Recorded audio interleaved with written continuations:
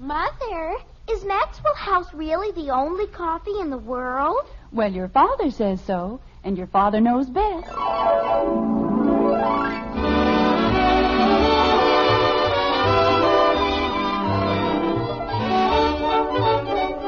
Yes, it's Father Knows Best, transcribed in Hollywood, starring Robert Young as father. A half-hour visit with your new neighbors, the Andersons. Brought to you by Maxwell House, the coffee that's bought and enjoyed by more people than any other brand of coffee at any price. Maxwell House, always good to the last drop.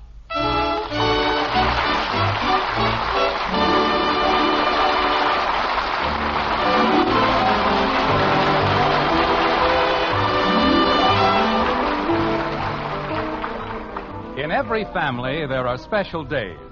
Days which, though simple, will live forever in our memories. There's the day Junior had his first haircut. The day Dad backed into the garage door. Or the day Mother didn't back into the garage door. In Springfield, in the white frame house on Maple Street, it's dinner time. And one of those days is in the making.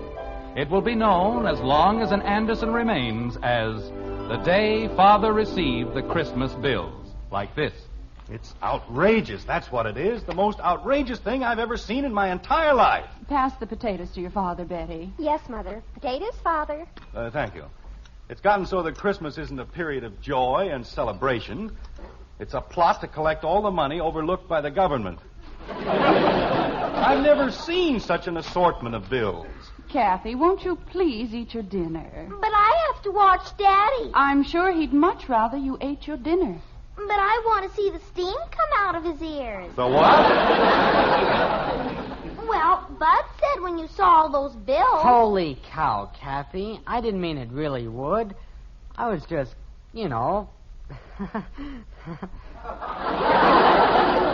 Sure was cold out today, wasn't it? Well, for certain people, it's going to get warmer. Much warmer. Have the bread, please. Here you are, Dan. Thank you. Say, Dad. Look at this. $17.70 for mucklucks. Now, what the devil are mucklucks? The knitted slippers, dear. For $17.70? That's for 6 pair, Jim. I sent them to my sister Kathleen and her family. Oh, fine. And what did she send us? 5 napkin rings painted by hand in the kindergarten of a school for backward children. Jim, that's not the proper attitude to take. Oh, it isn't it? You don't see that brother-in-law of yours shelling out any $17.70 for mucklucks, do you? I tell you, Margaret, we've got to realize that we aren't the Morgans or the Rockefellers. We're just plain, simple people, and we've got to act that way. Yes, dear. Say, Dad. When I was a boy, thrift was an important part of the daily life. The family worked together to see how little it could spend, not how much. They tried to help put something away for a rainy day. Not us. This family lives in a continual cloudburst. Dad. What is it, Bud? As long as we're talking about money, I need $5. Bud. Oh, that's fine. That's just great. I give out with a long lecture on thrift and economy, and all it does is remind my son that he needs $5. Now, why do you need $5? To be a bird watcher.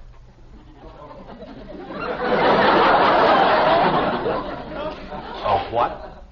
A bird watcher. You watch birds. I wouldn't care if you watched elephants. Why does it have to cost $5? Well, you have to buy a manual. It tells you how to watch. And you get a button. And they have meetings every Tuesday and Thursday night. No. But, Dad, watching birds makes you alert. No? It gives you a better understanding of your feathered friends. No. And it's educational. No. Oh, gosh. You certainly want me to be educated, don't you? Yes? Then I can go? No. Oh, would you care for some more coffee, dear? I certainly would. Thank you. I'll bet Evelyn Finney's a bird watcher. You keep out of this, Kathy. Bud's got a girl. I have not. You just wait, Kathy. That's all. Just wait. Bud's got a girl. Dad. All right, Kathy. Stop that and drink your milk. But I did. It's all gone. Well, get some more milk and drink it. Gee whiz. And behave yourself. Now, where was I? The part about putting something away for a rainy day. Thank you. Rainy day. Oh. Look, I don't want you to think I'm being stingy or that I don't want you to enjoy a healthy, normal life, but what's that? What's what, dear? On the buffet, is that another album of records? Oh, you ought to hear them, Father. They're simply dreamy. You see, that's what I mean. A new album, and we've got so many records now we can join the Disc Jockeys Union.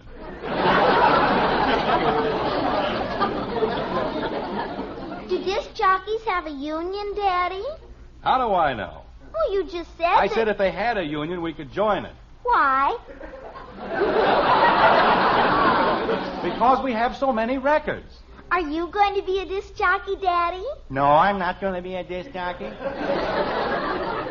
Why not? Because I'm an insurance jockey. I mean... Oh, Kathy, drink your milk. I did. Twice. Well, eat your cake. I don't have any cake. What have you got? Jell-O. Well, eat it and be quiet. Gee whiz. Father, there's no need to get excited about the record. Now, don't tell me what to get excited about and what not to get excited about. You have no right to waste money on more records. But, Father... $5 for bird watchers and $5 for records. They cost $7.50. $7.50? Betty Anderson, you mean those records cost $7.50? Yes, Father, Oh, but... that's fine. Just fine. We've got records you haven't touched in 5 years, but they're no good. You've got to buy new ones for $7.50. But, Father... When I was a boy, I couldn't buy a new record till the old one wore out. But, Father... I played Dardanella so long the fuzz on the turntable came through. But,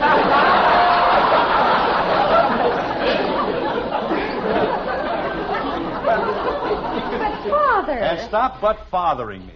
You have no right to waste $7.50 on records. But, Father, I didn't. I borrowed them from Janie Liggett. I don't care where you got them. You have no right to... Oh. Well, where was I? A rainy day, dear. Page 2.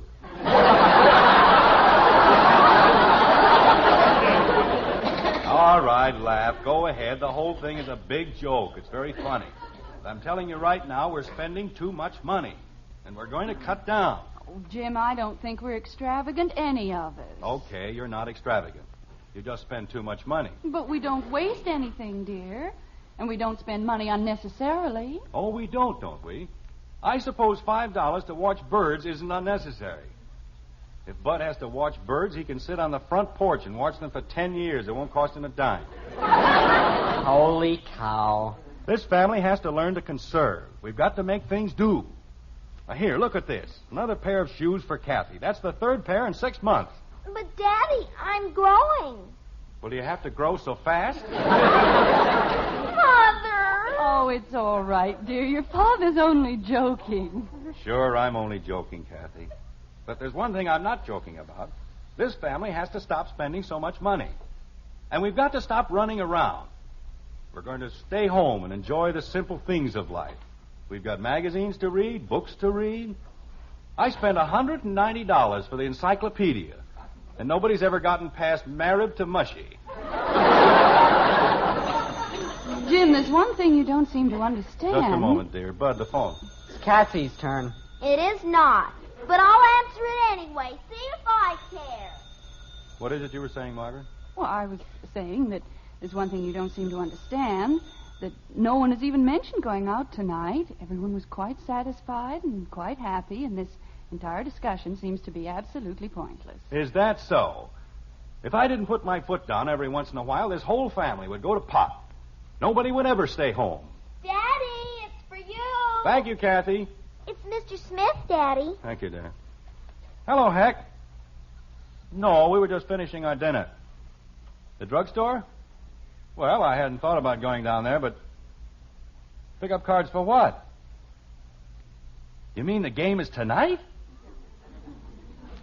Oh. Well, Look, Heck, maybe you'd better not figure on me for tonight. Well, frankly, I forgot all about it, and I got myself into a situation here. Yes, I know, Heck, but couldn't you get George Phillips? Out of town, huh? Just a minute, Heck. Kathy, there's somebody at the door. Okay. Sorry, Heck. Well, look, there must be somebody else you can get for the game. There isn't, huh? Well, I'll do whatever I can, Heck, but it's going to be tough. Okay. But if I'm not there by 8, well, you'd better call me. Okay, Heck, I'll see you. Ye gods, the things I get myself into. Is there anything wrong, dear? No, nothing wrong. Let's see. What were we talking about? Nobody goes out tonight.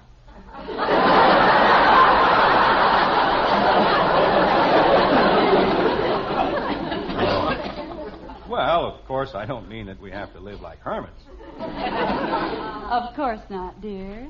There are circumstances when it will be necessary and proper for us to spend an evening away from home. A special picture that we won't want to miss, or a meeting, or something. You're so right, dear, but after that long lecture you just finished, naturally you don't mean tonight. Do you, dear? Oh, no, naturally not tonight. We'll all spend a quiet evening at home. Tonight. Daddy. Yes, Kathy? Daddy, may I please have $1.25? You certainly may not. But, Daddy... You see, Margaret, that's just what I meant about discipline. This entire discussion about thrift and economy was absolutely wasted. Everything I said went in one ear and out the other. I spent 15 minutes explaining that we had to take it easy, that we had to cut down on our spending, and what happens? As soon as I stop to take a deep breath, Bud needs $5 to watch birds, and Kathy needs $1.25. Now, why on earth do you suddenly need $1.25? To pay the paper boy.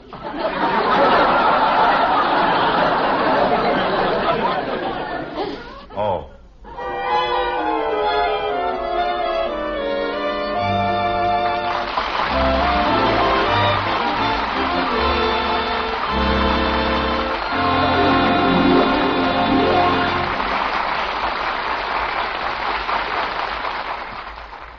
You know, for all his talking, Father wouldn't think of doing without that paper. It's one of those things that means so much to every day that comes along. And something else we count on, you and I, day in and day out, is coffee. I mean really good coffee, like our Maxwell House. Coffee you sit down to and enjoy, cup after cup. That good to the last drop flavor. You won't find it in any other coffee. No coffee but Maxwell House. And as you'd expect, there's a very real reason why. It's a recipe, the only recipe there is for that good to the last drop flavor. It's mighty important, that recipe of ours, because the flavor of the coffee you enjoy depends on the blend, the kind of coffee's in it, and how they're put together. Now, coffee grows in many different varieties, and you can blend them in all sorts of ways. But there's only one way, one recipe for our famous Maxwell House flavor. And when all's said and done, it's this recipe of ours that makes the difference.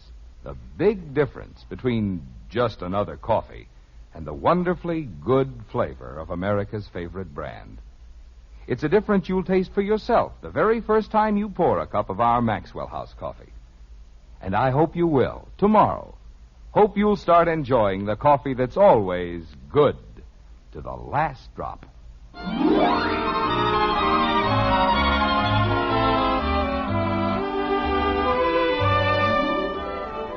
In the white frame house on Maple Street, an hour has passed, and a long, long hour it's been.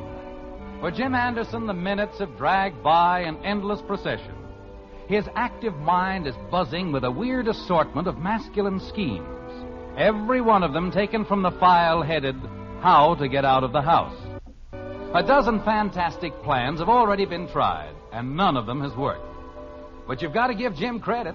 The kid's still in there pitching, like this. Margaret, Yes, dear? do you have the correct time? Oh, I think so. It's 5 minutes of 8. Uh-huh. Just what I thought. This doggone watch is on the blink again. Just won't keep time. Well, what time do you have, dear? 7 of. Well, Jim, that's a difference of only 2 minutes. Only 2 minutes? Margaret, do you realize the things that have happened in 2 minutes? Wars have been won and lost. The entire course of civilization has been changed. I better have it fixed. All right, dear. As a matter of fact, as long as I'm not doing anything right now, I might as well run down to the jeweler's. And it might take some time. You know how fussy jewelers can be about a watch. So maybe you'd better not wait up for me. Jim. Yes, dear? Christmas is over. The jewelers all close at 5:30. They do. You mean all of them? Yes, dear. Oh. You ought to see the watch Joe Phillips got for Christmas, Dad. Boy, is that a watch. Shatterproof, shockproof, waterproof, heatproof, and it's guaranteed to last him a lifetime. But it won't. Why not? He lost it.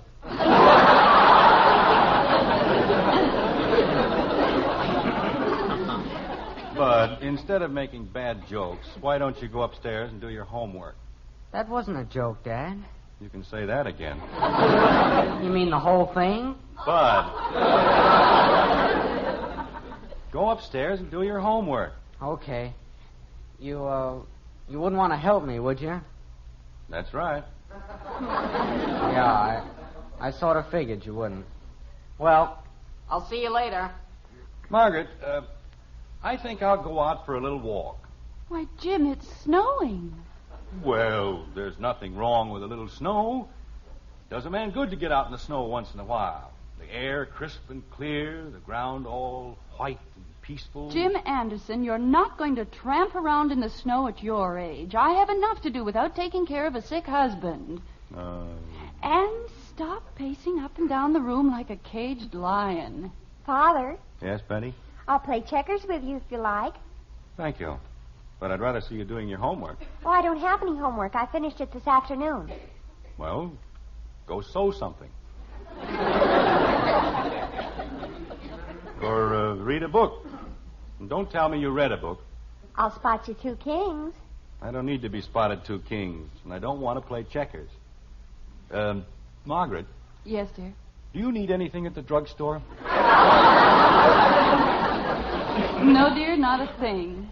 We're kind of low on toothpaste this morning. I got some this afternoon. Oh, you did. Soap holding up all right? Just fine. Uh-huh. Say, I think I'll run out and get something to smoke. Yes, sir, that's just what I'll do. Jim, Yes, Margaret? I bought you a carton of cigarettes this afternoon, and there's a whole humidor full of pipe tobacco. You know, it's a funny thing, but I just feel like smoking a cigar. Jim, I didn't know you smoked cigars. Well, of course. After all, there's nothing like a good cigar. You know what Rudyard Kipling said? A woman is only a woman, but a good cigar is a smoke. Yeah, I'll get it. Jim, be careful. Who the dickens moved the lamp over to this side? Oh, Jim, how could you? Well, how do you expect me to keep track of where the lamps are if you keep moving them around all the time? Anyway, well, I'm sorry, Margaret. I was just... The phone's ringing. Betty, be a good girl and clean up this mess, will you? All right, Father. And don't worry about the lamp, Margaret. We'll get it fixed or something. A good lamp. Just look at it. 6 lamps right in your way when you're in a hurry. Naturally, they get knocked down. Hello? Hello, Heck. What do you mean, am I still here? Of course not. I left for your house 20 minutes ago. Heck, I'm doing everything I can. I can't do it, Heck. I can't just walk out. Because I can't, that's why. I am trying.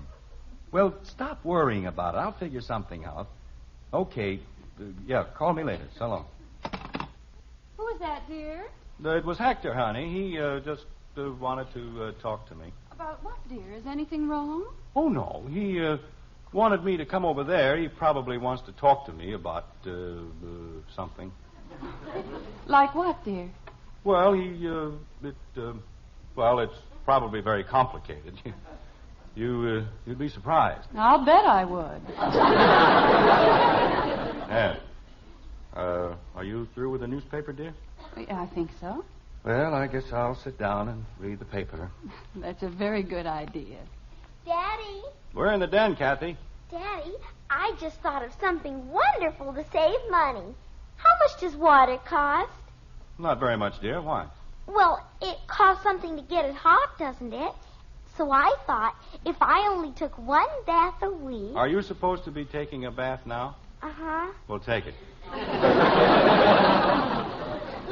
But you said we had to save money, and I thought if I only took... Kathy, go upstairs and take your bath.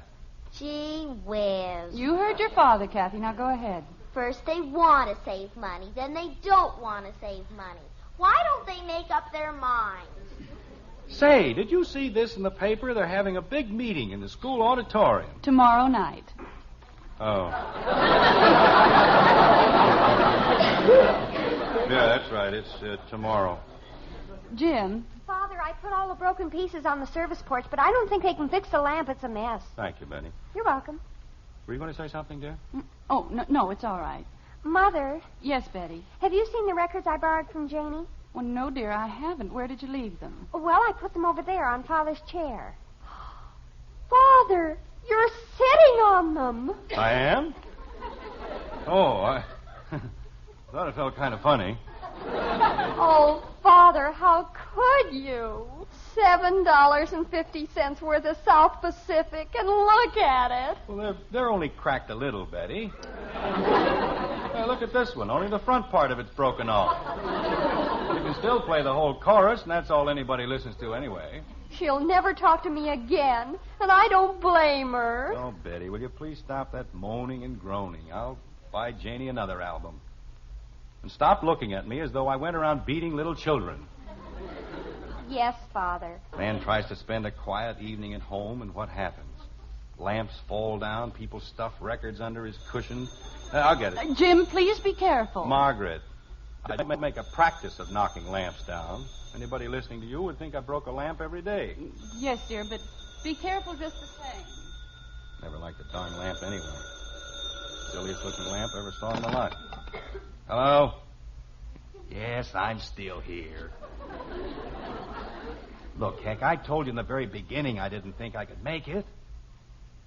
Well, I did try. I tried everything but chloroform.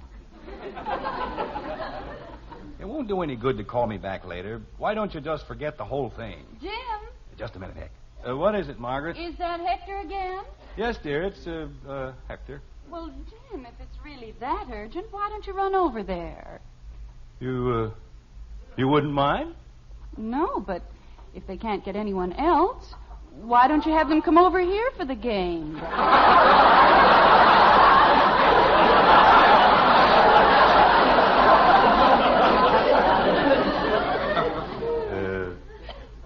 The game. Over here? Well, there's no reason why they can't play poker here. There isn't? Of course not. Oh. Well, say, Heck, how about playing over here? It would, huh? Well, fine. Oh, of course not. Margaret won't mind at all. Okay, see you in a little while. Goodbye. Margaret. Yes, Jim? Well, you see, I'd forgotten all about this date I had with the boys, and, well, I told them to get somebody else. Just a moment, but, dear. Bud! You want me, Mom? Yes, dear. I want you to go to the delicatessen. Okay, I'll be down in a minute. Why does he have to go to the delicatessen? Well, you'll be busy getting the card things ready, dear, and there isn't a thing in the house. We'll have to serve something. Well, it doesn't have to be anything elaborate. Oh, no, but we'll need a few slices of ham and some liverwurst and bologna and cheese, a few loaves of bread, potato chips, pickles. Why do we need pickles?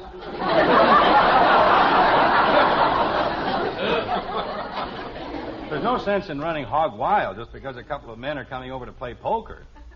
I told you at dinner, Margaret, we've got to cut down on our expenses. All right, dear, no pickles. After all, Father knows best.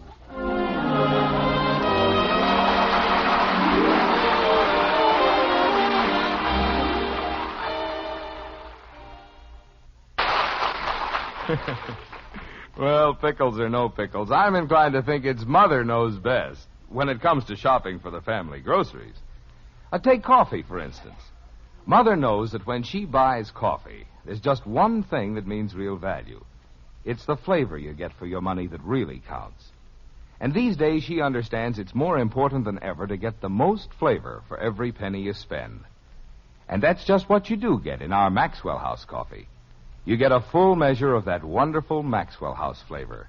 Good to the last drop flavor no other coffee gives you. And that's why more people buy our Maxwell House than any other brand of coffee. So when you put out good money for coffee, be sure you get the most in value, in flavor and freshness. You always will when you open up a pound of Maxwell House, the coffee that's always good to the last drop.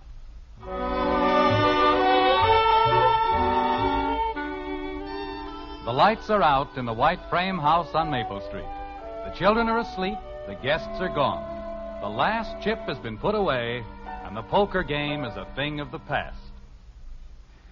Jim. Oh, you're still awake, dear? Yes, I've just been lying here thinking. How did the game go? Fine, just fine. I guess I showed that Hector Smith how poker should be played. Bluffed him right out of two of the biggest pots you ever saw. Jim. Yes, dear? You know, I've been wondering about this sudden wave of economy. There isn't anything wrong, is there? Oh, no. Well, it was those darn Christmas bills. They really got me down. Tonight didn't help much, did it? I mean, we'll have to buy a new lamp and records for Janie. Well, it won't amount to much. No, I suppose not.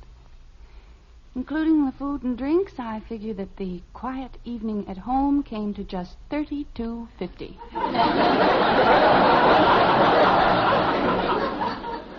$36.50.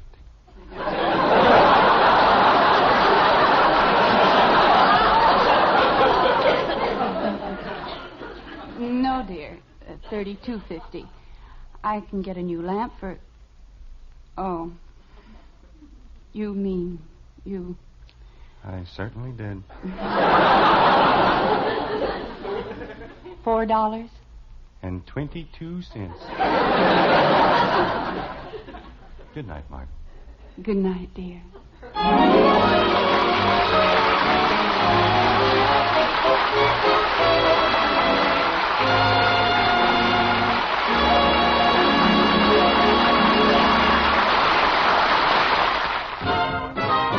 If you like good things the easy way, good things the easy way, Instant Maxwell House, that's for you. Good coffee that's easy too. No time, no trouble, no grounds, no pot, and it's good to the very last you know what. Yes, Instant Maxwell House means great coffee instantly in your cup. Here's real instant coffee. All pure Maxwell House coffee in instant form. Enjoy instant Maxwell House. Instantly. Good to the very last you know what.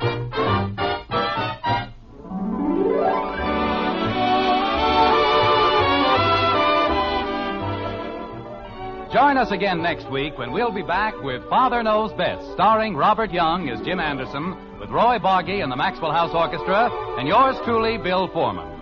Don't forget, membership cards for the Robert Young Good Drivers Club are waiting for you at your local NBC station. Get a man-to-man or dad-to-daughter pledge and sign up today. Be a good driver. Get your membership card in the Robert Young Good Drivers Club today. Now, until next Thursday, good night and good luck from the makers of Maxwell House, America's favorite brand of coffee. Always good to the last drop. Father Knows Best was transcribed in Hollywood and written by Ed James. Now stay tuned in for Screen Guild Theater, which follows immediately over most of these stations.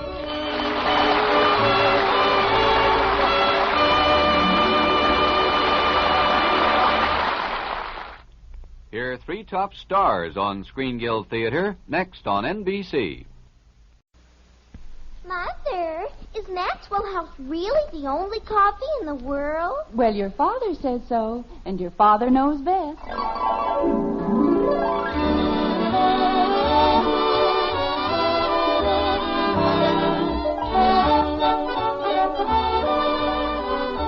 Yes, it's Father Knows Best, transcribed in Hollywood, starring Robert Young as father. A half-hour visit with your neighbors, the Andersons. Brought to you by America's favorite coffee, Maxwell House. The coffee that's always good to the last drop.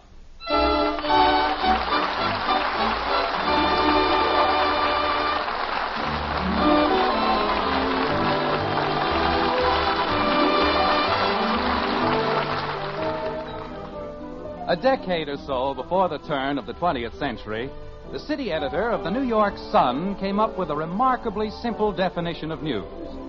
When a dog bites a man, he said, that is not news because it happens so often.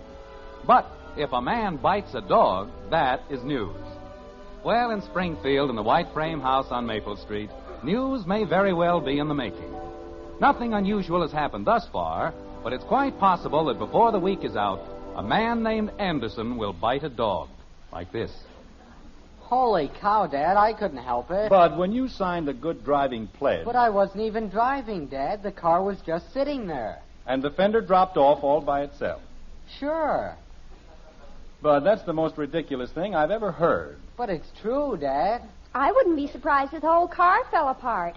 Is that so? There's nothing wrong with the car, and you know it. Daddy, What is it, Kathy? did you know that in the polar regions, dogs are the chief means of transportation? What's that got to do with Bud knocking a fender off the car? I didn't knock it off, Dad. It fell off. Bud, unless you're willing to tell me the truth... Jim, Bud is not in the habit of telling lies, and if he says the fender fell off, then it fell off. And we put it back on again with wire, Dad. You'd never even know the difference. Oh, fine. Bud, if I ever find out... Oh, never mind. May I have my coffee, Margaret? Of course, dear. Here you are. Thank you. Nothing. What? It doesn't have anything to do with Bud knocking a fender off the car. I did not. Wait a minute, Bud. Kathy, what doesn't have anything to do with Bud knocking a fender off the car? Dogs are the chief means of transportation in the polar regions. Fine. I'll order a dog sled in the morning. Is that what you want? Oh, no. I just wanted to tell you. Well, thank you very much. You're welcome. Silliest thing I've ever heard in my life. That car's practically as good as it was the day we bought it. Might need a little paint here and there. Daddy, What is it, Kathy? did you know that the dog has been chosen as the companion of man because of his fidelity and intelligence? Well, I'd heard rumors, but it's nice to have it on such complete authority. You're welcome. Dad, Yes, Bud. does that mean that I can't have the car on Thursday anymore? No, I suppose it'll be all right. But in the future, I wish you'd be a little more careful, that's all. I wouldn't be surprised if the roof caved in. Betty, what's gotten into you? Until tonight, the only complaint you ever had about the car was that you didn't get it often enough. Jim, Yes, Margaret? the Liggetts have a new car. A convertible. Oh. Well, pardon me. Dogs are bred for sports, as watchdogs, for guarding and driving sheep, and for playing ordinary dogs. Kathy, deep in your obscure little mind, I'll see you at you Ed. stay right where you are. I want to get to the bottom of this dissertation on dogs. Bud, Yes, Dad? see who's at the door. Holy cow. You think nobody else around here knew how to open a door? All right, Kathy. Will you explain something to me as simply as possible? Why this sudden interest in the history of our canine companions? Huh? Dogs. Oh, well, dogs are pets, and everybody says they're man's best friend, and they probably be girls' best friends, too. And I don't see why. Kathy, are you going to start that dog business again? But everybody I know has a dog, and I don't see why. You know as well as I that Betty's allergic to dogs. They make her sneeze. Dad, it's Mr. Davis. Oh, come on in, Ed. Hello, Jim, Margaret. Hello, Ed. Hello, girls. Hello, Mr. Davis. We're just finishing our dinner, Ed. How about a cup of coffee? Oh, no, thanks, Jim. I just want to talk to you about your dog. Our what? Well, I wouldn't mind if it were just an ordinary rose bush, Jim, but this was a Bengal, a genuine Hibiscus rosa sinensis. Ed. I only had two, and you ought to see the one he dug up. It's a complete wreck. Ed. Yes, Jim. What dog? Why, your dog. We don't have a dog. You know that. Daddy. Jim, I dislike this whole thing as much as you do, but that bush cost me $13. Ed, we don't have a dog. Daddy. And I wouldn't even know where to get another one. They only had 2 in town. I bought both of them. Ed, Yes, Jim. we don't have a dog. Daddy. Kathy, I'm talking to Mr. Davis. I know, Daddy, but I want to tell you something. All right, what is it? We have a dog. Fine. Look, Ed, I know how you must feel, but... We what? Kathy, you're joking. What do you mean, we have a dog? Oh, it was such a poor little dog, Daddy, and it kept following me and following me. And... Kathy, you mean we have a dog here? Uh-huh.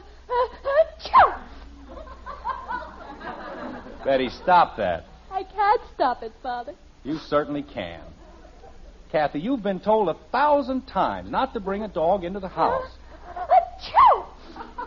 She's just doing that to be mean. I am done. She wasn't sneezing before, and the dog was here all the time. Where? What? Where is it? Where's what? The dog. Oh, the dog. Achoo! Kathy, where did you put the dog? In the playroom. Well, we'll just see about that. Of course, it isn't the most valuable rose bush in the world, Jim, but if you knew the trouble I'd gone through... Jim, where are you going? Down to the playroom. Oh, Daddy, please don't be mean to the little dog. He wouldn't hurt a fly. Where do you think you're going, Bud? Well, can I come with you? Gosh, I just want to look at it. I didn't mean to start all this trouble, Jim, but after all, he did dig up the rose bush. I know, Ed. I'll be very glad to pay for it as soon as we... Oh... My aching back. Look at the size of that thing.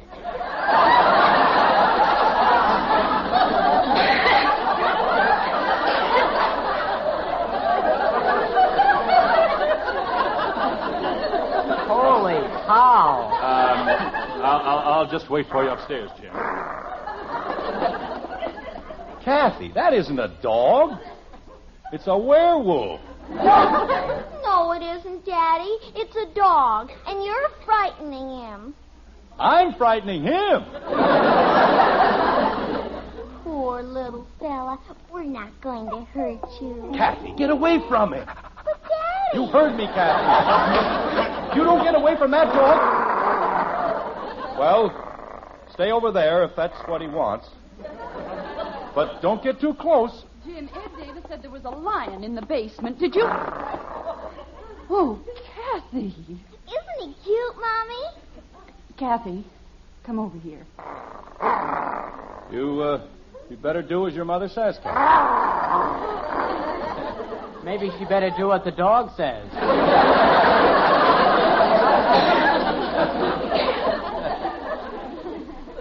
Oh, Jim, what are we going to do? We're going to find out where he belongs and get rid of him. That's what we're going to do. Oh, Daddy, you can't. He's such a beautiful dog, and he's so easy to feed. All he eats is cookies. Bud. See what the tag says on his collar. On his collar? Me? Oh, he won't hurt you, Bud. Will you, George? Well, go ahead, Bud. There's nothing to be afraid of. That's a nice fella. Nice, George. His name isn't exactly George, Bud. I just call him that. Oh, you're a great help. Nice boy. That's a nice boy. Atta boy. What does it say, Bud? Gargantua the Third. Oh, that's how you say it. Property of Michael Reed, Orchard Avenue. Orchard Avenue? Well, that's a mile away. How did he get clear over here? I think he walked. Well, he can walk right back. Bud, call Mr. Reed and tell him we have his dog. Oh, Daddy, no. Oh, Daddy, yes. Kathleen, it isn't our dog, and we've got to send him back home. But, Mommy, I love him so.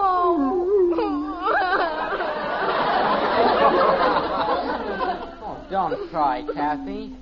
Gosh, you've still got us. Everybody's got somebody. And all I have is you.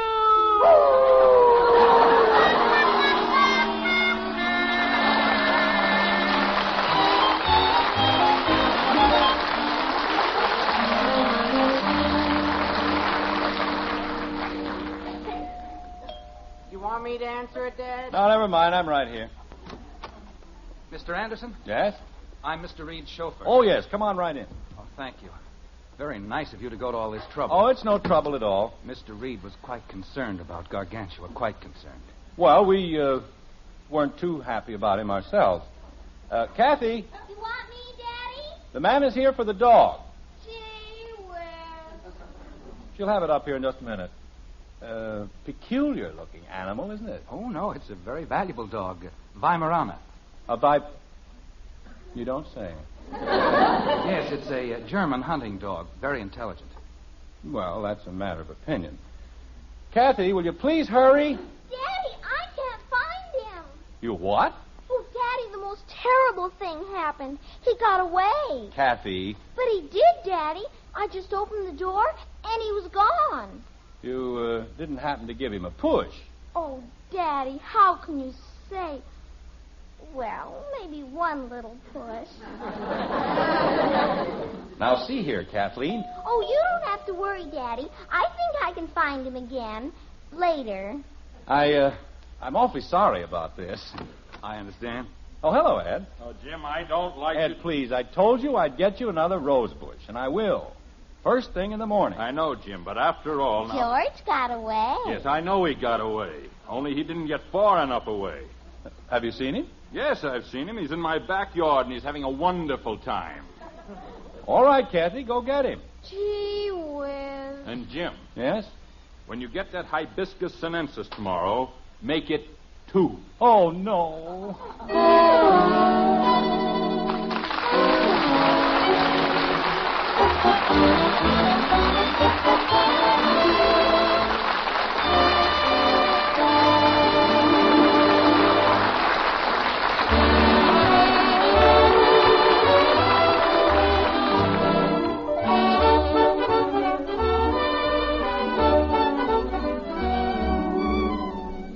All across the country, there's good news about coffee these days.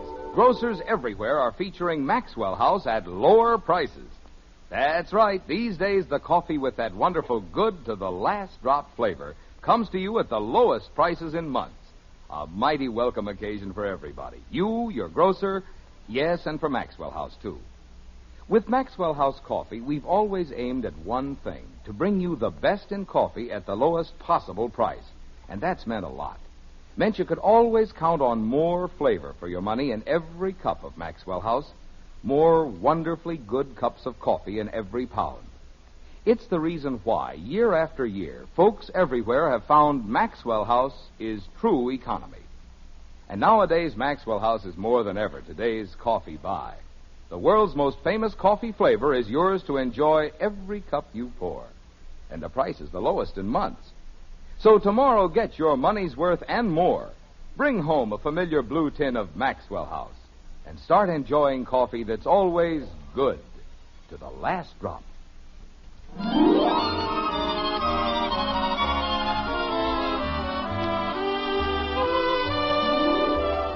The dog is a creature whose principal feature is love, and there's nothing can daunt him. He'll stay by your side as though he were tied, especially if you don't want him. A few days have gone by, and in Springfield we find a most unhappy individual. Between roses, which cannot be found, and a dog which refuses to get lost, Jim Anderson's lot is a miserable one indeed. Like this.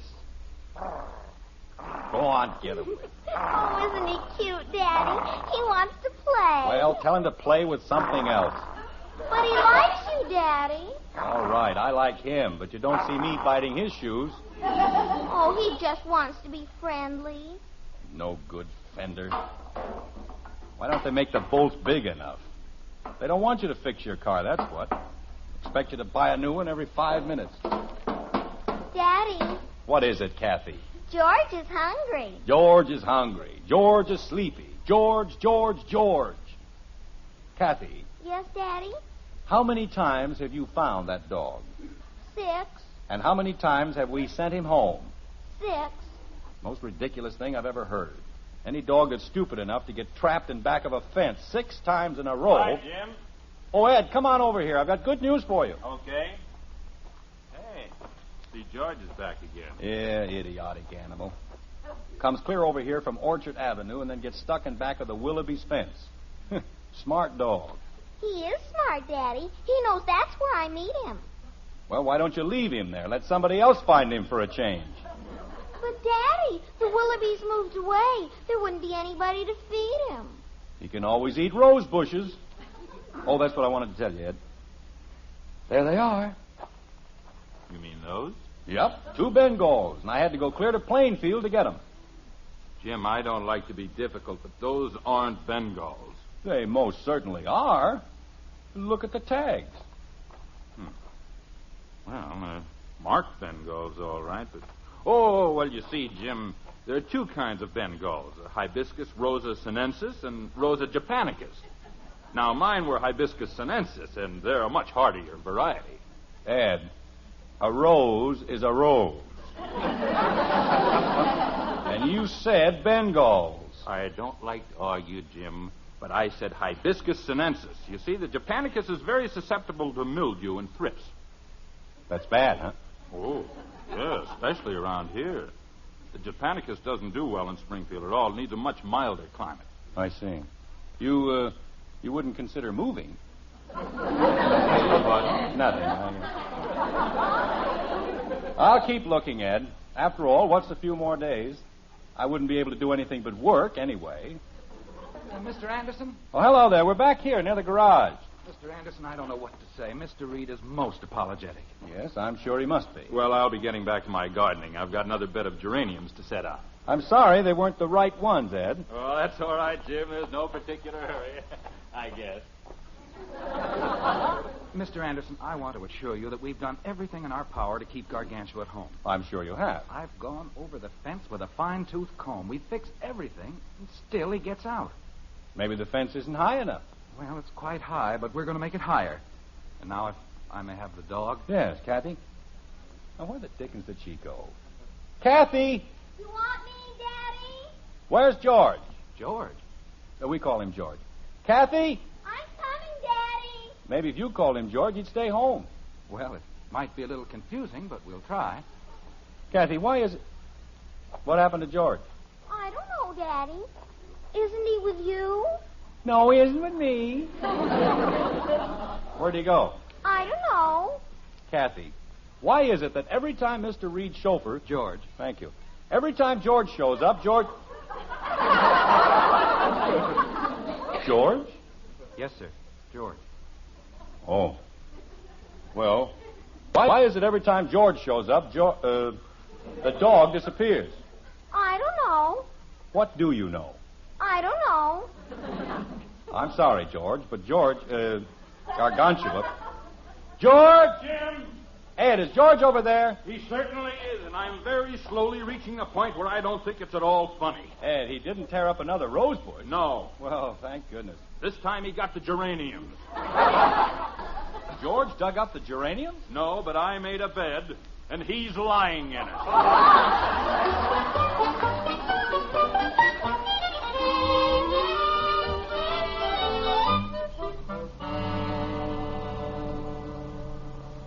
$35 for 2 miserable little rose bushes. It's criminal, that's what it is. Jim, let's just be thankful that we were able to find them. Hibiscus sinensis. Margaret, if I ever see that dog again, so help me... Jim. What's the matter? He's back. Oh, no, he can't be. Well, stop the car, Jim. We've got to get him. Why? Why can't we just pretend that we've never met George? That we've never even heard of him? Dear, we owe it to Mr. Reed. Mr. Reed. He's the one who ought to pay for the roses. George is his dog. Jim, that's not being very charitable. Well, I don't feel very charitable. Where is he? Back of the Willoughby's fence. Again? Margaret, that's the stupidest animal I've ever seen in my life. This is the 8th time he's been stuck in the Willoughby's yard. Any dog with half a brain knows you can jump both ways over a fence. Come here, you silly mongrel. Oh, Jim, isn't that sweet? He knows us. Well, why shouldn't he know us? He's been boarding with us for almost a week. Come on, George. That's a good boy. Take his collar, Jim. I'd like to wring his neck. Come on, George. Jim, I don't think you were being very nice to him. Well, I don't think he's being very nice to us. George, will you please make up your mind? You want to come home with us, or are you going to stay here? Daddy! Oh, Daddy, you found it again! Oh, George, I'm so happy to see you. Oh, my wonderful George. Kathy, Nice drag that Daddy. animal over to our house. Oh, you don't have to drag him, Daddy. Well, get him over there. And this time, hang on to him. Okay, Daddy. Come on, George. I'll race you to the garage. Man's best friend. Intelligent and loyal. A half-witted caterpillar has more intelligence than that George. Jim, how about the car? I'll come back for it later. Right now, I'm going to call that Reed guy and give him a piece of my mind. That's what I'm going to do. If he can't learn to take better care of a dog, he doesn't have any business owning one. Jim, I'm sure Mr. Reed is doing everything he can. Well, it isn't enough. Owning a dog is a responsibility to the dog and the neighborhood and everybody else. Let a dog run wild that way, first thing you know, you'll be hit by a car. He's liable to be killed. I thought you didn't like George. I don't. I mean, well, he's all right, I guess, but they have no business letting him run around the way they do. Jim, please don't be too abrupt. Mr. Reed is just as concerned about George as we are. Well, why shouldn't he be? It's his dog. Hello? Oh, this is Jim Anderson. Yes, he's here again. And look, George, I think it's high time... Well, okay. He's coming right over. Jim, when he gets here, please remember that George isn't responsible for George. After all, he's merely the chauffeur. Which one? George. Oh.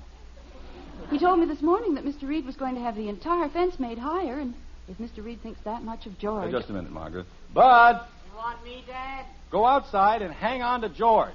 Okay. Betty! Yes, Father? Are you in your room? Yes, Father. Well, look out the window and keep an eye on George. Okay. He won't get away this time if I can help it. Now, what were you saying, Margaret? Well, I merely said that if Mr. Reed thought that much of George... Ye gods, now what? I'm awfully sorry, Mr. Anderson. Well, you should be. Anybody who can't take better care of a nice dog like George... We do take care of him, Mr. Anderson. We still can't understand how he gets away. That's a very poor excuse. How would you feel if I... Wait a minute. How did you get over here so fast? Well, I left the moment I hung up. I know, but from clear over on Orchard Avenue... Oh, we haven't lived on Orchard Avenue for almost a week. We moved into the Willoughby house on the corner. Oh, no.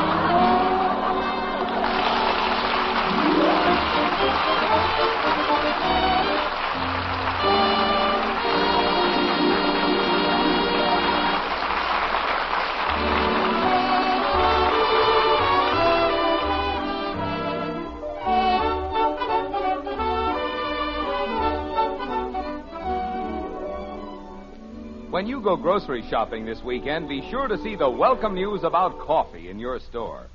These days, grocers everywhere are featuring Maxwell House coffee at lower prices. Now, all of you who know and love that wonderful good-to-the-last-drop flavor can enjoy it at the lowest price in months. And for you folks who haven't been getting that famous flavor, now's the time to bring home a familiar blue Maxwell House tin. Find out how much more satisfaction, more real pleasure it holds for you.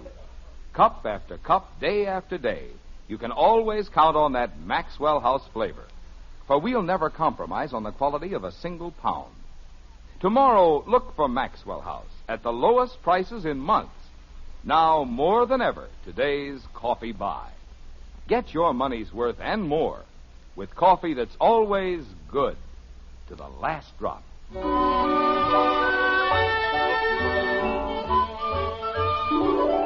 Another day has come and gone, and so has the perennial George.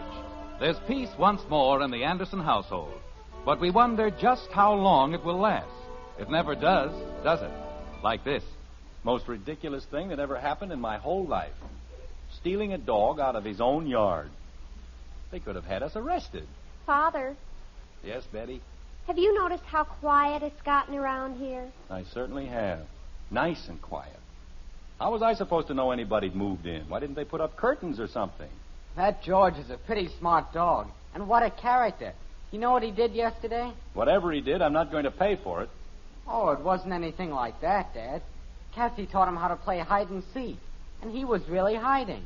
Good. I hope it's years before anybody finds him. Why, Jim, you know you miss George as much as any of us. I do? I miss George? Huh. Margaret, this is the first peaceful moment I've had in almost a week. Daddy! Daddy! Kathy, what is it? What's wrong? Oh, Daddy, the most beautiful thing happened. Mr. Reed gave me a reward. Why, how nice, Kathy. Oh, I'm so excited.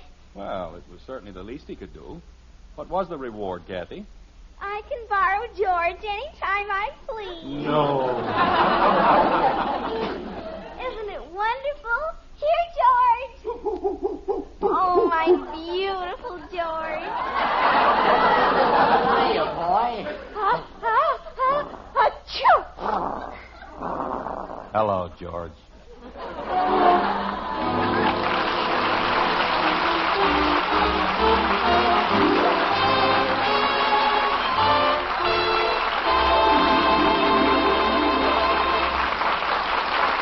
Now yours to enjoy, an instant coffee you'll love for breakfast every morning. An instant coffee you'll be proud to serve to your dinner guests. It's Instant Maxwell House, the instant coffee with a famous flavor. Here's the happiest combination in coffee. Wonderful, good to the last drop flavor, combined with the convenience and thrift of coffee made instantly in the cup. Tomorrow, try Instant Maxwell House, the instant coffee with a famous flavor. Instantly good to the last drop.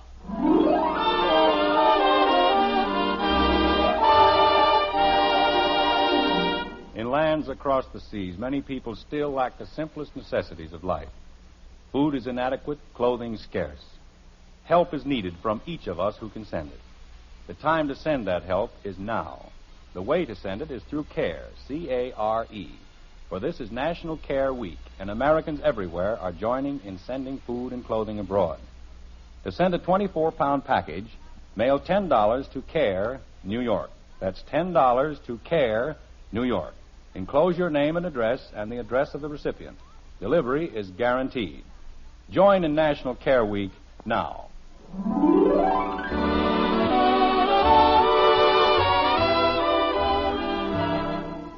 Join us again next week when we'll be back with Father Knows Best, starring Robert Young as Jim Anderson, with Roy Barbeque and the Maxwell House Orchestra, and yours truly, Bill Foreman. Don't forget, membership cards for the Robert Young Good Drivers Club are waiting for you at your local NBC station.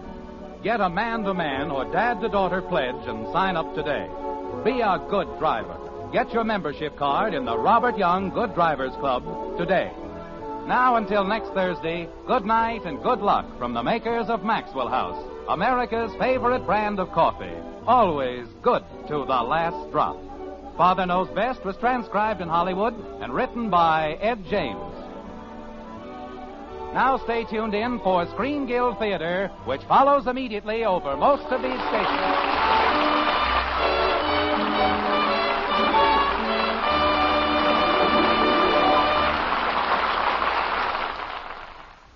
Stay tuned for Charles Boyer and Olivia de Havilland on NBC.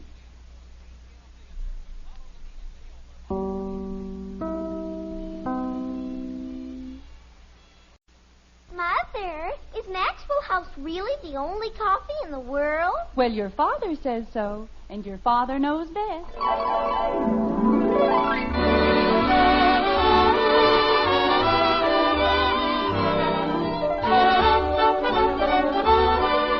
Yes, it's Father Knows Best, transcribed in Hollywood, starring Robert Young as father. A half-hour visit with your neighbors, the Andersons, brought to you by America's favorite coffee, Maxwell House. The coffee that's always good to the last drop.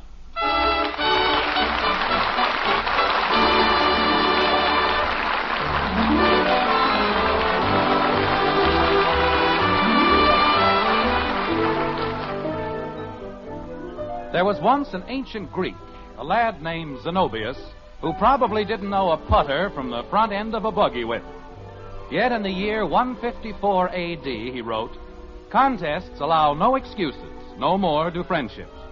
And if that doesn't describe the average golf tournament, it comes mighty, mighty close. Today in Springfield, in the white frame house on Maple Street, we find that things haven't changed a great deal in the last 18 centuries. Customs and costumes may have altered slightly, but people go on forever.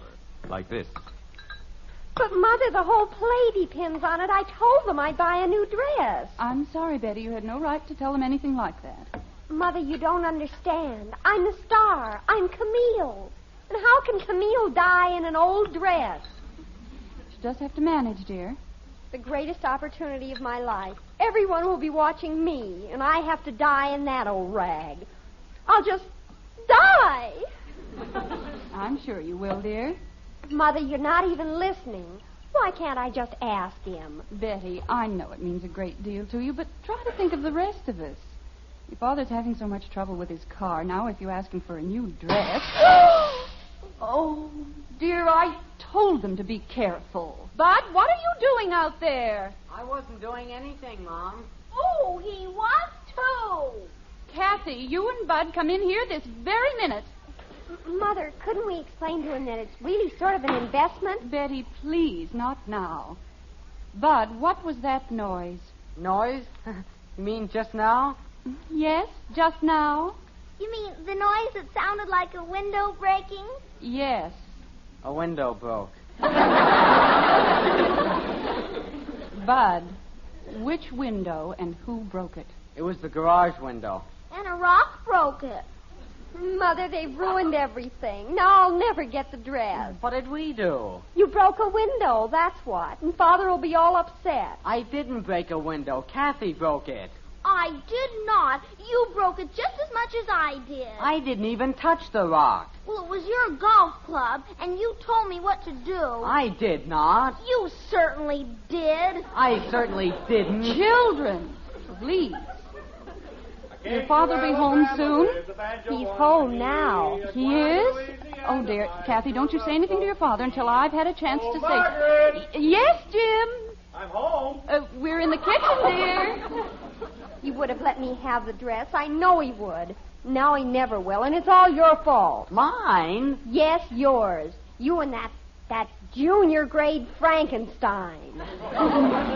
Mother! Betty, please. I will not have you... Well, Oh, hello, dear. what's going on in here? Hello, Father. Hi, Dad. Hello, Daddy.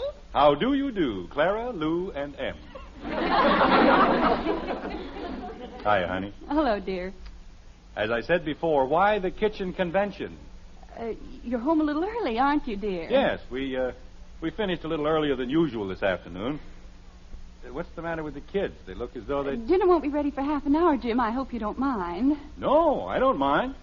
I said... So many things came up this afternoon. I've been busy trying to get them straightened out. Margaret, Yes, dear?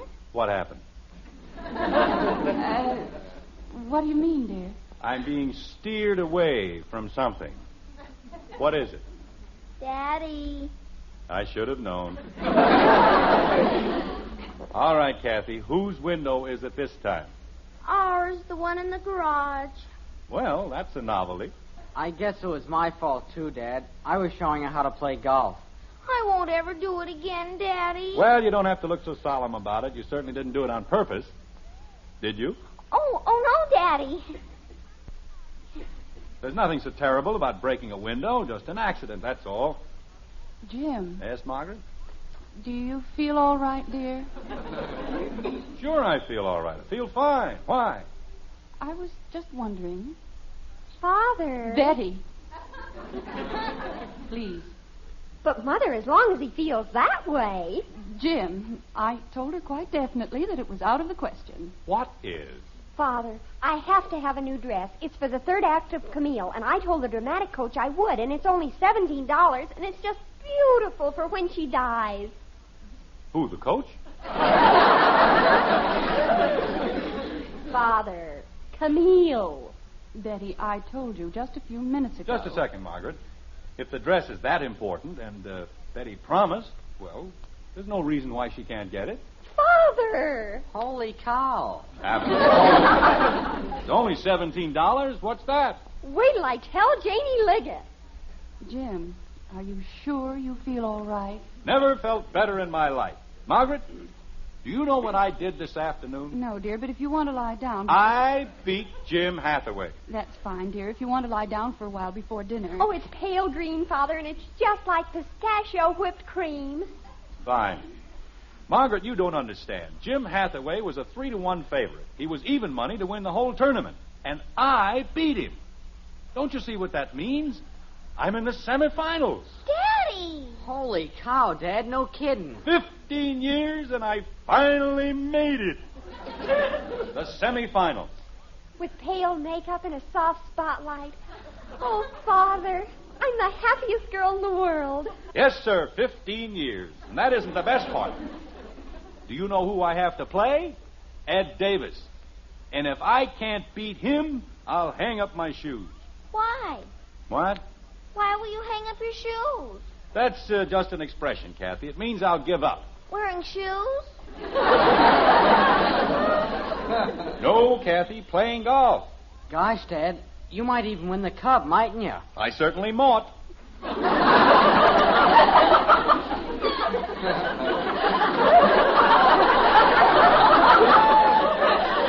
Bud, you should have seen the putts I dropped today. 18 feet, 20 feet, I was the hottest thing on the golf course. If I can just keep it up for 2 more rounds... Jim, I don't like to interrupt, but if we're ever going to have dinner... Is it all right if I call Janie, Mother? Yes, dear. Come on, Kathy, let's go out in the backyard. I'll show you and Bud how golf should really be played. Oh, boy. I get shown first. Jim, be sure you don't wander off somewhere. We'll be right here, Margaret. I'll call you when dinner's ready. That'll be fine, honey. Say, Dad, we've been using that old 5-iron you gave me. Oh, wait a second, Bud. Say, Ed. Jim, I was just coming over to see you. Ed, did you hear what I did to Jim Hathaway? It was murder. I know. They called me from the club. Jim, I've got a terrific favor to ask of you. Okay. What's the matter with you? Oh, I've got a cold. The worst cold I've ever had my whole life. Hello, Mr. Davis. Hello, Kathy. Bud. Hi. Don't get too close to me. I'm a walking germ. Boy, you certainly picked up a pip. Jim, would it be all right with you if we postponed our match until Sunday?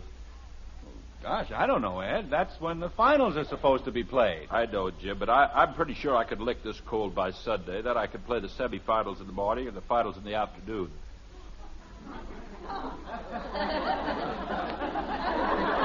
Oh, you can you? What happened to me? Oh, Jim, let's face it. If I can't lick you, I'll hang up my shoes. Wait a minute. I wouldn't ask you, Jim, but this is a big thing in my life. I've been trying to reach the finals for 10 years. I've been trying for 15. Oh, Jim, let's not be ridiculous. You don't stand a chance, and you know it. Oh, I don't I? Oh, why, I could spot you 6 strokes aside and still beat you, but with this cold... Well, maybe I won't win. But at least I don't go around trying to build up an alibi. Meaning what? Meaning I could beat you with or without a cold, and you know it. Jim, we've been friends for a long time. That's got nothing to do with it. Golf is golf. And if you can't play tomorrow, you'll forfeit the match. Oh, that's fine. That's fine after all the things I've done for you. Ed, you're taking the wrong attitude about this whole thing. I want to beat you fair and square. Yeah. But how can I if you let a little thing like a cold get you down? A little thing? I'm so weak I could hardly see. Sure, because you aren't trying to fight it. Jim. When you get into the house, fix yourself a hot lemonade, take 2 aspirins, and then concentrate. Jim. Say to yourself, I haven't got a cold. Never had a cold. I'm too strong and healthy to get a cold. Believe me, it's all in your mind. God bless you. Thank you. Remember that guy Koo-A? Every day, in every way, I'm getting better and better and better. Yeah. Whatever happened to him anyway? He died. But, Ed, it works. I've tried it. You can talk yourself out of practically anything. Yeah, you sure can. Well, if that's the way you want it, Jim. Ed, I'm trying to help you. Okay, I'll be there in the morning if they have to carry me on a stretcher. And don't forget the hot lemonade and aspirin. That'll help, too. Thanks, Jim. Every day and every way, you've been a great help. See you tomorrow. Dad, we aren't going to have much time. Oh, sure we are. Where's the ball? We don't have a ball. That's why we had to use rocks. What happened to that practice ball I gave you? You know, the cotton one. It's over near the garage. Well, get it. We can't. It's stuck in back of a big log. That's right, Dad. You can't reach it unless we get the log out of the way.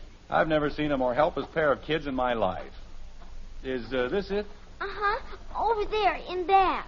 Bud, I'll lift the log and you reach in for the ball. Okay, Dad. Are you ready? You bet. 1, 2, 3. Heavy, isn't it, Daddy? Well, my hands must have slipped. Let's try it again, Bud. Ready? Right. 1, 2, 3. Oh! What's the matter, Dad? I don't know. Something snapped, and Oh. Gosh. I can't straighten up. Daddy? Maybe your suspenders got stuck. But I don't wear suspenders. Oh, that's right. I forgot. Fine son you turned out to be. I'm in mortal agony, and you have to make jokes. I wasn't making any jokes, Dad. Daddy? Oh, my back. What is it, Kathy? I know how you can fix it. You do, huh? Sure. All you have to say is, every day in every way, I'm standing upper and upper and upper. Kathy, do you know what'll happen if I take my belt off? Uh-huh, your pants will fall down.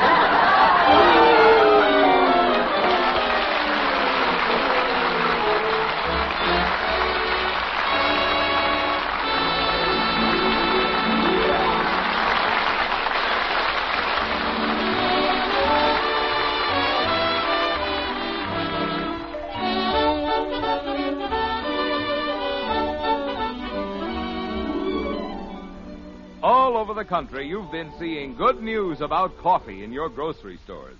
Maxwell House coffee featured at lower prices.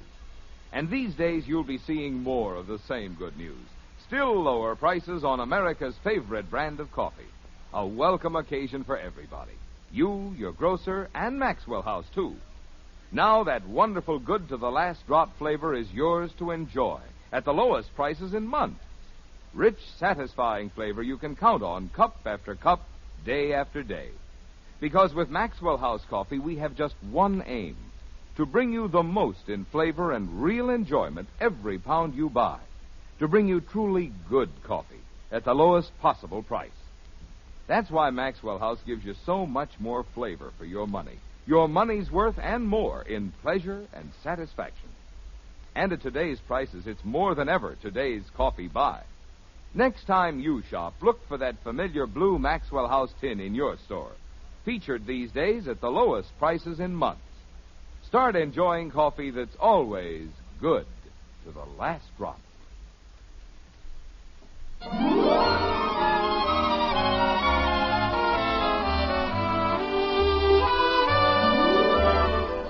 The sands of time run slowly in the white frame house on Maple Street. An hour has passed, but not Jim Anderson's affliction. Surrounded by a solicitous family, Father waits the arrival of Dr. Simmons, and sympathy flows in a steady stream through the Anderson living room, like this. Jim, I've told you repeatedly, you're not a child. You can't do things like that. Like what? All I did was try to lift the... It hurts, huh, Dad? Of course not. I just like to groan, that's all. Betty, what's the matter with you? Oh, nothing, Father. Then why are you staring at me? Well, it's for Camille, really. I'm doing research. What are you talking about? Oh, the play. I have to die in the third act, and you're making the most wonderful faces. Oh, that's fine. That's just great. I have a broken back, and my daughter uses it for research. You know, this is the most cold-blooded family I've ever known. But, Father... Margaret, call the doctor again. Tell him it's an emergency. I did, Jim, and they said he'd be here as soon as possible. Fine doctor he turned out to be. Anytime you need him, he's out. Operating on people, delivering babies. He's never around when you need him for anything important. Father, about the dress. Betty, this is hardly the time. But, Mother, I have to go to the rehearsal. Well, go ahead. Nobody's stopping you. I can't go unless you give me the $17. Then stay home. Father!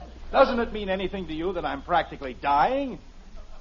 I lie here doubled up like a pretzel? Hey, You know, I didn't have any dinner.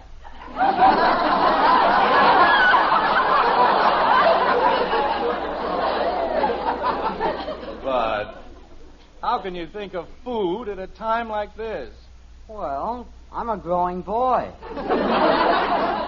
We'll all have our dinner in just a little while, Bud. Here's the hot water bottle, Mommy. I got it as hot as I could. Oh, well, thank you, dear. You're welcome. People go around breaking windows, hitting golf balls in back of logs. Jim, let me put the hot water bottle on your back. I don't want it on my back. It hurts enough the way it is. Gosh, Dad, how are you going to play golf tomorrow? Golf? I'll be lucky if I'm still alive. Oh, no. What is it, Jim? Ed Davis. What am I going to tell him? Well, why don't you just tell him? Margaret, I can't. He'd never believe that I hurt my back. Not after the argument we had. Daddy told him about Mr. Pooey. Who? Every day in every way. Kathy, go to bed. I haven't had my dinner. Then behave yourself and be quiet. Yes, Daddy. Man tries to do the right thing, the honorable thing, and what happens? Nobody believes that he... Bud. Yes, Dad? Give me a hand. I want to get up. Okay. Jim, do you think it's wise... I've got to call Ed Davis, Margaret. I just thought of something. Can't we call him for you? No, I've got to do it myself. Jim, please be careful. I'm being careful. You don't see me leaping into the air, do you?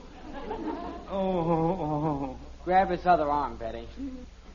Father, it's only $17.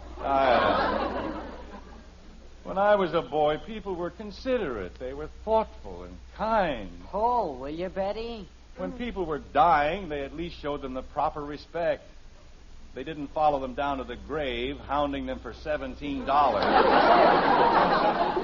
There you are, Dad. How do you feel? Never mind how I feel. Just help me over to the phone. Father, while you're standing up... Betty.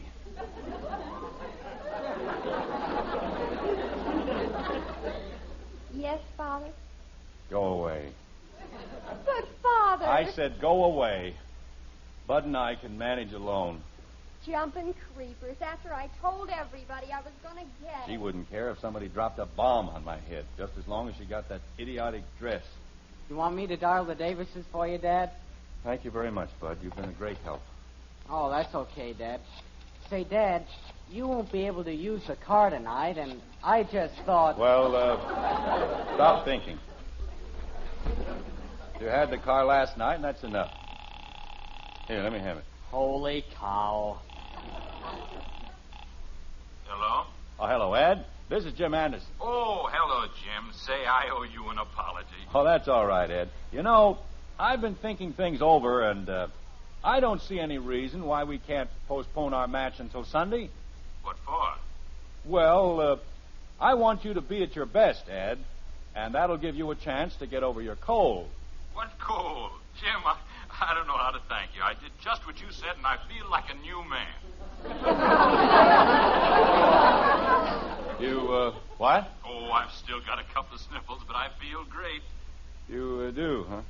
You certainly knew what you were talking about. Every day and every way. Hey, that's a great system. It is, huh? Yes, sir. You'll have to play some pretty sharp golf to beat me tomorrow. Say, wouldn't you like to go out to the driving range and hit a few? No thanks, Ed. I'll just take it easy tonight. Okay, pal. See you in the morning. Yes, I'll, see you in the morning. Every day and every way I ought to have my brains examined. What did Mr. Davis say, Dad? He feels fine, Bud, just fine. Let's go back to the couch. Okay. Jim, I don't understand what this is all about. If you can't play golf, why don't you tell him? Margaret, there are certain things that women just don't... let me down easy, Bud. Okay, Dad. Oh. Father. Betty, you and Kathy go into the kitchen and fix your dinners. But, Mother... You've waited long enough. Now go ahead. How about me, Mom? I'm starved. You can wait a little longer, Bud. The doctor may need you. Now, Jim, will you please explain all this foolishness about Ed Davis? There's nothing foolish about it, Margaret. He said he had a cold, and I said he was trying to set up an alibi. Now, if I say I hurt my back... Two grown men acting like a couple of silly schoolboys. What's so silly about schoolboys? I'm sorry, Bud. Margaret, unless I can convince Ed Davis... But you don't have to convince him. Dr. Simmons will certainly tell him. Say, that's right. If the doc tells me I can't play, then I can't play, can I? Well, it's about time. Bud, let the doctor in like a good boy. Then can I have my dinner? We'll see, dear. Holy cow. Doctors, always rushing around, never get any place, make a big production out of everything. If I ran my business the way they do, I'd be looking for a job in a week. Jim, please don't start. Well, hello, Margaret. What's all the fuss about? Oh, hello, Doctor. It's about time you showed up, you old quack. So I'm finally going to get my hooks into you. What do you know? Fine doctor. Listen to that bedside manner. He's going to get his hooks into me. Oh. Doctor, will you need Bud for anything? Oh, I don't think so. All right, Bud, go in and have your dinner, dear. Well, good for me. You know, Margaret, I was talking to Mrs. Swain about you the other day. Really? That's right. She was telling me about that hospital service you were trying to organize last year. It's a wonderful idea. Oh, well, thank you. Doc. If you have any free time next week, Margaret, why don't you drop into my office? I may be able to help you. Oh, that would be wonderful. Doc. What's the matter with you? Remember me? I'm the emergency. Well, I know. What's wrong with you? Oh, nothing much. Just a broken back, that's all. Yes, you look just like a broken back. He says it's quite painful, Doctor. Well, let's take a look at it. Turn around. I can't turn around. Oh, stop acting like a jackass. Turn around. Calls himself a doctor. If I didn't like his sister, I wouldn't even let him in the house. Is that where it hurts? You know darn well that's where it hurts. Well, hold still for a second. Well, what are you going to do? Never mind what I'm going to do. Just hold still. Ow! Okay, now go to bed and put some heat on it. Was it anything serious, Doctor? No, of course not. You know, Margaret, we've needed a volunteer service at the hospital for years.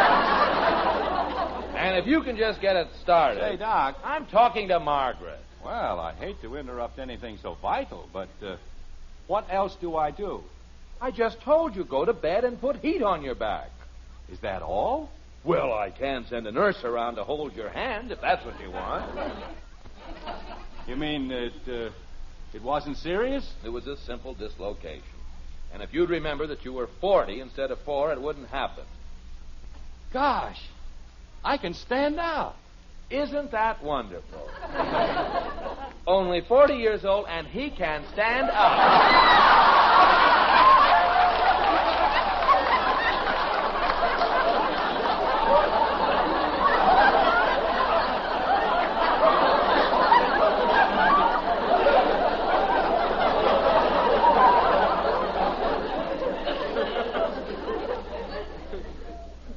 Please be careful. Oh, he's all right, Margaret. In the morning, you'll never know there's anything wrong with it. Is that so?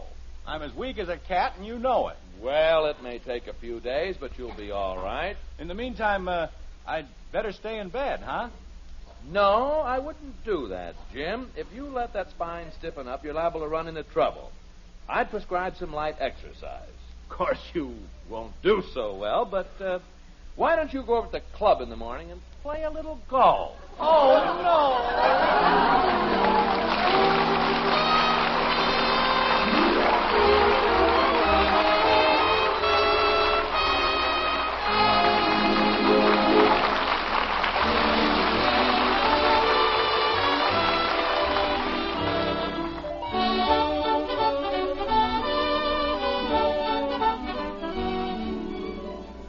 It's been such welcome news to see lower prices on Maxwell House coffee in the stores.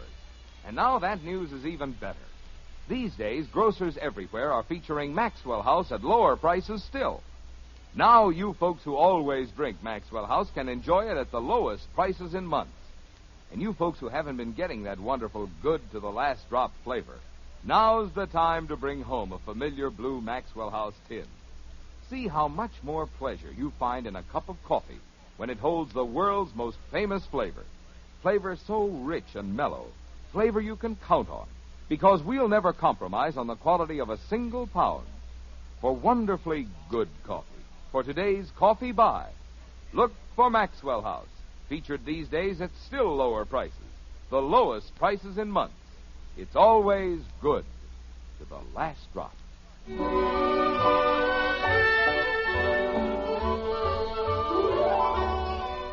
It's morning now, and in the white frame house on Maple Street, there's a heavy blanket of gloom in the master bedroom. This is one morning when the master feels anything but masterful, like this. Dr. Simmons probably took his training in a school for feeble-minded veterinarians.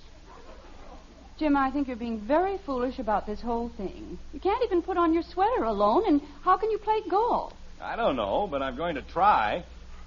Nobody's going to say I gave up without a fight.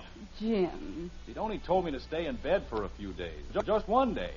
I could have asked the Rules Committee for a postponement. That's all I need. I'll be fine tomorrow. Jim Anderson, if you don't call Ed Davis this very instant... Wait a minute.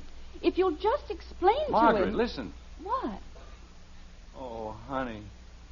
Have you ever heard anything more beautiful in all your life? Jim, what is it?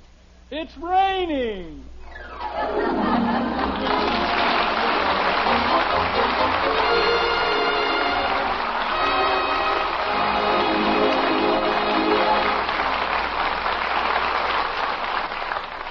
Did you know? Now there's an instant coffee with roaster fresh, pure coffee flavor. It's Instant Maxwell House, the instant coffee with a famous flavor, the happiest combination in coffee. Wonderful, good to the last drop flavor, combined with the convenience of thrift of coffee made instantly in the cup. Unlike most instant coffees, it's all rich, pure coffee. Nothing added. Tomorrow, try the instant coffee with a famous flavor. Instant Maxwell House. Instantly good to the last drop.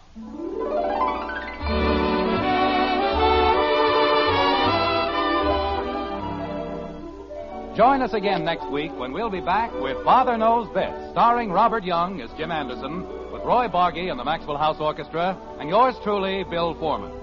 Don't forget, membership cards for the Robert Young Good Drivers Club are waiting for you at your local NBC station. Get a man-to-man or dad-to-daughter pledge and sign up today. Be a good driver. Get your membership card in the Robert Young Good Drivers Club today. Now, until next Thursday, good night and good luck from the makers of Maxwell House, America's favorite brand of coffee. Always good to the last drop. Father Knows Best was transcribed in Hollywood and written by Ed James. Now stay tuned in for the Screen Guild Theater, which follows immediately over most of these stations.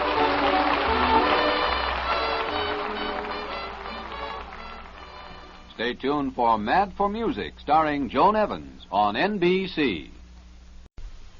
Mother, is Maxwell House really the only coffee in the world? Well, your father says so, and your father knows best.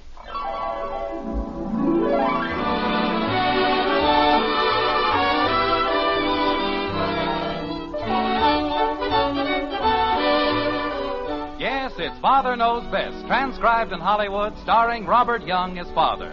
A half-hour visit with your neighbors, the Andersons. Brought to you by America's favorite coffee, Maxwell House. The coffee that's always good to the last drop.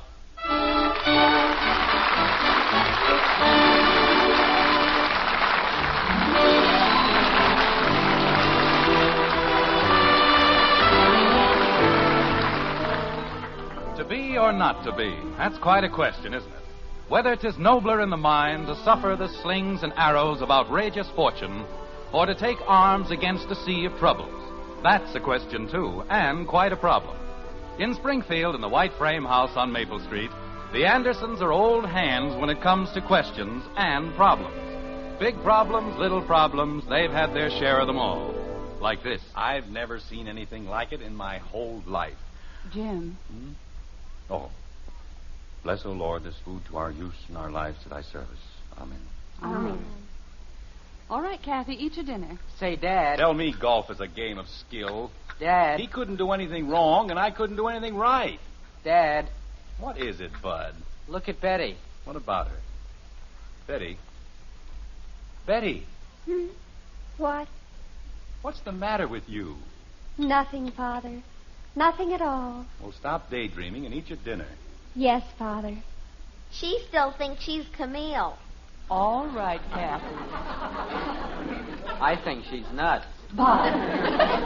Well, holy cow, Mom. She walks around coughing all the time. Never mind, Bud. Just eat your dinner and be quiet. Holy cow. You know what he did on the 6th hole, Margaret? He sliced one out of bounds, it hit a tree, and bounced right back on the green. Yes, dear. That's a great way to win the semifinals, isn't it? Skill. Huh. Daddy, What is it, Kathy? why do they call Marguerite the Lady of the Camellias? Because that's what she wore, camellias. Now forget about it and eat your dinner. Gee whiz. Betty, will you please pass the butter? Father, What is it, Betty? it's very kind of you, monsieur, to speak to me so gently. What? Here is the butter. Oh, for crying out loud. Betty, what in the name of... What's gotten into you? Why, nothing, Father. Well, then stop it. The play is over. You were wonderful. You were sensational, but it's over. Now come on back to earth. It's all right, Jim. It may take her a few days, but she'll get over it. I know, but a man can stand just so much. We've had Camille for breakfast, dinner, and supper for the last month, and I'm getting sick of it. If this keeps up, she won't be in any more plays, and that's a promise. What a play. Oh, Armand, I love you. Nobody even got shot or anything. Father, What is it, Betty? do you know who was in the audience last night? We were. A talent scout from Hollywood. Wouldn't it be wonderful? Betty, Yes, Father. don't fall into the swimming pool. What? Betty, I saw the show last night, and, well, this is a practical world.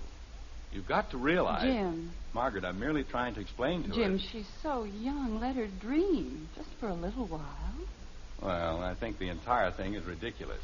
Me too. Eat your dinner and be quiet. Gee whiz. I'm going to dedicate myself, my entire life, to the theater. Bud, pass the potatoes, please. Do you want to know why? No. Come on, Bud. Here you are, Dad. Thank you. Because there are moments when I lose myself in that dream. Because there are days when I am weary of the life I lead and imagine that I have another. Because in the midst of my turbulent existence, though my reason, my pride, my senses are alive, my heart is so tired of never finding tender understanding. Little do people care. Ah, shut up.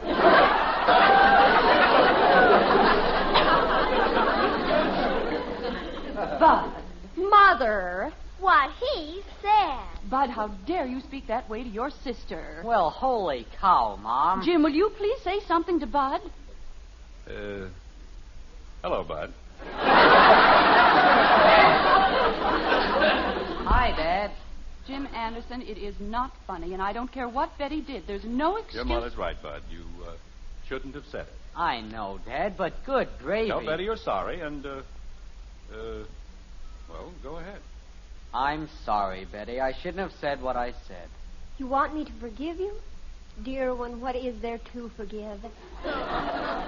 In a world such as ours... Betty, for Pete's sake, cut it out. But, Father... You've been spouting Camille around here until I've got it coming out of my ears.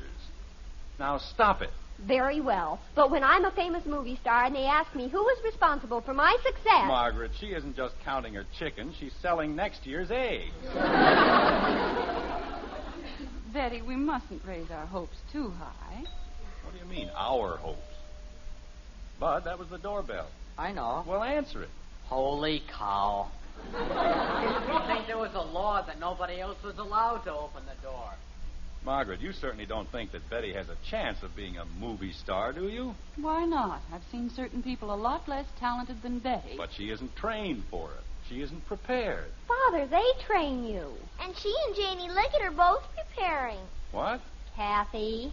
Well, you and Janie were trying on sweaters, and she said... Kathy.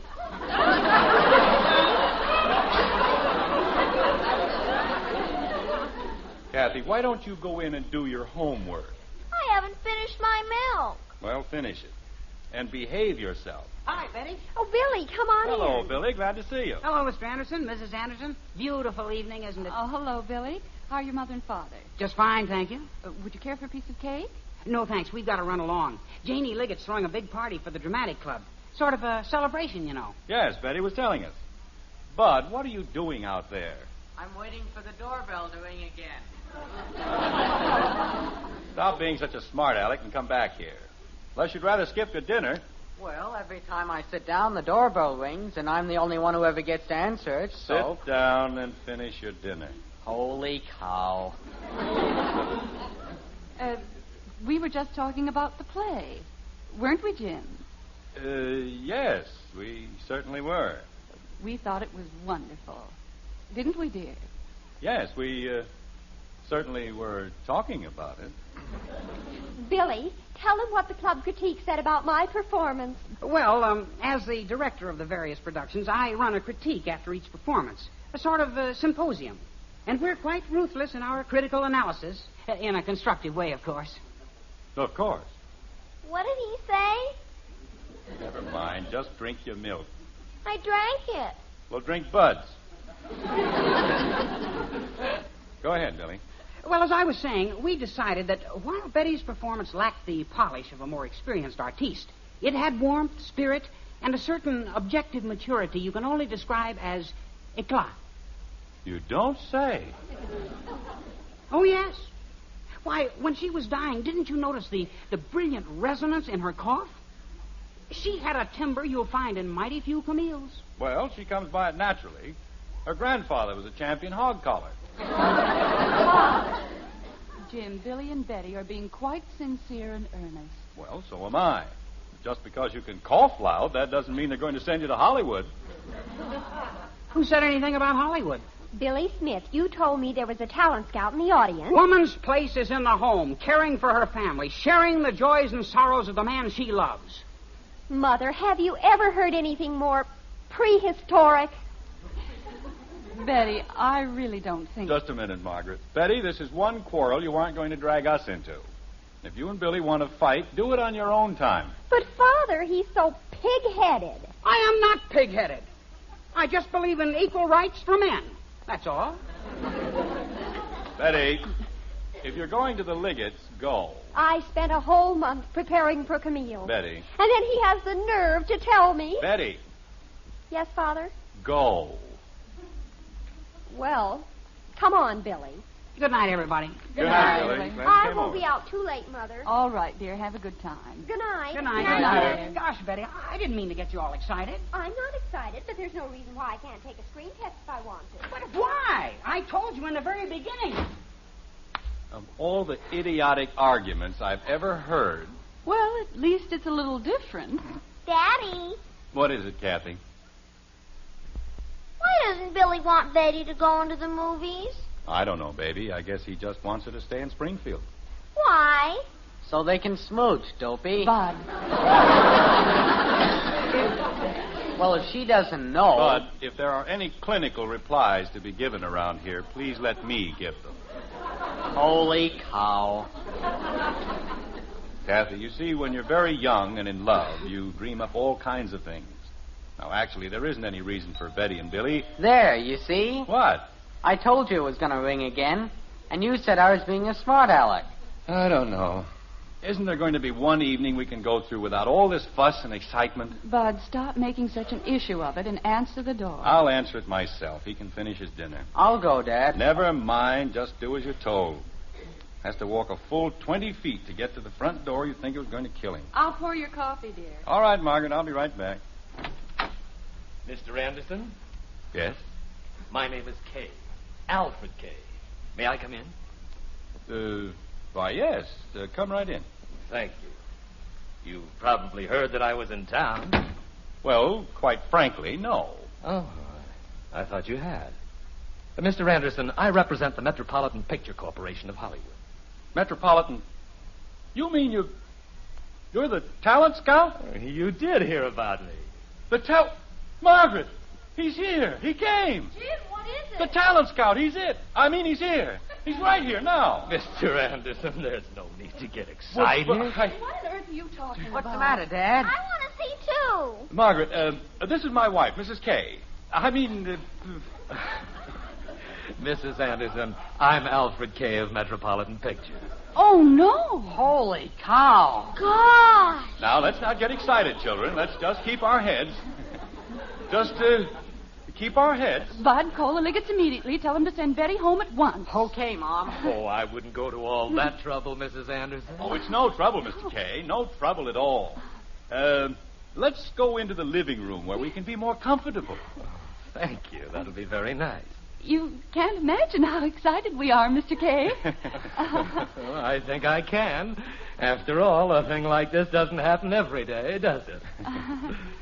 Well, that's better. Don't I get to say hello? Oh, I'm sorry, Kathy. Mr. Kay, this is our younger daughter, Kathleen. Yes. Yes. I noticed her in the audience last night. How are you, Kathleen? I'm very pleased to meet you, sir. Sweet child. Mr. Anderson. Hey, Mom. Betty isn't there yet, but I told them about the talent scout, and they said they'd send her home the second that she came in. That's fine, Bud. Just fine. We're very proud of Betty, Mr. Kay. But I'm not sure she wants to go into pictures. You see... Well, that needn't bother us, Mr. Anderson. I want to talk to you about a screen test for Kathleen. Kathy? Oh, no.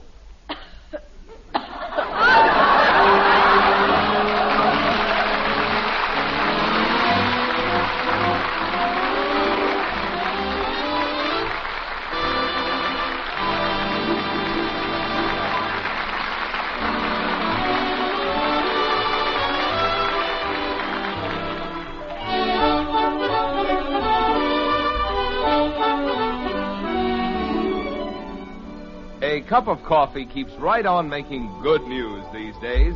In stores everywhere, grocers have been featuring Maxwell House at lower prices. And now they're featuring lower prices still on America's favorite brand of coffee. Something we're all happy to see. You, your grocer, and Maxwell House, too. Now the world's most famous coffee flavor comes to you at the lowest prices in months. Wonderful, good to the last drop flavor you can count on cup after cup, day after day. Because with Maxwell House coffee, we have just one aim, to bring you the most in flavor and satisfaction every pound you buy. To bring you truly good coffee at the lowest possible price. That's why you find so much more flavor for your money in Maxwell House. Your money's worth and more in real pleasure. And at today's prices, it's more than ever today's coffee buy. Look for that familiar blue Maxwell House tin in your store. Featured these days at still lower prices. The lowest prices in months. See how much you enjoy a cup of coffee that's always good to the last drop.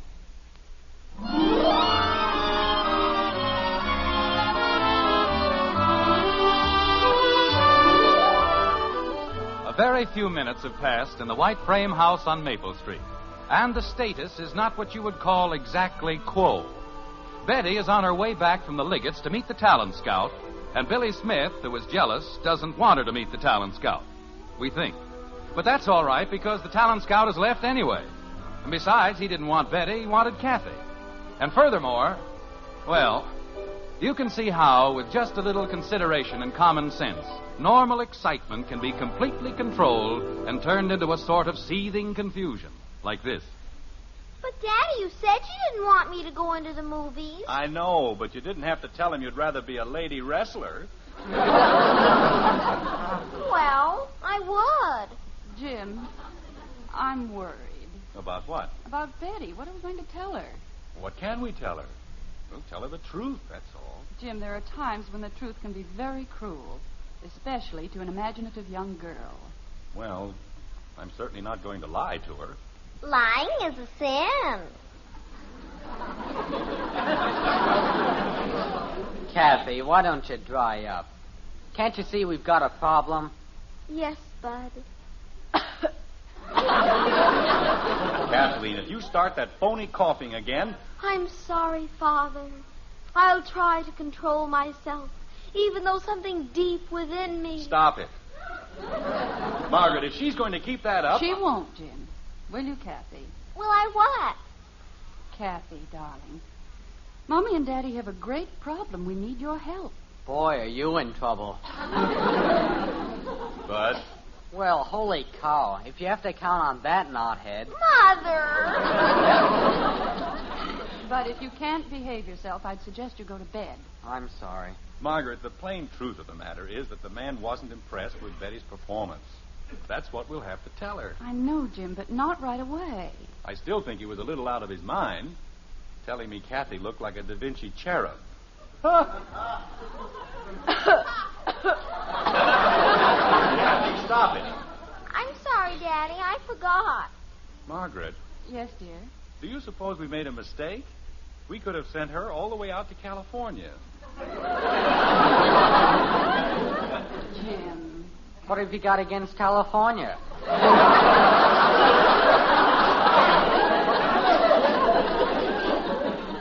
You just keep it up, Bud. That's all. When I get to be a lady wrestler... Kathy, please. We have a very great favor to ask of you, and we haven't very much time. Margaret, I say you're making a mistake. Tell Betty the truth, and if she isn't big enough to take it... Jim, believe me, this is one time when the truth is a very dangerous thing. If we can just convince Betty that she doesn't want to go to Hollywood... I can just see that. We can try, Jim. If we succeed and she doesn't want to go, then it won't make any difference if she finds out about Kathy. In other words, you're going to put yourself at the mercy of that, cherub. What else can we do? Dad, how would it be? Just a moment, Bud, please. Kathy, will you promise not to say anything to Betty about Mr. K? Not even I'm a cherub? Not even that. Gee whiz. Kathy, I have here a list titled Damages for May. Kathleen Anderson. 4 windows, 1 windshield, 2 rose bushes, 1 shrub. Is that just May? First half. Gosh. Well? Okay, Mommy. I won't talk. Thank you, dear. Boy, parents can sure louse up your life. Kathy.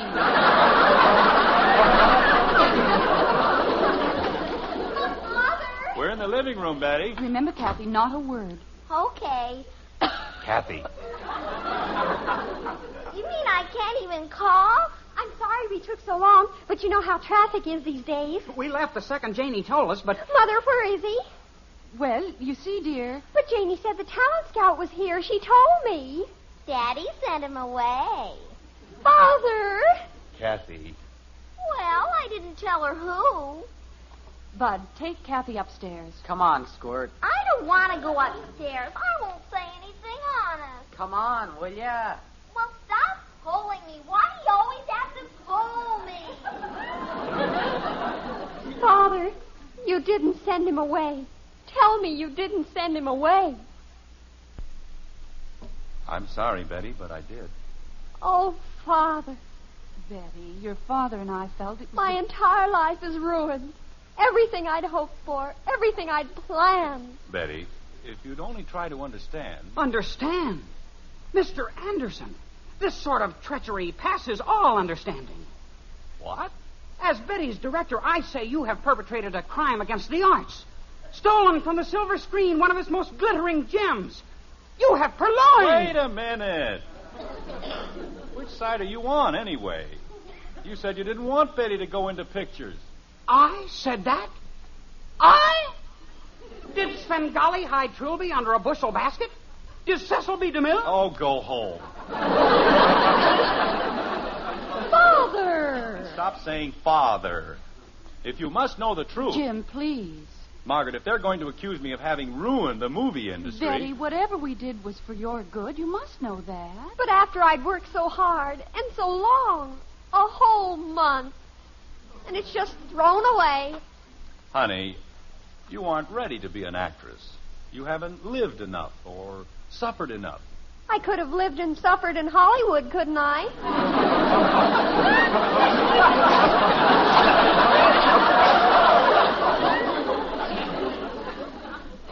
a great actress. One of the greatest I've ever directed. And I've had almost 2 years of it. Wait a minute, Billy. Betty, you know, you might think Springfield is pretty dull and monotonous. But this is where you belong. This is your home. That has nothing to do with it. I wanted a career. I wanted to be a success. And you spoiled everything. Did I? Betty, there's one thing you've got to learn. There are a great many kinds of career. Your mother has a career, a very fine career. Your mother and millions of women just like your mother. They've raised families. They've built homes.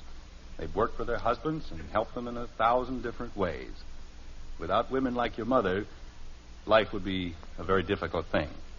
True, being a wife and a mother isn't as glamorous as being a movie star, but the rewards are so much greater.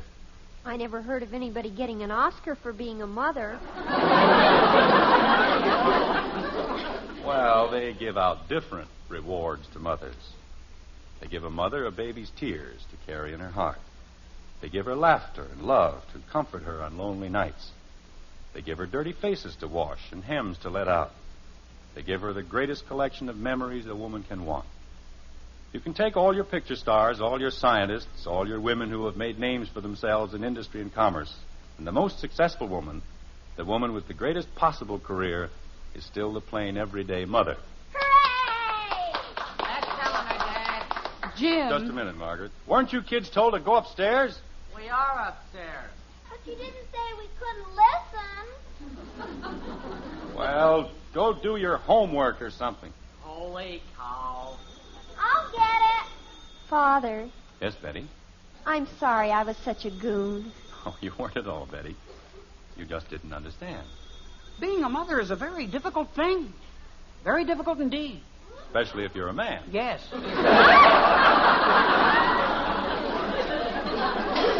What?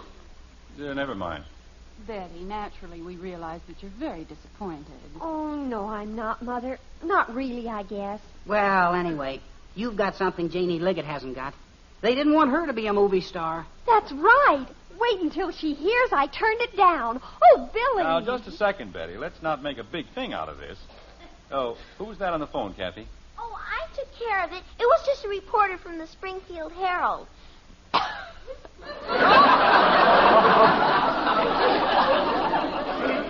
Kathy, Yes, Father. what did he want? Oh, information about the screen test. Jim, you'd better call them back.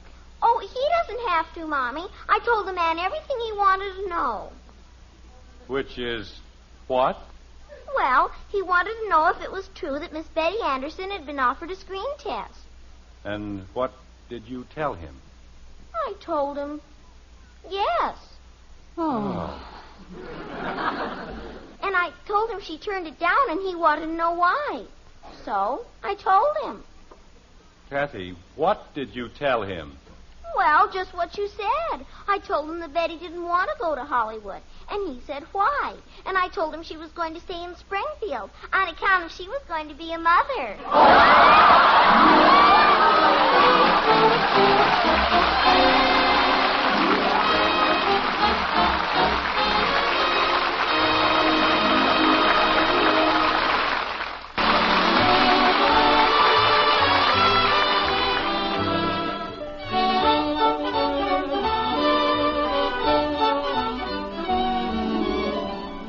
All across the country, grocers have been doing a pleasant job in recent weeks putting lower price tags on Maxwell House coffee.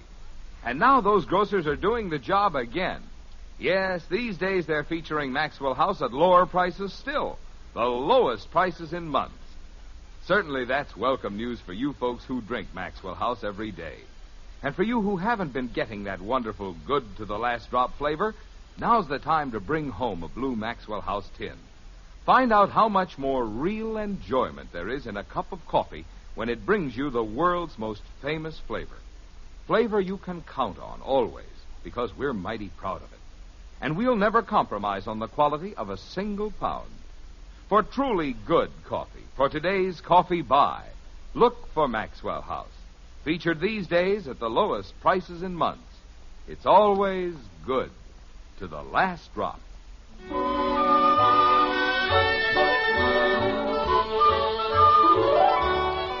A day is past, and in Springfield, the Andersons wait anxiously for the newspaper, which is to carry a retraction on the original story about Betty Anderson, American Mother. Buried on one of the back pages, they're going to find the retraction, all right, and it reads like this. The editors of the Springfield Herald regret a slight inaccuracy in yesterday's story concerning the screen test offered to Miss Betty Anderson of this city. We are happy to state that there is no basis of fact in the report that she is to be a mother. In an effort to learn the complete details in this matter, however, the Herald, with its policy of accurate reporting, interviewed Mr. Alfred Kay of Metropolitan Pictures as he was leaving from the Springfield airport. Mr. Kay confirmed the fact that Miss Anderson had been offered a test and supplied the true facts concerning her refusal. After completing her education in Springfield, he told us, Miss Anderson is going to embark on a career as a lady wrestler.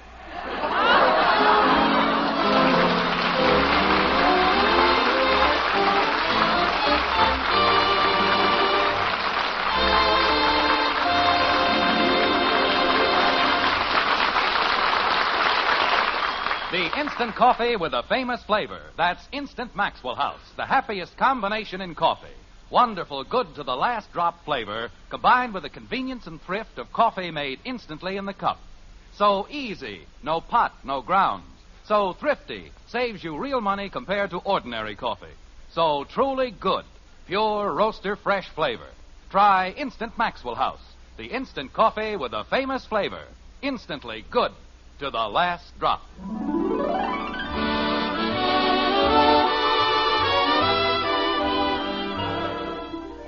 Join us again next week when we'll be back with Father Knows Best, starring Robert Young as Jim Anderson, with Roy Barbeque and the Maxwell House Orchestra, and yours truly, Bill Foreman. Don't forget, membership cards for the Robert Young Good Drivers Club are waiting for you at your local NBC station. Get a man-to-man or dad-to-daughter pledge and sign up today. Be a good driver.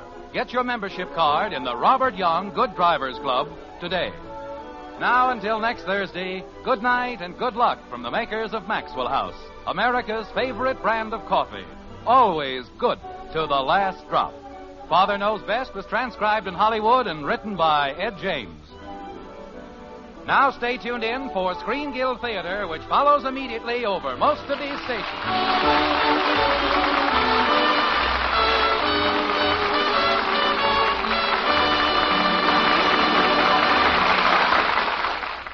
Stay tuned for Humphrey Bogart in The Maltese Falcon on NBC.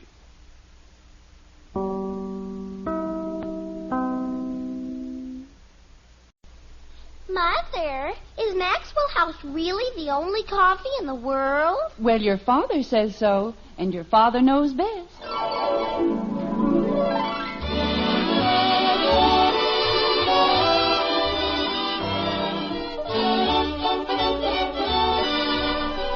Yes, it's Father Knows Best, transcribed in Hollywood, starring Robert Young as father. A half-hour visit with your neighbors, the Andersons. Brought to you by America's favorite coffee, Maxwell House. The coffee that's always good to the last drop.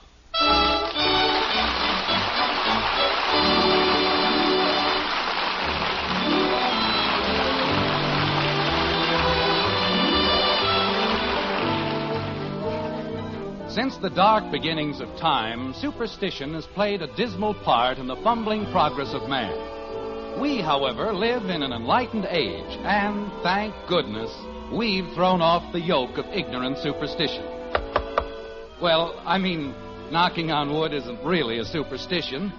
You do it just because, well, anyway, in Springfield, in the white frame house on Maple Street, we find Jim Anderson packing for a trip to Chicago. And for a change, everything is peaceful and quiet, like this. Jim, it certainly won't hurt to take them along. Margaret, I'm only going to be gone 3 days. How many pairs of socks do you think I can wear? Well, you never can tell, dear, and it's best to be on the safe side. 12 pairs of socks. Anybody think I was going to Alaska for the entire winter? Jim, they weigh practically nothing, and I certainly think... All right. Put them in. I'll have enough socks for everybody at the whole convention. Dad! We're upstairs, Bud. Jim, you don't need all those shirts. What do you mean, all those shirts? I'm only taking 6. But you'll only be away 3 days. You said so yourself. But, honey, I've got to look neat. All the big shots from the home office will be there. I think 3 shirts are quite enough. You just have to be a little careful, that's all. Okay, 3 shirts. Fine thing. A man can't even pack the bag the way he wants to. Say, Dad, can I talk to you for a minute? About what? Well... Handkerchiefs. Mustn't forget handkerchiefs. I've already put them in, dear. Oh, thank you. Well, what is it, Bud? Could I have $3? No. What happened to that bottle opener I had in the top drawer? Jim, if it's going to be that kind of convention... It isn't, Margaret, but I just thought... Well, never mind. Dad. But I said no. I know, Dad, but this is an emergency. What kind of an emergency? The worst kind. I've never known you to have any other. Why do you need $3? Well, it's for the baseball team. I need another bat. You mean you've broken the old one already? No, but... Well, I think I've used up all the hits. You what? I'm in an awful slump, Dad. I haven't had a hit in 2 weeks. And if I can just buy a bat with some hits in it... That's the most ridiculous thing I've ever heard in my life. You've got a perfectly good bat. Why waste $3 on another one? But, Dad, I've got to do something to change my luck. Luck. Superstitious twaddle. If you can't get a hit with the old bat, you won't get one with the new one either. But, Dad... Particularly if I have to pay for it. Well, I guess I'm all packed. You haven't forgotten anything, have you, dear? I don't think so. But how about taking the bag downstairs like a good fellow? Okay, but look, Dad, we're playing a very important game this afternoon, and... Just a moment, Bud. What is it, Kathy? I don't care what she says. You can't go. Mother, Betty says I can't go to the club with her this afternoon. And you said I could. I said I'd ask her, dear. Mother, it's bad enough going out with a boy I don't even know. But if I have to drag her along... They're going to play tennis, and I want to watch. Kathy, if Betty says you can't go, then you can't go. Now stop arguing. You love her more than you love me. That's why you're always sticking up for her. I'm not sticking up for anybody. You can watch Bud play baseball. No! What? Holy cow, Dad. You don't know what you're doing. Oh, I don't, huh? She's worse than a black cat. She's worse than an umpire. Now, listen, Bud. There's no reason... But, Dad, you've never heard her. She sounds like a fire siren. She gets both teams rattled. Bunch of sandlotters. It's all right, Kathy. You can stay home with me this afternoon. But I want to do something. We'll find something to do. How about the bag, Bud? Okay. Not having enough trouble. They want me to take her along. Father. What is it, Betty? Is Mr. Davis's nephew tall and dark? How do I know? I've never even seen him. What difference does it make anyway? Well, Janie Liggett told my fortune yesterday, and the card said to be careful of a tall, dark man. And if he's tall and dark... Betty, if he's 8 feet tall and has hair made of licorice, you're still going out with him. He's only going to be in town this weekend, and I gave Ed Davis my word. But, Father... Most idiotic thing I've ever heard in my life. Just because Janie Liggett hasn't got a brain in her head... It wasn't Janie's idea, Father. She has a fortune-telling set, and it's wonderful. It costs $4. Oh, pardon me. I thought it was one of the cheap $2 sets. Jim, I know you're going to say it's silly, but I did have a dream about a wedding last night. Margaret, not you, too. Well, you remember my grandmother Williams. The Hottentot kid. Jim, Grandmother Williams was a very sweet woman. And she said when you dream of a wedding, it means trouble. Well, that depends on who's getting married. Jim. You certainly don't believe in that poppycock, do you? Well, no, but if Betty's going to feel uneasy... Feel uneasy about what? Since when is a dream something to be afraid of? I'm not afraid of dreams, Daddy. 9 years old, and she's the only intelligent one in the whole house. You're a very sensible little girl, Kathy. I'm not afraid of anything. Because I've got a lucky penny and a rabbit's foot and a horseshoe and... Margaret, what's gotten into this family, anyway? These aren't the Middle Ages. This is the 20th century. We're supposed to be intelligent human beings. Jim, it's not that we believe in these things. Then what does it mean? All this twaddle about dreams and fortune tellers and bats with hits in them? You sound like a bunch of Stone Age simpletons. Why, Father! Now, just a moment, Jim Anderson. You have just as many silly little superstitions as anyone else. I certainly do not. You most certainly do. Kathy, Yes, Daddy? go downstairs and help Bud. What's he doing? How do I know what he's doing? Go downstairs and find out. And help him. Gee whiz. Now, see here, Margaret. Yes? In my time, I've walked under hundreds of ladders, broken thousands of mirrors, ignored millions of black cats. And if you can call that being superstitious... I'll bet that's Charlie. Who? Charlie Davis. And, Father, if he's tall and dark... Betty. But, Father, Janie said... I don't care what Janie said. You are going out with Charlie Davis. Oh, pooh. Betty, it's for you. She'll be right down, Bud. Go ahead, Betty. If this is the 20th century, why do I have to be treated like somebody's slave? I don't know what's gotten into that girl. What are you looking for, dear? My gray hat was right up here on the shelf. It's downstairs in the hall closet. I mean my old gray hat, the one I always wear to conventions. Jim, it was all worn out. It was dirty, and the ribbon was faded. Margaret, what did you do with my hat? Well, I gave it to Mr. Adams. Mr. You mean the junk man? Yes, dear. You gave my hat to the junk man? Jim, you have a brand new hat. Margaret, how could you do a thing like that to me? That was my luck. I mean, how could you? But you said... I've worn that hat to conventions for 15 years. You know I never go to a convention without it. What were you thinking of? Father, he is tall, and he's got the blackest hair you ever saw. I won't go with him, and you can't make me. Oh, I can't I? Betty Anderson, you'll go out with that boy, or you'll never go out again. But, Father... I'm not having enough trouble. Give a man's hat away at a time like this. Betty, after all, your father knows best, and if he thinks... All right, I'll go. But if anything happens to me, you'll have no one to blame but yourself. Betty, your father's going away. Aren't you going to say goodbye? Sure.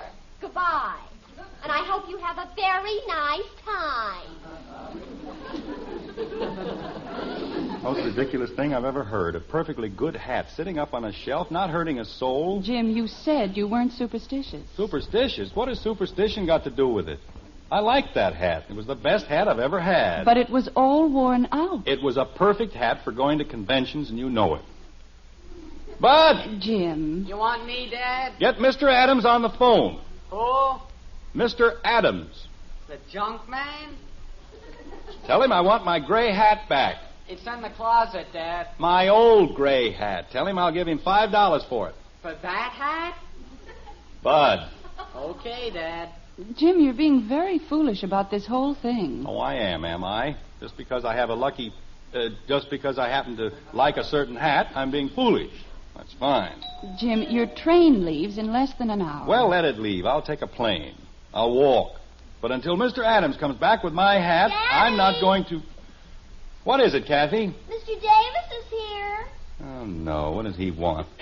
I'll be right down, Ed. Take your time, Jim. No hurry. Jim, please don't make a fuss in front of Ed. Of course not. You know I've got better sense than that. I do? Well, I guess I've got everything except my hat. I don't understand, Jim, after that long speech you made about dreams and fortune tellers. Margaret, my hat has nothing to do with dreams and fortune tellers. It isn't a question of superstition or anything like that. I merely want my hat. And in the future, will you please leave my things alone? Yes, dear. I'm not asking for anything unusual. Just don't give my hats to the junk man. All right, dear. Jim, I'm sorry to barge in at a time like this. I know you must be kind of busy. Well, it's all right. How are you, Ed? Fine, Margaret, just fine. Jim, I have some property in Chicago, and I wonder if you'll do me a big favor while you're there. Sure, Ed, I'll be glad to. Dad, Mr. Adams wasn't there. That's impossible. He must be there. Okay, but Mrs. Adams said he wasn't. She's going to see if she can find him. Margaret, now do you see what you've done? Jim, you said... I know what I said, but good grief. Anything wrong, Jim? Everything's wrong. We've had nothing but trouble all day. My good hat's gone. The junk man's gone. Betty didn't even want to go out with your nephew just because he's tall and dark. You mean Charlie? Have you ever heard anything so ridiculous? Oh, I don't understand. Oh, Janie Liggett has some kind of an idiotic set that tells fortunes, and she told Betty... Oh, I understand that part, all right. Used to be quite a hand with a Ouija board. But I don't understand about Charlie. Oh, there's nothing to worry about, Ed. She went with him, even though he is tall and dark. But he isn't. Charlie's short, and he has red hair. Oh, no.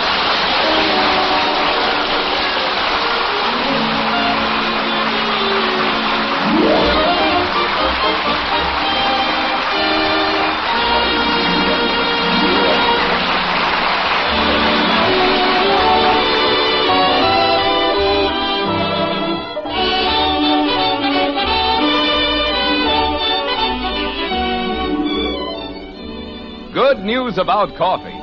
You've been seeing it in stores everywhere in recent weeks, seeing lower prices on Maxwell House coffee. And the news gets better and better, because grocers today are featuring Maxwell House at the lowest prices in months.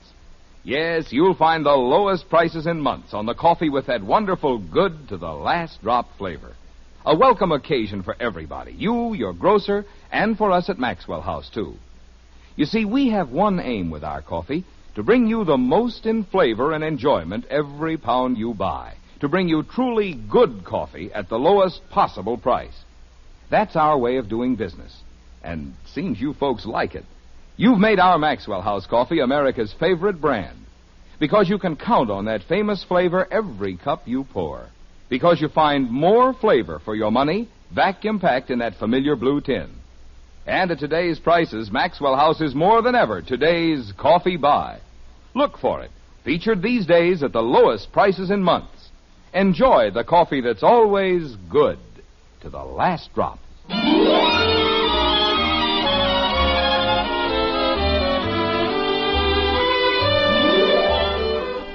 Double, double, toil and trouble, fire, burn, and cauldron bubble. It's a far cry from the witches of Macbeth to the Andersons of Springfield, but not as far as you might think. An hour has passed, and the situation has altered only slightly. Bud is out playing baseball. Kathy is out playing, well, whatever it is that 9-year-old girls play. But in the white frame house on Maple Street, the air is charged with nervous tension. Not a word has been heard from Betty, and the Andersons and Ed Davis can do nothing but wait. Like this. Don't like this. Don't like it at all. Look, Ed, I don't care what you do, but do something. Well, let's try this.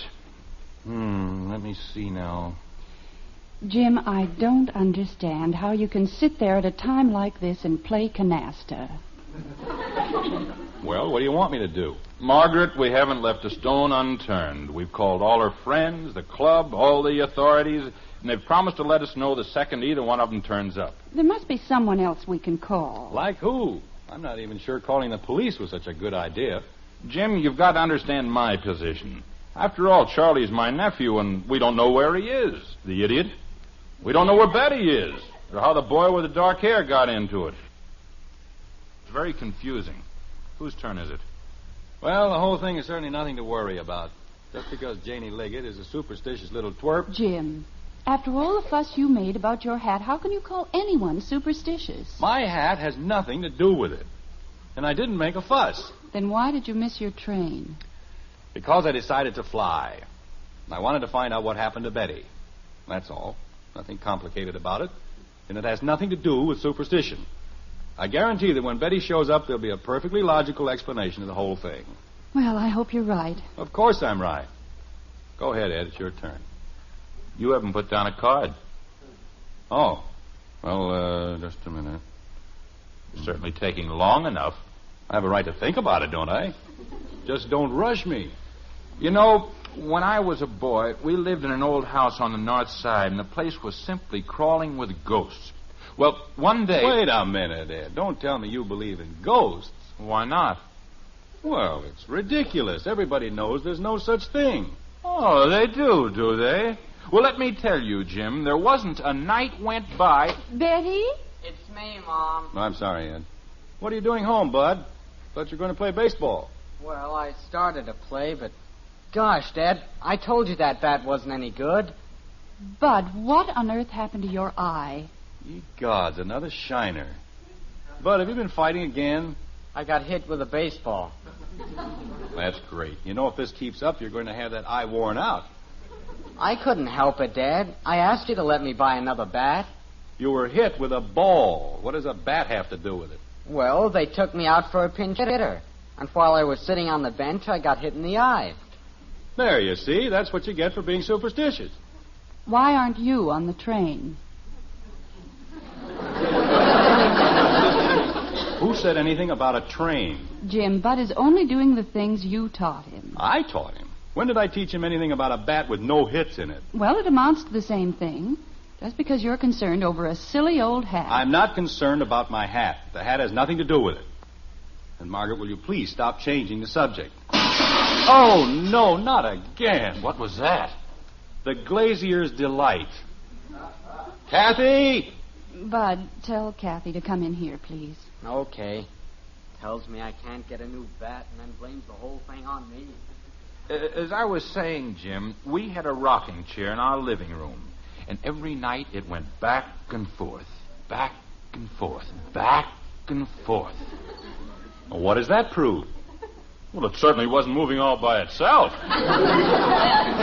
You know, Ed, you certainly have some very peculiar ideas. I don't see anything peculiar about him at all. And if you weren't so doggone stubborn... Stubborn? Me? You're the one who's being stubborn. I'll show you a dozen books that prove there's no such thing as a ghost. And I'll show you 24 books that prove there are. Jim, my grandmother Williams said that when she was a girl... Now, there's a great authority for you. A dame who spent half her life running around with Hottentots. She was a very sweet woman, and you have no right to make fun of her. I'm not making fun of her. I'm merely trying to tell you that superstition is silly. Where did you get that hat? What? Oh, nothing. I was just thinking. Come on, will ya? Well, stop pulling me. Why do you always have to pull me? Kathy, what did you do out there? I couldn't help it, Daddy. I was trying to make everybody lucky. She heaved a horseshoe through the garage window. Oh, fine. We just had it fixed. But, Daddy, I was worried about Betty, and they told me if I threw it over my right shoulder... Your left shoulder, dopey. Oh, well, no wonder.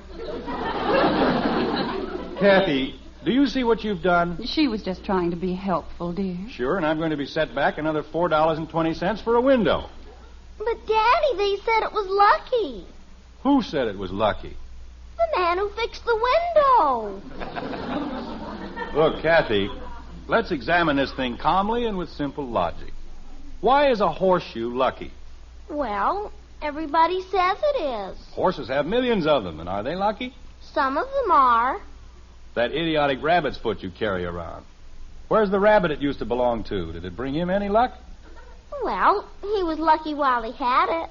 But it didn't keep him from getting shot, did it? He had 4 feet, 4 nice, lucky rabbit's feet, and he still got shot. He must have looked at the moon over the wrong shoulder. Now, look, Kathy. Jim. I'll answer it. Dear, if it's Betty, please don't lose your temper. Silliest family I've ever seen. I think we were living in the Middle Ages. Horseshoes and rabbit's feet. Father, how could you do this to me? How could you? You get inside. I'll talk to you later. Officer? We found her at Crandall's drugstore, Mr. Anderson. She was having a soda. And he wouldn't even let me finish. Oh, well, sorry you were put to all this trouble, officer. I'll see that it doesn't happen again. Oh, that's okay. We're used to it. Jim, is it Betty? Mother, why did you do this to me? Having me dragged home by the police and everybody looking at me. Darling, we were so worried. Where's Charlie? What did you do with that rattle-brained redhead? Did you want the boys? Nobody told me to bring them. You mean there were 2 of them? Father, why didn't you listen to me? I told you I didn't want to go with Tommy. You said it was Charlie. I didn't say it was Charlie. I said he was tall and dark, and Janie Liggett said I was going to have trouble. But you wouldn't listen. I'm sorry I listened in the first place. Who was the other boy? Tommy. Tommy who? I don't know, but he's a friend of Charlie's, and Charlie was trying to get a date for him. And he knew he was going to be late, so he sent Tommy, and we met him down at Mr. Crandall's, and it's all your fault. What's my fault? If you hadn't started that ridiculous thing about Janie Liggett and the tall, dark man... Will you be needing me for anything else? Oh, thank you, officer. I think everything's under control now. Well, I wouldn't be so sure. Sounds to me like the whole house is infested with leprechauns. Better leave a bowl of milk out for them tonight. Otherwise, you'll have nothing but trouble. Thank you, officer. We'll do just that. Now we've got leprechauns. Betty, What happened to that idiot nephew of mine? Nothing. When the policeman came, he and Tommy didn't know what to do. So they're having another soda. Just wait till I get my hands on that carrot-headed numbskull. Just wait. Oh, it wasn't his fault, Ed. The whole thing was a very unfortunate misunderstanding, that's all. It's more than that. It's a perfect example of what I've been trying to tell you. Do you see what superstition has done to this family? Jim, it's not that important. It is important. We're supposed to be a healthy, normal American family. And what happened to us? We become involved in a bunch of old-world superstitions, and all our lives are affected. Bud gets a black eye, Kathy breaks a window, Betty gets the whole neighborhood upset with her tall, dark stranger. Jim, it's very well to scoff at superstition, but when I was a boy... Ye gods, now what? I tell you, that chair rocked back and forth. Back and forth. Mr. Anderson, my friend, my wonderful friend. It's about time you got here. Where's my hat? Jim, you mustn't blame Mr. Adams. I gave him the hat. Mrs. Anderson, look what I brought for you. The biggest box of candy I could find. This is the biggest box of candy in Springfield. Why, Mr. Adams. Go ahead, take it. I want you to have it. It's for you. Mr. Adams, all we want is the hat. May I please See, have... I brought a doll for the little girl. Presents for everybody. A baseball bat and perfume. Mr. Adams, I have to go to Chicago. May I please have my hat? Look, Mr. Anderson, cigars. The biggest box I could find. Mr. Adams. 3 for a half. That's expensive. But nothing is too good for my friend. Thank you very much. Now may I have my hat? The hat. That wonderful hat. You know, all my life I've been an unlucky man, a junk man, a poor peddler. And then you gave me that hat, that beautiful hat. I said I'd give you $5. Oh, I couldn't sell the hat. Not that hat. $10. Jim. Mr. Anderson? $15. I wouldn't sell it for $1 million. Haven't you heard what it did for me? I just won the Irish sweepstakes.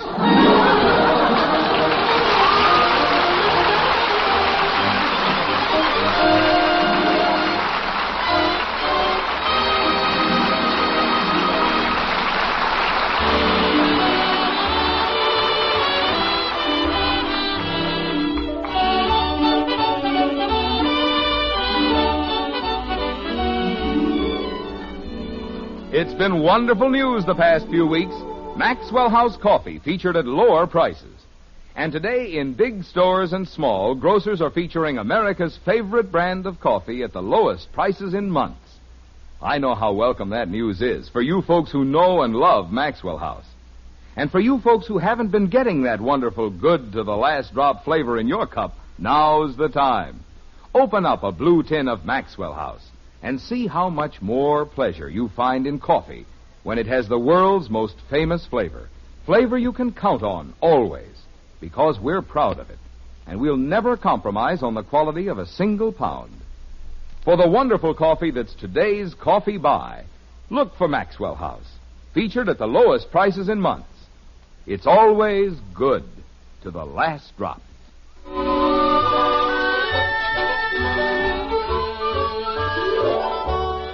It doesn't take long for 3 days to come and go. Just about 3 days. And that's precisely what's happened in Springfield. Jim Anderson has gone to Chicago and come back again. And now, for the first time in 3 days, he's at the breakfast table with his family. Like this. I guess I made them sit up and take notice. Right in front of everybody. Mr. Craig said they couldn't have placed the Springfield area in more capable hands. Jim, he didn't. He certainly did. And he's only the president of the company, that's all. Boy, you should have seen the eyes pop. Say, Dad, you know how many hits I got yesterday with the bat Mr. Adams gave me? 6. That's fine, Bud. How come you had a game yesterday? Well, it wasn't a regular league game. I was just fooling around with Kathy's team. He hit 3 home runs. Oh, it wasn't so much.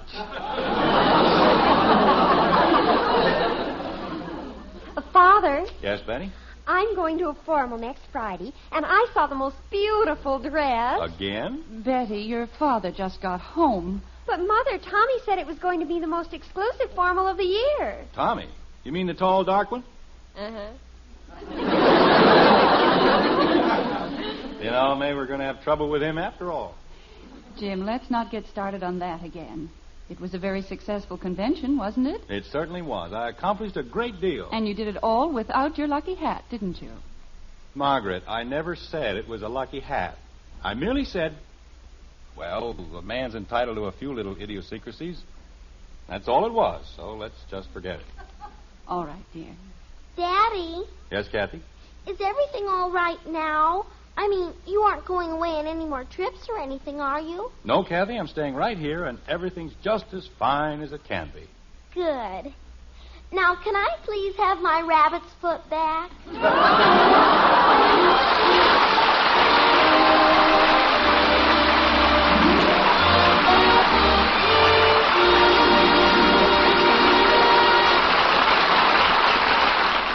Did you know now there's an instant coffee with roaster fresh, pure coffee flavor? It's Instant Maxwell House, the instant coffee with a famous flavor, the happiest combination in coffee. Wonderful, good to the last drop flavor, combined with the convenience and thrift of coffee made instantly in the cup. Unlike most instant coffees, it's all rich, pure coffee, nothing added. Tomorrow, try the instant coffee with a famous flavor. Instant Maxwell House, instantly good to the last drop.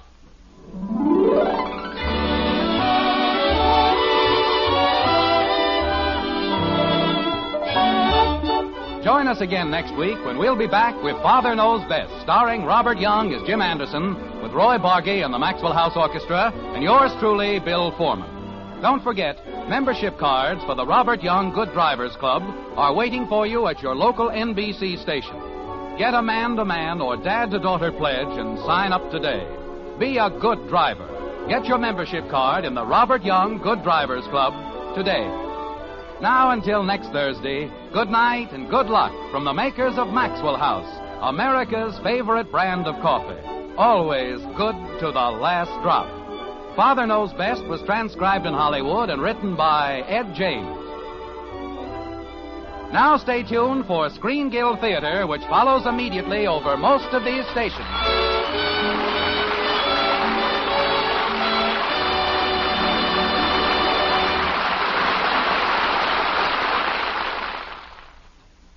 Stay tuned for Screen Guild and The Seventh Veil on NBC.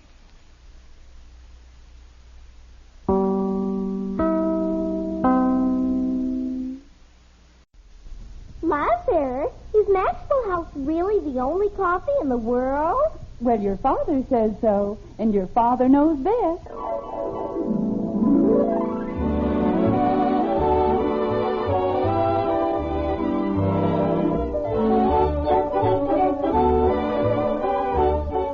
Yes, it's Father Knows Best, transcribed at Hollywood, starring Robert Young as father.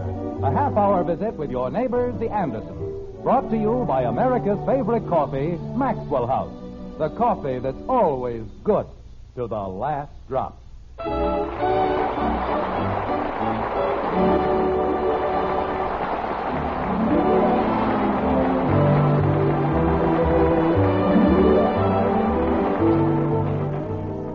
Have you heard of the wonderful one-horse shay that was built in such a logical way it ran 100 years to a day? And then of a sudden it... but stay. I'll tell you what happened without delay.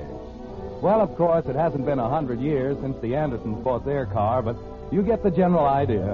In Springfield, in the driveway beside the white frame house on Maple Street, the Anderson Chariot is getting quite a going over, like this.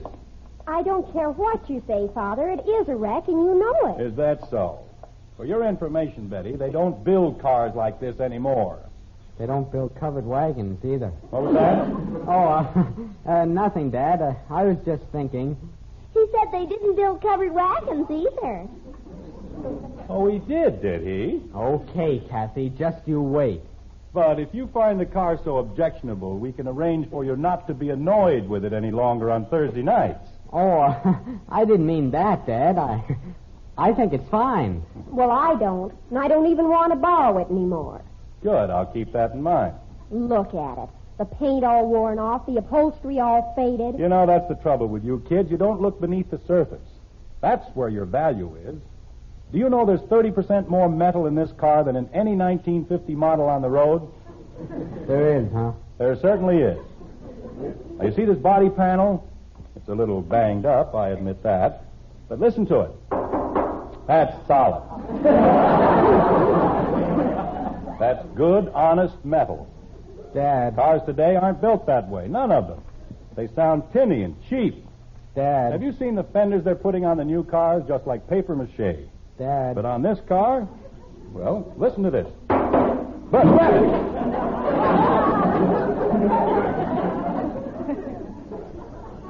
Gosh, Dad, I was trying to tell you. I don't know. Why do things like this always happen to me? Daddy, why didn't you knock the fender off the car?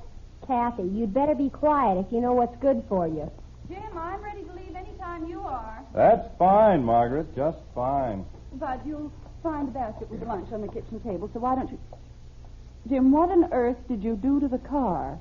I didn't do anything to the car, Margaret. Daddy knocked the fender off. I did no such thing. All I did was give it one or two little taps. Jim, Mr. Gilhousen said it wasn't going to last. Mr. Gilhousen, that crook, he doesn't know any more about fixing a car than Kathy does. I didn't do anything. Charges me $7.80 to put a fender back on, and doesn't even use a good grade of Scotch tape. You want me to get the sandwiches, Mom? Leave the sandwiches alone, Bud. We can't go to a church picnic or any place else until we get the car fixed. We can put the fender on with wire, Dad. It didn't look too bad the last time. All right, go get the wire. I think there's a whole bunch of it in the garage. Mr. Gilhousen. A fine mechanic he turned out to be. Father. He's a butcher, that's what he is. Anybody who can't put a fender on so it stays put. Father, may I please have the tickets for the picnic? You certainly may not. But, Father, Mr. Liggett said I could ride with them. Oh, he did he? And we'll be there hours before you. You're going with us or you aren't going at all? But, Father... Hurry up, Bud. I can't. Kathy got the wire all tangled up. Oh, I did not. There's a roll on top of the workbench, Bud. Bring that. Okay. Father, I certainly think... Betty, you're going in our car or you aren't going. Now, that's final. Oh, pooh. Jim, don't you think you're being a little severe? Betty wants to spend more time with Janie Liggett, that's all. It isn't that she's ashamed to be seen in our car, is it, Betty? It certainly is.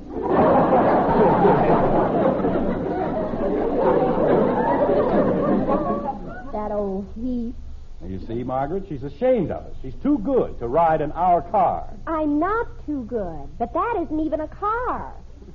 Just a bunch of old bolts held together with bobby pins. Here's the wire, Dad. Betty, that car is good enough for me. And if it's good enough for me, it's good enough for my family. Is that clear? Here's the wire, Dad. And any time you think that you're better than the rest of us, well, we'll just do something about it. And let's not forget it. Here's the wire, Dad. I heard you, Bud. Gosh, how did I know? Sounds like your needle was stuck. Here's the wire, Dad. Here's the wire, Dad. Daddy. Kathy, be quiet. Gee whiz. Bud, I'll hold the fender in place and you wire it together. Okay, Dad. Jim, I know what Betty had in mind. She was only thinking of our good. Weren't you, Betty? Oh, sure. They're going to have a drawing for a new car, and if someone isn't there... Someone will be there, Margaret. We'll all be there. Not that we'd ever be lucky enough to win a new car. Hold the front up a little higher, Dad. How's that? Okay. I've been going to church picnics since I was 4 years old, and the only people who ever win new cars are old ladies of 90 who wouldn't be caught dead with anything but a horse and buggy. Father, if they pick our number and we aren't there... We'll be there. Now stop worrying about it. How's it going, Bud? I think it's almost finished. Betty, go in and get the lunch. All right, Father. And lock the door on the way out. Yes, Father. I think that's as good as I can do, Dad. Well, it seems firm enough. I wouldn't lean on it too hard. It's all rusted away on the inside. Well, it'll certainly last until we get home. And believe me, I'll give that Gilhousen character a piece of my mind tomorrow morning. Hurry up, Betty. We're ready to leave. Be right there. I'll get the motor warmed up while we're waiting. Want me to do it, Dad? No, I'm perfectly capable of starting my own car. Now what's gotten into this miserable wreck? Bang on the dashboard, Dad. Sometimes that does it. I did bang on the dashboard. Just cold, that's all. Is this all of it, Mother? Yes, dear, thank you. No good. Jim? Bud, jump up and down on the bumper a few times. Okay. What's wrong with the car? It won't start again. Be quiet, Kathy, please. Well, it won't, will it? Try it now, Dad. Bud, Yes, Dad? jiggle the wire on the distributor. Okay. I never saw it to fail. The car runs like a dream, except when you need it. Oh, Mother, there's Janie Liggett. What am I going to tell them? Well, you just have to tell them. Betty, Yes, Father? what time is the drawing for the new car? I don't know, Father, but if we aren't there... Don't worry, we'll be there, but just in case it takes us a while to get started, well, here. You take the tickets and go ahead with the Liggets. Oh, Father. If we should happen to win the car, well, go ahead. We'll meet you out there. I'm coming. Goodbye, everybody. See you later. Betty, be careful, Betty. Daddy, Yes, Kathy? I don't mind riding in your car. Thank you, Kathy. I'm brave.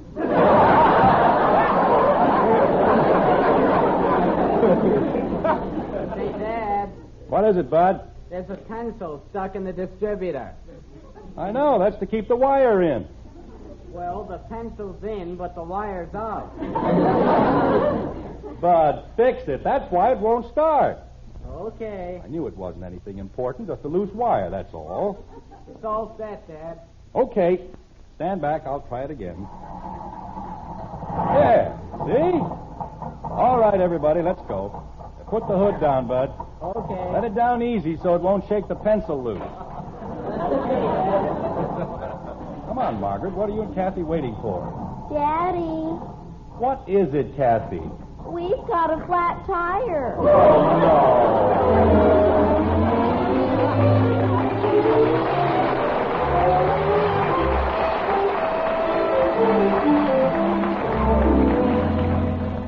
Ridiculous thing I've ever seen. There must be some way of keeping that fender on.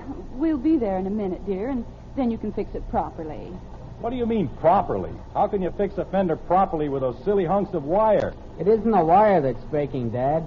Pieces are coming out of the fender. It only fell off 3 times. I know how many times it fell off. I know what's the matter with it. I don't know how to fix it, that's all.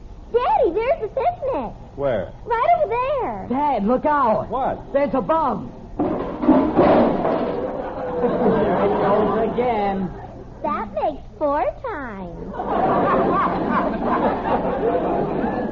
Oh. Jim? Fiddlesticks. Kathy, why don't you run ahead and find Betty? Okay, Mommy. I'll see if anybody knows who won the car. Come on, Bud. Let's take another whack at it. I don't think it's going to do much good, Dad. Look at the holes in it. Idiotic-looking contraption. Dad, I think I know how we can do it. If we can get some long pieces of wire, we can... No, that won't work. What won't work? I thought we could run the wire under the car and over the hood and tie it on that way. Bud, that won't work. Well, that's what I said. No good fender. No good moth-eaten, lopsided, pot-bellied... Kathy, what is it? Daddy, we won. We what? Yeah. Kathy, are you sure? I just saw Betty, and they called our number, and we won. Jim, how wonderful. Well, Bud. Boy, oh boy. Bud, would you care to join me? What are you going to do, Dad? I'm going to show this no-good, misguided fender just where it gets off. And that's right here.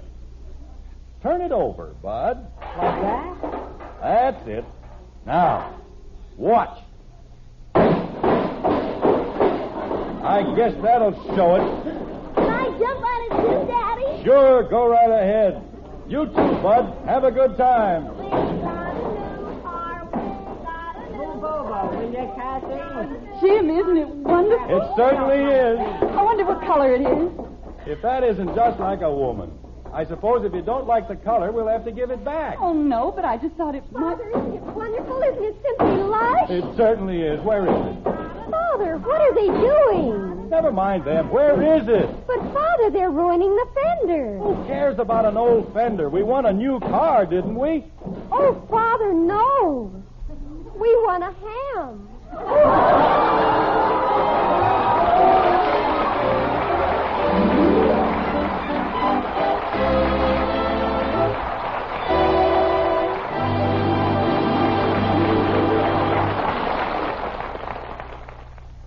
Well, it's not the first time folks have expected one thing and ended up with a lot less. It just points up a fact we've learned, you and I, many times. You've got to make sure of what you get in everything. In a pound of coffee, for instance, you want to make sure of the flavor you get. You want the most in flavor for every penny you spend. To millions of folks, that means getting the one coffee famous for flavor above all others, our Maxwell House coffee. That wonderful, good-to-the-last drop flavor. You won't find it, you know, in any other coffee. No coffee but Maxwell House. And there's a mighty good reason why. It's our recipe, and there's no mistaking its importance. It's the one and only recipe of its kind. It calls for certain fine varieties of coffee, and our Maxwell House people carefully combine them just so. It's the one way, the one recipe for that good-to-the-last-drop flavor. And it spells the big difference between just any coffee and coffee at its Sunday go-to-meeting best. And this difference adds up to more enjoyment, more flavor for your money when you pour Maxwell House coffee into those cups on your table. So next time, bring home that familiar blue tin of Maxwell House. Enjoy coffee that's always good to the last drop.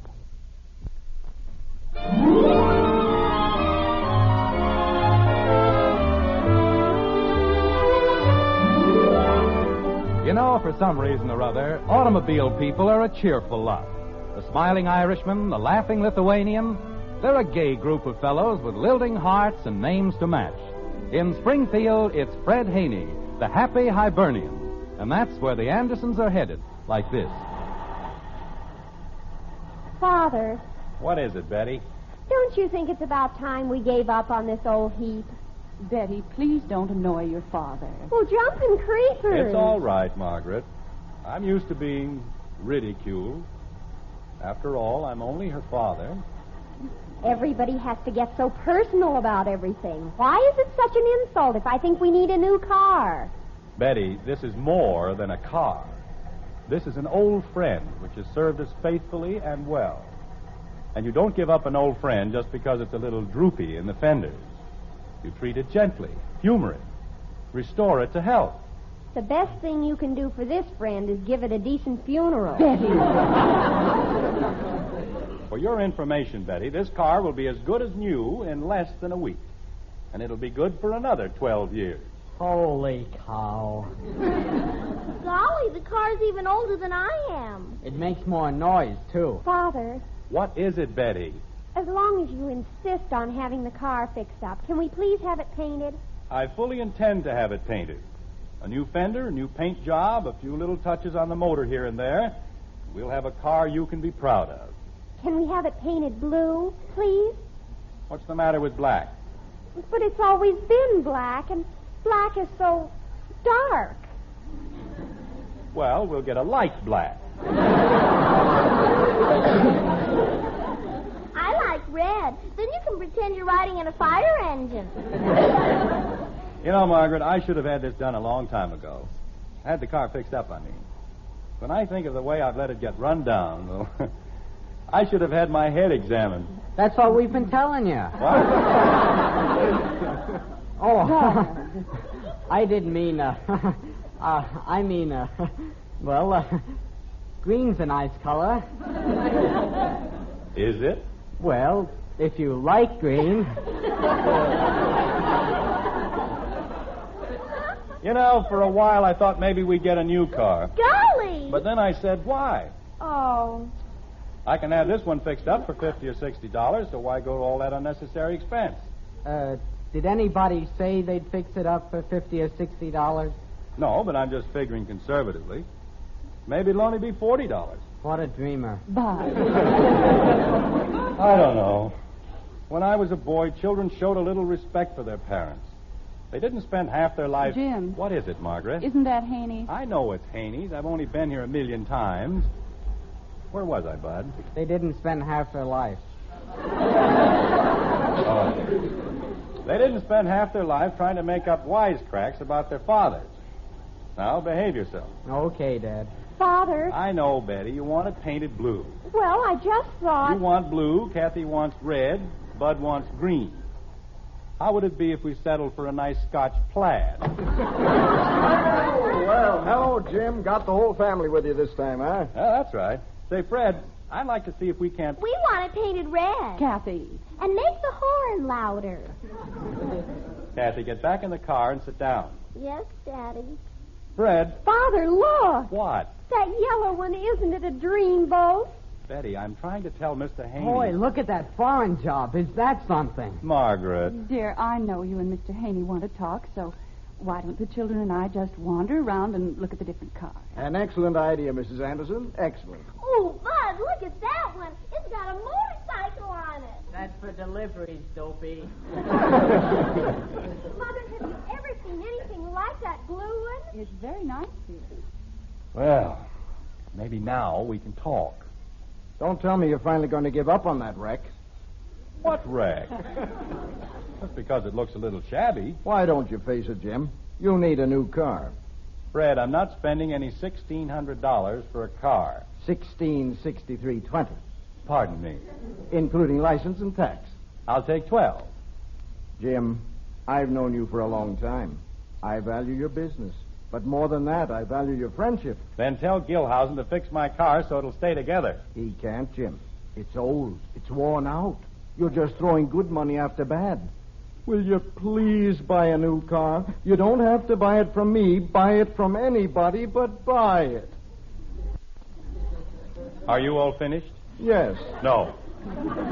Just tell Gilhausen to fix my car right this time. Of all the stubborn... Gilhausen. I'm over here, Fred. Come here, will you? Ben Hur is back. Very funny. Holy smoke, Mr. Anderson. I don't have to work on that thing again, do I? No, you don't have to. I know a lot of places that'll be very glad. Just a minute, Jim. Don't get up on your high horse. If you want it fixed, we'll fix it. Won't we, Gil? We'll fix it or we'll give it either a transfusion. Why anybody would want to throw good money into that wreck? Gil? So we fix it. Where's the fender? It got stepped on. It what? It's gone. It fell off. Because you don't know how to put a fender on. I put fenders on before you was born. But not fenders like your fenders. All right, Gil. We'll just have to put on a new fender. Okay, Jim? I suppose so. And while we're at it, let's do it up right. Let's paint the whole thing. Get the motor tuned up, fix the lights. Have you got all that, Gil? This time we're going to fix it right. Well, that's more like it.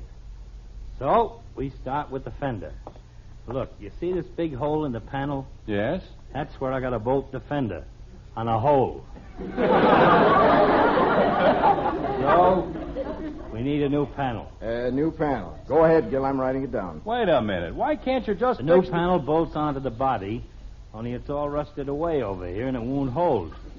So, we need a new body. Look, Fred, all I want you to Frame do... won't take a new body. It's too light. New frame, chassis, rear assembly, transmission. You got it? Got it.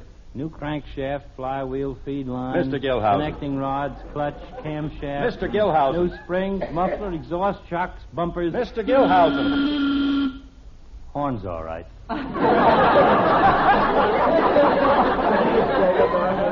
Mr. Gilhausen, forget about the whole thing, will you? Just fix the wire in the distributor and I'll be happy. Mr. Anderson, look. Lift the hood, will you, Fred? Okay. Thanks, Fred. Now, you see that wire, Mr. Anderson? It goes down there and hooks onto that. But it can't because it's loose. Here, you see this? You got a cracked block, the water pump's broke, the radiator leaks, the piston assembly's shot, the valves are gone. You got to get a new motor. Just because you can't hook up one little wire, huh? What am I going to hook it on? Jim, we're trying to help you, and with a job this big, we'll give you a special rate. Well, that's more like it. What does it come to? The whole thing? With a paint job. You want me anymore, Fred? No, thanks a lot, Gil. Okay. See you later, Mr. Anderson. You bet. Go ahead, Fred. Figure it up. And sharpen your pencil. Well, let me see. 1538, 247, 496. $4.96. The whole thing, including labor and parts, comes to exactly $1,678. 60. That's $15 more than a new one. Jim, this is all on a piecework basis. And besides, with seat covers, you'll have a car that's practically new. $1,600. Margaret! Well, I told you in the very beginning, Jim. Margaret! Jim, is anything wrong? $1,600. It's an outrage. That's what it is, an outrage. Well, you think it over, Jim, and whatever you decide, just let me know. $1,678. That's the most outrageous thing I've ever heard in my life. What did he say, Dad? Is it going to be blue, Father? Daddy, the man let me shoot the grease gun. All right, get in. We're going home. Aren't you going to have it fixed? I said get in. I want to stay and shoot the grease gun. All right, children, let's not argue. Do as your father says. I'll get another mechanic. That's what I'll do. Haney isn't the only dealer in Springfield. Tell me my car isn't any good. $1,678. Dear, don't you think if you talk to Mr. Haney again... Haney? He's a worse crook than Gilhousen ever was. He's 10 times as bad. Somebody will fix this car, and it'll be good for another 12 years. And another 140,000 miles. Oh, Father. Have you heard of the wonderful one-horse shay that was built in such a logical way it ran 100 years to a day? Well, we're sitting in it right now. 100 years? Holy cow, Dad. This car's as sound as it was the day we bought it. It's a good car, solid and sturdy. I'll put on a fender, get a little paint, a few tires. What was that? Another fender fell off. Well, we'll put it back on. Dad. Father!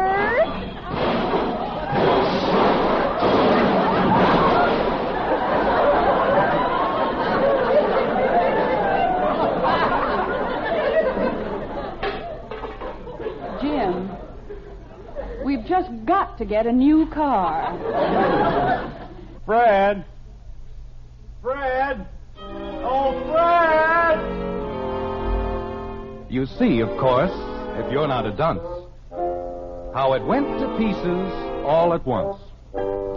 All at once and nothing first, just as bubbles do when they burst. End of the wonderful one-horse shay. Logic is logic. That's all I say.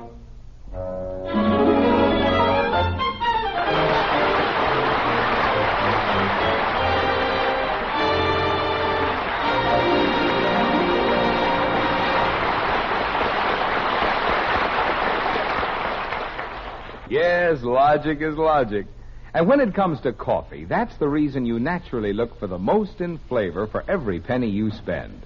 And it's yours in the coffee with the world's most famous flavor, our good to the last drop Maxwell House. That wonderful flavor begins with our Maxwell House recipe, but we don't stop there. We know that air can steal coffee flavor. And ordinary containers like paper bags can't prevent roasted coffee from losing flavor, whether it's ground or whole bean. That's why we carefully vacuum pack our Maxwell House in the familiar blue tin.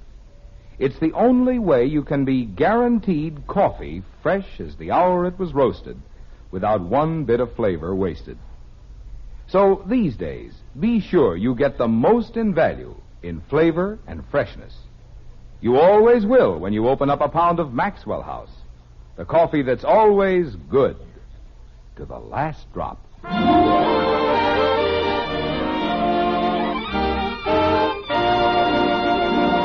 Ladies and gentlemen, this is Robert Young. Since the beginning of this year, as you probably know, we on Father Knows Best have been working hand in glove with the Inter-Industry Highway Safety Committee. Our particular phase of the overall problem was the enlistment of teenagers and their parents in a good driver's club. And now, after 5 months of campaigning, we'd like to make our first report. And for all those connected with this safety movement, we have news I consider little short of miraculous. Since the inception of this campaign, 2.75 million pledges have been requested by the teenage drivers of America. Think of it, 2.75 million.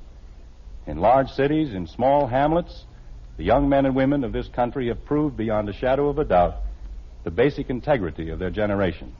We are proud of them, prouder than we can say.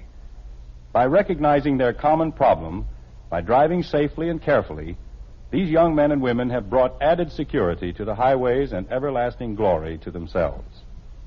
We congratulate them on a job well done and ask only that they continue their good work in the future. Good night.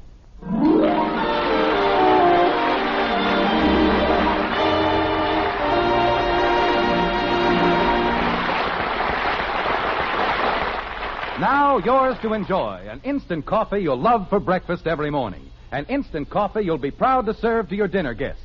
It's Instant Maxwell House, the instant coffee with a famous flavor. Here's the happiest combination in coffee. Wonderful, good to the last drop flavor, combined with the convenience and thrift of coffee made instantly in the cup. Tomorrow, try Instant Maxwell House, the instant coffee with a famous flavor. Instantly good to the last drop.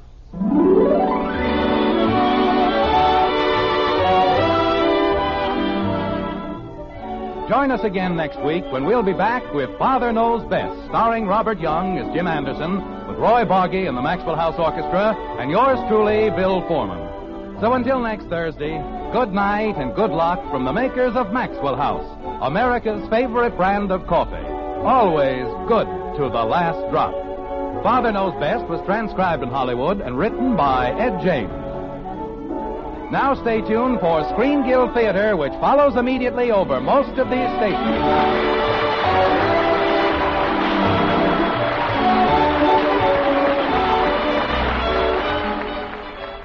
Stay tuned for Screen Guild Theater, next on NBC. Mother, is Maxwell House really the only coffee in the world? Well, your father says so, and your father knows best.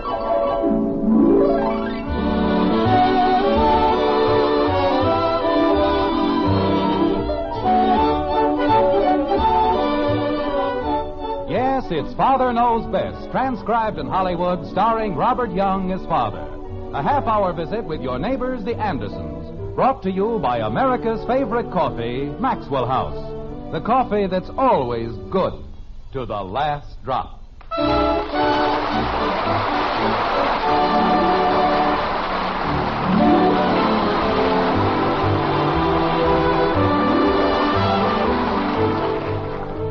It was Oscar Wilde who said, "Children begin by loving their parents.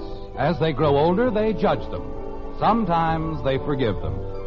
There, in a very small nutshell, is the very foundation of what has become probably the least important of all American celebrations, Father's Day. Now, you may think that Father's Day is merely a time for the presentation of neckties that Father won't wear, socks that Father can't use, or books that Father hasn't time to read. But in Springfield, in the white frame house on Maple Street, the Andersons have an entirely different conception of the day, like this. Jumping creepers, why does it have to be on Sunday? Betty, I think that's a very selfish attitude. After all your father has done for you. But I'm going to buy him a necktie. Why can't we just polish the car or something? I don't mind spending Father's Day with Daddy. You keep out of this. Betty? Well, she doesn't have anything else to do anyway. I do, too. I can do lots of things. Mother, I have a date with Dick Andrews, and I'll have to break it. Why can't we just polish the car or something? I can go over to Patty's and play, or I can look at Jimmy Woody's television. Kathy, we're going to devote the entire day to your father. I know, but Betty said I didn't have any place else to go, and I do. Because I can go over to Patty's and play, or I can... Mother, everybody else buys their father a necktie or socks. Why do we have to be different? Because your father is one of the sweetest men in the entire world. And I certainly think... Well, sure, but why do I have to break a date just for that? No matter what we buy for your father, we'll have to buy with his money. I'll pay for it out of my allowance. Which you get from your father. Mother, you just don't understand. Why can't we just polish the car or something?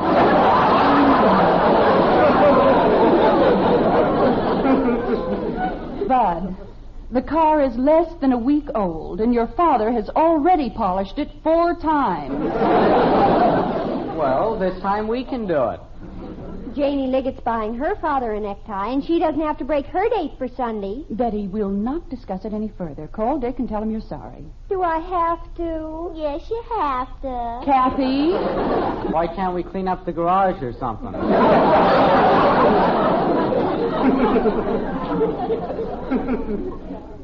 Betty, go in and call Dick. Oh, pooh. Just because it's Father's Day, I have to ruin my whole life. Cleaning the garage would be a good Father's Day present. Bud. Yes, Mom? You can forget about your silly butterflies for one Sunday. But I promised Joe Phillips. I thought you'd broken your date with Joe. I did, but if we clean the garage the first thing in the morning... We're going to spend the day with your father. We're going to wait on him hand and foot, cater to his every wish. Sunday's going to be his day, and that's final. So let's not talk about it anymore. Now you can't even talk. For that, Bud Anderson, you dry the dishes. But I didn't say anything, Mom. All I said was you can't even talk. It was the way you said it. But, Mom, I didn't mean anything. All I said... Daddy's coming. All right, suppose we explain the whole thing to your father. I'll dry the dishes. And remember, not a word about Sunday. We want it to be a surprise, don't we? Yeah, some surprise. Bud. Oh, sure, Mom. We sure do. Chicken. Mother, if Dick Andrews never calls me again, it'll be your fault. He borrowed a car for Sunday and everything. Well, let's not worry about it, Betty. You'll get another girl. Mother, how can you say that? How can she say what? Daddy! Hi, Dad. Well, how's the world's finest family tonight? Hi, Father. Hi. Hello, honey. Hi, dear. What's the matter with Camille? Oh, nothing much, really. You're a little late, aren't you, dear? What's in the package, Daddy? Ice cream. Put it in the icebox like a good girl. Oh, boy. Want me to put your hat away, Dad?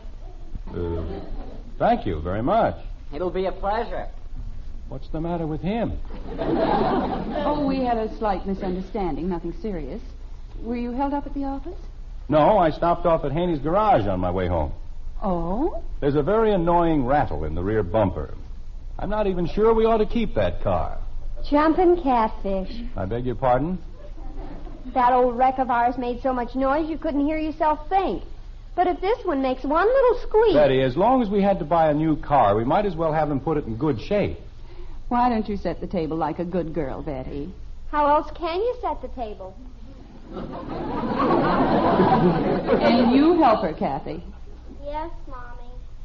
You know, Margaret, speaking of Sunday... Who said anything about Sunday? Didn't I? No. Oh. Well, I met Hector Smith downtown today. How is he? He's fine.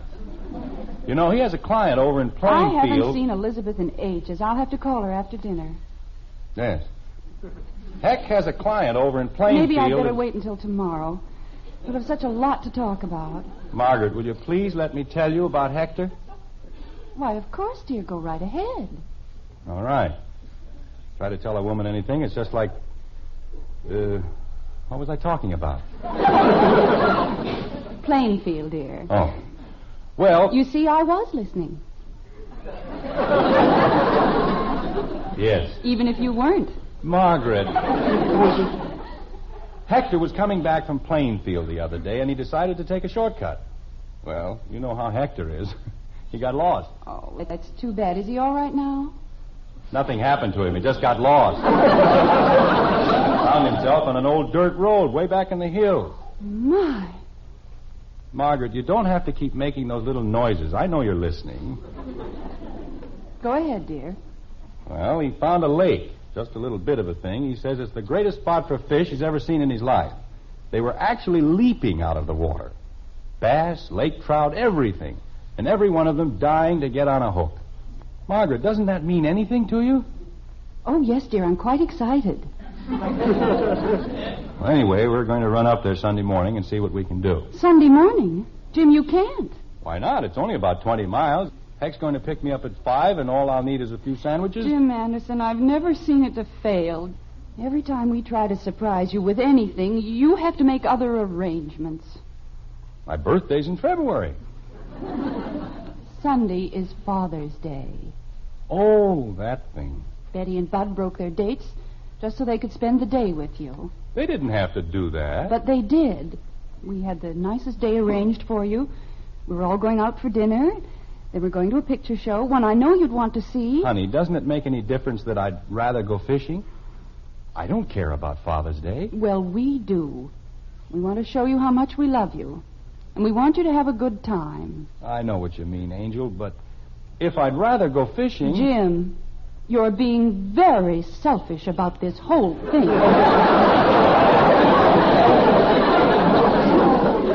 Because I want to go fishing.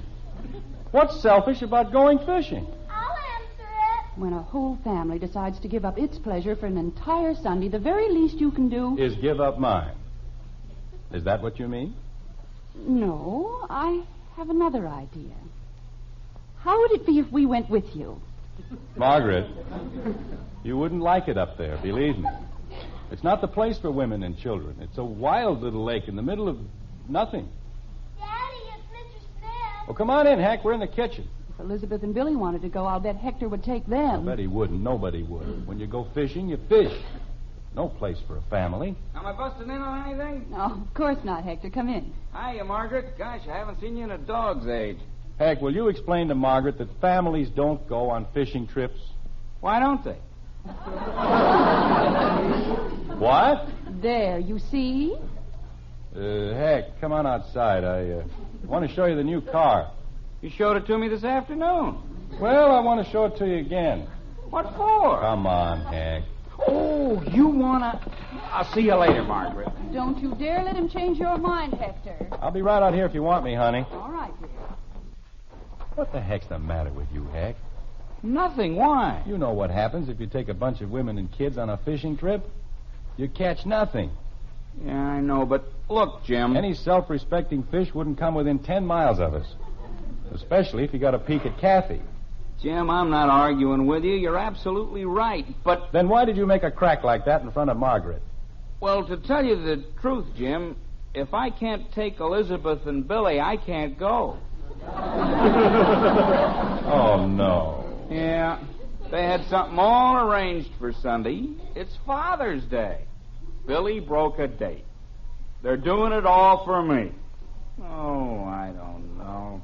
Heck, is that lake as good as you said it was? Oh, it's terrific, Jim. I've never seen fish like that. I'm telling you, in 5 minutes, I saw 20 of them jump out of the water. Gee, I hate to give it up. Well, let's go. With Elizabeth and Billy and Margaret and... Jim, it won't make any difference. These fish are so big, nothing'll scare them. Not even Kathy? Not even Kathy. Well, okay, we'll try it. We better take both cars, huh? We'll have to. Leave around 5? Okay. Yeah, well, I gotta go home now. Tell Margaret I said goodbye, will you? You bet. Oh, heck. Yeah? Happy Father's Day. Yeah.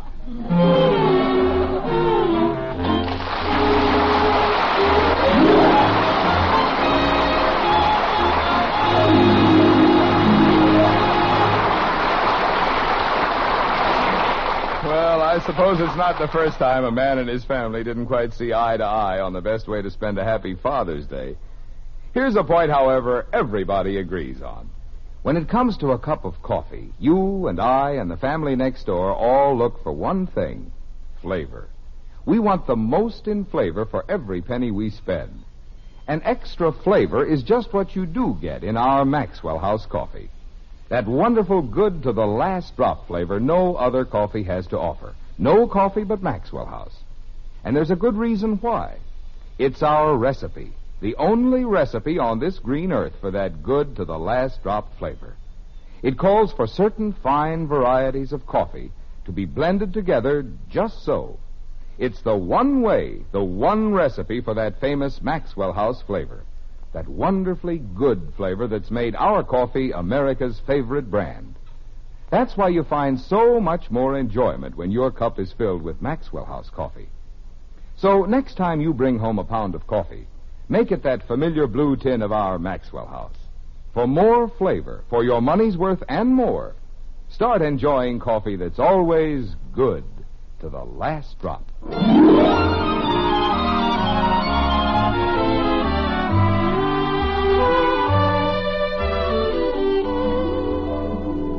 The sun comes up like a stab of light. Rose fingers reach into the night. The darkness fades, the night is gone, and day comes fast with the rising dawn. A woodcock calls, a soft wind sighs, and from its nest a starling flies.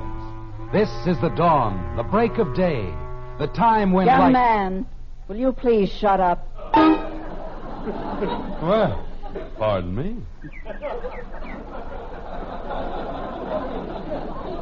Most ridiculous thing I've ever heard in my life. Getting up in the middle of the night to chase after a bunch of stupid fish. But Elizabeth... We had a nice day planned for you. One we'd all have enjoyed. But no, you have to drag us up here so we can freeze to death. Are you cold, Elizabeth? Of course not. My teeth always chatter like this. Billy, get the blanket out of the car for your mother. I said get the blanket out of the car. No, thanks. I'm quite comfortable. Billy! Leave the boy alone, Hector. The poor child. If he had a father with the slightest bit of consideration... Elizabeth, I didn't say you had to come along. This was your idea. Naturally. You haven't had an idea since the day I met you. Now look, Elizabeth. When I think of the men I could have married and didn't. Lucky dog. Hector! I'm sorry, Elizabeth. I was thinking of... I think the Andersons are coming. Well, it's about time. You'd think they'd have hurried a little. Well, the road's kind of rough, Elizabeth, and Jim has a new car. Oh, Hector, stop making excuses for them.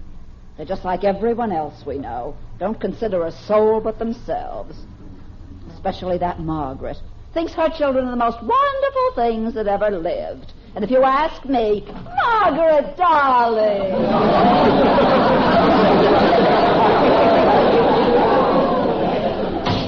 Elizabeth, we're awfully sorry. Hi, Hank. We thought you were lost. I'm awfully sorry we're so late, Elizabeth. Oh, Angel, we hadn't even noticed it. We had to stop on account of Kathy. Her hat flew out of the car, and we had an awful time finding it. Hi, Billy. Billy, wake up, dear. Betty is here. She is? Oh, hi, Betty. Hi. Say, this is quite a spot, Heck. Yes, sir. It's all right. Jim, I saw a bass, so help me, it was that long. You're kidding. No, I'm not, Jim. Well, maybe that long. Hey, there. Did you see that one, Jim? What'd I tell you, huh? Where? Right there, near the dock. I don't see anything. Jim, you weren't looking in the right place. Well, what's the difference? The place I want to see him is on the end of my line. Got all your stuff, Heck? You ain't just a woofin'. The greatest assortment of fish persuaders in the world. And it's all on the dock waiting for Papa. Hector, where are you going? Fishing, why? You'll do no such thing. There's a little thing like breakfast that comes first. Breakfast? Oh, honey, we haven't any time for breakfast, Elizabeth. It's practically 6:30. Jim, Elizabeth's right. My lands, I've got all that food to take out of the car. I'll get it, Elizabeth. I'll get it myself. You just build a fire. Honey, if we build you a nice big fire, then is it all right if we go fishing? After you've had your breakfast. Wait a minute. How about the kids? Why can't they build a fire? Hey, where'd they go anyway? Kathy? You want me, Daddy? Where's Bud? He's under a bush. What? Jim, do you have to shout so loud? How else can I shout? Kathy, what's he doing under a bush? He's sleeping. Well, wake him up. Why? Because it's time for breakfast. Breakfast? You want me for breakfast, Dad? I figured that'd get him. Hey, what happened to Billy? Betty? Yes, Father? Where's Billy? You want me, Mr. Anderson? What are you doing over there? Just watching the lake. Well, let Betty watch it for a while. Alone? There's nothing to worry about. Nobody ever steals a lake until after breakfast. Hiya, Dad. What's cooking? Nothing yet. Get some wood. You said it was time for breakfast. Bud, we've got to build a fire. Get some wood. Where? You know, Heck, at this point, our ancestors are probably spinning in their graves. Where? Well, gosh, what do I know about getting wood? Jim, you're only confusing the boy. Bud, You see that tree? You see all those trees? That's wood.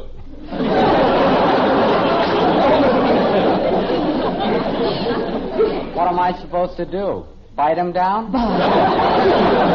Oh, holy cow, Mom. Bud, go into the woods, pick up dead branches, twigs, anything that'll burn, and bring them back here. There's nothing complicated about that, is there? I guess not. And stop scratching. But I itch. I said stop scratching and get going. I told them we ought to polish the car. Now I gotta make like a beaver. Want me to go someplace, Mr. Anderson? Well...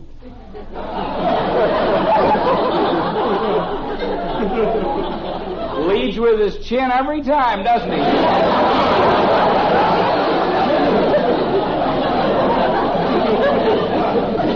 Billy, we have a slight problem. Oh? We are faced with the task of providing heat without fuel. Well, you don't say. You know, we had the same thing once in a physics exam, and it's a cinch. Friction. That's how you do it. Now, you take two bodies... Billy, shut up and get some wood.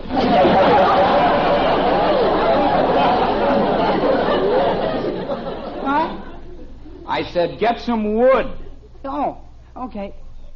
But I thought Mr. Anderson said... Wood! Hector, stop raising your voice. Wood.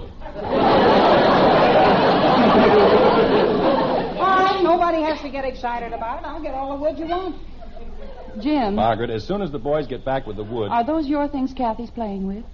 Where? On the edge of the dock. Holy smoke, my tackle! Of all the rattled brains... Jim, don't frighten her. Kathy! Oh, Jim! Father! Kathy, grab the dock. We'll be right there. Hector! Take it easy, Kathy. What's going on? Hector, do something. We're coming, Kathy. We'll have you out in 2 seconds. Daddy! Daddy! Now, Kathy, give me your hand. Come on, honey. Hold your hand out. That's a good girl. You got her, Jim? That's my girl. Now, we're all right. Oh, Kathy. Daddy! I fell in! I know, honey, but you're all right now. You're all right. Hector, get the blanket out of the car. The poor child's wringing wet. I'll get it, Mrs. Smith. Oh, go ahead, Bud. Hurry. Okay. Is she okay, Mother? Yes, dear, she's fine. Daddy scared me. And that's why I fell in. Jim, look at my stuff. It's gone. Jumping Jehoshaphat. I was trying to catch a fish and you scared me.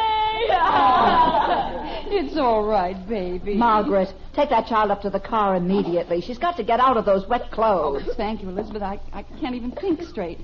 Of course, her father is much more concerned about that smelly old fishing tackle.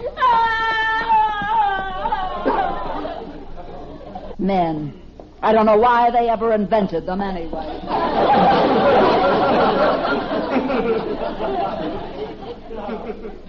Gosh, I'm awfully sorry, Heck. My whole kit. Down at the bottom of the lake. Look at it. You mean you can see it? Where? Down there. Must be 30 feet. Hey, where are you going? I've got an idea, Heck. Don't go away. Father's Day. Isn't bad enough having children, you have to have Father's Day. Can you still see it, Heck? Yeah. Practically smiling at me. Well, don't worry about it. We'll get it out all right. What are you going to do? What would you say was the right bait for your fishing tackle? For my... Oh, you mean... First, we'll fish for tackle, then we'll fish for fish. Yeah, that's a good idea. You think you can do it? Of course we can. Let's see now. That's about the biggest hook I have. You got any sinkers? Of course I have sinkers. Stop worrying, Heck. I'll get down there all right. Is that the heaviest line you got? Well, I didn't expect to catch any whales today. I know, Jim, but that stuff weighs a ton. Heck, I give you my personal guarantee. If I hook it, I'll land it. Now, let me have a little room, will you? Allow for a little drift into the shore, Jim. I'll put it right on the button. Okay, low bridge.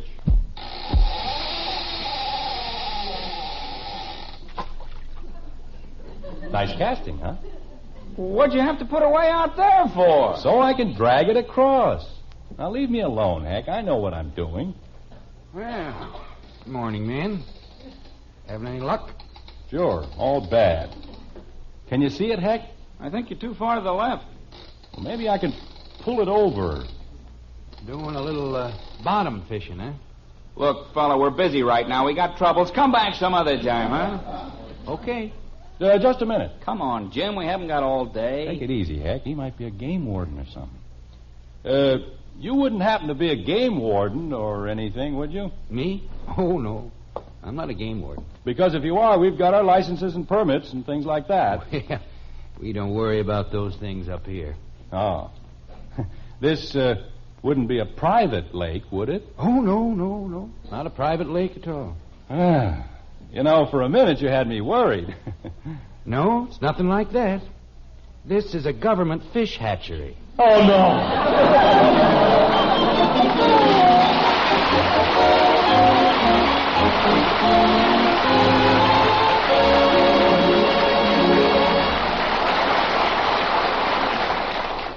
Poor Father. If it isn't one thing, it's another. That long trip all for nothing.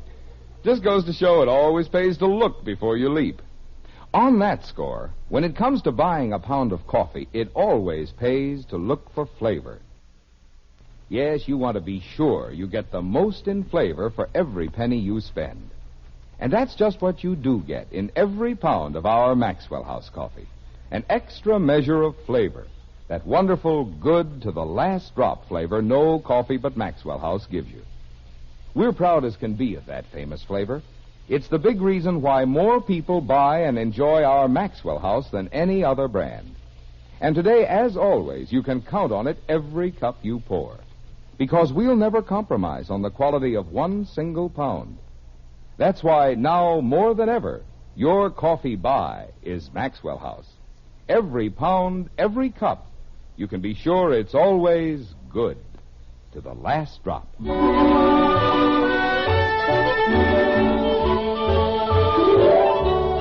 Once again, it's breakfast time in the White Frame House on Maple Street. But it's a lonely sort of breakfast, with none of the children at the table. Just Margaret and Jim, two lonely parents, discussing the disastrous effects of Father's Day, like this. There's no sense being upset about it, Jim. Dr. Simmons said it was nothing serious. I know, but you'd certainly think Betty'd have enough sense to recognize goldenrod after all these years. She didn't see it, Jim, and she still says it wasn't goldenrod. Well, it was something. She's puffed up like a frog. Well, Bud's the one I'm worried about. He says it itches terribly. There's a giant brain for you. Goes to sleep in a patch of poison ivy. Wallows in the stuff. How's Kathy? Oh, she'll be all right in a few days. It's just a little cold. Jim, I don't understand. How can you laugh at a time like this? I don't know, Margaret. The whole thing is hysterical. It was quite a fishing trip. Wasn't it? Hay fever, poison ivy, a cold. This family caught everything except fish.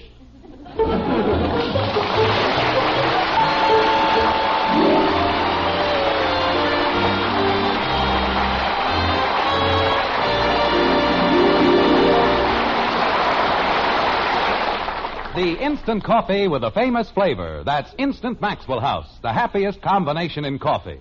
Wonderful, good to the last drop flavor, combined with the convenience and thrift of coffee made instantly in the cup. So easy, no pot, no grounds. So thrifty, saves you real money compared to ordinary coffee. So truly good, pure roaster fresh flavor. Try Instant Maxwell House, the instant coffee with a famous flavor.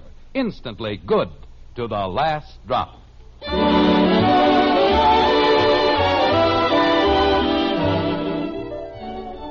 Bob, I have a duty to perform right now which gives me a great deal of pleasure. We were all quite thrilled when the National Father's Day Committee named you Screen Father of the Year. Well, this is the committee's medal, and they've asked me to present it to you with their blessings and warmest wishes.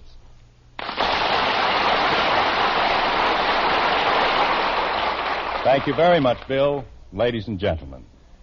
Naturally, I'm very proud of this honor, but not for myself alone. As the father of 4 girls, I've spent a lot of time and gnawed a lot of nails in the waiting rooms of various hospitals in Southern California. Now, to prospective fathers who are wearing themselves to a frazzle, pacing endlessly up and down in hospital corridors all over the country, I have a most reassuring message.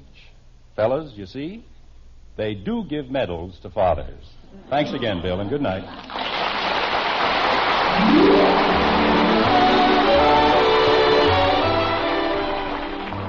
Join us again next week when we'll be back with Father Knows Best, starring Robert Young as Jim Anderson, with Roy Barbeque and the Maxwell House Orchestra, and yours truly, Bill Foreman. So until next Thursday, good night and good luck from the makers of Maxwell House, America's favorite brand of coffee.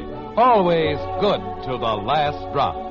Father Knows Best was transcribed in Hollywood and written by Ed James. Now stay tuned for Screen Guild Theater, which follows immediately over most of these stations.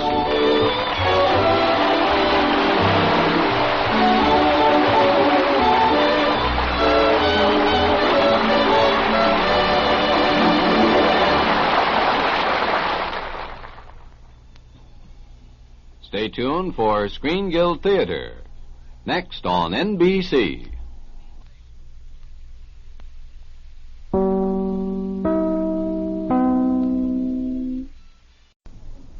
Mother, is Maxwell House really the only coffee in the world? Well, your father says so, and your father knows best.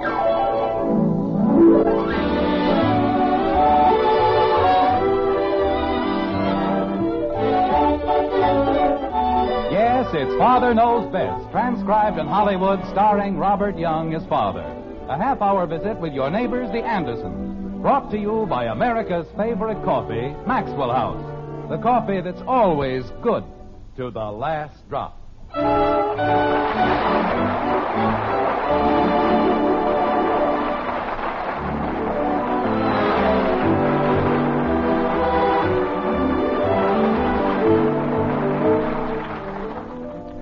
Extensive research has proved conclusively that there are 2 kinds of husbands. One, the husband who takes absolutely no interest whatsoever in household affairs.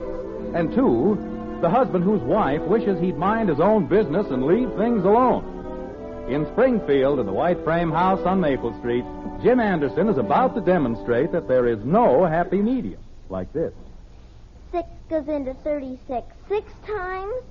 6 goes into 42 7 times. Kathy, why don't you stop that? You know Mother has a headache. But I have to learn my 6 goes intos. Margaret, could I have another cup of coffee, please? Of course, dear. Bud, stop banging your feet on the table. I wasn't banging my feet, Mom. I was just... Holy cow, look at the time. I gotta go. Come on, Squirt. Well, stop pulling me. See you later, everybody. Bud, don't slam the door. Did you call me, Dad? Never mind. Okay.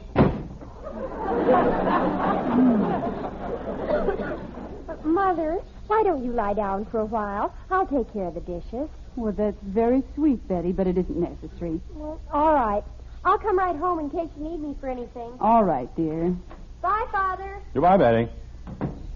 Your head still aching, honey? No, it's really nothing, Jim. I don't know why everybody makes such a fuss over a little headache. You'd think I were dying. Margaret. Yes, dear? You know, you haven't been looking very well lately. Well, that's a pleasant way to start the day. How to cheer up your wife in 6 easy lessons. I don't mean you look that bad. I mean, you just look so tired. Jim, darling, in 5 years I'll be 40, and then you can swap me in for 2 20s. Margaret, I'm being very serious about this. If you want to treat it as a joke. All right, dear, I'll try and be more respectful. Oh. Well, where was I? You were telling me I looked like an old hag. Oh. Well, that's not what I said at all. I'm sorry, a young hag. Margaret, I'm merely trying to be helpful. I think I know why you're tired, and I believe I have the answer to the whole problem. You're going to shoot the children. Well, that had occurred to me. But I think I have a better idea. What you need is a housekeeper. Oh, Jim, don't be ridiculous. I don't see anything ridiculous about it at all. The Gilroys have a housekeeper, and I sell 3 times as much insurance as he does. Jim, it's not a question of how much insurance you sell. We don't need a housekeeper. And where would she sleep, or haven't you thought of that? Of course I've thought of that. She can sleep in the den on the rollaway bed. Jim, I don't want a housekeeper. Then when people like the Edwards come over for dinner, there wouldn't be all the fuss and worry. Jim. Yes, dear? Who are the Edwards? Well, Harry and Grace Edwards. You remember them, don't you? We met them at the Hathaways last week. He's the little stocky fellow with the red face. President of the Chamber of Commerce, remember? And they're coming to dinner when? Tomorrow night, didn't I tell you? I could have sworn. Jim, is there any connection between the Edwards and this sudden passion for a housekeeper? Well, of course not. I just thought, well, you've been working so hard and you have a headache and... There isn't any reason for wanting to impress Mr. Edwards, is there? Or Mrs. Edwards? Margaret, I just finished telling you that the whole thing... Well, after all, Edwards is the head of the Chamber of Commerce, and there's an opening on the board. And Bert Gilroy's trying to get it. Well, the Edwards had dinner with the Gilroys. And the Gilroys have a housekeeper, so you thought if we blossomed forth with a housekeeper... Margaret, being on the Chamber of Commerce is a very great honor. I certainly think that it's worth the small expenditure of time and energy. Jim.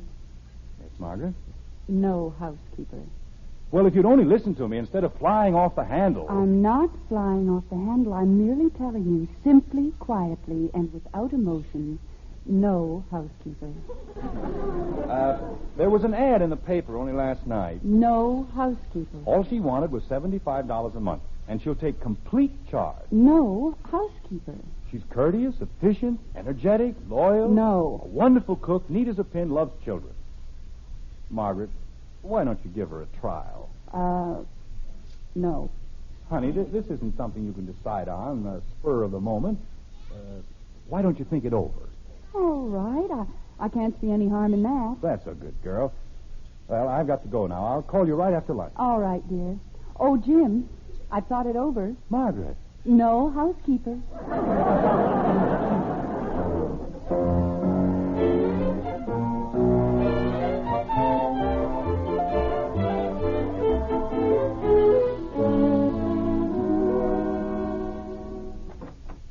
Is that you, Jim? Yes, dear, I'm home. Just put your things down there for a minute, Mrs. Collins. Okay. Nice looking place, ain't it? Well, it's comfortable. Jim, the children are all upstairs, and as soon as you're ready, we'll have... Well, hello. Hi. Margaret, this is Mrs. Collins. Oh? How do you do? Well, to tell you the truth, I ain't doing so good. My feet's just killing me, and I got a pain in my back that I wouldn't wish on to my first husband. I see. Jim, would you come out into the kitchen with me for a moment? I'd like to speak to you. Hey, you got a piano. Oh, that's nice. I always like a house where they got a piano. Shows culture. And if there's one thing I'm just nuts about, it's culture.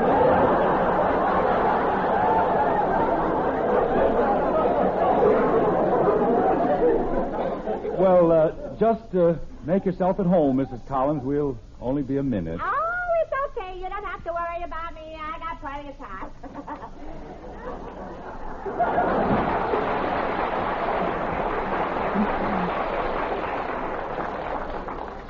Jim Anderson. Now, wait a minute, Margaret. I can explain the whole thing. I don't want any explanation, and I don't want a housekeeper. I told you this morning. But, honey, I hired her last night. I thought you'd be very happy. Oh, I am. I'm the happiest woman in the whole world, and I want you to get that person out of my house. Oh, look, Angel, it isn't worth quarreling about. Nothing is. I know, Jim, but our home's too small for a housekeeper. We don't need one. Now, Margaret, Mrs. Collins can be a great help. Don't you see, Margaret? She's a diamond in the rough. Mrs. Collins is very competent. Why, in 1 year, she worked for 9 of the best families in Springfield. Only 29. She certainly gets around, doesn't she? Well, they just didn't understand her. With a little training, she can be one of the best housekeepers in the whole town. She said so herself. Jim, if we ever take a trip to New York, will you promise me one thing? Don't pay more than $50 for the Brooklyn Bridge. Hey, ain't you two finished talking yet? It's getting late. I gotta get dinner rolling. Mrs. Collins, I've been talking to my husband. Well, why don't you talk to him in the parlor? I just happen to think it's dinner time, and I got work to do. Hey, some kitchen. Jim? Well, all right, Margaret. Mrs. Collins, I'm awfully sorry, but we've decided that, well, after all, you really won't be comfortable sleeping in the den. Oh, stop worrying about it, will you? I got it all figured out. We can move, what's your boy's name? You mean Bud? Hey, Bud. We can switch him into the den. I move into his room, and everybody's happy.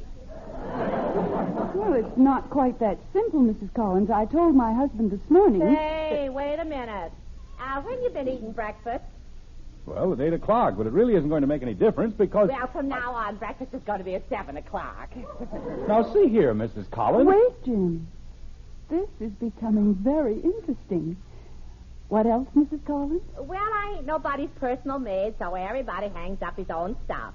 And if I find any pants hanging on the back of a chair, well, don't be surprised if I just chuck them out the window. Well, don't look at me, Margaret. I don't leave my pants on the chair. No? Go ahead, Mrs. Collins. I think I'm beginning to like the whole idea. Well, I don't mind if you invite folks for dinner. Matter of fact, I like company. But I got to have 48 hours notice. That seems logical. Oh, wait a minute. What if it's impossible? What if somebody comes in from out of town? We'll take them to a restaurant. There's lots of restaurants in Springfield. Margaret, if you think I'm going to stand here... Jim, please.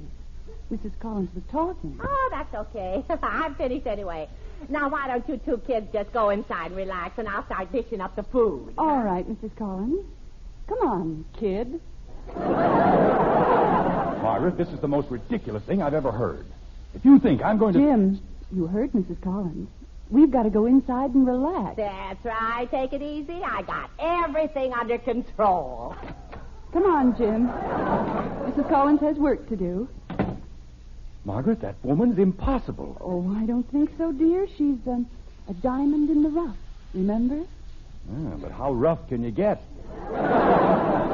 She wasn't anything like that when I talked to her last night. Well, we'll try it for a while. That's what you want, isn't it? Margaret, I'm going into the kitchen and fire her right now. Why, Jim, that wouldn't be fair. She's worked for 9 of the finest families in Springfield, and with the Edwards coming to dinner... Oh, no, she can't be around then. Well, wasn't that the general idea? We've got to impress the Edwards, and unless I'm very much mistaken, they'll be impressed. Oh, Margaret, can't we... Hey, Jim!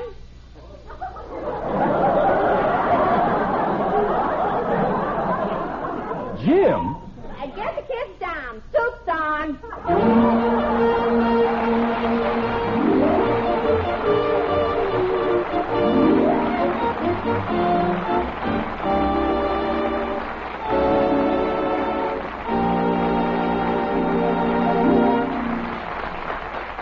Well, that was quite an about face for Mother Anderson. If only Father had talked to her first, there wouldn't have been any argument. And the way things are going, it doesn't look as though she'll brook any arguments from Father. And I don't think I'll run into any argument on this point. I say when you buy coffee, just one thing means real value. It's flavor. The flavor you get for your money. And extra flavor is what you do get in our Maxwell House coffee. That wonderful, good to the last drop flavor no other coffee has to offer. No coffee but Maxwell House. And here's why that's so. It's our recipe. The only recipe under the sun for that good to the last drop flavor. It calls for certain fine varieties of coffee blended together a very particular way. It's the one way, the one recipe for that famous Maxwell House flavor. That extra flavor that's made our coffee America's favorite brand. So today, when you really want the most in flavor for every penny you spend, Maxwell House is now more than ever your coffee buy. Just open up that familiar blue tin of Maxwell House tomorrow. See how much enjoyment, how much real value you get from the coffee that's always good to the last drop.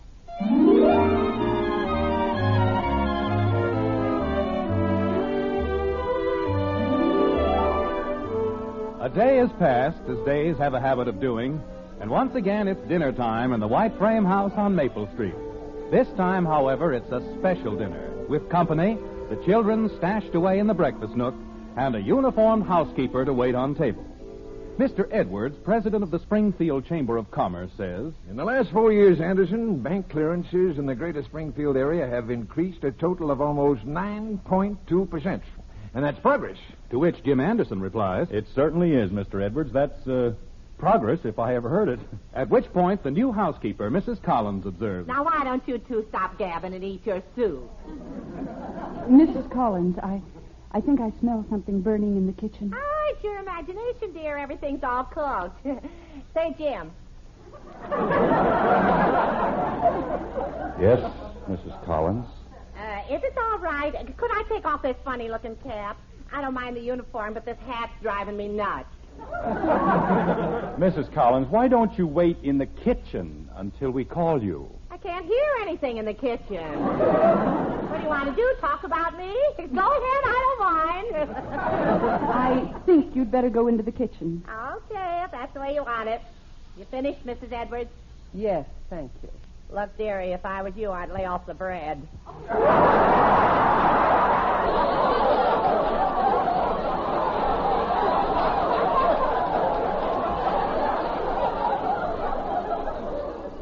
With a shape like yours, it's murder.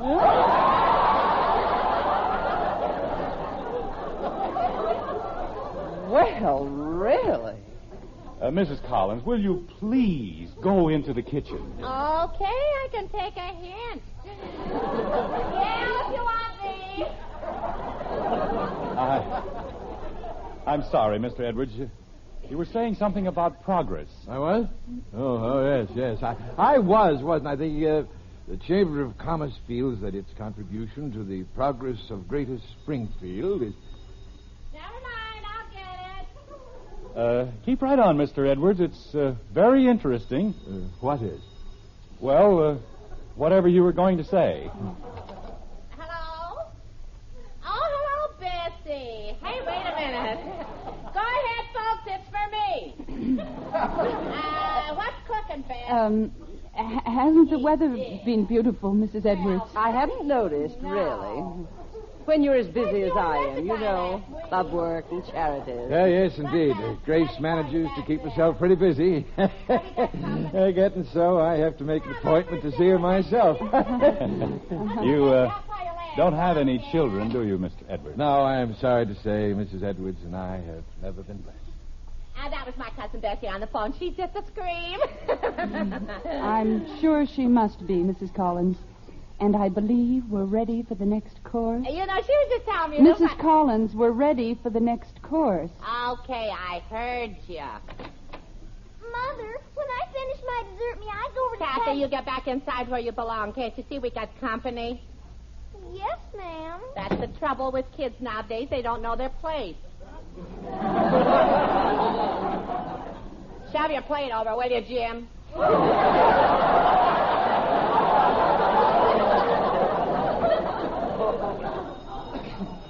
I'll answer it, Mrs. Collins. Now, you stay right where you are. What do you think you're paying me for? That's a reasonable question, isn't it, Jim? Okay, I'm coming. Yes, indeed. You Hello? get a couple of kids in the house and you... Oh, hello, Nicky. Yes, indeed. I did, huh? What did it pay?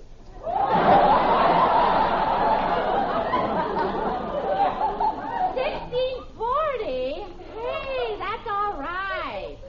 Okay, look, now put me down for $5 on Little Jeff in the 4th at Bay Meadows tomorrow. Yeah, Little Jeff, $5. You're to win. Okay, Mick, I'll give you a growl tomorrow.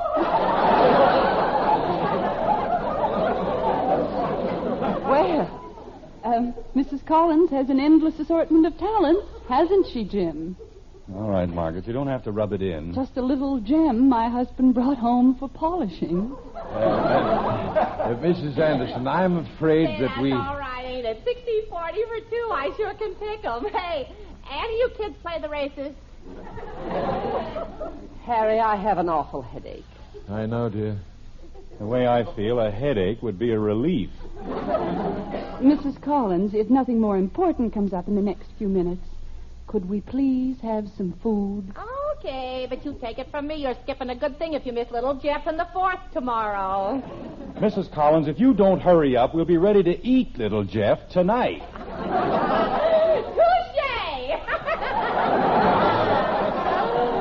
Oh, that French for roast beef is coming up.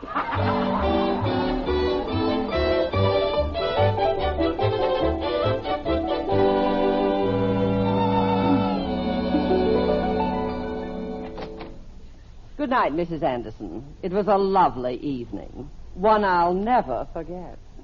Oh, I'm sure of that. Good night, Anderson and Mrs. Anderson. It was, well, good night. Good night, Mr. Edwards. Good night, sir. We'll have to get together again real soon. Yes, indeed, yes. Sometime soon. Good night. Quiet, isn't it? Margaret, I don't know what to say.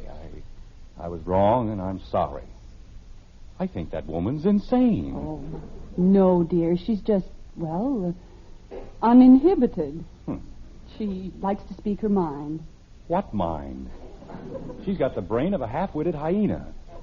And if she had the least bit of decency, she'd give it back. Jim. What? Did you see the look on Mrs. Edwards' face when Collins told her she needed a new girdle? Oh, that was nothing. You should have seen Edwards when she told him he could use one, too. Jim, I can't help it, but I think they were the stumpiest people I've ever met.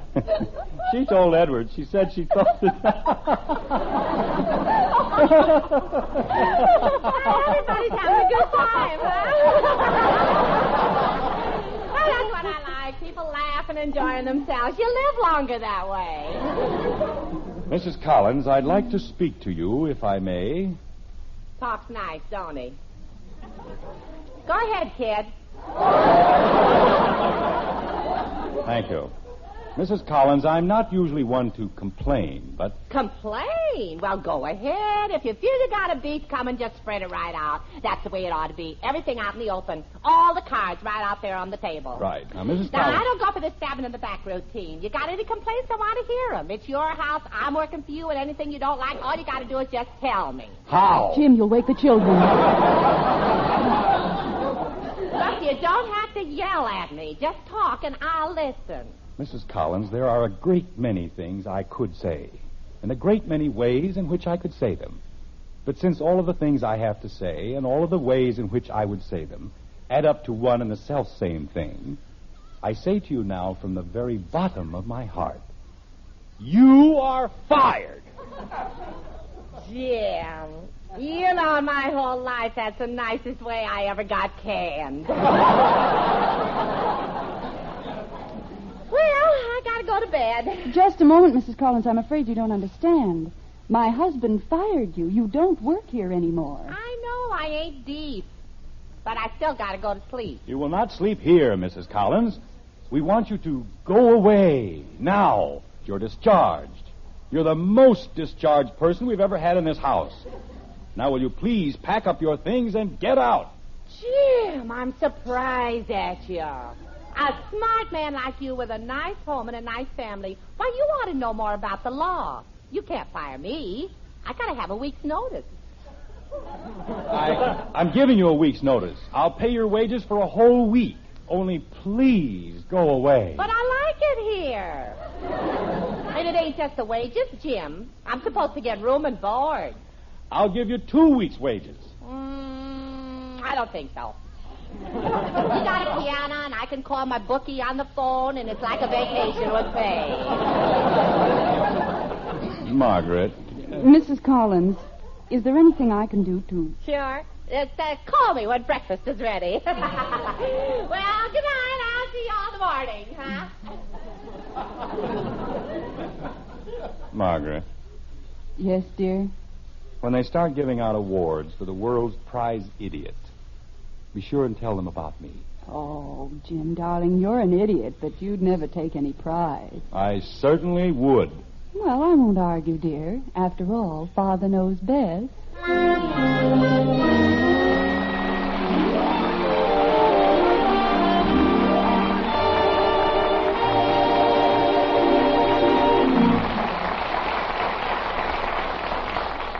Well, Father certainly plunged into that head over heels. Now, how sorry he is. Just goes to show it always pays to look before you leap. On that score, when it comes to buying a pound of coffee, it certainly pays to look for flavor. The most in flavor for every penny you spend. After all, flavor is what you're paying for. And we don't think you can beat the famous flavor we pack into every pound of Maxwell House. But here's my point. Air can steal coffee flavor. And ordinary containers, like paper bags, can't prevent roasted coffee from losing flavor, whether it's ground or whole bean. That's why we take our Maxwell House, fresh and fragrant from the roasting ovens, and carefully vacuum pack it in the familiar blue tin. It's the only way you're guaranteed coffee that's fresh and full-flavored as the hour it was roasted. So be sure you get all the flavor and fragrance you pay for, your money's worth and more. You always will with Maxwell House coffee. Always good to the last drop.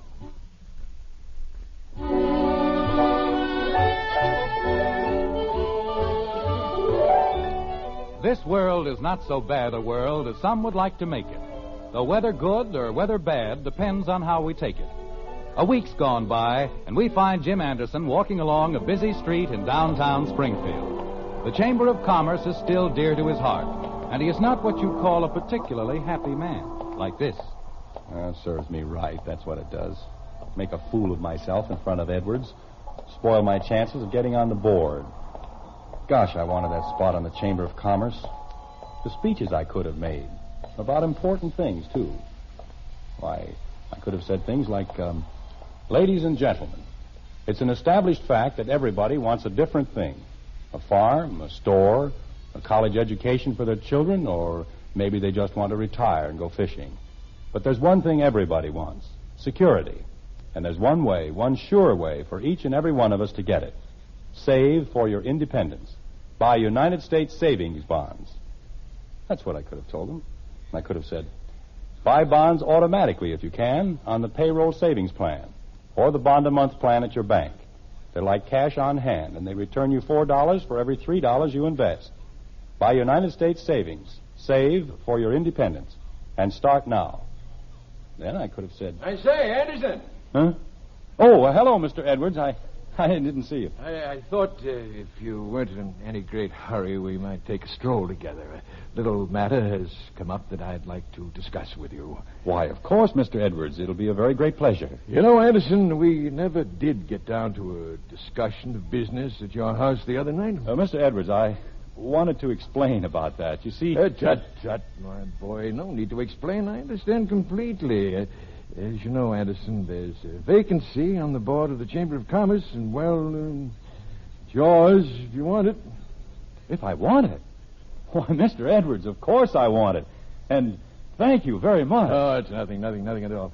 Tell me, Anderson, that Mrs. Collins, is she still with you? No. We finally got rid of her this morning. This morning? That's too bad. Oh, I don't think we could have taken it another day. She had the whole family waiting on her hand and foot all week. I see. You wouldn't know how I could get in touch with her. Well, I might. I think she left a forwarding address with Margaret. But why? Well, I wouldn't want this to get around, Anderson. Oh, of course not. I won't say a word. Well, I followed that bit of advice Mrs. Collins gave me about little Jeff, you know. And I won $64.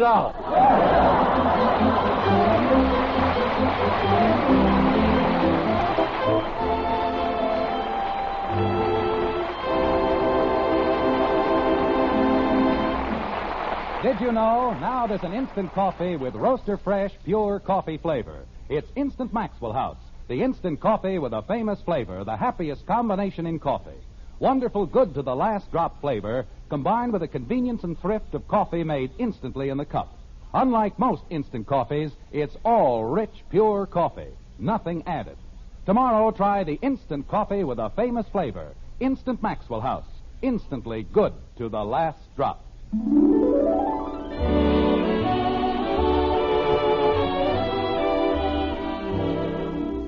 Join us again next week when we'll be back with Father Knows Best, starring Robert Young as Jim Anderson, with Roy Barbeque and the Maxwell House Orchestra, and yours truly, Bill Foreman. Don't forget, membership cards for the Robert Young Good Drivers Club are waiting for you at your local NBC station. Get a man-to-man or dad-to-daughter pledge and sign up today. Be a good driver. Get your membership card in the Robert Young Good Drivers Club today.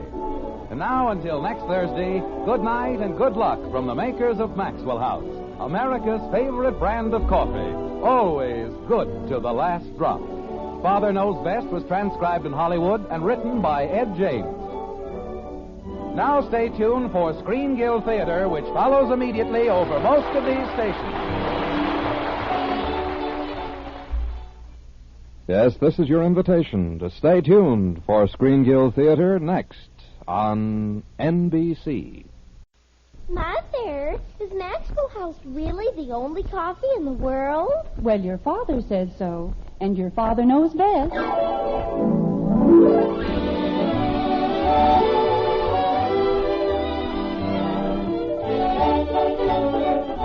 Yes, it's Father Knows Best, transcribed in Hollywood, starring Robert Young as father. A half-hour visit with your neighbors, the Andersons, brought to you by America's favorite coffee, Maxwell House. The coffee that's always good to the last drop.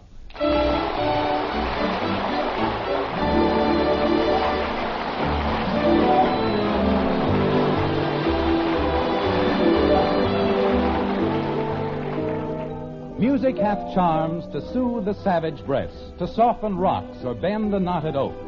You've heard that before, haven't you? Always thought it was just about right, didn't you? Well, it doesn't always work that way. Not in Springfield, at least, in the white frame house on Maple Street. Not with the Andersons. No, sir, not by a long shot. Like this. Margaret! I'm in the dining room, dear. Margaret, it's wonderful. Wait till you hear what I've done. Where are the kids? They're upstairs. Jim, what is it? Honey, it's sensational. It's terrific. This is the biggest day of my whole life. Jim, put me down, please. Say, you're putting on a little weight, aren't you? I am not. What's all the excitement about? Well, you know that group insurance plan I've been trying to work out with Henry Liggett? Yes? It's in. No. Yes, sir. Signed, sealed, and delivered. Oh, Jim, how wonderful. And that isn't all. How would you like to go to the Toscanini concert? Toscanini and the NBC Symphony Orchestra. Jim, you didn't pay that broker $12.50 a ticket. For $3 seats, I should say not. Anytime you find me paying a broker a bonus of $9.50 a ticket... But you said you couldn't buy tickets. You can't. They're all sold out. Then I don't understand. If you can't buy tickets... We're going as the honored guests of Mr. and Mrs. Henry Liggett. How do you like that? But, Jim, I don't know what to say. It's all so wonderful. The insurance and the concert. I've got to get a new dinner dress.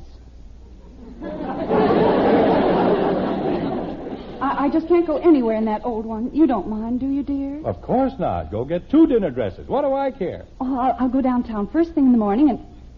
Oh, dear, I wonder if there'll be time. When is the concert? You'll have lots of time, honey. It isn't until next Thursday. Good. Then I can go to Gorman's? Jim, it can't be Thursday.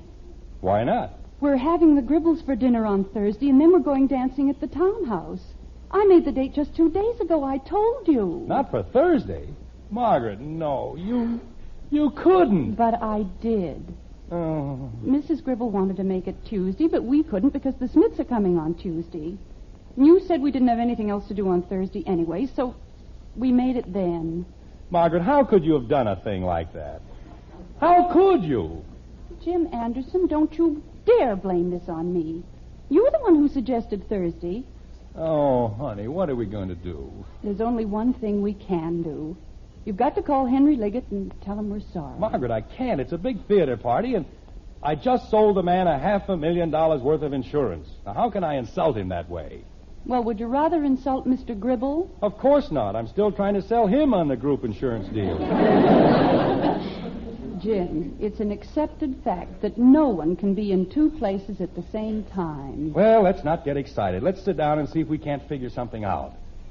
If it were only the Smiths, at least they'd understand. That's it, the Smiths. I don't mind insulting them. Jim! Well, I can explain to Heck, and they can come over here for dinner some other time. I think you're forgetting one thing, Jim. We're having the Smiths for dinner because Elizabeth's cousin Maud is in town. When we were visiting the Bakers in Lakeside... He was very nice to us, I know. But that's still no reason why they can't make it some other night. Hiya, Dad. I didn't know you were home. I'll explain the whole thing to Heck. Then we can have them for dinner on, say, Wednesday. There's nothing wrong with that, is there? No, I suppose not. Hiya, Dad. I didn't know you were home. Then I can call Gribble and change their date to Tuesday. You see how simple it is? Jim, I think Bud wants to say something. What is it, Bud? Hiya, Dad. I didn't know you were home. Now, there's an interesting observation. Are there any other vital pronouncements you'd like to make before we continue? Well, just about next Thursday. What about next Thursday? Is it all right if I take the car before dinner instead of after dinner? You see, I promised Joe Phillips... But I meant to tell you, Thursday is out. You can't have the car at all. I can't. But it's Thursday. It's my day. Well, I'm very sorry, Elinor, but it's out. I'll explain the whole thing to you some other time. But I always get the car on Thursday. I made a date. Well, this will teach you not to make dates on Thursday. They're nothing but trouble. Mother! What is it, Betty? Is Father home? Yes, dear. I'll be right down. Don't do me any favors. Stay where you are. Hi, Daddy. You too. If I can't have the car on Thursday, when can I have it? I don't know, but I have a great many things on my mind. But you said I could have it on Thursday. That's why I made the date. Your father made 2 dates. He did? Father, do you... No. What? I said no. Whatever it is, no. Oh, thank you, Father. Thank you. You're just the sweetest father in the whole world. What? Mother said she thought you would, but you don't, and it's just wonderful. What's wonderful? I don't what? Mind if I go to the Pie Mew dance? Wait till I tell Janie Liggett. Betty, wait a minute. I didn't say you could go to the dance. I didn't say anything. Why, Father, you just said... I said no. That's what I said. Hi, Daddy. Oh, go away. Mother! Jim, I don't think that's very nice. You'll gain nothing by losing your temper. Well, why shouldn't I lose my temper? At this rate, how am I ever going to get straightened out about Thursday? How did you know it was Thursday? How did I know what was Thursday? The Pie Mew dance. Oh, no. No. This was such a nice day. Everything was going so well. Betty, your father and I have a very difficult problem to work out. So why don't you and Bud and Kathy go back upstairs? I'll call you when dinner's ready. He said I could have the car every Thursday. Why should he change his mind now? Go ahead, Bud. Father. Not now, Betty. But, Mother. I said not now. Jumping creepers. What are you kicking about? I can't even have the car. Daddy, What is it, Kathy? I don't have any place to go on Thursday. That's fine, baby, fine. But when I get to be a big girl... Never mind, Kathy. Just go upstairs. But I wanted to tell him... Go upstairs. Gee whiz. You know, Margaret, I've been thinking, what if Hector says they won't change the date? I don't see any reason why he should. No, but what if he does? Then what am I going to do? What are you going to do now? I'm going to call him, and if he says no, so help me, I'll never speak to him again. Turn a man down when he asks a simple thing like that. After all the things I've done for him, a fine friend he turned out to be. Jim, he hasn't said no. Well, he'd better not. Hello, Heck. This is Jim Anderson. Now, look, Heck. What? Oh, no, Heck. I'm not upset about anything. I just, well, look, Heck, I'm in an awful spot. Yes, you see, we've got dates with the Gribbles and the Liggets for the same night, and Well, we didn't do it on purpose. Look, Heck, is it all right with you if we make our date for a different night next week? Well, then I can switch the date with the Gribbles over to Tuesday, and I'll be in the clear. Okay. What did he say, dear? He's going to ask Elizabeth. Jim, why don't you explain to him that it's a matter of business? He knows that, Margaret. Sit around this house for weeks, nothing to do, no place to go, and then all of a sudden everything has to happen on one night. Yes, Heck? You can? Oh, that's fine, Heck. That's wonderful. I knew I could count on you. What? Well, how about a week from tonight? Yes, that's definite, Heck. No, we won't change it again. Oh, sure. I realize you've got to plan ahead on account of Maud. Well, tell her we said hello, will you? Thanks, Heck. Okay, pal. A week from tonight. That's more like it. Now, when I get the Gribbles moved over to Tuesday... Is everything all right, Jim? Heck said they'd be glad to change it. Now I'm calling the Gribbles. You see, there was no reason to get all worked up that way. Ask Mrs. Gribble... Just a minute, honey. Oh, no, not you, Mrs. Gribble. I was talking to... What? She isn't? Well, may I speak to Mr. Gribble? Oh, they are? I see. Well, no, I'm afraid that'll be too late. Just leave word that Mr. Anderson called. Thank you. Good night. What did Mrs. Gribble say, dear? She didn't say anything. She and Mr. Gribble went away for a few days. They won't be back until Monday. Oh, dear. Who are you calling now? Hello, Heck. Look, Heck, if you want to leave that Tuesday date the way it was... Well, the Gribbles won't be back until Monday, and... Oh, you did, huh? You did what, Jim? They've already made another date for Tuesday. With the Hathaways. Heck, we'll just leave it the way it is, a week from tonight. Okay, Heck, and I'm sorry there's been all this mix-up. Right. Oh, sure. Okay, Heck, see you later. A fine little fixer I turned out to be. All I did was move the date with the Smiths from Tuesday to Wednesday. And we've still got 2 dates for Thursday. Jim, I'm completely confused. Well, climb in with me. I've been that way all day. But you told Hector our date was a week from tonight. That's what I said, Wednesday. Jim, today is Thursday. Margaret, I may be a little mixed up about a lot of things, but today is Wednesday. Yesterday was Wednesday. Yesterday was Tuesday. They picked up the garbage this morning, and they don't pick up the garbage on Wednesday.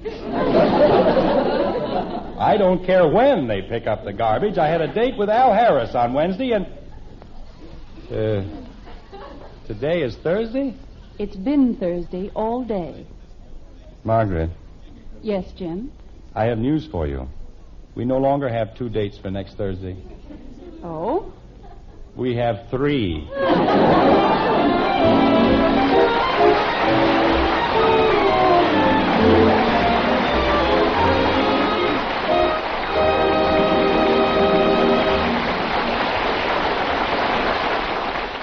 Well, that's really no news to Mother. She knew Father was getting things in a stir. You know, he needs to remember something most of us have found out one time or another. It pays to stop and think a little before you do most anything. I'd say even before you buy a pound of coffee. Think about what you want in that coffee. Its flavor, the most in flavor for your money. And right there you'll see the reason why day after day more people buy and enjoy our Maxwell House coffee than any other brand. That wonderful good to the last drop flavor. Why, you just can't get enough of it. You won't find that famous flavor in any other coffee, you know. No coffee but Maxwell House.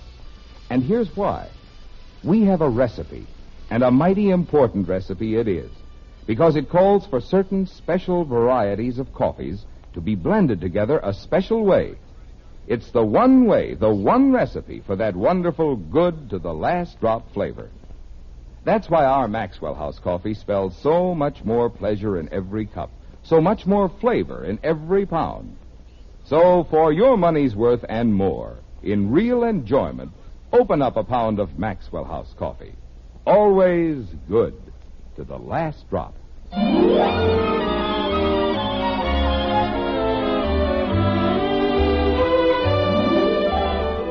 It's mere moments later in the white frame house on Maple Street.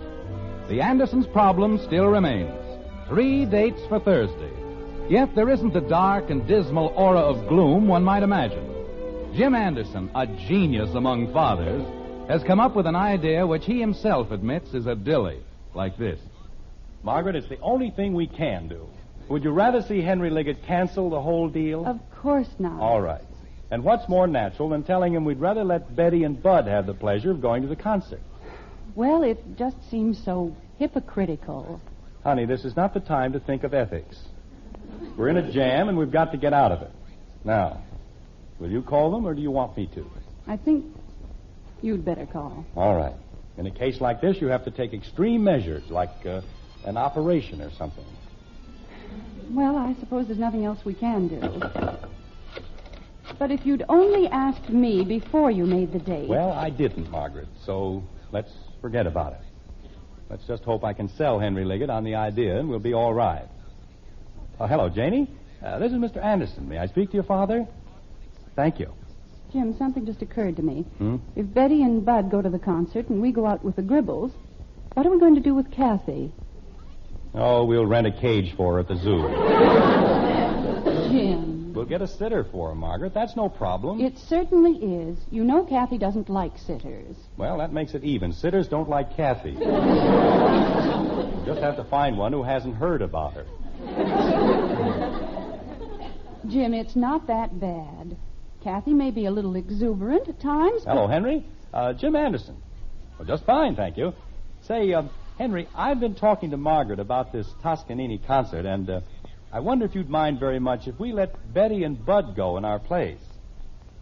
Oh, no, it's just that, well, we've heard Toscanini, and Betty and Bud haven't, and, oh, it really isn't anything much, Henry. Just something that any parent would do. Of course. You see, I explained to Margaret... Jim. That is, Margaret and I talked it over, and we both thought that Betty and Bud would gain so much by hearing the concert, and this is going to be his only appearance in Springfield, and, well, it's nice of you to say that, Henry, but you know how it is when you have children. Jim, of all... Thank you very much, Henry. Well, I wish we could, too, but we'll have to make it some other time. Thanks again. Good night. Jim Anderson, in my whole life, I have never heard anything quite like that. If you don't mind, I'd rather not discuss it. There are things that women just don't understand. And this is one of them. It's power politics on a local scale, that's all. Well, let's just not discuss it. Betty! Betty! Jim, dinner isn't nearly ready. I know. Did you call me, Father? Come on downstairs. And tell Bud I want him. Okay. Don't you think you ought to call the Smith? I'll call Hector first thing in the morning and get the whole thing straightened out. I'll be able to do more with him if he doesn't have Elizabeth around. You won't forget. Of course I won't forget. Dinner's ready, huh? No, dinner isn't ready, huh? But Betty said... I didn't say anything about dinner. I merely said Father wanted you. Don't you want me too, Daddy? Oh, Angel, this is something your father has to discuss with Betty and Bud. Can't I even listen? Of course you can listen. But listen. Yes, Daddy. Betty? Yes, Father. Bud? It's time dinner was ready. Bud. Oh, yes, Dad? I've got good news for you, for both of you. I just made arrangements for you to go to the Toscanini concert with the Liggets. Now, what do you think of that? What time will dinner be ready? Bud. Well, I just wanted to know. Bud, when are you going to learn that there are other things just as important as food? Like candy. Kathy, please be quiet. Yes, Mommy. Is that all you wanted to tell us, Father? Not quite. This concert is a very important event in Springfield, and I'll expect you to act sensibly and with dignity. Yes, Father. I don't want to hear that either you or Bud went whooping around the lobby or did anything to disgrace the name of Anderson. Yes, Father. We want to be proud of you. And I think it might be a very good idea, Bud, if you had your hair cut before next Thursday. Okay, Dad. Thursday? Father, the concert isn't Thursday. That's the night of the time you dance. Hey, I have a date, too. Betty, I explained to you... I don't want to go to the concert. Biggest dance of the whole year, and you want me to go to a concert. What are you talking about? They're having a nice baseball game in Middletown, and I promised Wait Joe... Wait a minute. Bud, Betty, don't you understand? This isn't just any concert. This is Toscanini. I wouldn't care if it was Roy Barbeque. Hey, how can you say that? I'd rather go to the dance. I'll go to the concert. Look, Mr. Liggett is giving a tremendous theater party. Janie Liggett's going to the dance. It's her own father's party, and he isn't making her go to any old concert. It isn't a question of making anyone go anywhere. It's a privilege to hear Toscanini. They're charging $12.50 a ticket. People are fighting to get in. They don't have to fight with me.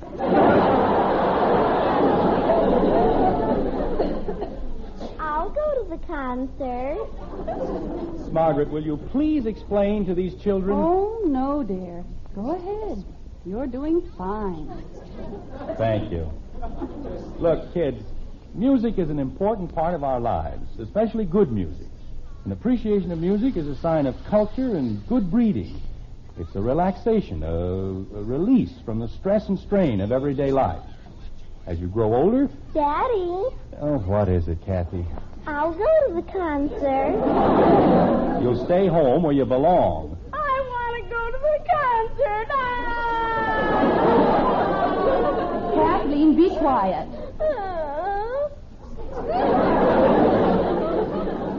Jim. Margaret, I'm trying to explain to the children... Jim, I may not know very much about power politics or business, but I do know Betty and Bud, and you're not going about this the right way. Oh? You have something better in mind? Yes. The truth. Margaret, this is no time... Betty, Bud, your father and I find ourselves in a very embarrassing position. Margaret, well, go ahead. We made dates with two different couples. To go to the concert with the Leggetts and to have dinner with Mr. and Mrs. Gribble. All on the same night. Boy, who did that? Never mind who did it. Just listen to your mother. And Kathy. Yes, Daddy. Blow your nose. Yes, Daddy.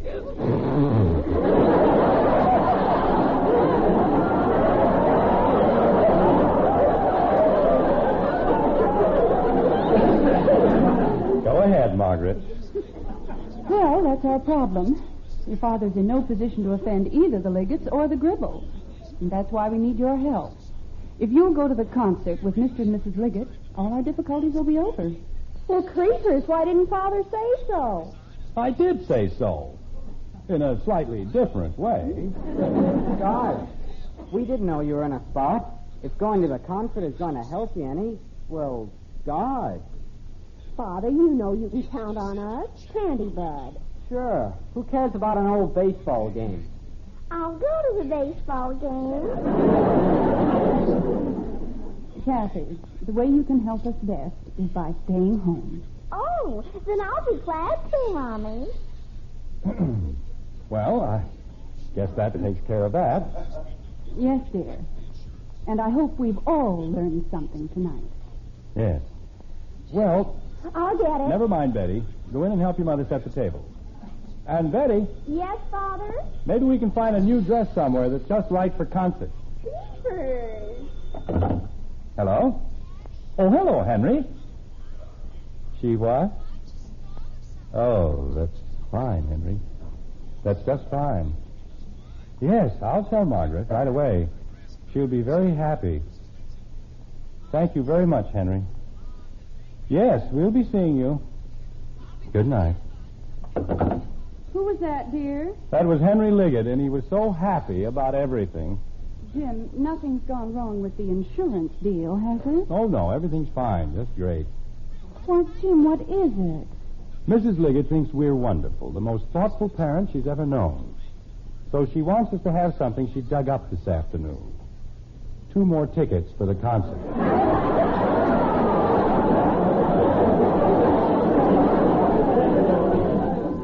And wait till you hear where she got them. It seems a friend of hers couldn't make it on account of she's going out for dinner that night. Jim, not... Uh-huh. She got them from Mrs. Gribble. Oh, no.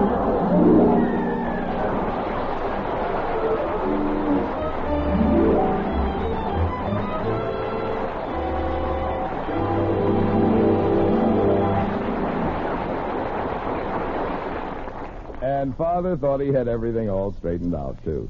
Well, some things you just can't count on. Other things, though, you can count on every time. And it's good to know about them. Take coffee, for instance. You want to count on the coffee you buy for wonderful flavor every pound. Because flavor's what you pay for, what you enjoy. And as millions of folks know, wonderful flavor is just what you can count on with our Maxwell House coffee. Day after day, pound after pound, an extra measure of flavor comes your way in that familiar blue tin. Wonderful, good to the last drop flavor only Maxwell House brings you. We're mighty proud of that flavor, you know. It's the reason more people buy our Maxwell House coffee than any other brand. And we'll never compromise on the quality of 1 single pound. Yes, for more flavor for your your money's worth and more. Bring home that familiar blue tin of Maxwell House coffee. It's today's coffee buy. Always good to the last drop.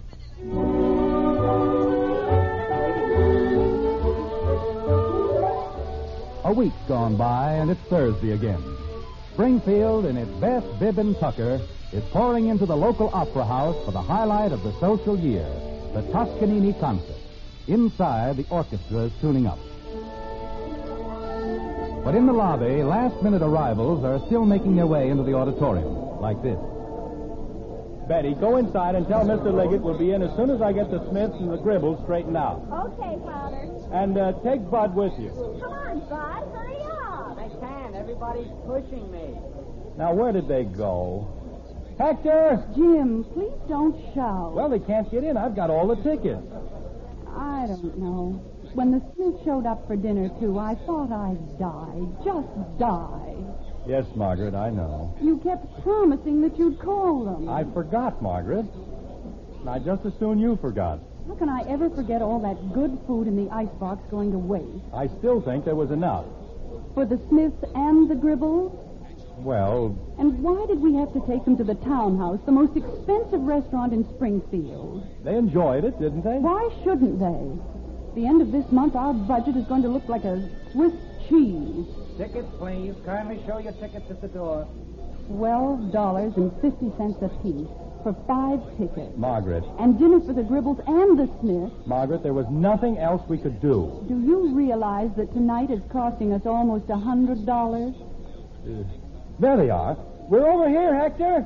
Tickets, please. Kindly show your tickets at the door. Mrs. Gribble, here we are.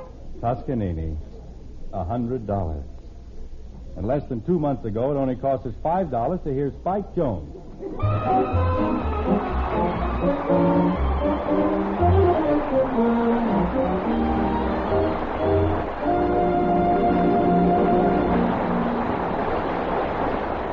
Good to the last drop. Now that famous flavor is yours to enjoy in instant coffee, too. Instant Maxwell House. It's the instant coffee with a famous flavor, the happiest combination in coffee. Wonderful flavor combined with the convenience and thrift of coffee made instantly in the cup. So thrifty, so easy, and best of all, so truly good. Tomorrow, try Instant Maxwell House, the instant coffee with a famous flavor. Instantly good to the last drop.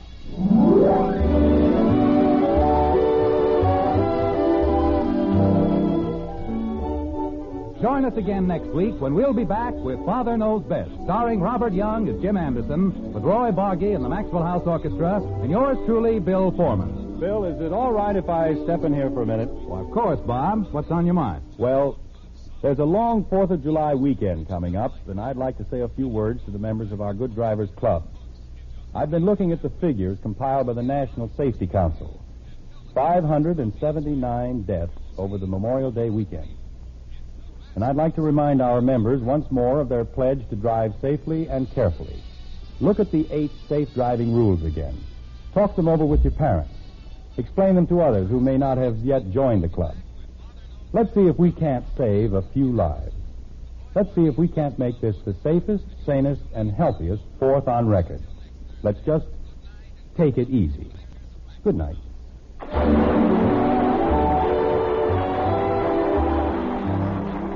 Now until next Thursday, good night and good luck from the makers of Maxwell House, America's favorite brand of coffee. Always good to the last drop. Father Knows Best was transcribed in Hollywood and written by Ed James. Now stay tuned for Screen Guild Theater, which follows immediately over most of these stations.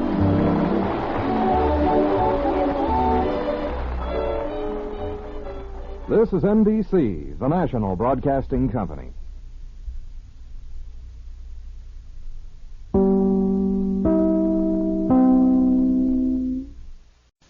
Is Maxwell House really the only coffee in the world? Well, your father says so, and your father knows best.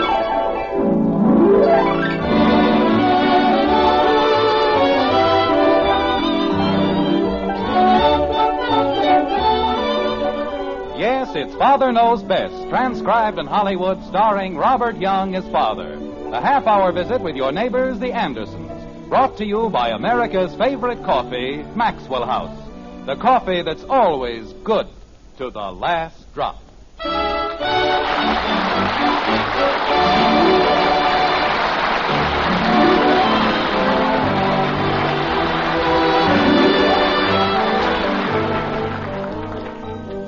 Quite a few years ago, a poet said, "Write me a verse, my old machine. I lack for an inspiration. The skies are blue and the trees are green, and I long for a long vacation." Well, writers aren't the only ones who dream of blue skies and Elysian fields. They just talk about it more than anyone else. Bankers and bricklayers, cobblers and carpenters, they all dream of vacation time, even as you and I. Even as do the Andersons in the white frame house on Maple Street. Like this. Well, give me one reason. Give me one good reason. Jim, we've been spending our vacation at Round Lake for almost 10 years. That's what I mean. We're in a rut. But you've always liked Round Lake. Why this sudden affection for Highland Hills? Because, honey, look, I had a long talk with Henry Liggett today. You've said yourself we can't afford to do the things the Liggets do. But Henry said it isn't expensive. Maybe a little more than Round Lake, but not much. I like Round Lake. It's small. It's informal. And you've always liked it, too. Margaret, it isn't that I don't like Round Lake. It's just that, well, you mustn't forget that we're getting ahead in Springfield. I'm a successful businessman. I've got to conduct myself like a successful businessman. There's a certain dignity about Highland Hills. Father! What is it, Betty? Did you remember to pick up my blue dress at the cleaners? It won't be ready until tomorrow. He said he'd have it today. Remind me to call my lawyer in the morning. We'll sue. Ha ha. She's got a whole closet full of dresses, but if she can't have that particular one... What was I saying? Highland Hills is dignified. Oh. Well, we'll meet a lot of people who may do me a great deal of good in a business way. And besides... They have a wonderful golf course. Yes.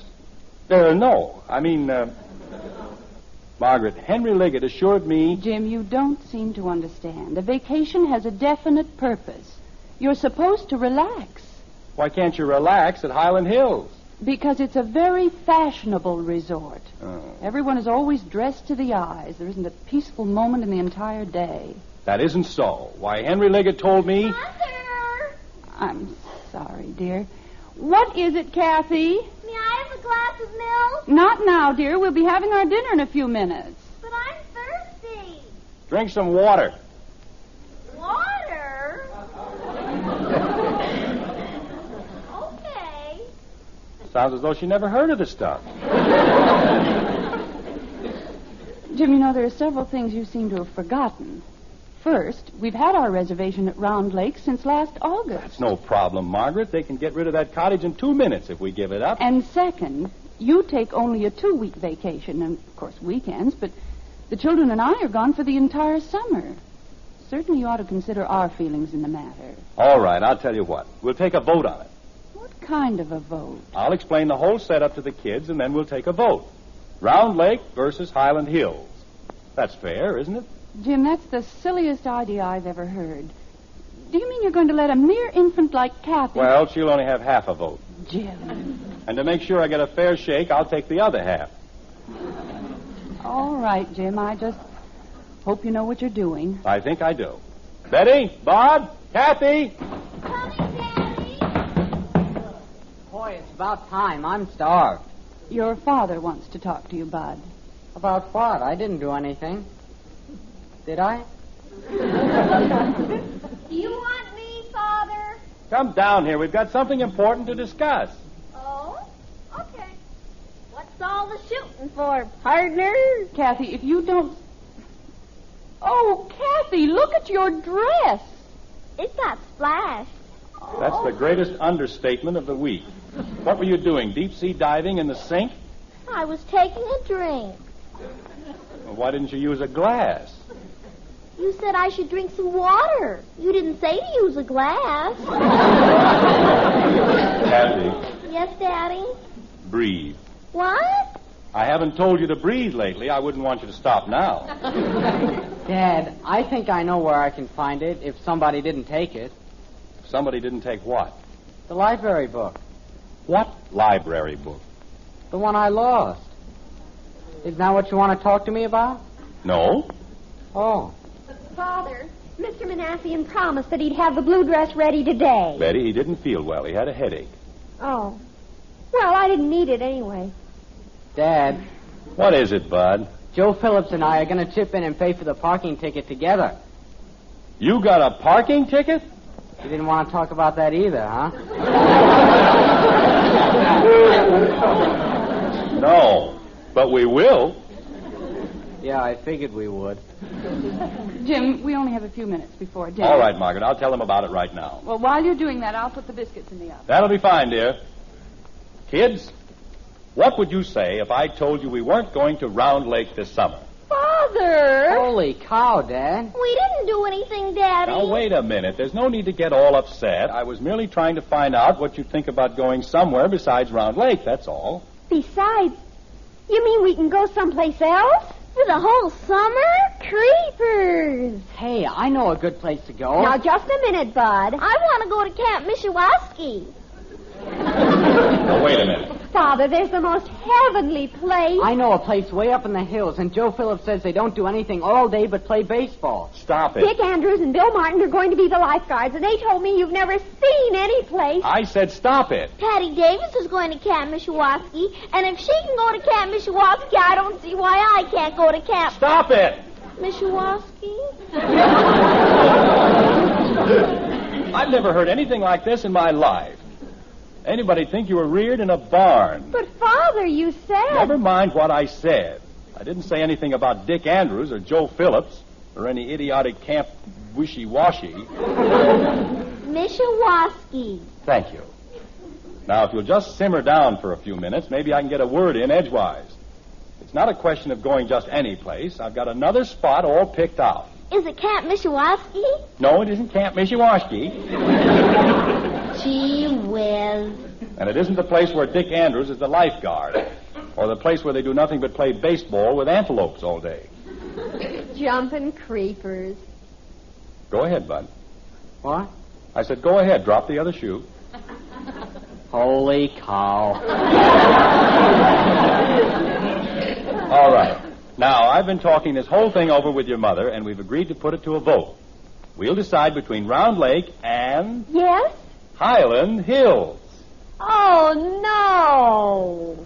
Gosh, Dad, what do you want to go there for? I want to go to Camp Mishiwaski. Kathy, go to bed. It isn't even dark yet.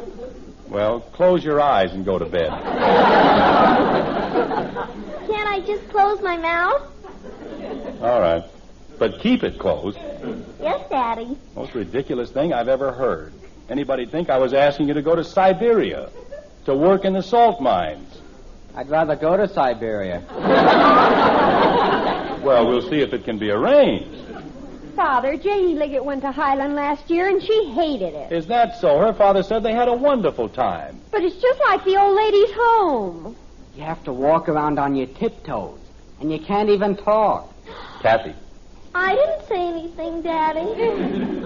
Highland Hills is one of the finest resorts in the entire country. But it's so dead, Father. There aren't any boys there. Or anything.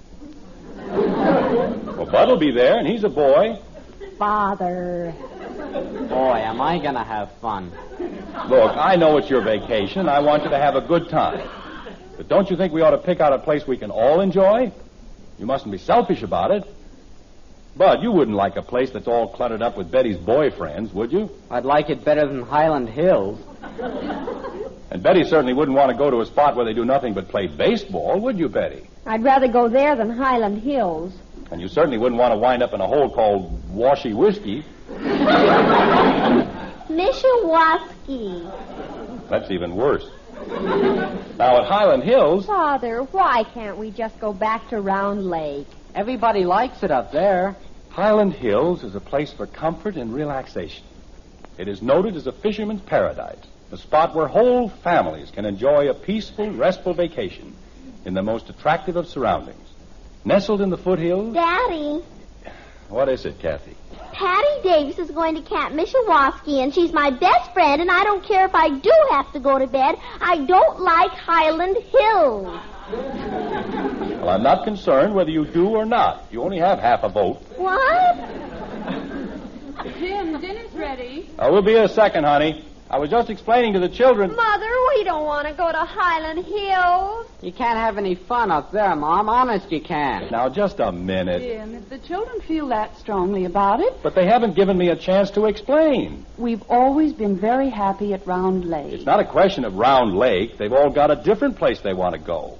And for the most idiotic reasons. Because they play baseball or because Dick Andrews is a lifeguard... Why should the whole family go to a place we know nothing about just because Dick Andrews is a lifeguard? Betty, why don't you answer the phone? I'll answer it myself. Man wants to do something special for his family, and what thanks does he get? Everybody acts as though I was sending him to jail. Silliest family I've ever seen. Hello? Mr. Anderson, I have all the information for you on Highland Hills. Oh, hello, Miss Thomas.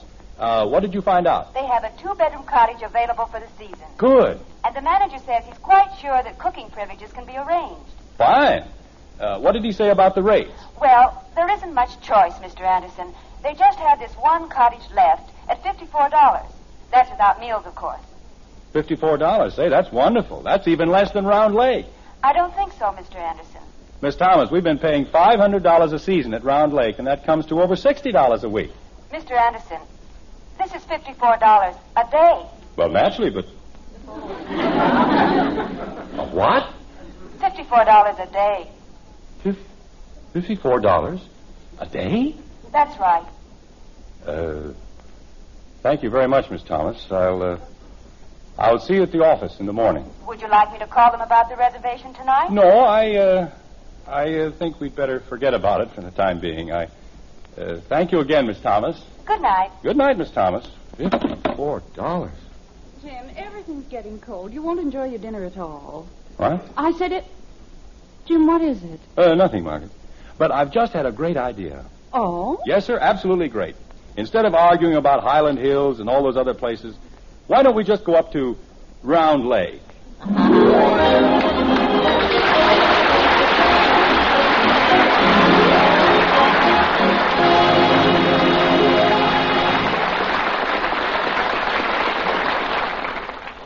Well, everybody certainly had his own idea on the big vacation. So often that's the case. We all want something different. But I'm pretty sure there's one case where millions of folks all want the very same thing. I think you'll all agree, in a cup of coffee, flavor's the thing you want. And naturally, when you buy a pound of coffee, you're after the most in flavor for every penny you spend.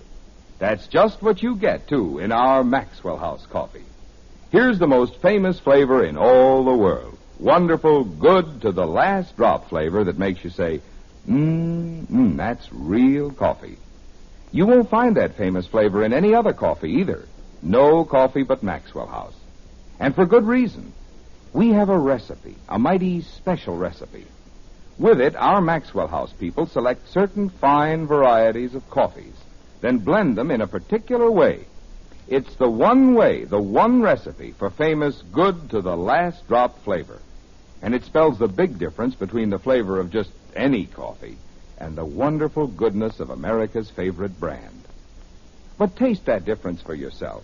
See how much more flavor, more real enjoyment you get for your money in our Maxwell House coffee. Bring home that familiar blue tin tomorrow. Enjoy coffee that's always good to the last drop.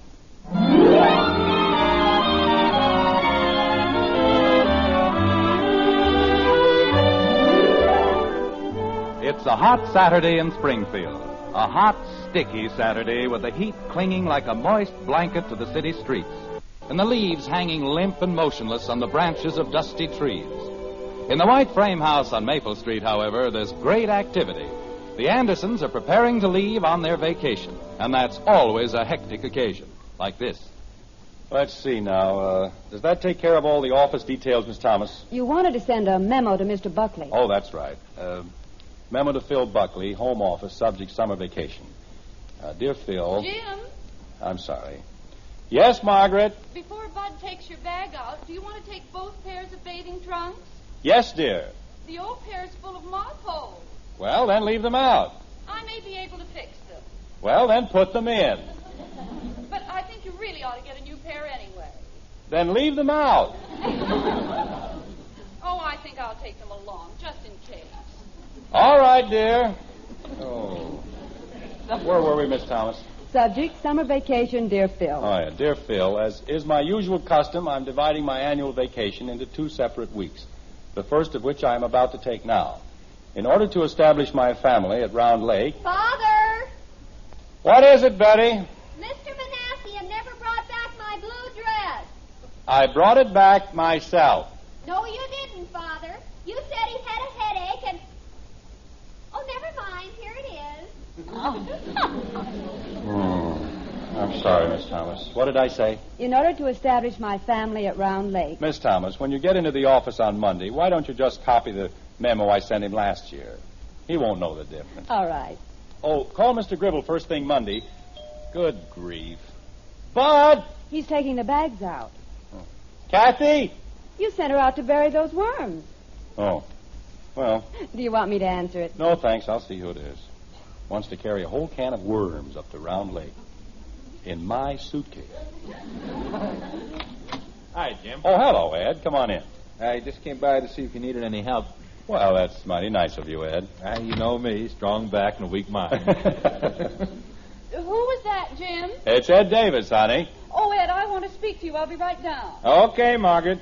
Just about ready to push off, huh? Just about. And so help me, you'd think they were going away forever.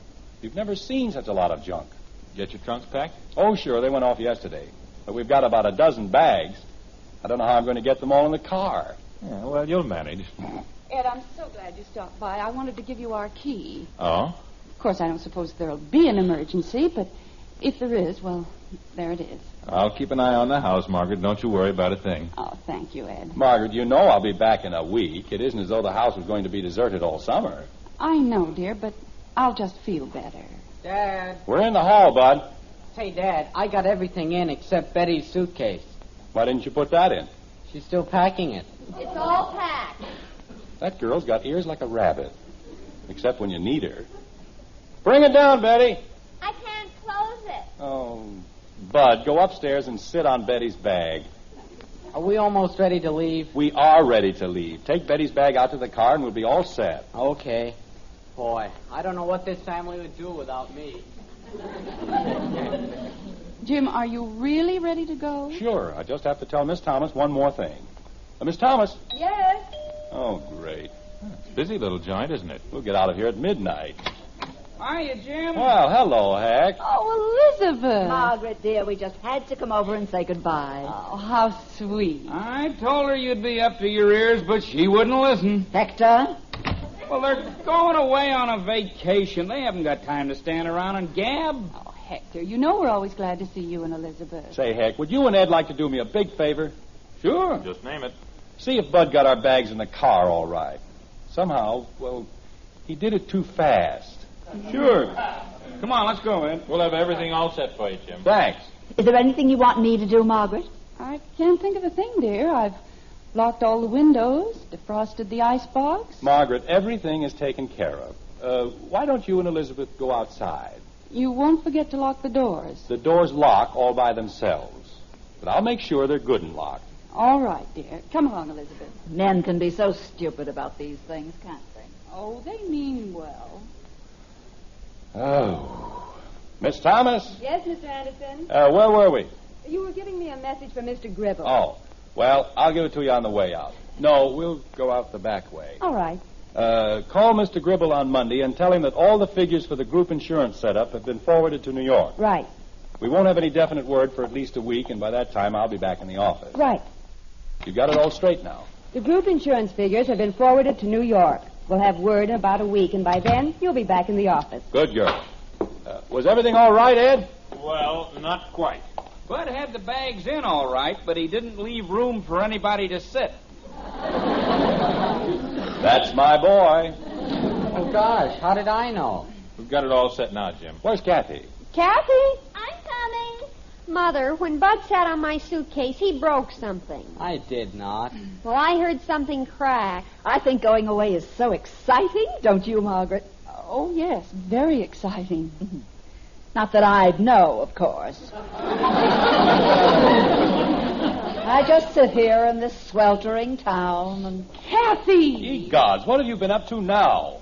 You told me to bury the worms. I didn't tell you to crawl in with them.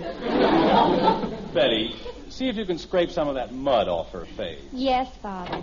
All right, let's get in. I'd like to see if we can't get up there before Labor Day. Have a nice time, Mr. Anderson, and don't worry about the office. Everything's going to be fine. I hope so. Goodbye, Margaret, and if you have time, dear, be sure to drop us a card. Oh, I shall. Catch a big one for me, Jim. Okay, Heck. A lot of fun, pal. I'll sure try.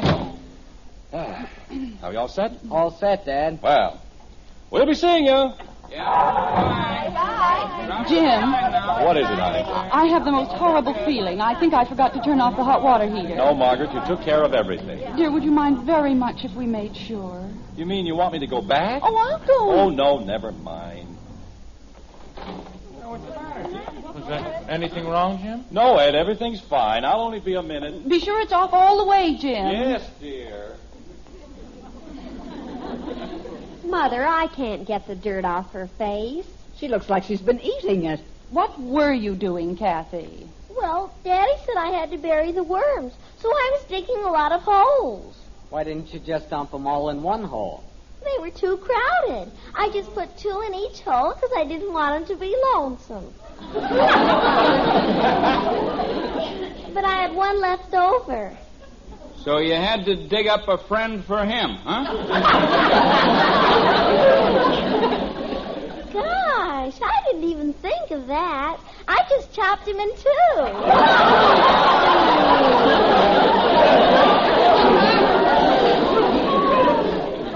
The pilot light was off, Margaret. You had nothing to worry about. Thank you, dear. I feel much better now. Well, I guess we're about ready to go. What's the matter, Dad? I will, Elizabeth. I can't find the car keys. Oh, Jim. Well, I had them 2 minutes ago. I started the motor. Maybe you left them in the house. Do you want Bud to go inside and see, dear? Never mind. I'll go. And Jim, see if the door to the basement's locked. I locked it on the way out. Well, try it again, dear, just to be sure.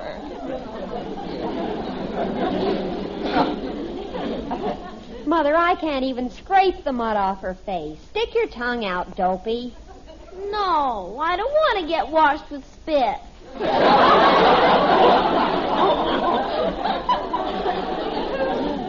Kathy, get some water at the hose bib and wet your handkerchief. Okay, Mommy. And come right back. Say, Margaret, I told Jim we'd expect him for dinner at least once a week. That's awfully nice of you, Hector. Oh, pish tosh, it's absolutely nothing. You know we're more than glad to have him. Tell him to come over now, will you, Margaret? I certainly shall. And why don't you mention it once in a while, Miss Thomas? I'll be very glad to. Hey, we're never going to get started. Oh, I think your father's coming now. Did you find them, Jim? They were on the stove. Well, hold on to your hats, kid. Oh, everything's all locked, everything's all turned off, and everything's all put away. Now, do you suppose we can get out of here? I hope so, dear. Have we got everything? All the luggage, all the packages, all the junk? I think so. Shove over, will you, Betty? I haven't got any room. Well, who has? Well, pull your suitcase around. It's sticking me in the ribs. Oh, don't be so delicate. Okay, here we go. Bye. Have a nice time. Bye. You will. By golly, this time I think we're going to do it. See you later!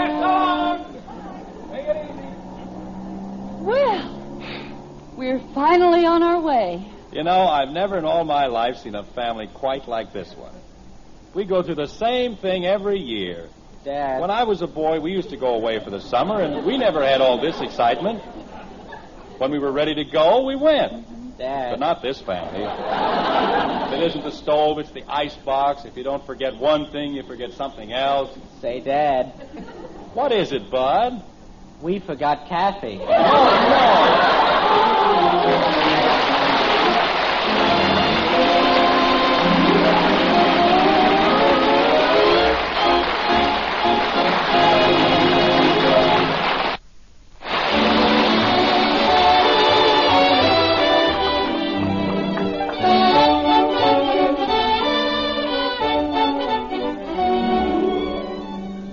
The flavor of truly good coffee. What a wonderful thing it is. Hot or iced any time of day.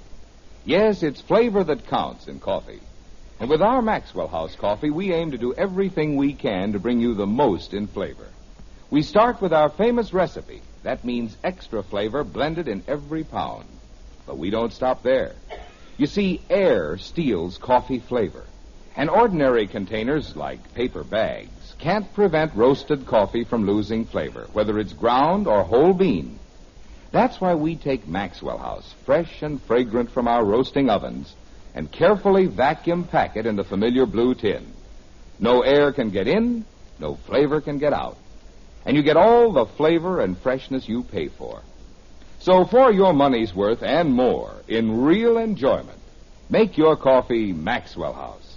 Always good to the last drop.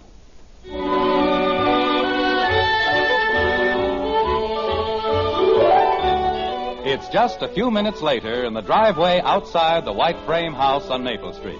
The Andersons have returned, retrieved the missing Kathy, and are on their way again. Or at least we hope they are, like this. Well, I guess they're finally gone. I wouldn't be so sure. With that family, you never can be sure of anything. Hector, where have you been? I just went over to turn off the water. Kathy left it running. Hey, you want to hear something? Listen. It's quiet, isn't it? Yeah, it sure is. Hey, you take a family like the Andersons out of a neighborhood and the place sure calms down. Nice, isn't it? Yeah, for about 10 minutes. They're a wonderful family, aren't they? One of the best. Of course, I still think they had one child too many. Oh, Kathy's all right, Elizabeth. She's just full of pep, that's all. She's certainly full of something. Gosh, I can remember the day she was born. She was just a tiny little thing, and Bud and Betty. Yeah, it's going to be awfully dead around here. No noise, no excitement. No broken windows? I'm sure going to miss them. Yeah, they're nice people, all right, Jim and Margaret. Just as nice as they come. Well, stop sounding so mournful, both of you. They'll be back, all of them, in 8 weeks.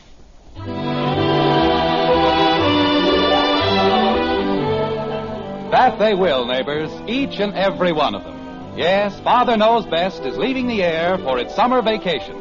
But we'll all be back on September 7th. Margaret, Betty, Kathy, Bud, Roy Barbeque and the Maxwell House Orchestra, yours truly, Bill Foreman, and of course, Father Jim Anderson himself, Robert Young.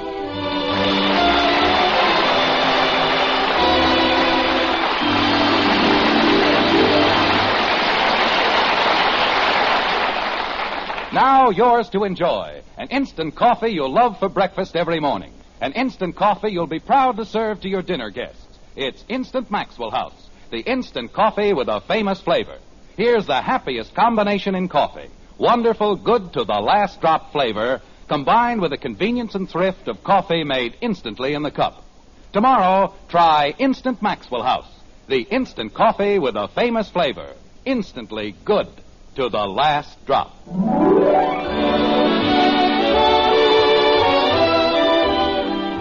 Now may I wish you all a pleasant summer and ask that you drive very carefully so that you'll be around to join us again in the fall. So until Thursday, September 7th, good night, good luck, and happy times. From the star of our show, Robert Young, and the makers of Maxwell House, America's favorite brand of coffee.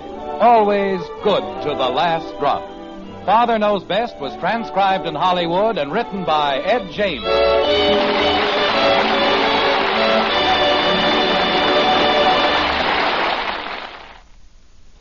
Now, hear the new Cass Daily Show on NBC.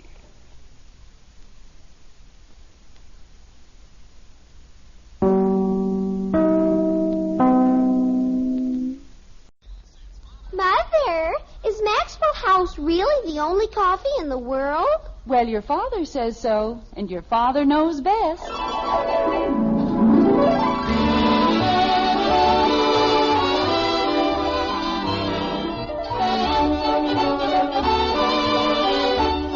Yes, it's Father Knows Best, transcribed in Hollywood, starring Robert Young as father. A half-hour visit with your neighbors, the Andersons, brought to you by America's favorite coffee, Maxwell House. The coffee that's always good to the last drop.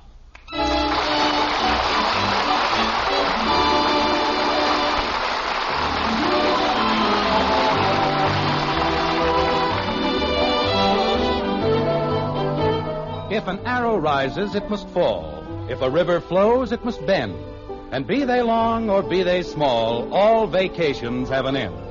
In Springfield, which is still an average town, live the Andersons, just an average American family with the average American trials and tribulations. Their car is rolling rapidly toward the white frame house on Maple Street. And as they return from a long summer holiday at Round Lake, it might be interesting to note the thoughts which occupy their minds. For instance, there's Kathy, aged 9. Gee whiz. Next week we have to go back to school. Bud, who is 15. Gosh, next week we have to go back to school. And Betty, who is a very adult 17. Jumping creepers. Next week we have to go back to school. Then, of course, there's Margaret, the mother of the brood. Next week, the children go back to school. And last, but by no means least, Father himself, Jim Anderson. Well, it won't be long now. Here's Maple. There's Jimmy Woody. Jimmy! Sit down, will ya? Bud, stop pushing. I'm not pushing. Kathy's standing on my foot. Kathleen, sit still and behave yourself. I was saying hello to Jimmy. There'll be plenty of time for that. Jim. Hmm? Are you sure everything's all right at the house? Of course everything's all right. Why? Well, you look just like a boy with his hand in the jam pot. And if you've done anything... Susie! Yoo-hoo, Susie! Ow! Kathy, sit down. That was Susie. Well, you don't have to jump out the window. Look what she did to my shoe. I did not. You certainly did. I certainly didn't. You certainly did. I certainly didn't. Kathy, will you please stop screeching in my ear? I wasn't screeching in your ear. You certainly were. I certainly wasn't. All right, that's enough. Well, she said I was screeching in her ear. I said that's enough. And I wasn't. Hey, there's the house. Well, that's a relief. What do you mean by that? Oh, nothing. It's just that when you get that peculiar look on your face, I never know what to expect. I thought maybe you had the house painted purple or something. Now, see here, Margaret. Jim, I know you mean well, but whenever the children and I go away, you get such weird ideas about the house. Oh, like the barbecue pit I built last summer. I suppose that was a weird idea. No, it was fine until it fell apart. How about the year you decided to turn the playroom into a bowling alley? Never mind. Or the year you painted the living room green and Mom had to send all the... I said never mind. Oh, gosh, I was only trying to help. Kathleen, right after dinner, you go to bed. But I didn't say anything. I know just what you were thinking, and I won't stand for it. But I wasn't thinking about the fire alarm you built in the oven. Kathy! But I wasn't. Well, don't just sit there, Bud. We're home. Let's get the luggage into the house. Okay, Dad. A man takes a little extra pride in his home, and what happens? People make fun of him, treat him like the village idiot. Oh, Jim, we weren't making fun of you. You certainly were. You thought I was going to paint the house purple. No, I didn't, dear. I merely said... Joe! Hey, Joe! Bud, come back here. Where do you think you're going? I just saw Joe Phillips. Well, take a look at the suitcases. They come first. Holy cow. Kathy! Yes, Daddy? That is not where we live. This is our house, the white one. But I thought if Patty Davis was home... You can see Patty in the morning, dear. Right now, we've all got to help your father. Gee whiz. Well, I guess that's about everything. Jim. Margaret, there's nothing to worry about. I haven't done anything to the house. Nothing much, anyway. Oh, dear. Kathy, push the water bottle under my chin. It's slipping. Want me to carry it? Just push it over a little. Oh, why can't I carry it? Kathy!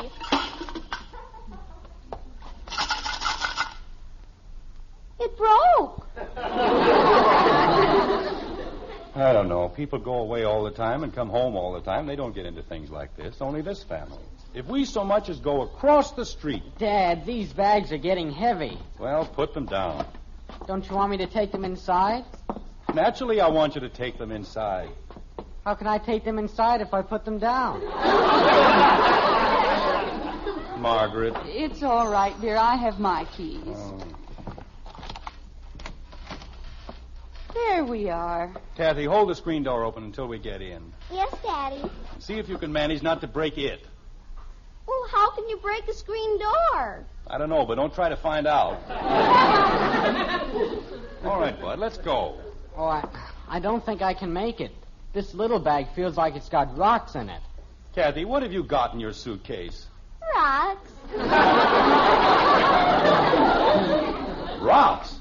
Special rocks. I'm saving them. Ye gods, we haven't got enough rocks in Springfield. She has to bring a suitcase full of them back from Round Lake. But they're all different colors. Bud, take them out in back of the garage and dump them. Okay. But it's practically a collection. I saved them all summer. Well, dump them carefully, Bud.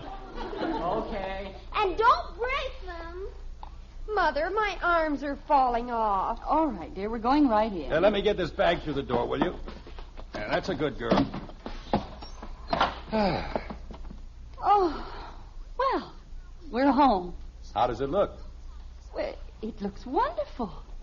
Simply wonderful. I had Mrs. Nielsen come in last Friday and give it a good cleaning. Oh, that was very thoughtful. I don't see anything different. Do you, Mother? No, dear. Everything looks just the way it should. Phew. Gosh, these coats are heavy. Oh, Betty, you can't just dump them in a chair like that. You know where they belong. Okay, I'll hang them up. Just a minute, Betty. I've made a few little changes around the house. Just minor changes. Jim? Well, it's something I've had in mind for quite a few years. You see, the way I figure, there isn't much difference between a home and an office. So far as efficiency is concerned, anyway. Jim, a home isn't like an office. You can't run them the same way. Of course you can. And wait till you see what I've done. Everything's neat and tidy and orderly, the way things ought to be. I hope you know what you're doing. All right, Betty, put the coats in the closet before they get all wrinkled. Okie doke. And then see what happened to Bud and Kathy. If nothing has, do you mind if I arrange something? Stop talking and do as you're told. Yes, Father. That girl can talk more and say less than any 10 people in Springfield. Jim. And she certainly doesn't get it from my side of the family, I'll tell you that. Jim. I've never heard anyone talk so much in my entire life. All the way down from Round Lake. Talk, talk, talk. Jim. Oh, silent one. Yeah? Do you mind if I say something? Of course not. You know that's a ridiculous question. Well, I have another ridiculous question. What have you done to the house? I've instituted a little system, that's all, and it's about time. Mother, there aren't any hangers. There certainly are. They're in the box. The hangers are in a box? That's right. There's nothing that looks sillier than a bunch of empty coat hangers. Besides, they don't do anything but catch dust. What box? The box under the box with the galoshes. Jim, it's taken me 15 years to train the children to hang up their coats. And now you've hidden the hangers. No, I haven't. I put them where they belong. It's part of the system. You haven't rearranged the entire house that way, have you? More or less. Oh, Jim. Now, don't get upset, Margaret. The least you can do is give the system a chance. But if you aren't home, we'll never be able to find anything. Yes, you will. I spent a whole week making a catalog. Everything is entered in its proper place. Dishes, silver, linen, everything's been put away systematically and entered in the catalog. Jim Anderson, do you mean that in order to find a plate in the cupboard, I've got to look it up in a catalog? That's right, under C. C? Dishes under C? I filed them under China.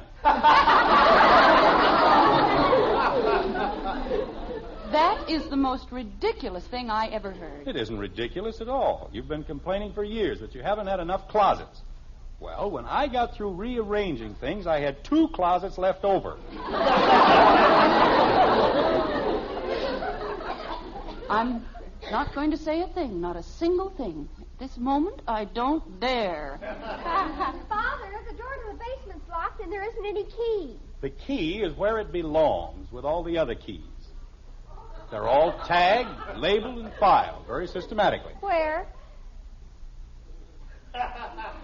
Margaret, I wish you'd stop looking at me that way. I was merely trying to be helpful.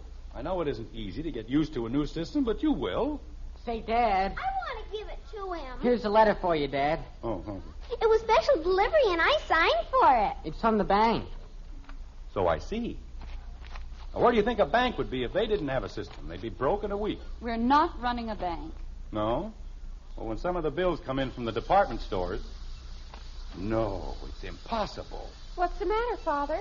Is something wrong, dear? I'm not overdrawn. How could I possibly be overdrawn? Well, they have a system. Margaret, this is not a joking matter. The day I left for Round Lake, just a week ago Friday, I deposited over $700. Now, how could I be overdrawn? Maybe their system didn't work. You're darn right it didn't work. Just as soon as I find my checkbook. Isn't it in the desk drawer? No, I put it someplace else. Part of the reorganization? Yes, I put it in a much more logical place. A very logical place. Only I can't remember exactly where. Why don't you look it up in the catalog? The catalog? Well, that's where you entered everything, isn't it? Well, you see, that's what I've been trying to tell you, Margaret. I was trying to get everything ready for you and the kids when you got home, and I had the catalog all finished and everything, but... Jim, you didn't. Uh-huh, I lost it. Oh, no!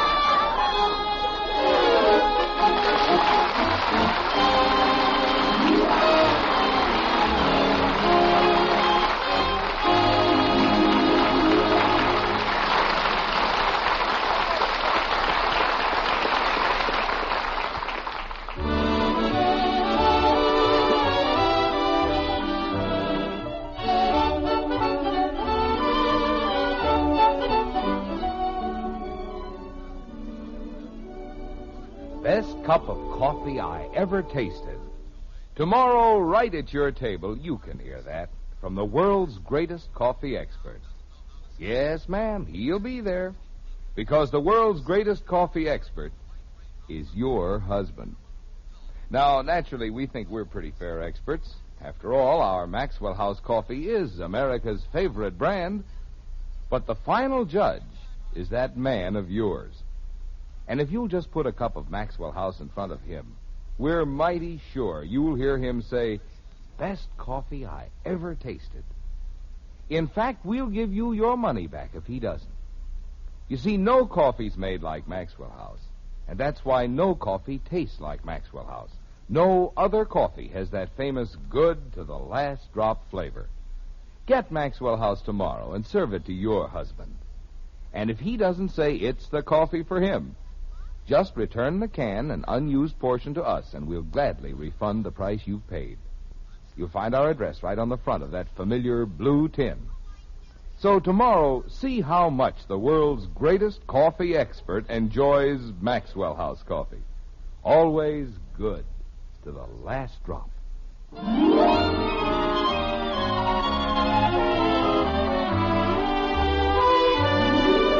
It's only minutes later in the white frame house on Maple Street, and the future looks dismal and dark for the family known as Anderson. Father, with his brilliant new system, has disorganized the entire household. But it won't be for long. You know how it is with life. It's always darkest before the dawn. And though everything may seem quite grim at the moment, there's really no need to be concerned. Just hang around for a little while, and gradually things will get worse. Mother, I can't find my skates. They're in the basement. But the door's locked. I know. Jim, the first thing we've got to do is find the keys. We can't live in a house where everything is locked up. If I could only remember what I did with the catalog. I'll settle for the keys. Can't you remember where you put them? I put them in a drawer. Which drawer? I don't remember.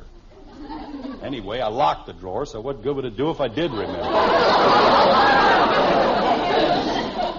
You locked the drawer with all the keys in it? Well, naturally. Then I put that key somewhere else. Where? In a towel. I think it was a towel. Maybe it was a pillowcase. Jim. But it's all written down in the catalog. If we can find that, there'll be nothing to worry about. Except trying to get this house back in order again. Margaret, there's one thing you refuse to recognize. Doing it my way, I had 2 closets left over. And there's one thing you refuse to recognize. We have 2 trunks and 5 suitcases to unpack. How many closets do you think we'll have left over then? Oh, I guess I forgot about that. Well, anyway, I tried. Oh, I'm not worried about the closets. At least they're open. But all those locked drawers and missing keys, what are we going to do about them? We'll have to make a thorough search, that's all. Bud! He went out to get the rest of the luggage, dear. Anytime the doorbell rings, he manages to do something else. But you sent him for it. Well, how did I know the bell was going to ring? Haven't even been home 15 minutes. You'd think people would have the decency to let you get your hat off before they start ringing the doorbell. Jim, my boy. Oh, hello, Mr. Gribble. Come on in. I'm not interrupting anything, am I? Oh, no. We were just sitting around playing a little game of button, who's got the button? Yes. Jim, I've got news for you, the most wonderful news you've ever heard. It wouldn't have anything to do with a catalog, would it? What? Well, that's sort of a key subject around here right now. I see. Who is it, Jim? It's Mr. Gribble, honey. I can't stay very long. Just stopped by on my way to the club. Saw the car in the driveway, you know. Oh, hello, Mrs. Anderson. Nice to see you back. Oh, it's nice to be back. That is, it might be. Sometime soon. Yes. There's no place like home, that's what I always say. The old familiar haunts with everything in its place and a place for everything. Isn't it the truth? Yes. You said something about good news, J.P. I did?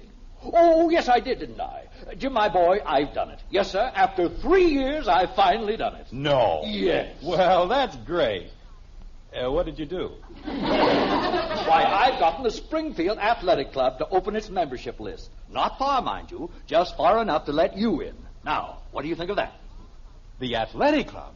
Oh, that's wonderful, J.P. It really is. Isn't it, Margaret? Oh, yes, I'm just goosebumps all over. I'm finally going to get into the Athletic Club. Well, I've got to get down there right away, so if you'll just let me have a check for $125. A check? For your application, my boy. I want to get it in before they change their minds. You want me to give you a check? What's the matter with you, Jim? Don't you want to join? Oh, yes. I wanted to join for the last 5 years. Well, then stop staring at me like a congenital moron and give me a check for $125. Check for $125. Mr. Gribble, we might as well tell you. I left my checkbook at the office. That's what we wanted to say. Wasn't it, Margaret? I guess so, dear. If that's what you say. Well, there's nothing criminal about that. Of course not. I'll drop by the bank first thing in the morning, and then I'll leave a check at your office. How'll that be? Oh, that won't be necessary. It won't be any trouble, J.P. And I don't think it's right for you to lay out all that money. Who said anything about that? You bank with the merchants, don't you? Well, here's one of my blank checks. You can use that. Oh. Well, is that you, Bud? I guess so. Well, come on in, Bud. Mr. Gribble's here. Jim, if you'll just make out a check for $125. I want you to meet Bud, J.P. He's a fine boy. I met your son when he was 2 years old. Now, if you'll just make out a check. Bud, you know Mr. Gribble, don't you? Sure. How are you, Mr. Gribble? I'm beginning to wonder. Jim, Mr. Gribble's a great baseball fan, Bud. Why don't the two of you talk about baseball while I get on the phone? I don't know one end of a baseball bat from the other. All I want... Look, I'll make out the check, and all you'll have to do is sign it. How will that be? Oh, that'll be fine. Just fine. I've got all the bags in, Dad. Now can I go see Joe? No. I want you to stay here and, why don't you get Mr. Gribble a drink? What kind of a drink? Well, any kind of a drink. Water, anything. I don't care. How about a nice glass of water, J.P.? Thank you, no. Well, go ahead, Bud. Get Mr. Gribble a glass of water. He doesn't want any. We'll get it for him anyway. Holy cow. All right, Jim. It's made out. Now all you have to do is sign it. Yes. Betty, Kathy, Mr. Gribble is here. Jim, why don't you just tell him... Betty, Kathy, can't you hear me? What's the matter, Father? I just told you, Mr. Gribble is here. Good for him. Well, don't you want to say hello? Hello, Mr. Gribble. Hello, Betty. How about Kathy? Hello, Mr. Gribble. Hello, Kathy.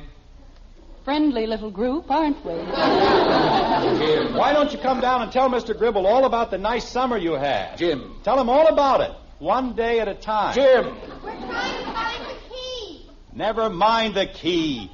Mother, Mrs. Nielsen didn't dust under the bed. Never mind Mrs. Nielsen. Jim, Mr. Gribble... Never mind Mr. Gribble. Where? I guess I'll be running along. No, wait. I haven't signed the check. Oh, you remembered that. Jim, I'm sure Mr. Gribble Okay, I'll just sign it. Well, there you are, J.P., and thank you very much. Not at all. It'll be nice having you in the club. I imagine. I'll take you to the door. Goodbye, Mrs. Anderson. Goodbye, Mr. Gribble. I'm sorry everything was so upset. That's quite all right. Quite all right. Jim, my boy.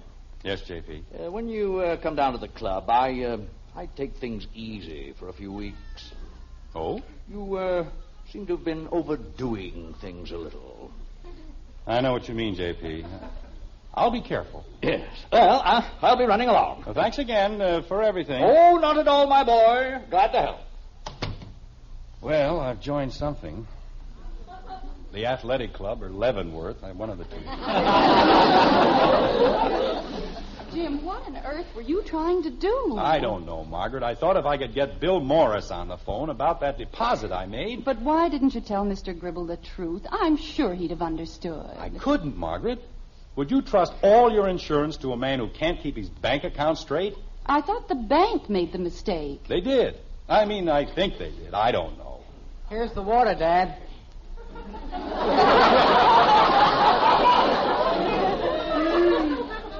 What water? You said to get a glass of water for Mr. Gribble. Well, he's gone. What'll I do with the water? Drink it. I'm not thirsty. Then take it outside and water the lawn. With one glass?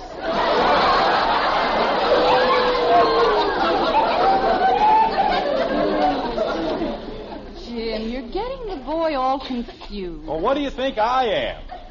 No money, no catalog, no keys. Wait a minute. Now what? The middle drawer in my desk. That's where I put it. That's where you put what? I don't know. But I distinctly remember putting something in it. The catalog. That's where it is. Come on. Jim. Once we get the catalog, everything will straighten out. We'll find the bank book and the keys and... Uh-oh. Is it locked? Yes, it's locked. Everything's locked. But don't worry, I'll fix this. Where's the letter opener? Oh, Jim, you'll ruin the desk. Well, I've got to get it open. Here. Oh, your poor desk. You see, I knew I put it someplace. Is it the catalog? Well, not exactly. It's the check I was supposed to deposit.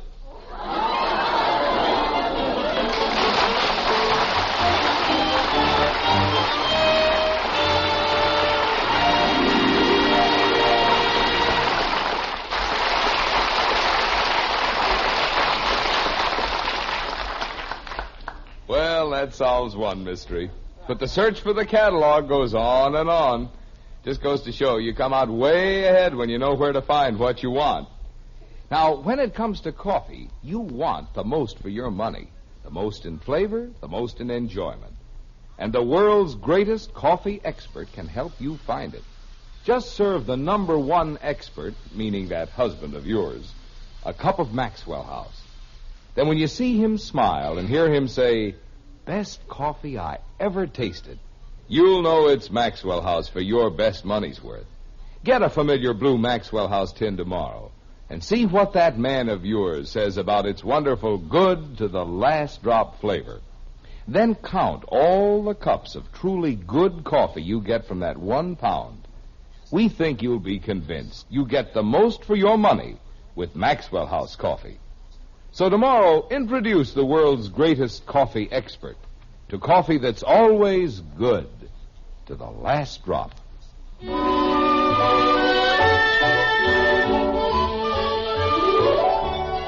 Again, it's moments later in the white frame house on Maple Street, and only one of the Andersons' many problems has been resolved. Father, who always knows best, has taken care of the money situation. But it's Mother, the gentle soul, who takes care of the rest, like this. Jim, we've got to go about this thing logically. Now, where were you when you finished the catalog? In the kitchen. I wound up with the pots and pans. Mm-hmm. And then the phone rang. How do you know? Well, didn't it? Yes, but how... Dear, whenever you lose something, the telephone has always just rung. Well, then what happened? It was Hector Smith, wasn't it? Yes, but I still don't You and Hector made a poker date. You had to make a few notes, didn't you? That's right. I had to put down the address and the time. And you also put down the catalog. Well, I couldn't write with my hands full. Now, let's see. What handy spot would be the most illogical place for you to put it? I put it right on the telephone table. And then it disappeared. Betty! Yes, Mother? Look on top of the valance over the hall window. Margaret, you know that's ridiculous. Who in his right mind would stick a book away on top of a window valance? You would. I certainly would not. Mother? Yes, Betty? I found the catalog. On top of the valance? That's right. Thank you, Betty. Okie-doke. Well, I guess everything's all straightened out now. Not quite, dear, but it will be. As soon as we put everything back where it was in the beginning.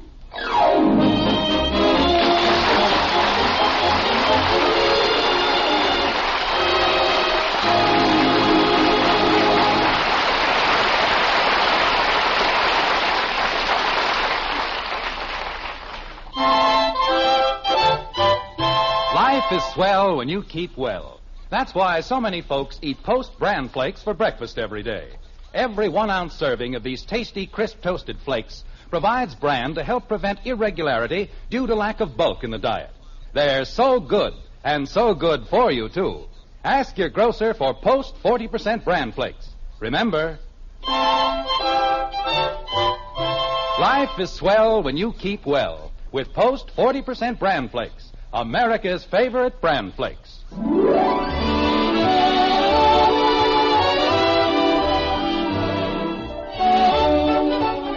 Join us again next week when we'll be back with Father Knows Best, starring Robert Young as Jim Anderson, with Roy Barbeque and the Maxwell House Orchestra, and yours truly, Bill Foreman. So until next Thursday, good night and good luck from the makers of Maxwell House, America's favorite brand of coffee. Always good to the last drop. Father Knows Best was transcribed in Hollywood and written by Ed James.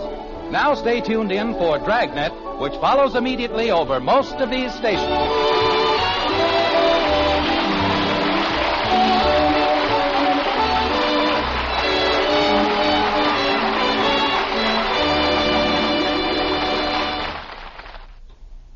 Theater Guild returns Sunday. Listen next for Dragnet on NBC.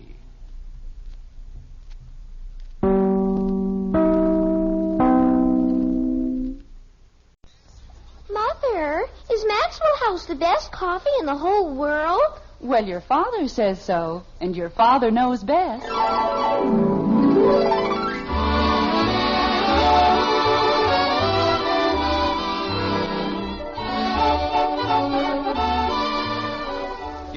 Father Knows Best, transcribed in Hollywood, starring Robert Young as father. A half-hour visit with your neighbors, the Andersons. Brought to you by America's favorite coffee, Maxwell House. The coffee that's always good to the last drop.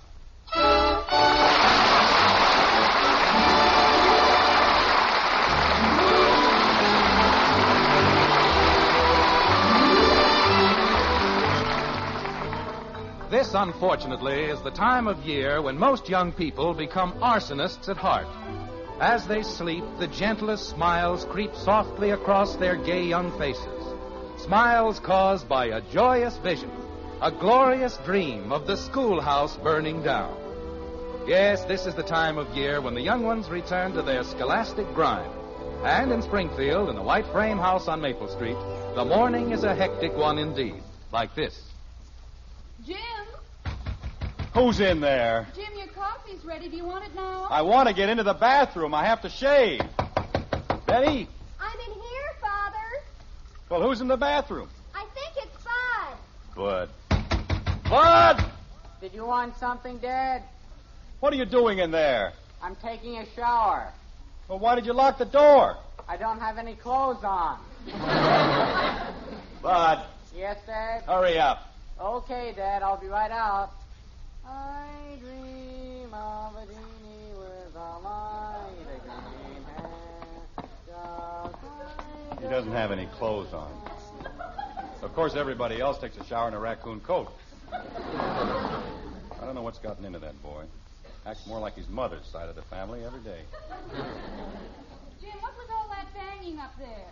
Oh, the same old thing. Honey, isn't there anything we can do about a schedule for the bathroom? It gets worse every morning. I know, dear, but after all, this is a special morning. It's the first day of school, and the children are all anxious to look their best. But I have to be in Plainfield at 9 o'clock. It's a very important deal. I told everybody last night. Of course, dear, I know just how you feel. And you'll feel a lot better after you've had your coffee. I'll have it ready in just a minute. You said it was ready. It was ready, but when you didn't come down... Look, I'd better go back upstairs and stand in line. Jim, it will only take me a second to pour you another cup of coffee. Well, okay. And anybody who thinks he can live in a house with one bathroom and 3 kids Dad. ought to have his head examined. What is it, Bud? I'm out. Well, it's about time. Don't let anybody else in till I get up there. Okay. Jim, where are you going? I'm going to shave. But I poured your coffee. Sorry, honey, you'll just have to pour it back. The bathroom's clear. I may not have a chance like this for another 100 years. Hold the fort, Bud. I'm on my way.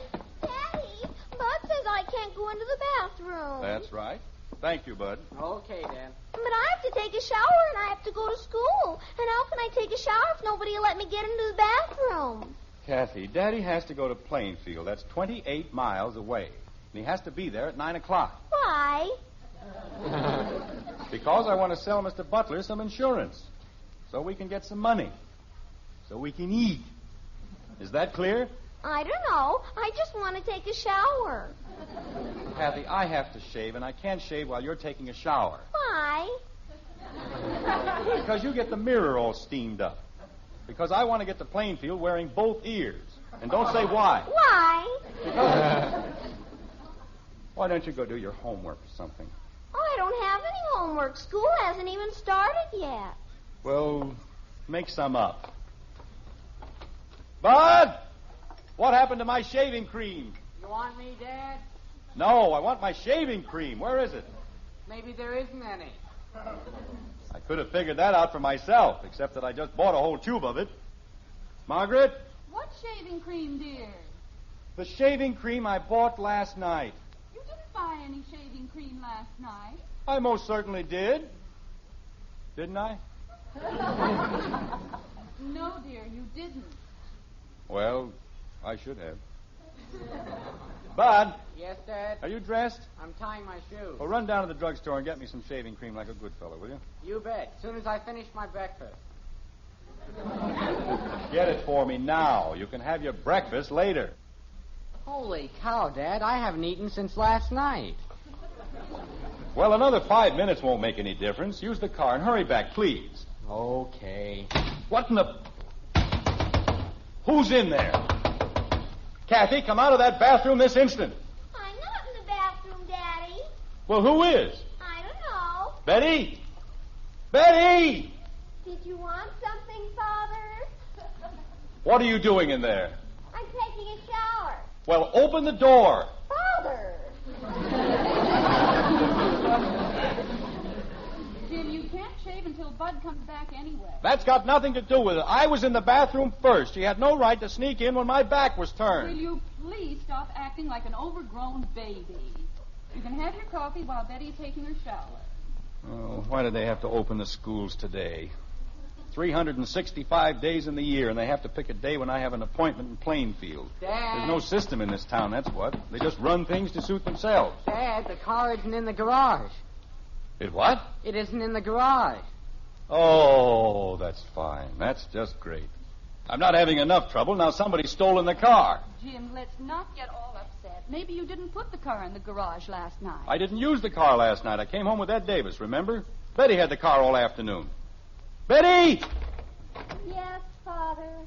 Where did you leave the car? Just a minute. I'll be right out. Bud, go downstairs and call the police. No, Bud, wait. There must be a logical explanation to this whole thing. Of course there's a logical explanation. Somebody stole the car. Is anything wrong, Father? Oh, no. Everything's just fine. Somebody stole the car, that's all. They did? Who? How do I know who? Where did you leave it? In front of your office. That's what you told me to do, isn't it? I told you to leave it in front of the office? That's right. You said if I got through early to leave it in front of your office and come home on the bus. Then you wouldn't have to use the bus during the rush hour. But I came home with Ed Davis. Well, I came home on the bus. You know, Betty, you're going to be a great comfort to me in my old age, if I live that long. Father, I just did what you told me to. Why didn't you tell me you left the car downtown? You didn't ask me. Ye gods. 17 years old, and she can't tell you anything unless you ask her. I'll be right back. Bud, where are you going? It's okay, Dad. I'll use my bicycle. No, Bud, come back here, Bud! He's gone, dear. I don't know. The only time that boy ever hurries is when you want him to stand still. Well, dear, you told him to go to the drugstore. I wanted him to go down for the car. How can I possibly get to Plainfield without a car? You can use the bus. Nobody asked you. But you just said I was 17 years old Never and I... mind what I just said. What's that? What's what, dear? That's a car. Is it in our driveway? No, that's the Davises. I guess Ed's going to work. Ed, that's it. Betty, hurry up and get dressed. Well, what for? Never mind what for. Just get dressed. Jumping creepers. Ed! Say, Ed! Hiya, Jim. What's up? Ed, I want you to do me a favor, a big favor. Will you wait until Betty gets dressed and take her down to my office? Sure, I guess so. She'll only be a minute. Okay, but tell her to make it snappy. Thanks, Ed. You're a pal. Well, that'll take care of that. Betty. What did Ed say, dear? He's waiting for Betty, and he'll take her downtown, and she can bring the car back. There, you see? There was no need to get upset about the whole thing in the first place. Well, that's a matter of opinion. Betty, what are you doing? I'm getting dressed. Okay, look, Ed Davis is waiting to take you downtown. Oh, he doesn't have to do that, Father. Janie Liggett's going to pick me up. He's going to take you downtown so you can get our car and bring it back here. But I can't, Father. I'll miss my ride to school. I'll take you to school. But Janie Liggett... I don't care about Janie Liggett. This is more important. Well, if it's so important, why don't you go downtown with Mr. Davis? I'll tell you why. In the first place, I haven't shaved. In the second place, I haven't had my shower. And in the third place, I told you to go down in the first place. Now, hurry up and get dressed. Oh, poo. And don't take all day about it. Double poo. What was that? I said, yes, Father. Person gets you into a mess like this, the least they can do is get you out. If she'd used her head, the car wouldn't have been left downtown in the first place. First time in her whole life she ever got through with it early. Jim, why don't you come downstairs with me and have your breakfast? You can save a little time that way. No, I've got to shave and... You can't shave until Bud gets back with the shaving cream. Well, I can take a shower and brush my teeth and... Oh, no. What is it, dear? Who's in there? Who's in the bathroom? Did you want something, Daddy?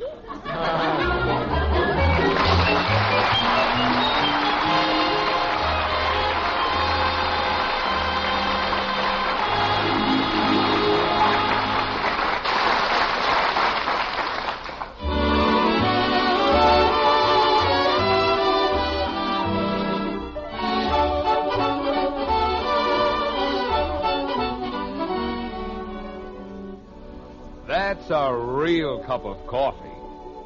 Nice words to hear at your table, aren't they?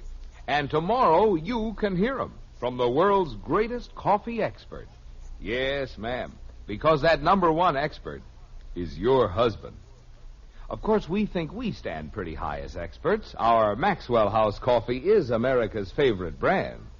But we know the final judge is that husband of yours. And tomorrow, if you'll pour him a cup of Maxwell House, you'll hear him say, now that's real coffee. We're so sure of that, we'll give you your money back if he doesn't.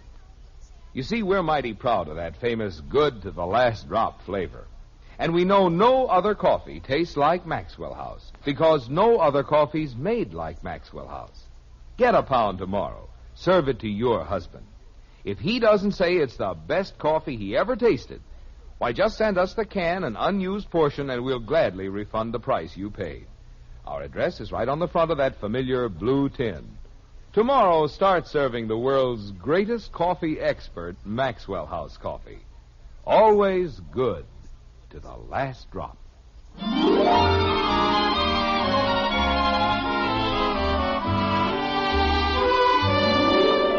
Cleanliness is next to godliness. That's what they say. But there are times when it can be overdone. It's a cup of coffee later in the white frame house on Maple Street, and the Andersons' bathroom is still giving a pretty fair imitation of the Grand Central Station. Father, unshowered and unshorn, is low man on the totem pole and last man into the bathroom, as usual, like this. They ought to pass an ordinance, that's what. What was that, dear? I said there ought to be a law. No house can be built without 10 bathrooms. Oh, Jim. Well, look at the time. 8:15, and I haven't even started to shave. It won't take long once Bud gets back. How about another cup of coffee? Well, okay. There you are. Thank you.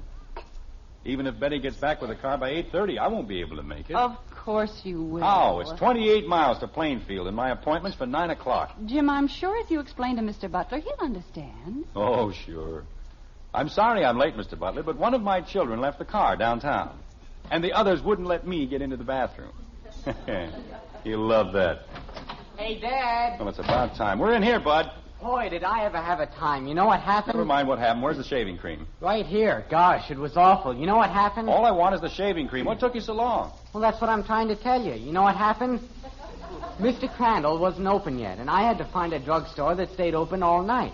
And then when I found it, I didn't have enough money for the large economy size, and then he couldn't find the small uneconomy size. And he tried to sell me that smelly kind that you don't like. But I said, oh, no. And he said... Bud. Give it to me. What? The shaving cream. Let me have it. Oh. It was 35 cents, Dad. I know how much it was. Hand it over. Well, my allowance is only $1.25, and I spent 60 cents last night, and there's a whole week to go. Bud, will you let go of the shaving cream? I know you don't mean to forget things like that, Dad, but last year when I laid out 15 cents for the pipe cleaners... I paid you for the pipe cleaners. No, you didn't, Dad. As a matter of fact, I think I paid you twice. Well, anyway, it was only 15 cents, but this is 35 cents. Bud, let go. That's practically half a dollar. I said let go. And I only get $1.25. Bud, you're squashing it. So why don't you just give me the 35 cents? Because I don't carry money in my pajamas, that's why. Now let go. Bud, I'll give you the 35 cents. You will? Yes. Oh. Well, here you are, Dad.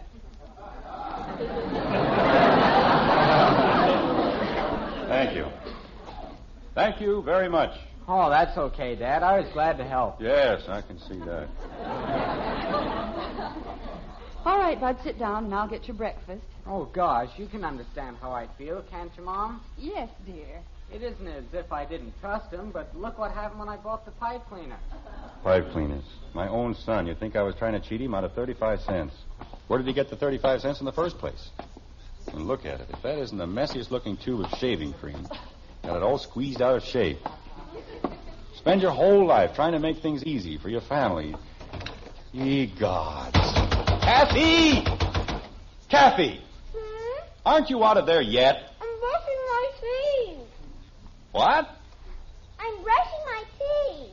You've been in there long enough to grow new ones. Now come on out. But I have to brush my teeth. You can brush them later. Open the door. Daddy, I have to brush my teeth. If I don't, I'll have to do it afterwards, and then I'll be late for school. I'll take you to school. Just let me get in there. I wasn't late for school even once last year. And this year, if I'm late the very first day... You won't be late, Kathy. I promise you. Now, please, let me get through. Gee whiz. Just because I'm the littlest one in the family, everybody thinks I don't have any feelings. And I do. I've got as many feelings as anybody. Fine. I'll tell him when he comes in. You'll tell who? What? Who will you tell when he comes in? When who comes in? I don't know. Well, stop talking about people you don't know. May I please shave? He said, I'll tell him when he comes in. And I said, who?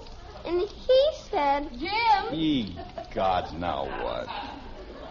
What is it, Margaret? Betty's on the phone. Well, tell her to hurry up. She wants to talk to you. Oh, my aching back. I'll be right down, Margaret. Kathy, don't ever get married. And if you do get married, don't have any children. And if you do have any children, don't try to shave. Grow a beard. Daddy, is it all right if I brush my teeth now? No, stay out of the bathroom. Gee whiz. Betty, why aren't you back here? Is that you, Father? Of course not. This is Admiral Byrd, and I'm speaking from the South Pole. Where are you? I'm downtown. That's nice. Are you having a good time? Father, the car's been stolen. Well, stop fooling around down there and... It what? It isn't where I left it. There's another car there, and the man at the filling station said he Betty. saw somebody fiddling around with it this morning. Betty. And I guess they found the place under the mat where we hide the keys. Betty. Yes, Father? Go over to the police headquarters. Give them a full description of the car. Make, model, color, license number. Have you got that? I guess so. Tell them I'll be in later in the morning to make a full insurance report. Is that clear? Well, there's only one thing I don't understand. Yes. What am I supposed to do about my breakfast? Betty, Yes, Father? eat it. Oh? Okay. And Betty, Don't worry, Father. I'll take care of everything. Good. Right after breakfast. Betty! Betty! Oh, fine. It's a conspiracy, that's what it is. The whole thing is a plot to keep me from getting to Plainfield. Well, that's fine. That's just great. What did Betty want, dear? Is anything wrong? No, everything's wonderful. This time somebody really stole the car, that's all. Oh, Jim. I'm up to my neck in appointments, the busiest time of the whole year. A thing like this has to happen to me. Sure, naturally, they'd have to be busy. They'll probably be busy all day. Oh, dear. George Phillips. If I can borrow his car, I can still get to Plainfield in time. But... Jim, I wouldn't count on that. George may need the car himself. Why don't you just call Mr. Butler? Because it took me 2 months to set up this appointment, and I don't intend to lose it. And if George Phillips can't do a little thing like lend me his car, well, it's just too bad, that's all. All right, dear. I suppose you know best. Bud! You want me, Dad? Now, whatever gave you that idea? said Bud.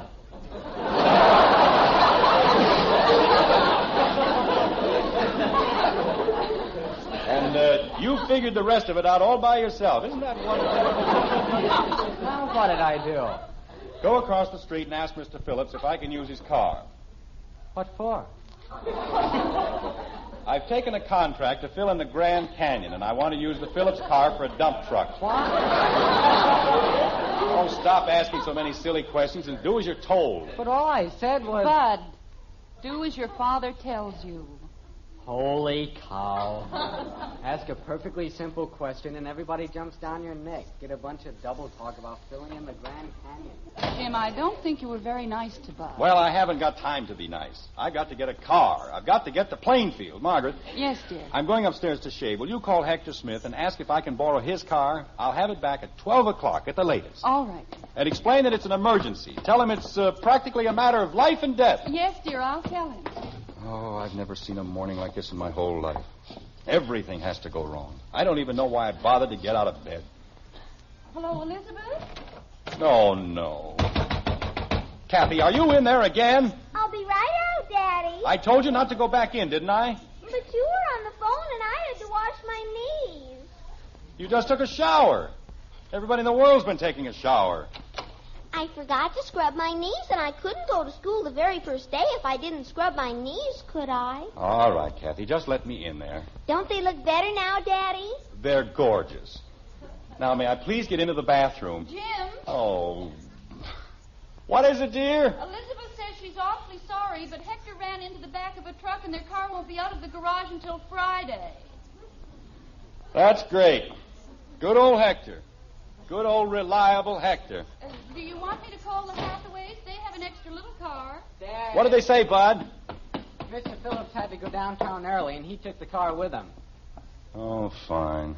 And Mrs. Phillips says she doesn't think Mr. Phillips would let you take it to the Grand Canyon anyway on account of one of the windshield wipers doesn't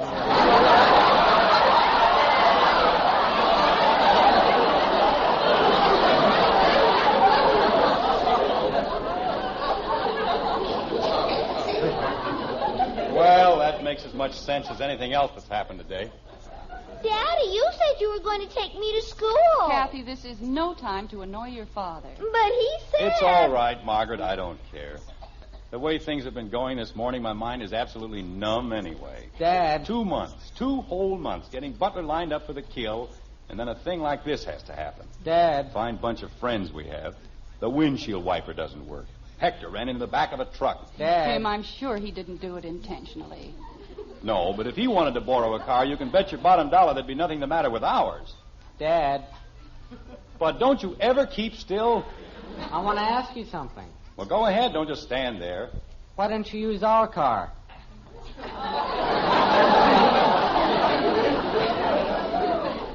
But... Just a minute, Margaret. I'll be glad to tell him. It seems, Bud, that you have a sister who hasn't sense enough to come in out of the rain. I didn't do anything. She left the car downtown with the keys under the mat. Oh, that one. And as a result, we don't have a car. Sure we do.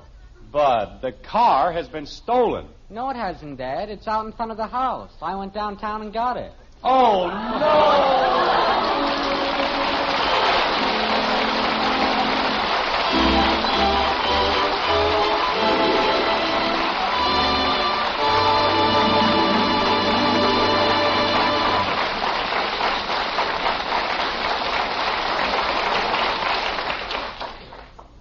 So the car has been sitting right out in front of the house.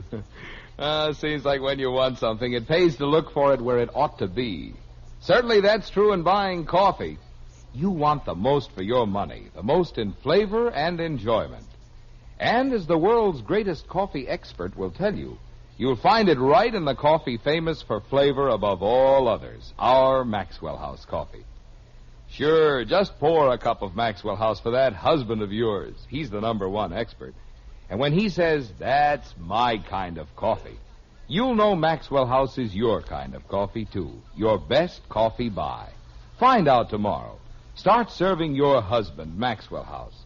And count how many truly good cups of coffee you get from just one of those familiar blue tins. We think you'll find it gives you the most for your money. So tomorrow, see how much the world's greatest coffee expert enjoys Maxwell House coffee. Always good to the last drop.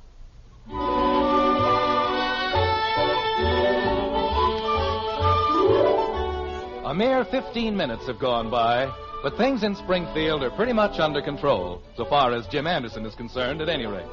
With his hands firmly on the steering wheel of his car, only two things remain between Father and his business appointment. Kathy's delivery to school and a 28-mile drive to Plainfield. He'll be a little late, but he isn't too worried. As a matter of fact, he isn't worried at all. Like this. Daddy, Yes, Kathy. why does everybody have to go to school? Is it that important? Of course it's important. It's practically the most important thing in your whole life. Why? Because, Kathy, if you don't go to school, you don't learn anything. And if you don't learn anything, you aren't prepared for the problems you meet later in life. What kind of problems? Oh, all kinds of problems. Like how to answer the questions your children keep throwing at you. Things like that. It's very important. Daddy, Now what? why is everybody so worried about the schools in Springfield? Well, they aren't worried, Kathy. Not if they're sound, public-spirited citizens. They realize that worrying doesn't do any good. It's action that counts. They know that better schools make better communities, and good citizens everywhere are helping to make our school system the finest in the world. That's pretty hard to do. Why? Well, it's on account of the last war, honey. During the war, we couldn't build enough schools or train enough teachers. So now we have overcrowded classrooms and a shortage of qualified instructors for the lower grades. What's that? Teachers. Oh. Yes, sir. If more young men and women would train to teach in the elementary schools, they'd find a wonderful career ahead of them. And they'd be helping to build a better country for all of us at the same time. They would? They certainly would. Well, then I changed my mind. When I grow up, I'm going to be a teacher. And somebody else can be a lady wrestler. That's a very good idea. Ye gods, now what did I do? He wants you to pull over to the curb. I know what he wants. I wasn't going too fast, was I? I don't know. I was going 25 miles an hour. Remember that. All right, Daddy. And the light was green, wasn't it? Yes, Daddy. It certainly was. Hello, officer. Anything I can do for you? There may be one or two little things. May I see your driver's license, please? Of course. Carry it right here in my wallet. Now, right here in the... Officer, I was in such a hurry this morning that I left my wallet on the dresser. But I can assure you that I've been driving in Springfield... Could I see your registration certificate? Or would that happen to be at home on the piano? Officer, I have to be in Plainfield as close to 9 o'clock as I can make it. And ever since I got up this morning... Just follow me, if you don't mind. But, officer, if I don't get to Follow you? Where? We'll take a little trip down to the station house. And let's not try any tricks. Look, this is my daughter, and she'll tell you... We were going 25 miles an hour, and the light was green. That may be so, little lady. It may be so. But I just got a call from headquarters, and you're riding in a stolen car. Oh, no!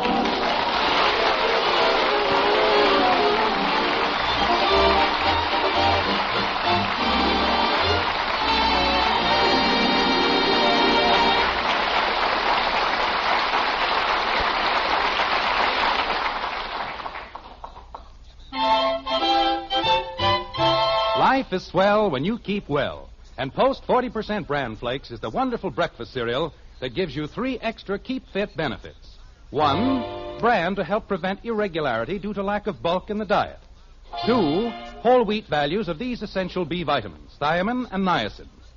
3, a good source of these important minerals, phosphorus and iron. All that and delicious flavor, too. Try Post 40% Bran Flakes, America's favorite Bran Flakes. Remember, life is swell when you keep well. Try Post 40% Bran Flakes, America's favorite Bran Flakes.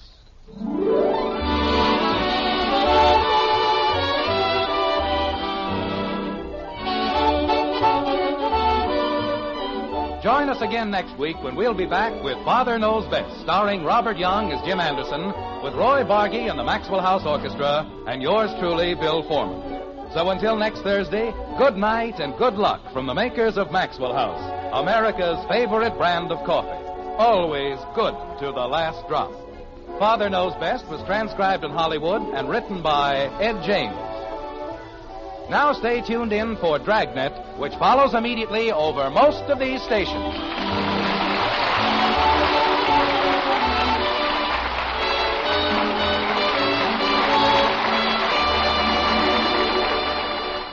Listen now for Dragnet. 3 chimes mean good times on NBC.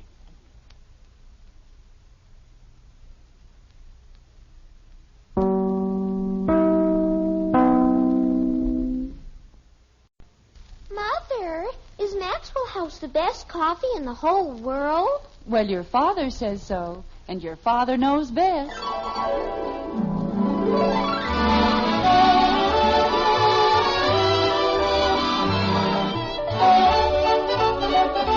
Yes, it's Father Knows Best, transcribed in Hollywood, starring Robert Young as father. A half-hour visit with your neighbors, the Andersons. Brought to you by Maxwell House, the coffee that's bought and enjoyed by more people than any other brand of coffee at any price. Maxwell House, always good to the last drop.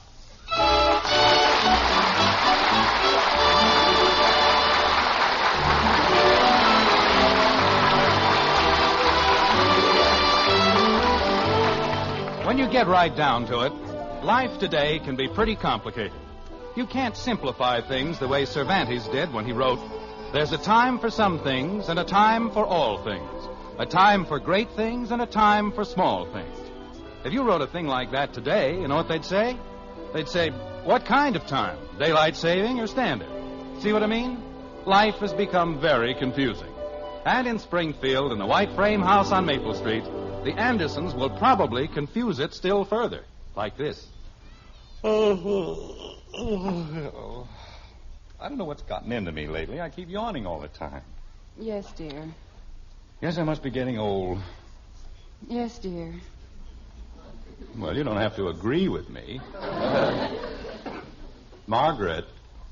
Oh, I'm sorry, dear. I guess I wasn't listening. I was just reading. Jim, you're not going to spread those maps all over the floor again. Why not? Because you disrupt the entire household. That's why not. And furthermore... Dad. Just a second, honey. What is it, Bud? Is it all right if I wear your blue denim shirt? No, it isn't all right. Use your own. Good gosh. What were you saying, dear? I was saying, why can't you listen to a news broadcast like anyone else? You don't see other people spreading maps all over the floor. For your information, my pet, General MacArthur would rather be caught dead than listen to a news broadcast without his maps. Well, if it makes you and General MacArthur happy by... Dad. Oh, what is it, Bud? It's in the wash. What is? My denim shirt. And the pants, too. Well, then wear something else. But I've got the denim pants on. What denim pants? Yours. Bud! Jim, he's going on a hayride, and I didn't want him to wear any of his good clothes, and I knew you wouldn't mind. Bud. Yes, Dad? Take the denim shirt. Thanks, Dad. You're a pal. Oh. And Margaret. Yes, dear. In the future, please let me handle the trouser concession. All right, dear. Gotten so a man can't call his pants his own. Anytime I want to wear something, Bud has it on. Jim, you've done nothing but yawn ever since you got home. Why don't you go to bed? I'm going to bed right after the news broadcast. And I'd give $10 to be able to sleep until noon. Well, tomorrow's Sunday. Why don't you? Golf, 8 o'clock. Oh, Jim. Hi, parents. What cooks for the do and don't department? The what? Never mind, Margaret. She just came in on a flying saucer. We're not supposed to understand. Father. Don't pay any attention to her, and she'll probably dissolve into thin air. What is it, Betty? I thought you had a date with Dick Andrews. Oh, there's lots of time. Look, which nail polish do you like best? If that isn't a weird setup. Betty, you aren't going out that way, are you? With 8 different shades of nail polish? Of course not. But which one do you like best? The one you've got on your thumbs. I don't have any on my thumbs. That's the one I like best. Mother. They all look very nice, dear. And I really think you ought to get dressed. Oh, pretty soon. I was just thinking about the piece of apple pie that was left over from dinner. Well, it's in the icebox. It won't be for long.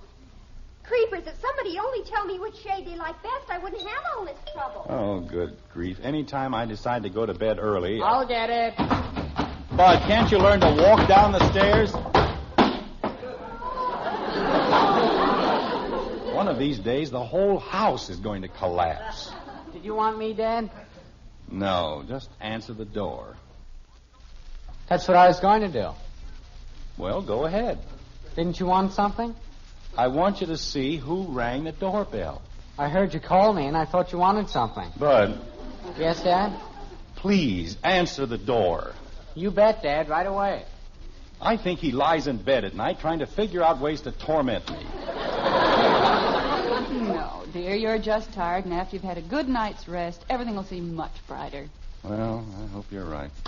And I don't care who it is, Margaret. I'm not going to stay up after 10 o'clock. No, dear, but we can't be rude, can we? Maybe you can't, but I can.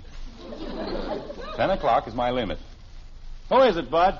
It was Willie Freehopper, and boy, did he ever look funny. His hat was way down over his ears, and he said he couldn't help it because that was the only size they had. But if they can't get one to fit him, he's going to stuff it full of newspaper, and then he thinks it'll fit better. What did he want? Oh, he brought a telegram. Here you are, Dad. Just any time at all. We'll be fine. You should have seen him, Mom. He had this Western Union hat on, and you could hardly see his face. And he had to hold his head way back like this. No! Yes, he did, Dad. You see, he had the hat way in the back. She can't come. Not again. Jim, it isn't your Aunt Martha. It certainly is my Aunt Martha. Oh. Look at it. Arrive Sunday, be at depot with children, 8 o'clock, Aunt Martha. Didn't even say love. And it's only 9 words. It wouldn't have cost her anything. Jim. Just a minute, honey. Bud, aren't you supposed to go on a hayride? Sure. Well, go ahead. I don't have to leave for 10 minutes. Dear, your father and I have something to discuss. Oh, okay. I was just thinking. Remember the piece of apple pie that was left over from dinner? Betty thought of it first. What? She's in the kitchen with it now. She had 2 pieces for dinner. Betty, wait a minute. I want to talk to you. Jim, why doesn't your Aunt Martha ever give us more notice? I don't know, honey. Now I've got to work all night to tidy up the house. Oh, it looks fine, just the way it is. It doesn't at all, and you know how fussy she is. Sure, she's afraid she might get a little dust on one of her $1,000 bills. The old crab. Jim? Free room and board at the Andersons. No wonder she's rich. She never spends anything. Jim, Kathy's coming. Old buzzard. A fine Sunday I'm going to have. Kathy, where on earth have you been? In the kitchen. I was watching Betty make a sandwich. A sandwich? What happened to the pie? I ate it. Why aren't you in bed? It isn't time. It certainly is time. It's almost 9 o'clock. It isn't even 8 o'clock. Kathy, stop arguing with me and go to bed. But you said I could stay up until 8:30. Well, look at the hall clock. It's almost 9. Oh, no, dear. It isn't quite 5 minutes of 8. And besides... Oh, I guess I forgot to tell you. I turned all the clocks back. You did? Jim, whatever on earth for? Because tomorrow is the last Sunday in September. We go back to standard time at 2 o'clock. And I certainly don't intend to get up at 2 o'clock in the morning to fix a bunch of clocks. Jim, you aren't supposed to turn the clocks back. You're supposed to turn them ahead. Margaret, the principle of daylight saving is to save daylight, right? Well, yes. So you turn the clocks back in September and gain the hour you lost in April.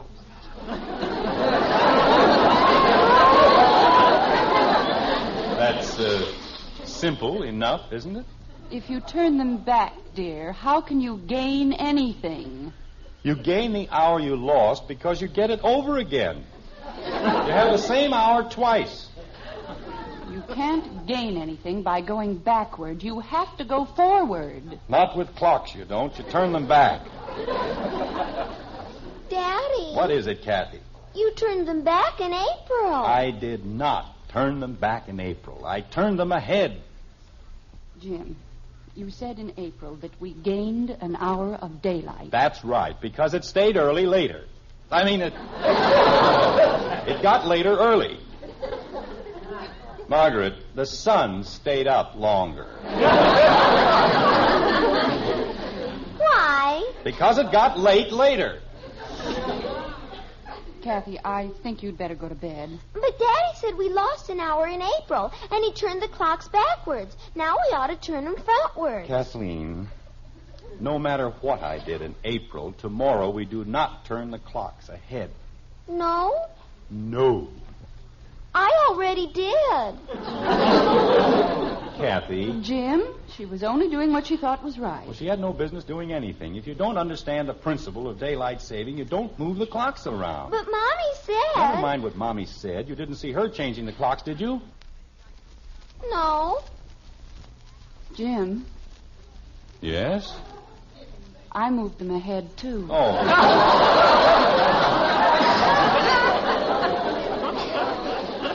Well, I'm sure that's what you're supposed to do. The paper said you gained an hour. You gain an hour by turning the clocks back.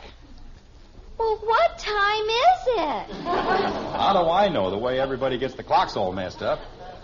Betty, Yes, Father? what time does it say on the kitchen clock? 4:45.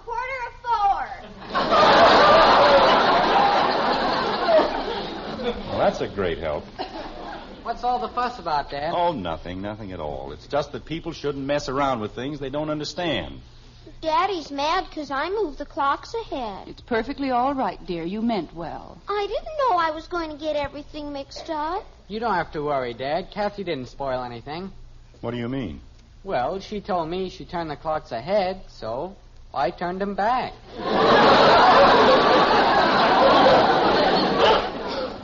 Bud, you moron! What? You didn't turn them back. You couldn't. Why couldn't I? Because I turned them back, too. Oh, Betty. Well, I thought I was just making it the right time. Jim, where are you going? I'm going to find out what time it is. You've got the clocks in this house so mixed up we can't tell if it's Wednesday or Friday. Daddy, it's Saturday. Thank you very much. At the tone, the time will be 8:58 and 40 seconds. There, now we know. From now on, please leave the clocks alone. What time is it, dear? What she said, 8:50, 1 minute to 9. 9? To 9? Gosh, I ought to be in bed. Good night, everybody. Oh, Mother, I'm half an hour late now, and I've got on 8 shades of nail polish. What am I going to do? Holy cow, I missed the whole hayride. Betty, stop moaning. Get dressed and go. But my nails... They'll never notice the nails. I'm ruined. My whole life is ruined. Good night, everybody. The last hayride of the year, and I missed it. Maybe they waited for you, Bud. They couldn't. There was a rule. No waiting for anybody. Are you sure? Sure, I'm sure. I made up the rule. Daddy. You know, this whole thing is very interesting. It merely proves what I've been telling you for years. If you don't understand something, leave it alone. You see what happened? Betty's late for her date. Bud missed his hayride. And what time was your broadcast, dear? 8 o'clock. Oh, my gosh. Daddy. Not now, please, Kathy. Everybody be quiet. And so we bring to a close this full hour of news broadcasting from around the world. Tune in again. Oh, Jim, dear. What was it you wanted to say, Kathy? Good night, everybody.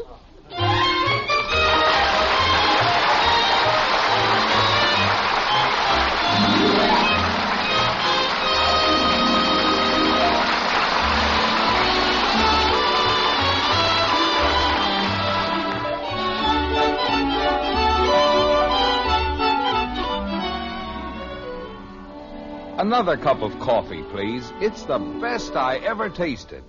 Tomorrow you can hear that from the world's greatest coffee expert. Yes, ma'am, he'll be there at your table. Because the world's greatest coffee expert is your husband. Of course, we rate ourselves pretty high as experts.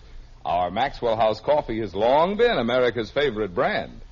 But we know the final judge is that man of yours. And if you'll pour him a cup of Maxwell House, we're pretty certain he'll say, best coffee I ever tasted. In fact, if he doesn't, we'll give you your money back. You see, we know no other coffee tastes like Maxwell House because no other coffee's made like Maxwell House. Get a pound tomorrow. Start serving your husband the coffee with that wonderful good to the last drop flavor. If he doesn't tell you it's his number one choice, why, you send us the can and unused portion, and we'll gladly refund the price you paid. Our address is right on the front of every one of those familiar blue tins. Put it up to the world's greatest coffee expert tomorrow. Give him Maxwell House coffee. Always good to the last drop.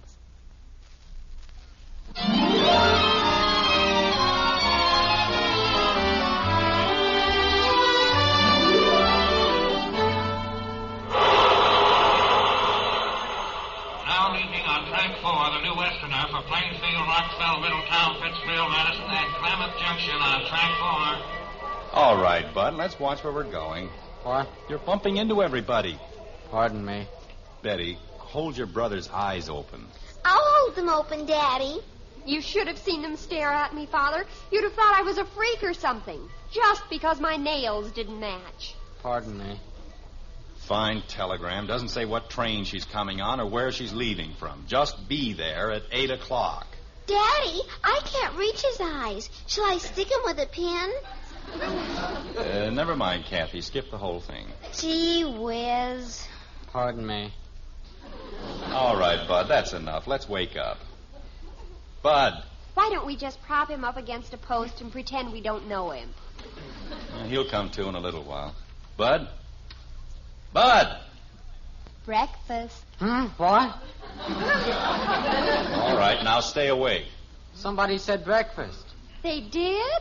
Well, whoever could it have been? Hey, we're at the station. How do we get down here?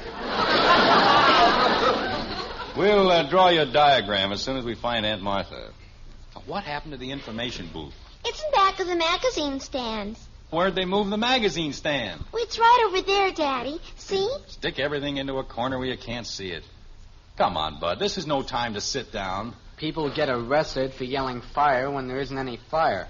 Why should she yell breakfast when there isn't any breakfast? It was a joke, Dopey. Some joke. Well, it woke you up. I was waking up anyway. You didn't have to yell breakfast. And Cornelia said, "These are my jewels, my children." What?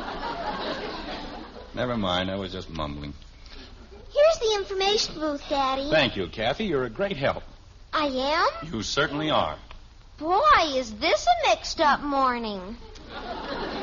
I beg your pardon. We have a wire from an aunt of mine telling us to meet her here at 8 o'clock, and we don't know exactly where she's coming from. So could you give us any information about any train that's supposed to arrive here anywhere in the neighborhood of that time?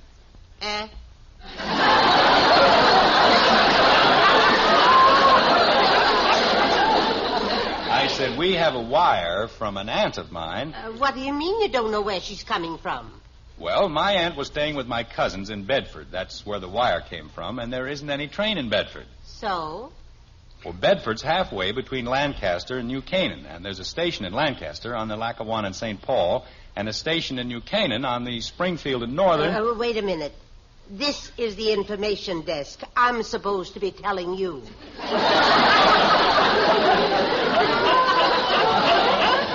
Well, let's not stand on ceremonies. Is there a train from either place at 8 o'clock? Which 8 o'clock?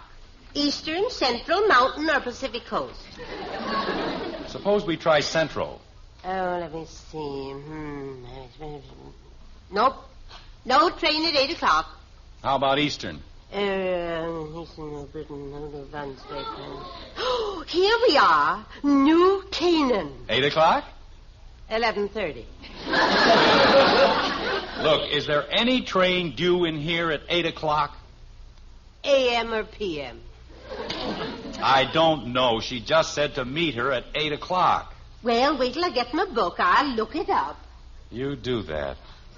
Father, Bud's asleep again. Let him sleep.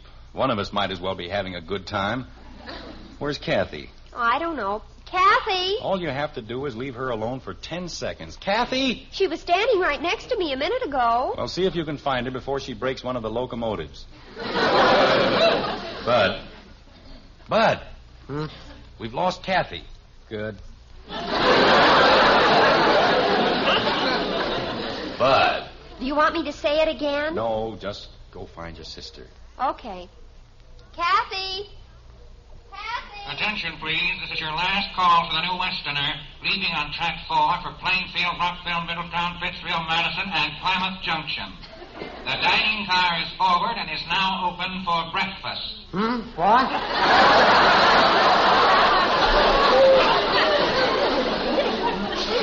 Bud, we can't find Kathy.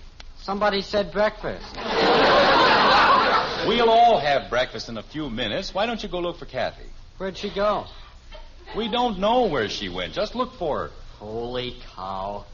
Wake you up in the middle of the night and then you can't even have your breakfast. Well, I got all the information for you on that 8 o'clock train. Fine. There isn't any. But there must be. She said to meet her at 8 o'clock. We got one at 7:45. Well, that's close enough. Which one is it? It don't run on Sunday. I have a telegram right here in my pocket. I'll show it to you. Were you calling me, Daddy? Where have you been? I was looking at the comics. Well, where are they? On the magazine stand. Oh, those comics. What happened to Betty and Bud? I don't know. Did they get lost? They're looking for you. But I'm here. See that you stay here. Oh, I'm sorry. I guess we're a little confused this morning. You're a little confused. People come up and they don't know where they're going. Oh, I'm sorry. 8 o'clock, 7 o'clock, Eastern, Central. How am I supposed to figure it out? Some of them don't even know where the people are coming from. That's me. Oh. Well, now what are we supposed to do? Shall we dance? Father!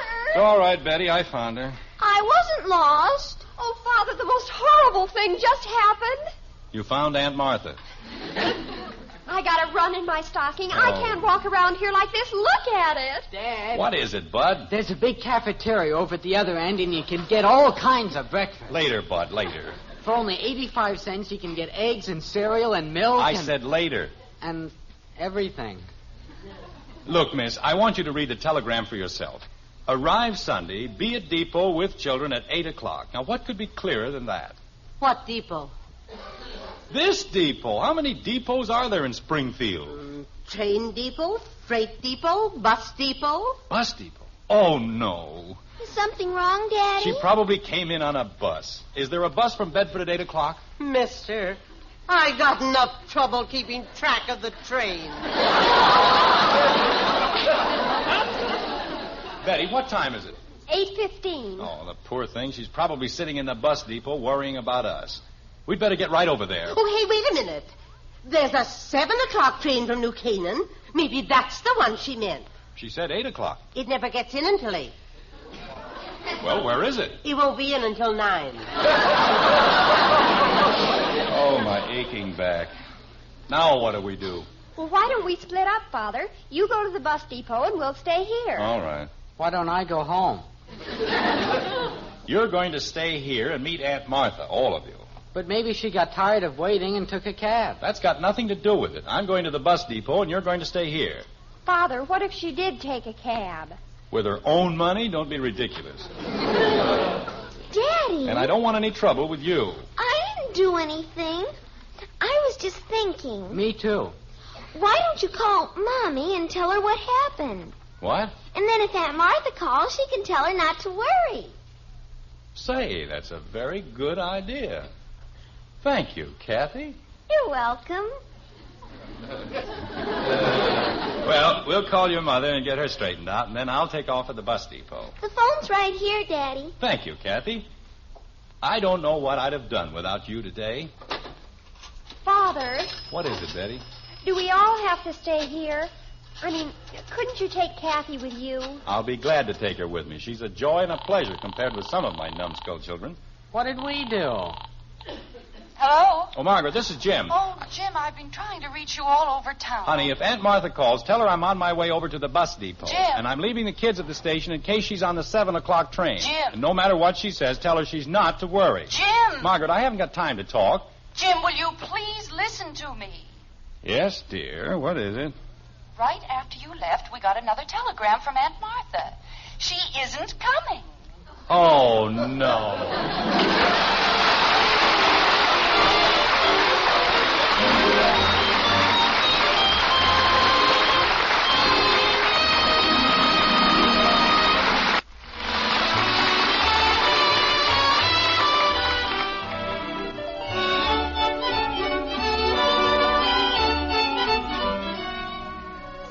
Every time you buy coffee, you certainly want to get the most for your money.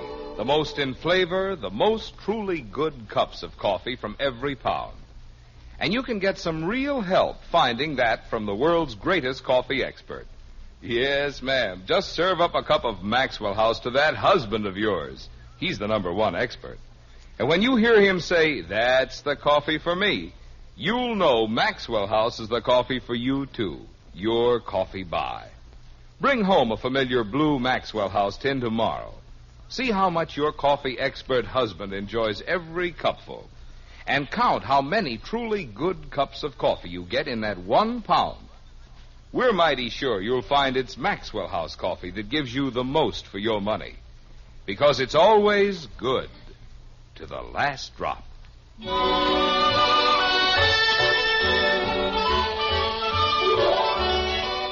It's an ill wind that blows no good, and civilization goes forward on a succession of disasters such as those which constantly befall the Andersons.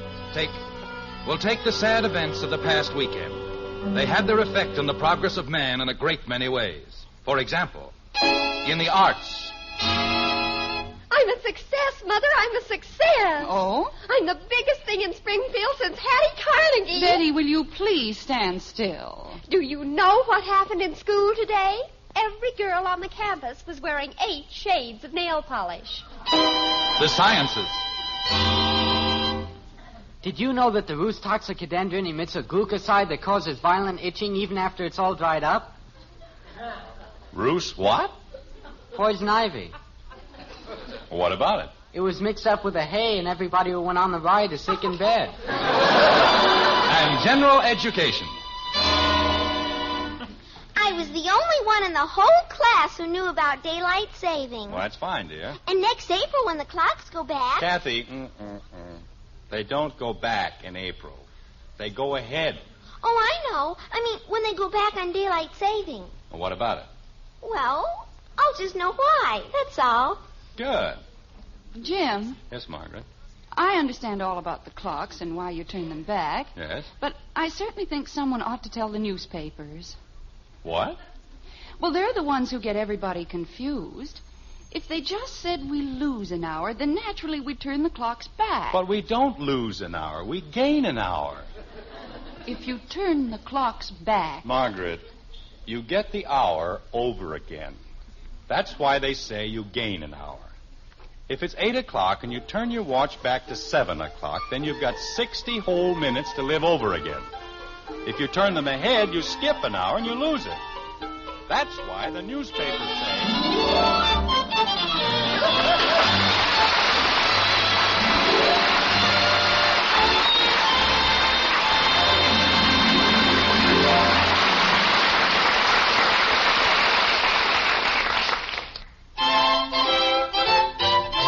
Life is swell when you keep well. And what better way to help keep well than with Post 40% Bran Flakes, America's favorite bran flakes. Post Bran Flakes provide bran to help prevent irregularity due to lack of bulk in the diet, plus important vitamins and minerals. And you'll love the delicious flavor of Post Bran Flakes. Serve them for breakfast tomorrow. Remember, life is swell when you keep well. Try Post 40% Bran Flakes.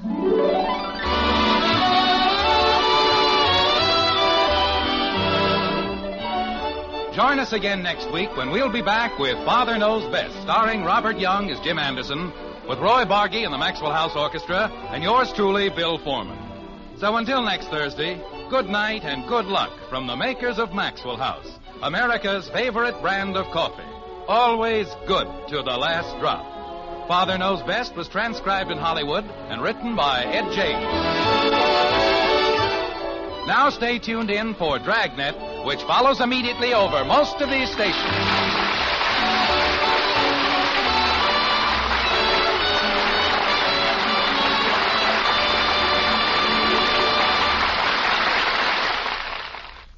Yes, now it's Dragnet. Listen Sunday for Charlie Wilde on NBC.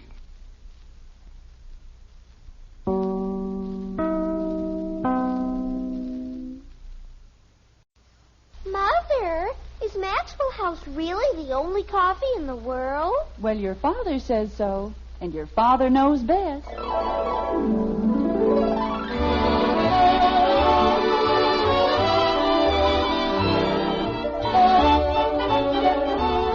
Yes, it's Father Knows Best, transcribed in Hollywood, starring Robert Young as father. A half-hour visit with your neighbors, the Andersons, brought to you by Maxwell House, the coffee that's bought and enjoyed by more people than any other brand of coffee at any price. Maxwell House, always good to the last drop.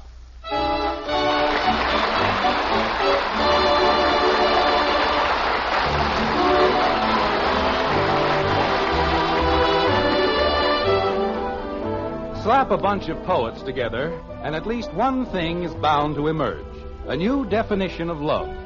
In one of his flossier moments, Shakespeare wrote, "Love is a smoke raised with the fume of sighs," which is very nice if you go in for that sort of thing. The Messrs. Thurber and White, on the other hand, viewed the emotion with a more practical eye. Love, they said, is the strange bewilderment which overtakes one person on account of another person.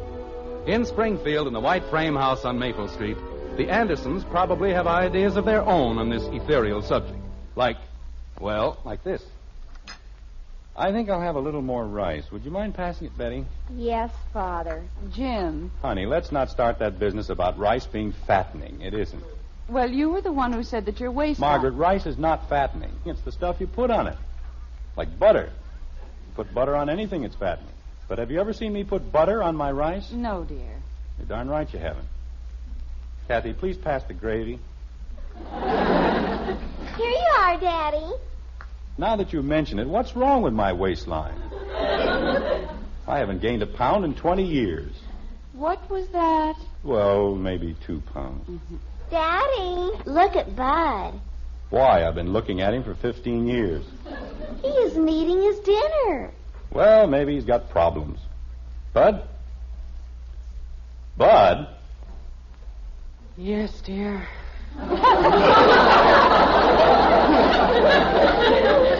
Dear? Bud, what's the matter with you? Jim, maybe he doesn't feel well. He's in love. Kathy, mind your own affairs and eat your dinner. Well, he is. Bud, do you feel all right? Bud! I'll answer it. Sit down. Don't you want me to answer the phone? It didn't ring. Will you please sit down? Something rang. I can still hear it. Kind of like bells. Jim, I think he is ill. He's in love. Love. Huh. Bud, if you don't feel well, go to your room. If you do feel well, eat your dinner. Maybe it's the doorbell. I didn't hear anything. Bud. I just heard it again. Jim, something is wrong. I don't like the look in his eyes. You know, for the first time in her life, Kathy may be right. Look at that idiotic grin.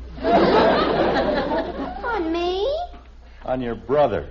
He looks like a cross between Boris Karloff and a contented cow.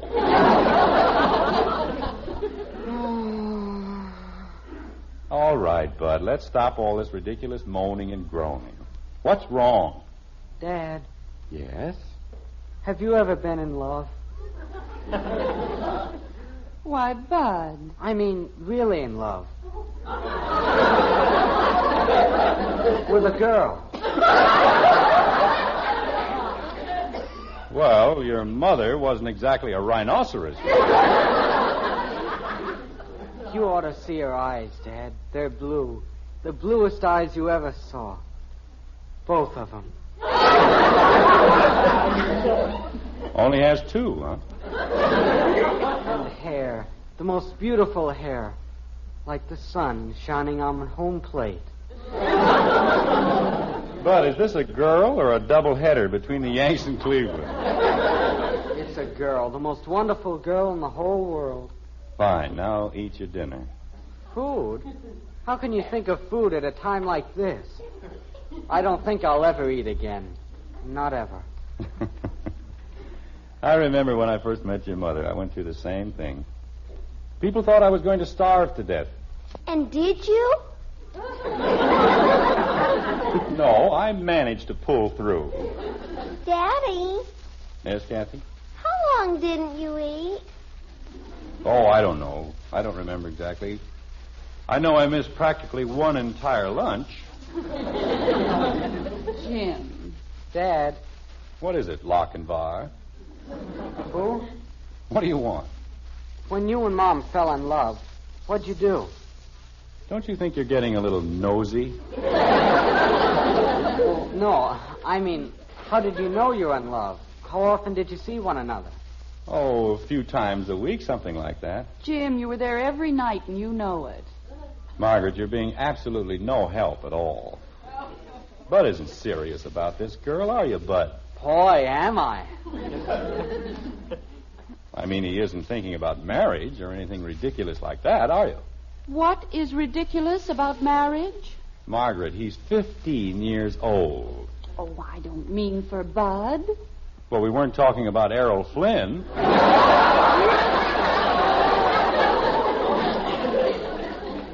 Naturally, Bud isn't going to do anything foolish.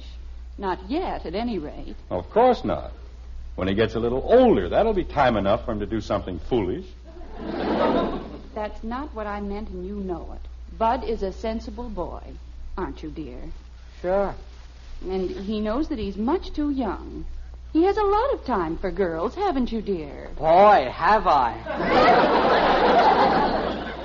Bud, let's look at this thing in a more practical manner. You know, going out with girls can be kind of expensive. Flowers, candy, movies. Well, that's one of the things I wanted to talk about, Dad. You see, I only get $1.25 a week. Yes? How can you take a girl out on $1.25 a week? You can't.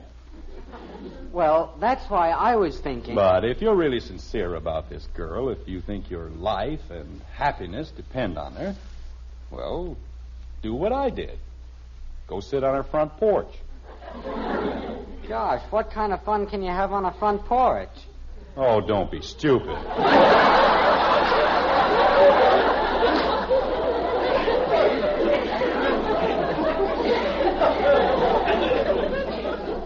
Jim. Bud, when I was courting your mother, all we did was sit on her front porch. Didn't we, honey? Yes, dear. Night after night, week after week. We just sat there and held hands. And looked at the moon. A large, lovely, friendly moon. Never got so sick and tired of looking at anything in my whole life.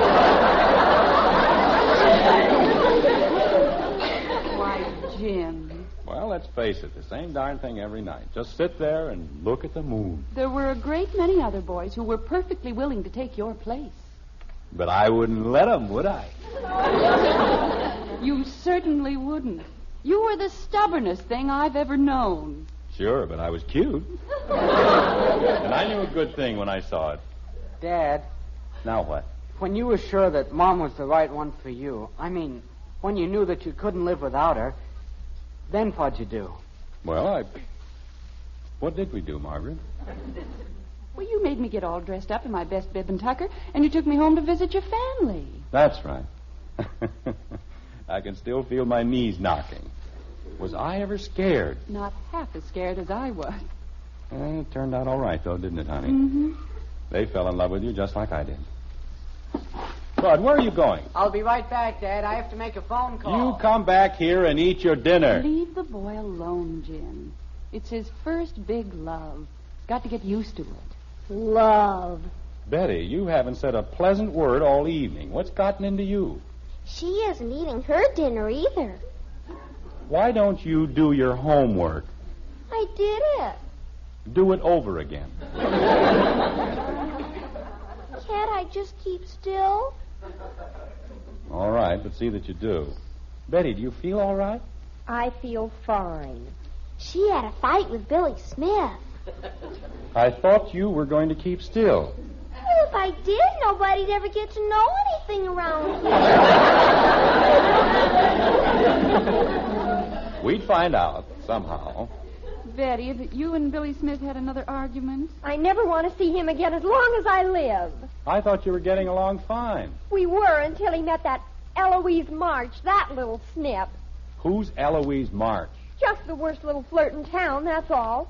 And if he wants her, he can have her. Betty, I wouldn't get all upset about it if I were you. I'm not upset. I'm not the least bit upset. I just wouldn't give you 3 cents for all the men in the world, that's all. I would. This Eloise March must be quite a character. She's a vampire, that's what she is. Is she pretty? Oh, how do I know? I've never even seen her. I'm through with men. I'm going to have a career instead.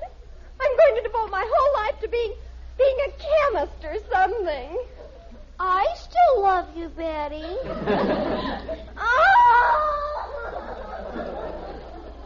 Oh, dear. Taking it pretty hard, isn't she? Well, she and Billy have been friends for so long. What do you think we ought to do? Mommy. What is it, dear? Aren't you glad I don't do anything except break windows? Yes, dear, you're a great help. Well, it's all set, Dad. I called her and she's coming over. Who's coming over? My girl. Bud, why in the name of all that's holy? Well, you said to bring her over, didn't you? I said no such thing. But that's what you did. You said so. Bud, this is not the time to bring a girl around. We're having enough trouble with girls. Your sister and Eloise March and... How did you know? How did I know what? About Eloise March. What about Eloise March? That's my girl. Oh, no.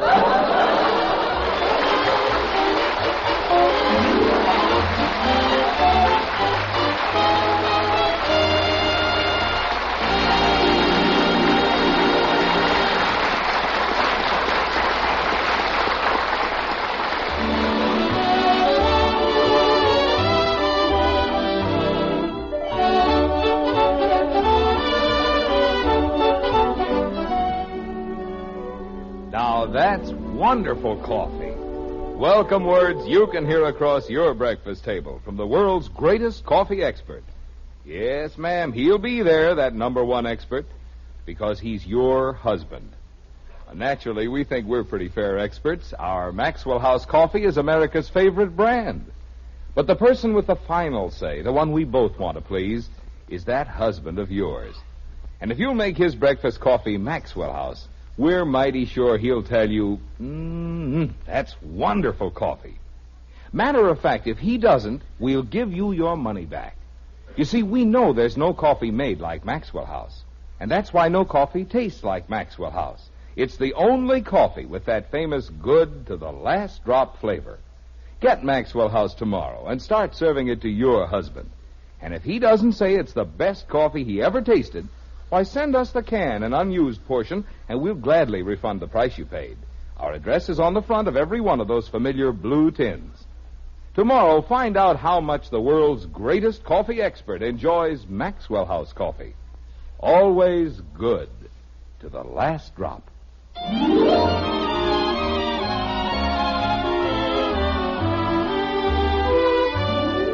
These are parlous times in which we live, and days of great decision. Throughout the world, men of substance watch the headlines with an anxious eye, keeping one ear to the ground and the other glued to the radio, which is a neat trick if you can do it. Jim Anderson may not quite succeed, but in the living room of the white frame house on Maple Street, he's giving it quite a try, like this. Margaret, why don't people leave things where they belong? Margaret! What is it, Jim? What happened to my large map of Korea? I don't know, dear. Where did you put it? It was right here on the table. Well, if it was on the table, that's where it ought to be. No one's been in the living room. Jim, what on earth are you doing? What's the matter? All those maps on the floor, and Bud's friend is going to be here any moment. Margaret, I'm waiting for a very important broadcast. It's coming from all over the world, even Moscow. And I don't want to miss a word. This is the only radio in the house that's any good, and you know it. All right, but I still don't see why you need 8 million maps scattered all over the floor. There are 5 maps. And where's the one of Korea I had on the table? Which table? This table. What is this? That's the map.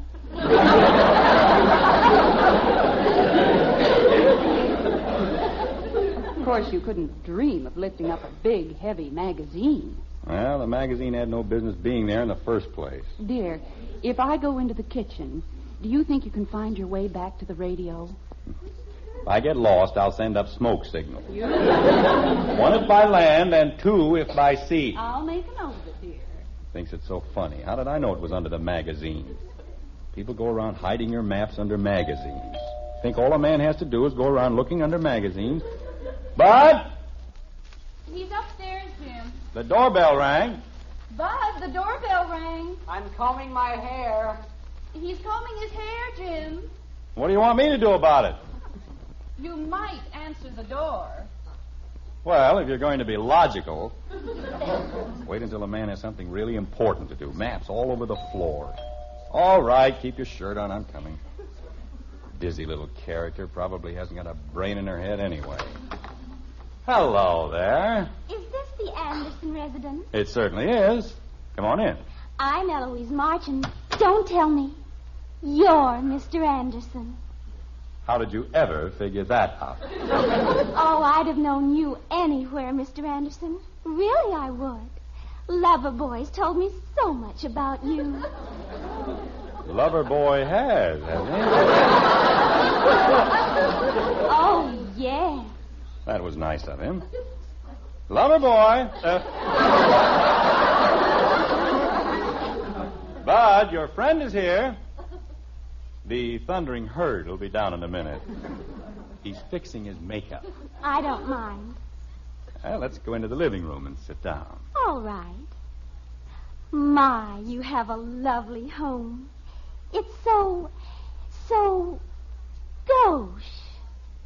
I was hoping you'd notice that. We've tried to make it one of the gauchest homes. And you certainly have. Yes. Margaret, Bud's friend is here. Please. Just a minute, dear. Mrs. Anderson will be right in. Then you can all go into the den and have a nice little chat. My, all those great big maps. What are they? Oh, just maps of the world. I use them for reference on the important news broadcasts. You do? Why, how clever. I just listen to the broadcasts. I don't deliver them. How clever to use maps. And of the whole world. It's just like I told Bud. Men are so Gauche?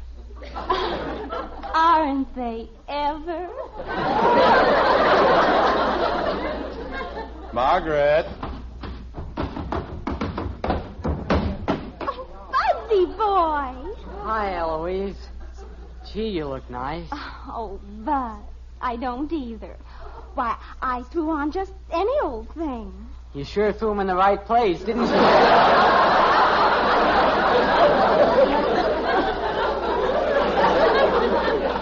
Yes, he's quite a picture. Oh, why, Mr. Anderson. And speaking of pictures, why don't you show Miss Marsh the pictures in the den or someplace?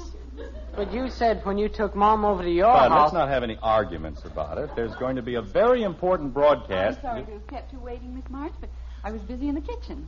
Mom, this is Eloise. I'd have known you anywhere, Mrs. Anderson. Bud has told me so much about you. Oh, I'm sure he must have. Father, was that the phone? No, it wasn't the phone. It was the doorbell. I'll be right down. It wasn't for you. Margaret, why don't you take Bud and Eloise into the den and give them some milk and cookies or something? Milk and cookies? Holy cow, Dad. Mr. Anderson, you're so droll. Margaret. Why don't we show Eloise the pictures we took this summer, Bud? I'm sure she'd like that. But I thought when Dad took you over to his house... Hi, what's all the excitement about? Betty, why don't you go back upstairs? What for? We'll explain all about it later. Go ahead, dear. Why can't I stay down here? I know. You must be Kathy. That's Betty. Oh, of course, Betty. I'd have known you anywhere.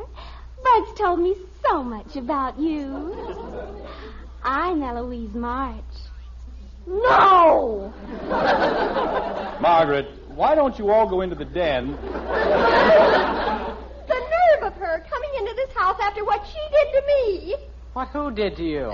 Bud, why don't you take Eloise into She came here to sneer at me. That's what she did. Eloise? I don't know what she's talking about. I swear I don't. Oh, yes, you do. You know just what I'm talking about. If you'd all just go into the den. Now, see here, Betty. You have no right to talk to Eloise that way. I'll talk to her any way I choose. You will not. I certainly will. Betty, if you'll just go upstairs like a good girl. Why don't you all go into the den? Look at her. Powder and paint an inch thick, and Billy Smith thinks she's so wonderful. Billy Smith? But, honey, you know I don't care about anybody but you. You told the same thing to Billy Smith. I never did. Bud. And Janie Liggett's sister said you told the same thing to Russell Spencer. Eloise, you didn't. She certainly did. Betty. And he was going steady with Marion Swift all the time, and you knew it. I did not know it. Bud. Jim, it won't do any good. It has to. They're going to start the broadcast any minute. Look, if you'll all just go into the den. Eloise, how could you? How could I what? Say what you said when you said you never said what you said before. Well, I never did say it before. You certainly did. Budsy, how can you stand there and let her talk like that? You told me you never went out with older men. I don't. Billy Smith's 18, and you went out with him. Well, only 3 or 4 times, and that doesn't mean anything, does it? You've only been out with me twice. Bud, you're standing on my map. Just because I go out with a boy 3 or 4 times, what does that prove? Betty! You went out with Billy Smith, and you told me you didn't go out with Billy Smith. Not since Tuesday. Bud, you're walking all over Alaska. Betty! Just because he's older than I am and gets a bigger allowance. He does? Sure he does. So does everybody else. Why don't you go out with them? Don't worry, she will. Betty, telephone. Why don't you all go into the telephone? I'm going home. That's where I'm going. Good. And Bud Anderson, you're just the nastiest boy I've ever known in my whole life. Bud, why don't you take Miss March to the door? She just said I was nasty. He doesn't have to take me to the door. Now or ever. And that goes for me, too. If you'll just go into the den. I'm sorry I ever came into this house, that's what. And I'm sorry I said it was gauche. Because it isn't. Well. Holy cow. Betty, telephone.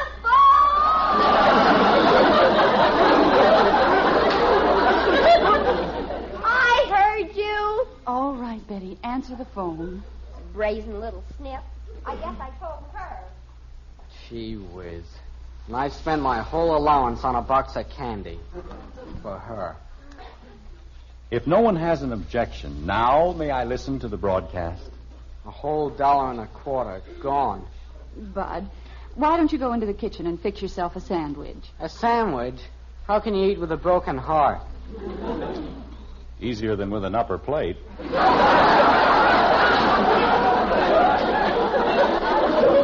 Now stop acting like an idiot and behave yourself. Women.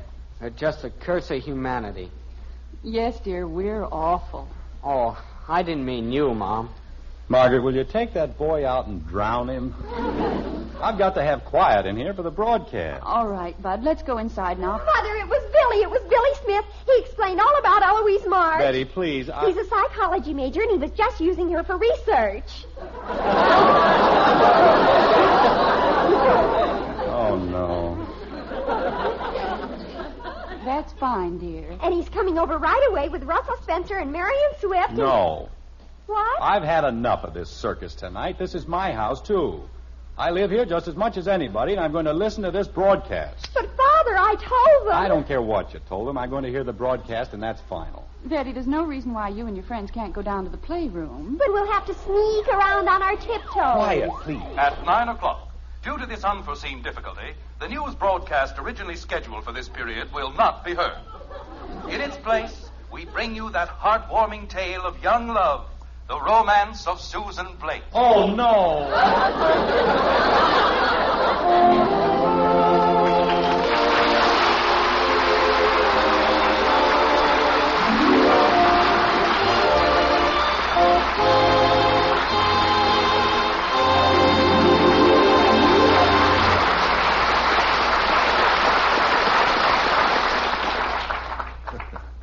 Well, at a time like that, I guess there just isn't much for Father to say.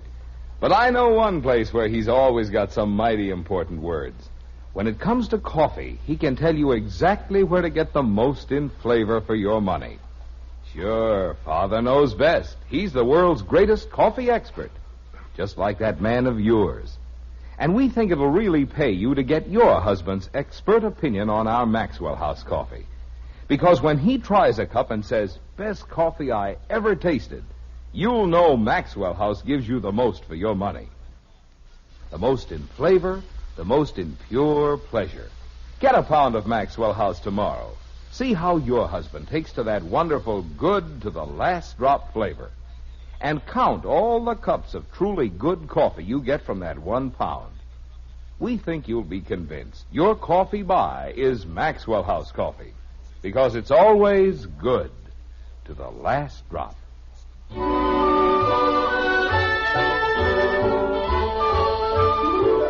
It's midnight in Springfield, and all is quiet in the white frame house on Maple Street. That is, all should be nice and quiet. But you know how it is with the Andersons. Noon or midnight, there's never a dull moment like this. Jim. Jim. What? What's the matter? Jim, wake up. Oh, what for? Listen, I just heard something downstairs. Oh, go to sleep, Margaret. It's probably nothing but a burglar. Jim, are you going downstairs, or do you want me to call Bud? No, never mind. I'll go. Be very careful, dear. Please. Sure, I'll be careful. If it is a burglar, just call the police. That's a very good idea. Thank you very much. Wake a man out of a sound sleep and then expect him to go roaming around in the dark. Oh, Jim. One of these nights I'm going to fall down the stairs and break my neck. Serve him right, too. Call the police. What did she think I was going to do, wrestle with them? All right. Oh. Hiya, Dad. What's up? I am. What are you doing down here? I was hungry. You want a sandwich? No, thank you. What happened to your broken heart? Oh, I don't know. I was an awful boob, wasn't I? No, not exactly. But you're getting there. Now, hurry up and get back to bed. Your mother's worried enough for one night. Okay. Oh, say, Dad. Yes? Did you put $1 on my dresser? We'll talk about it tomorrow. Dad. Now what? Thanks for everything. Go to bed. You bet. Good night, Dad. Good night. Lover boy.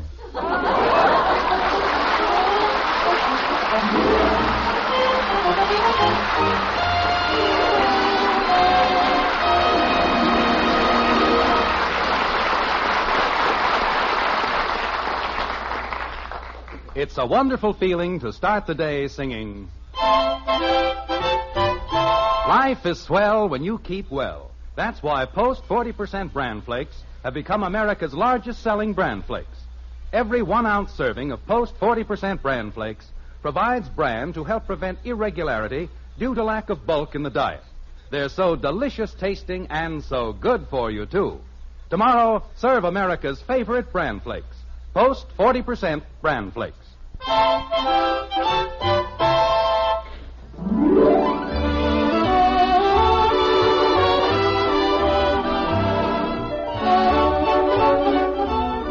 Join us again next week when we'll be back with Father Knows Best, starring Robert Young as Jim Anderson, with Roy Barbeque and the Maxwell House Orchestra, and yours truly, Bill Foreman. So until next Thursday, good night and good luck from the makers of Maxwell House, America's favorite brand of coffee.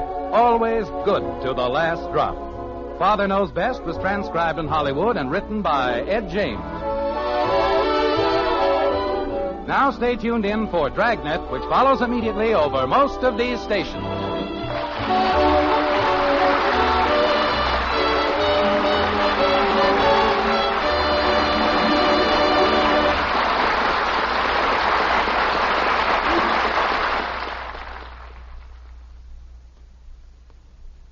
Tomorrow, it's Dragnet. Next Tuesday, Laugh with Bob Hope on NBC.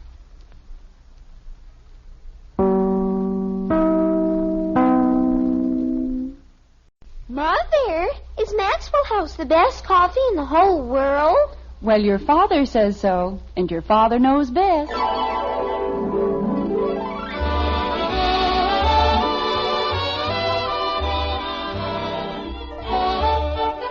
Yes, it's Father Knows Best, transcribed in Hollywood, starring Robert Young as father. A half-hour visit with your neighbors, the Andersons, brought to you by Maxwell House, the coffee that's bought and enjoyed by more people than any other brand of coffee at any price. Maxwell House, always good to the last drop.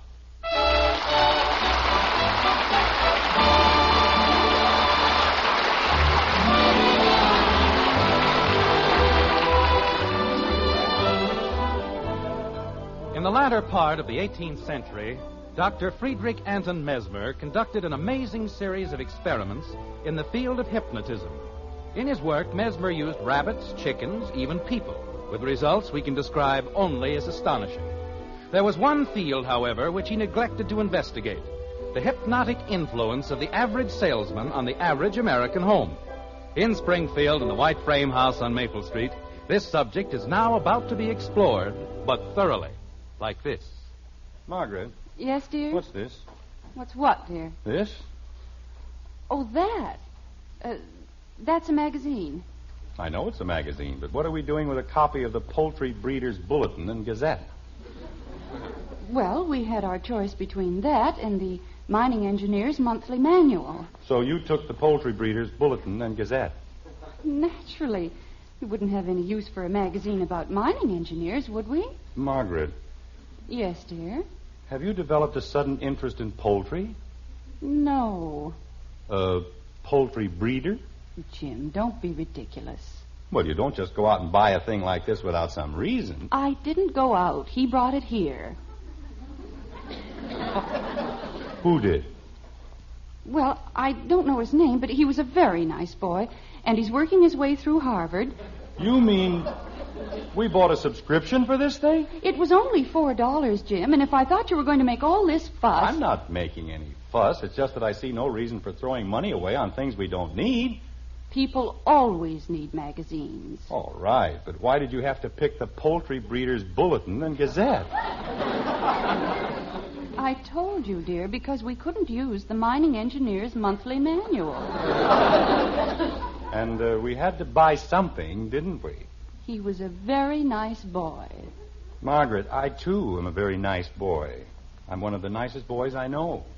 And I work very hard for my money. Yes, dear. I have 3 children to support. 3 hungry children who eat like overgrown vacuum cleaners.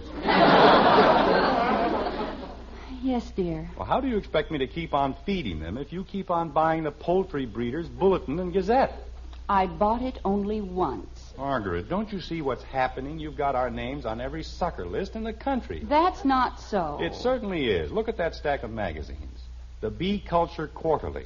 The Wine Growers Weekly. The Goat Herders Gazette. What good are they? We don't need any of them. Oh, dear. What's the matter? Jim, promise me you won't be angry. What did you buy now? Now, first promise me you won't be angry. All right, I promise.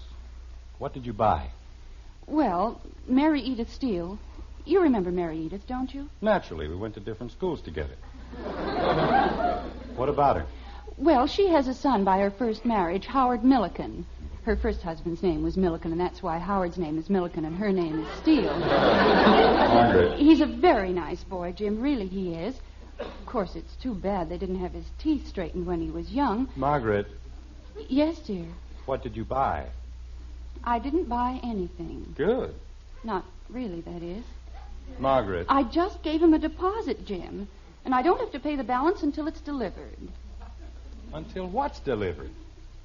The history of our feathered friends.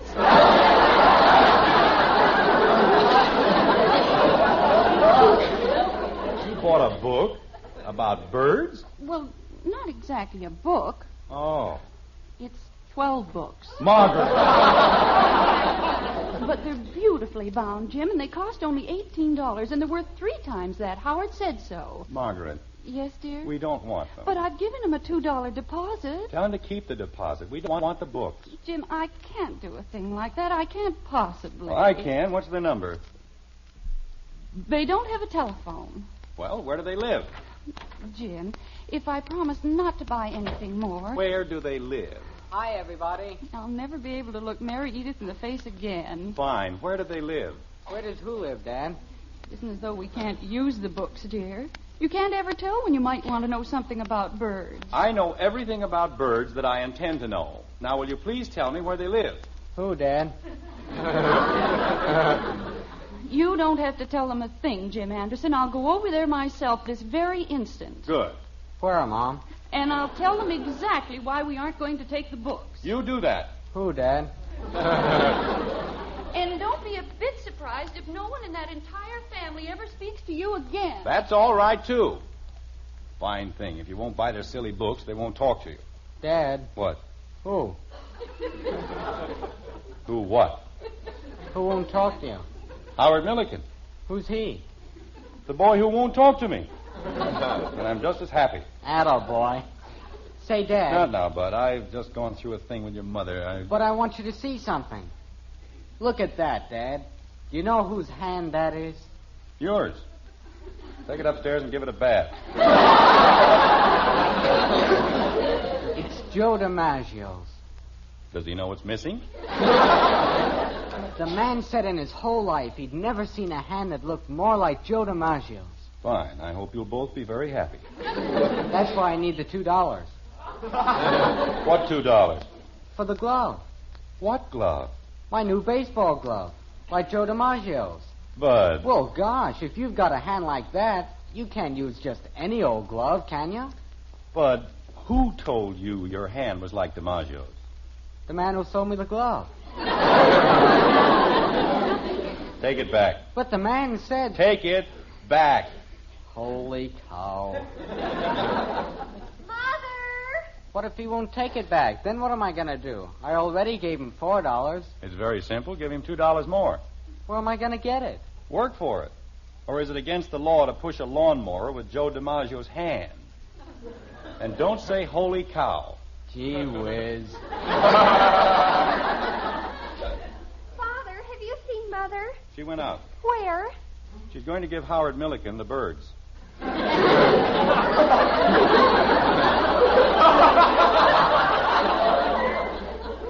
What? Never mind. Dad, would you lend me $2 if I gave you security? What kind of security? My old glove. No. That's what I figured. You don't know when Mother will be back, do you, Father? Pretty soon. What's in the box? The box? Box. B-O-X. A device for carrying things. Like the one you have in your hand. Box.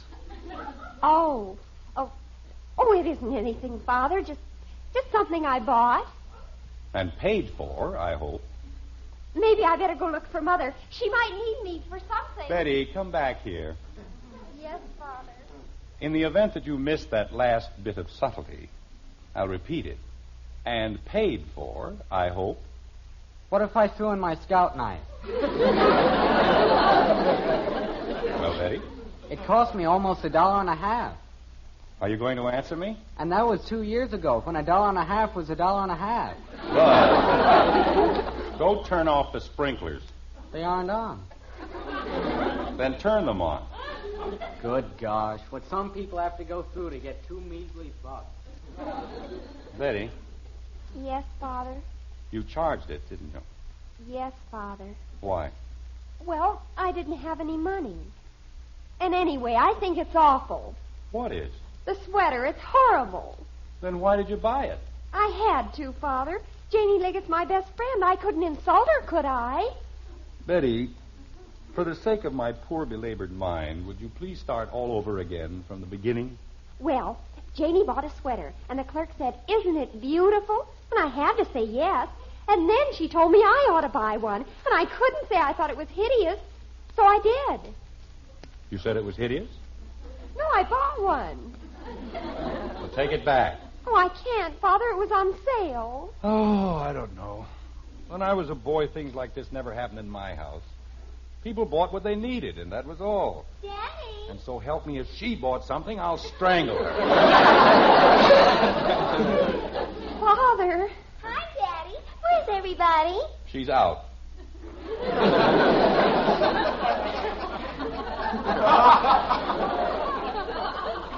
Where is it? Where's what? Whatever it is you bought. I didn't buy anything. Phew. Nobody told me to buy anything. Oh, that's more like it. But I will. Never mind. I never buy anything. You're the only one in this whole family with any sense. Anytime the doorbell rings, somebody buys something. They'll buy anything. The Goat Herder's Gazette, Joe DiMaggio's glove. I want to buy something. Oh, Kathy, stop it. Everybody gets to buy things except me. I never get to buy anything. Betty, make her stop it. Well, I don't know if I can. Kathy, please. Nobody has a family like this. Nobody else in the whole world. Hello. Hello, Jim. This is Gribble, J.P. Gribble. Oh, hello, J.P. Those group insurance figures still haven't come back from New York. Kathy, stop it. That isn't why I called. Jim, could you do me a favor? A big favor? Why, of course, J.P., if I can. What is it? Well, I have a niece, my sister's girl, pretty little thing, wants to make some extra money.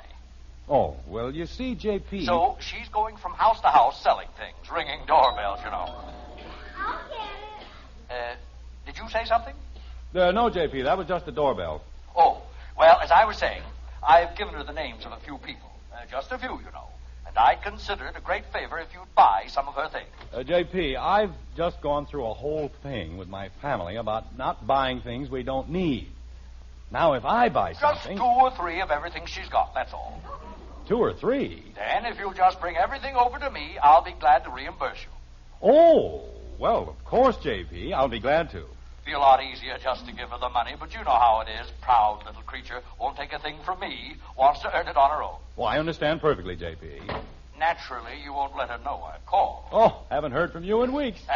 That's the idea. I knew I could count on you, my boy. And, I'll bring the things up to you in the morning? Any time at all, Jim. I'll be glad to take them off your hands. Fine. Well, I'll see you in the morning. Thank you, Jim, and good night, my boy. Good night, J.P. Who was it, Kathy? It was a lady selling things. Already? Tell her to come in. You want her to come in? That's right. But you said you didn't want us to buy anything. Kathy, we've been buying things for months from anybody who came to the door. Now, this is something special. This is something I've got to buy. Tell the lady to come in. I can't. Why not? I already told her to go away. Oh, no.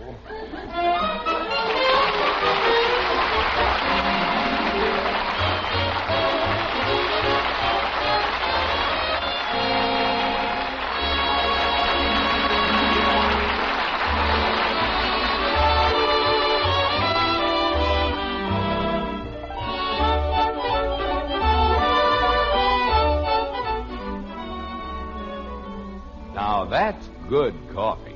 Best I ever had. Those words will really warm your heart when you hear them from the world's greatest coffee expert. Yes, ma'am. Because that #1 expert is the man you want to please most. Your husband. Of course, we think we're pretty fair experts. Our Maxwell House coffee is America's favorite brand. But the expert with the last word is that man of yours. And if you'll brew him a pot of Maxwell House, we're mighty sure he'll say, that's what I call good coffee.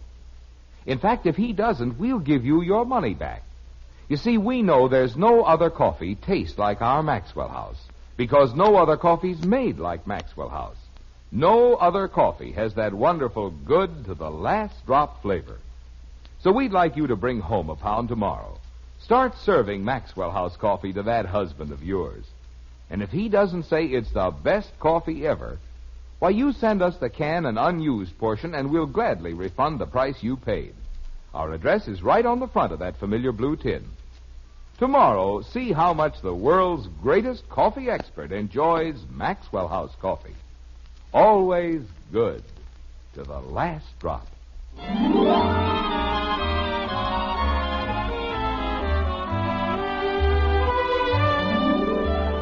It's moments later on Maple Street, and at the white frame house occupied by the Andersons, there's a soapy whir of speculation. Will Kathy be able to find the salesgirl and bring her back? Will Margaret recover her $2 deposit from Howard Milliken? Will Jim be able to carry out Mr. Gribble's instructions? Certainly sounds exciting, doesn't it? It's drama, that's what it is. Sheer, unadulterated drama. Like this. Father, What is it, Benny? do you hate green sweaters? Not particularly. I do. Good. Of all the sweaters in the store, she would have to pick out a green one. Who? Janie Liggett. And I look terrible in green. She couldn't have gotten off the block. Janie Liggett? No, Mr. Gribble. That girl who was selling things. Daddy, I found her! Wow, good for you. Oh, it was so exciting, Daddy. She was just getting kicked out of the Woodies. She what? I mean, Mrs. Woody was telling her she didn't want any. Oh. Well, where is she? She's coming. And, oh, Daddy, is she pretty? She is, huh? She's got beautiful golden hair and big blue eyes. Who has, Father? Just someone with whom I have to do some business, that's all. What kind of business? Betty, why don't you go upstairs and worry about your green sweater or something? Well, if you're going to do business with beautiful blondes and don't want us around... I didn't say I didn't want you around. I merely said, just stay here and keep quiet, please. Hello? Oh, come on in. I left the door open. Thank you. Kathy, why don't you go somewhere and play? I want to watch. Well, just be sure that you don't... Hello there. I'm Jim Anderson. How do you do, Mr. Anderson? I'm Sheila Gibson. Yes, you certainly are.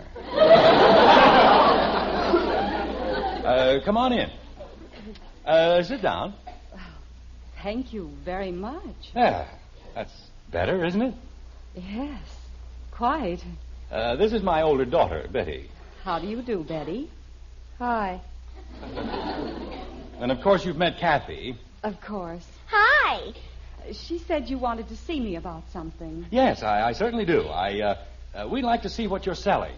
Oh? For any particular reason? Well, of course. I'll probably buy something. We buy things here all the time. Is Mrs. Anderson at home? No, but we don't have to worry about that. Just trot everything out. Okay. What are you selling, anyway? Lingerie. What? Lingerie? What's that? Ladies' silk lingerie. Father!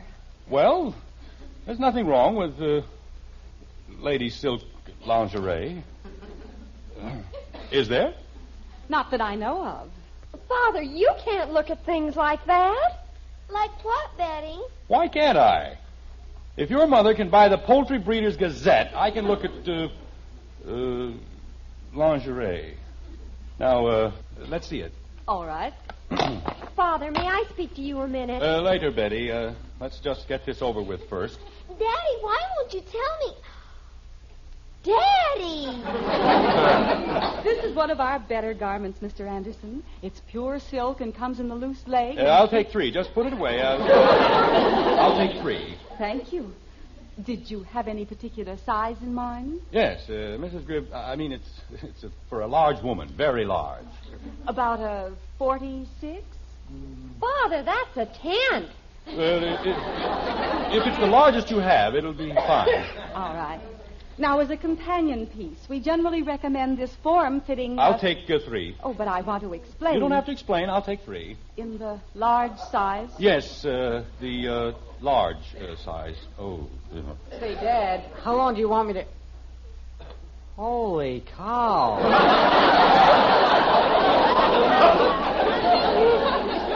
Bud, go turn on the sprinklers.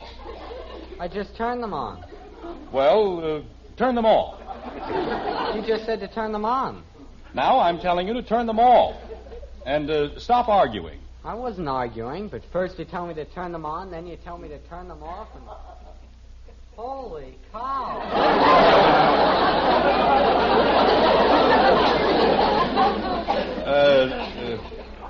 That was my son. So I gathered. As a special introductory feature, Mr. Anderson, we're offering a new... I'll take 3. Just give me 3 of everything and tell me how much it is. Oh, that's very generous of you, but I really feel... It's quite all right, Miss... Gibson. Miss Gibson. I was saying to my wife just the other day, the next time somebody comes along selling things, we'll just take 3 of everything. That's what I said. Father, do you feel all right? Of course I feel all right. I feel fine. Your collar's melting.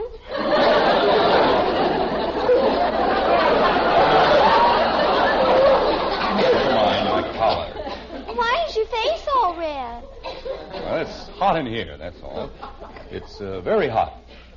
How much do I owe you? Well, it comes to $84, but that includes... Oh, Mr. Anderson, let me show it to you. You don't have to bother. Oh, but I want to. Tell me, have you ever seen anything more beautiful? It's fine, yes. Just put it away. Oh, Father, that's gorgeous. How do you sleep in a thing like that? You don't sleep in them, silly.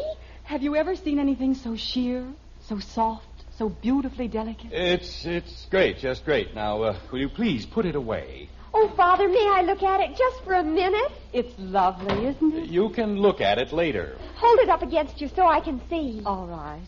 Miss Gibson. Jim. Uh-oh. Jim, Howard Milliken says he's very sorry, but... Well... Mother, isn't it beautiful? It's a nightgown. Margaret, this is Miss Gibson. She, sells things. Doesn't she, though?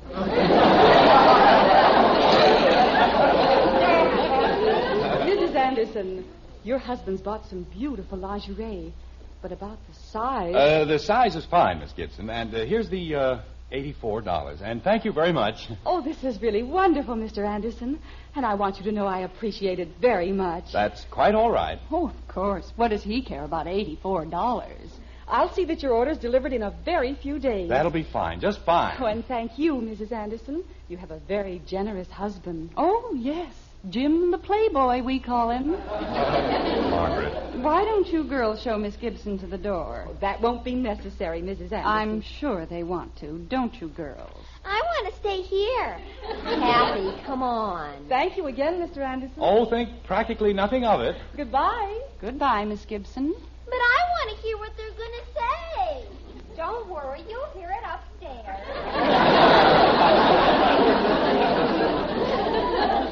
Well, Jim Anderson. wait till she gets out. She's out. You see, Margaret, I got a call from Mr. In Gribbles. my own home. My own home to find you cavorting with that woman. I wasn't cavorting. I was buying stuff. Jim, how could you do a thing like that? Like what? Black silk nightgowns in my living room. She was holding it up, Margaret. She wasn't wearing it. She might just as well have been. What were you thinking of? Group insurance.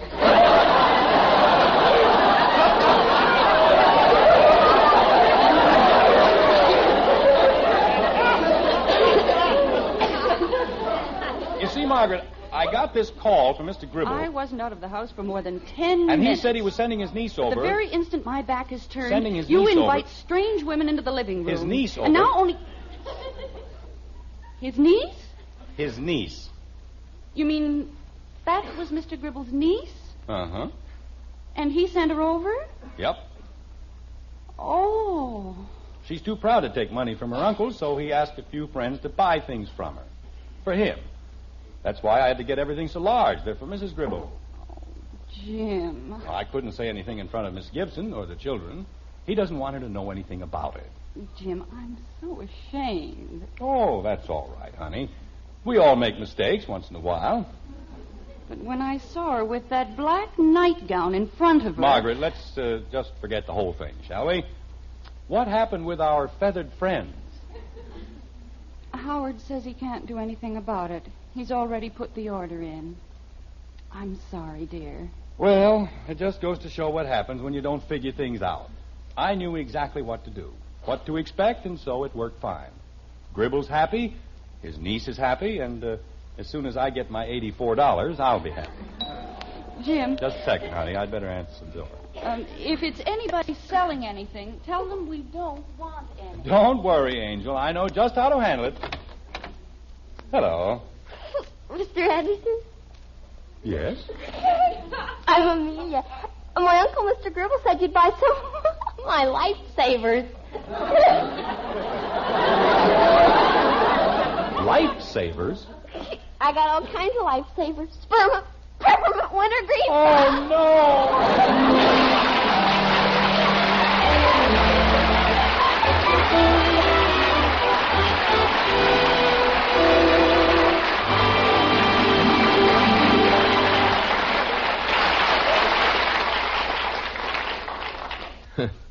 Seems like no matter how hard you try to go right, you sometimes go wrong in buying things.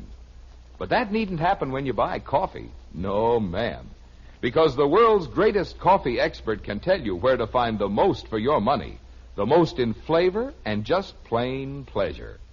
All you do is set a cup of Maxwell House coffee in front of your husband. He's the expert we mean. And when he looks up at you with a smile and says, "Now that's a real cup of coffee," why, you'll know Maxwell House is your coffee buy. Find out tomorrow. Bring home a familiar blue tin of Maxwell House and listen to your husband praise that wonderful good to the last drop flavor. And then count all the truly good cups of coffee you get from that 1 pound. We think you'll be convinced. Maxwell House coffee gives you the most for your money because it's always good to the last drop.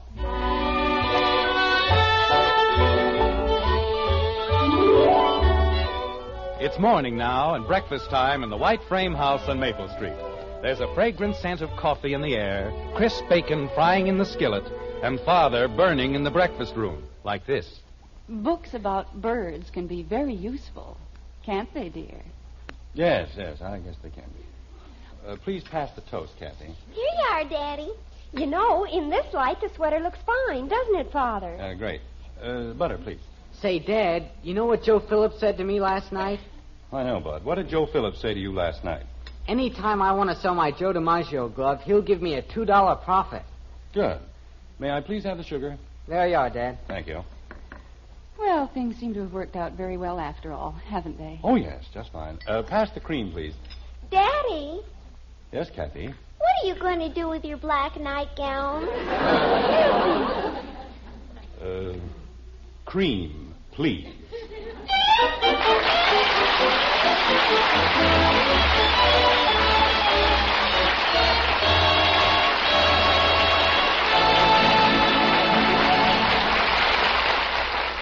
Say, Mom, if you have trouble getting your children to eat a hot cereal for breakfast, here's the perfect solution. Just serve them Hopalong Cassidy's favorite hot cereal, Post Wheatmeal. Yes, Post Wheatmeal. Just tell the youngsters how swell wheatmeal tastes with a wonderful nut-like flavor. Tell them how Hoppy gets plenty of real solid nourishment from that rich brown treat. Cooks in just 3.5 minutes. You'll see, you'll go along with Hopalong. It's the best hot cereal you ever ate.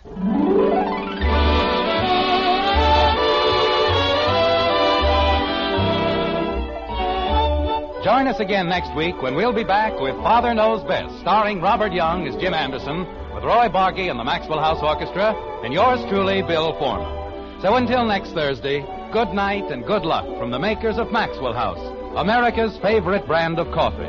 Always good to the last drop. Father Knows Best was transcribed in Hollywood and written by Ed James. Now stay tuned in for Dragnet, which follows immediately over most of these stations.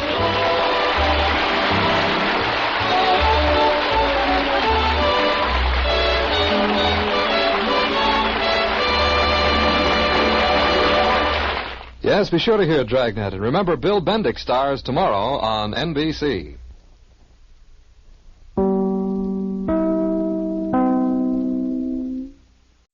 Mother, is Maxwell House really the only coffee in the world? Well, your father says so. And your father knows best.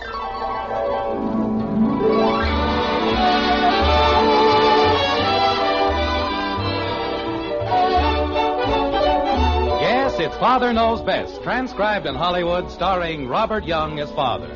A half-hour visit with your neighbors, the Andersons, brought to you by Maxwell House, the coffee that's bought and enjoyed by more people than any other brand of coffee at any price. Maxwell House, always good to the last drop.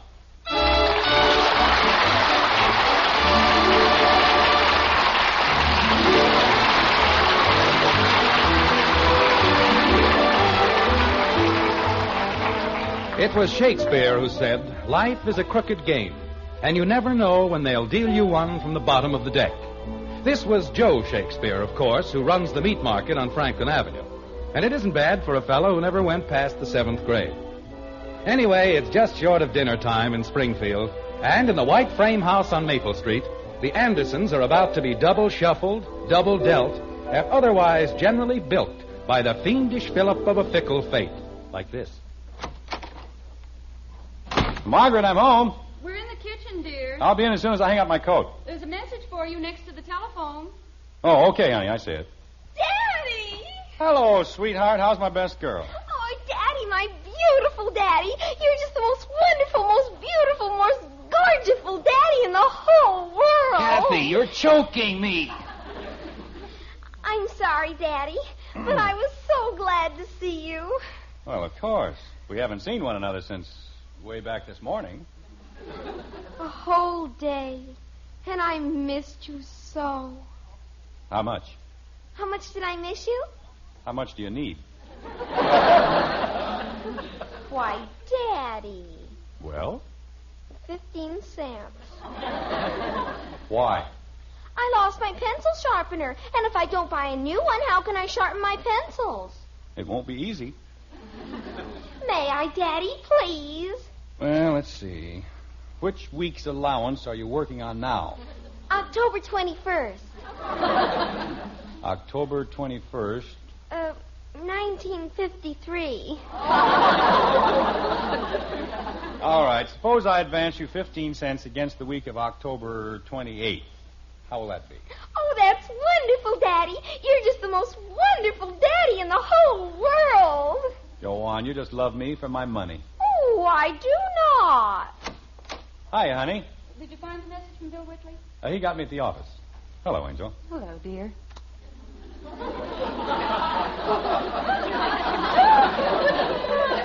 Hi, Father. Well, what are you doing? Shelling peas. And look at my nails. Why don't you help her, Kathy? It's her turn. I did it last time. She doesn't have to help me. Go ahead, Kathy. Give your sister a hand. And let's not have any arguments about it. Don't you forget, Betty. The next time I have to shell peas, I help you. Well, stop talking and help me. Where's Bud? Probably over with Joe Phillips. He'll be along in time for dinner. You know, Margaret, I was thinking today, we're a pretty lucky family. We have a nice home. It's almost paid for. We're well and happy. We're not rich, but we manage. My, aren't we solemn tonight? Well, I was talking to Bill Whitley today, poor guy. Is anything wrong, dear? Oh, just a bunch of little things. His boy had that operation last March, and he's had a few bad accounts. Now he's worried that he won't be able to meet his insurance payments. That's a shame. They're such nice people. Almost ready with the peas, dear? Just about. Mom, I won. Mom, look what I won. What on earth? Bud, how many times have you been told not to burst into the house like that? I won the prize. Look, I won the prize. I don't care what you... A skunk? Bud! Oh, Bud! Get that thing out of here. Bud, it's beautiful. I said get it out of here. Bud, please. Gosh, don't make so much noise. You're getting him all excited. We're getting him excited. Bud, if you don't get that thing out of here... Just a moment, Jim. Let's be sensible about it and calm down. Calm down? A skunk in the kitchen and you want me to calm down? Well, we don't want to get the skunk upset, do we? Oh, no, that's right. No, we mustn't get him upset. Just everybody be calm now. Let's not get him upset. Oh, Mother, make him take it away, please. He won't hurt you, Betty. See? Take him away, Father. Bud, Bud, take that thing away from your sister. There isn't anything to worry about, Dad. He's housebroken and everything. Kathy, don't walk around. You're stepping on the peas. But I want to touch him. May I, Bud, please? Okay, but don't scare him. Nice boy.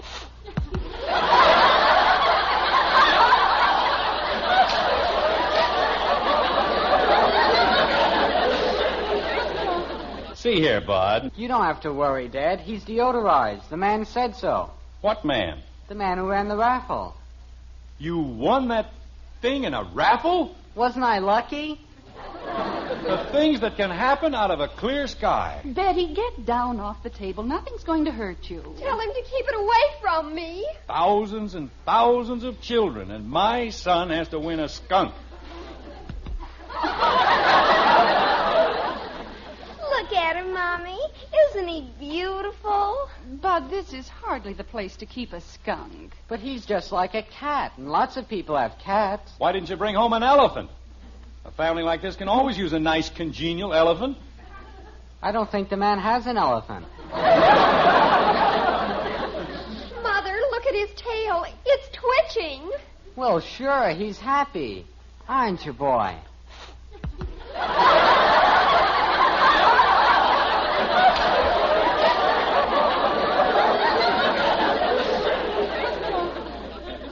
What's his name, Bud? Lily. His name is Lily. Yep. Isn't he beautiful? Yeah, he's gorgeous. Bud, take that thing outside and get rid of it. Gosh, I can't, Dad. Why not? I just told you, he's deodorized. That is merely your opinion. And anyway, what difference does that make? The man told me all about it. If you turn a deodorized skunk loose, he's defenseless. He'll get killed. Well, we'll send flowers to his mother. Take him out in the field and lose him. Jim, we can't be heartless about it. We can't be brainless either. Margaret, don't tell me you want to keep Lily. Of course not. I do. The man said they make wonderful pets and they eat practically nothing. Well, that's fine. Give him back to the man. I can't. Why not? His wife says she'll divorce him. It isn't bad enough having Kathy around. Now we have to have a skunk. Betty! Well, who wants to call on a girl whose brother has a skunk? I do. Lily won't be any trouble, Dad. He can sleep in my room, and I'll pay for his food out of my allowance. But it's not a question of expense or how much room he takes up. We just can't have a skunk around. Nobody in his right mind wants to keep a skunk around. I do. That's what I said. Nobody in his right mind. Jim, if we could only find him a good home. Where? With whom? Who wants a skunk? The man said... Father, look at him. His nose is twitching. Isn't he sweet?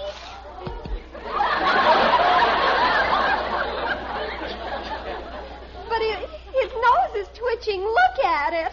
Betty, that's not the end you have to worry about.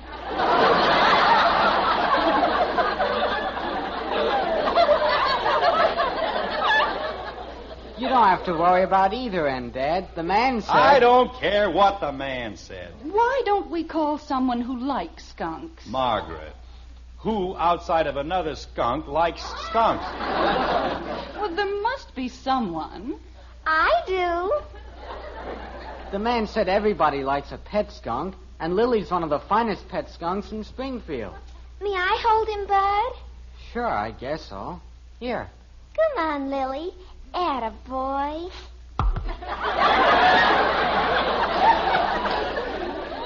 Jim, where are you going? I'm going to call a zoo. That's where I'm going. It won't do any good, Dad. They can give him a good home, 3 square meals a day. What was that? I said it won't do any good to call the zoo. Why not? The man said he called the zoo, and they've got a skunk. Well, they're going to have another one. I'm a citizen of Springfield. I pay my taxes.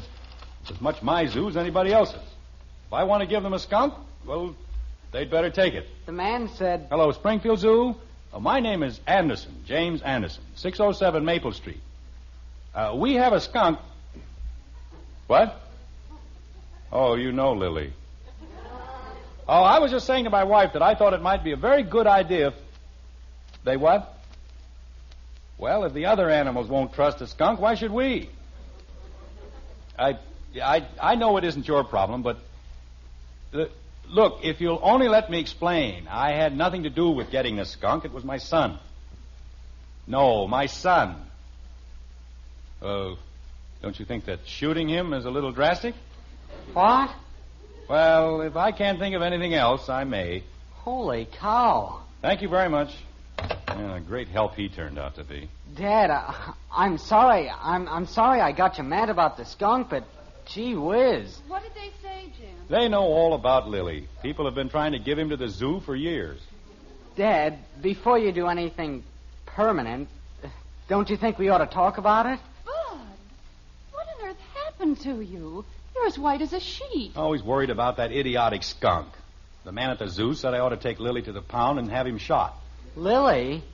Well, who do you think I meant? Oh.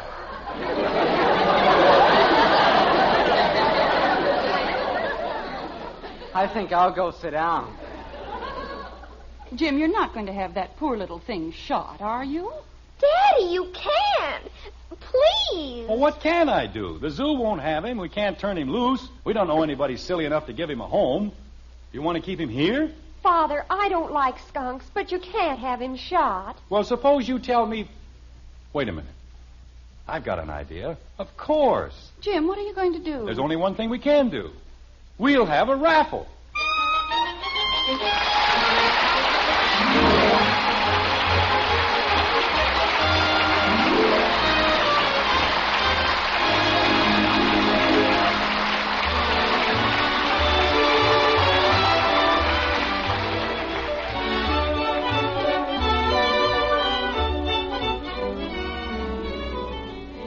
How would you like to pour a cup of coffee for the world's greatest coffee expert and hear him say, best coffee I ever tasted? It'd mean a lot to you pleasing that number one expert. Yes, ma'am, because he's your husband. Of course, we could claim to be experts ourselves. Our Maxwell House coffee is America's favorite brand. But we know the final judge is that man of yours. And if you'll pour him a cup of Maxwell House, we're mighty sure he'll say, best coffee ever. We're so sure, in fact, that if he doesn't, we'll give you your money back. You see, we know no other coffee tastes like Maxwell House because no other coffee's made like Maxwell House. That famous good to the last drop flavor is something we're mighty proud of. Get a pound tomorrow, won't you? Serve it to that husband of yours. And if he doesn't tell you it's the coffee he likes best, why, you send us the can and unused portion, and we'll gladly refund the price you paid. Our address is right on the front of that familiar blue tin. Tomorrow, find out how much the world's greatest coffee expert enjoys Maxwell House coffee. Always good to the last drop.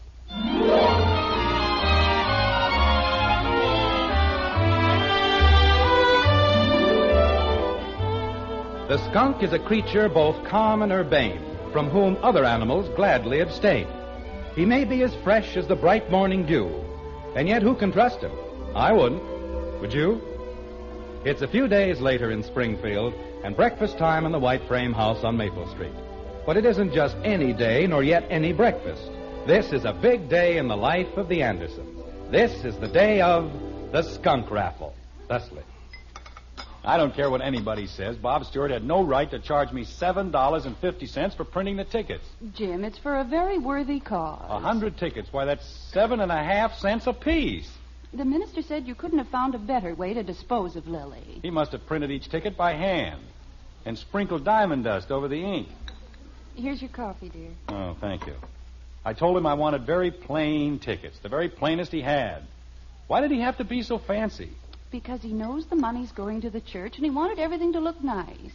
$7.50 to get rid of something we didn't even own in the first place. Where's the sugar bowl? Bud took it out to the garage. He forgot to put sugar on Lily's cereal. Oh, that's fine. I'm surprised he didn't sleep out in the garage to keep the silly animal company. Jim. Yes? He did. Bud slept in the garage? Well, he said it was Lily's last night, and he didn't want anything to happen to him. What can happen to a skunk that hasn't already happened? Isn't there any more sugar? I'll get some, dear. Tells me a skunk eats practically nothing. This one eats like his father was a tapeworm. Oh, dear. Now what's the matter? I could have sworn we had another bottle of cream. No cream, huh? No, dear, but as soon as Bud comes in... There was cream last night. I know, dear, but I thought we had another bottle. Lily, huh? Yes, dear. Margaret. We have plenty of milk. Well, that's nice. You're sure I'm not disrupting any of your plans? I mean, you wouldn't have a more important use for it. Lily, perhaps?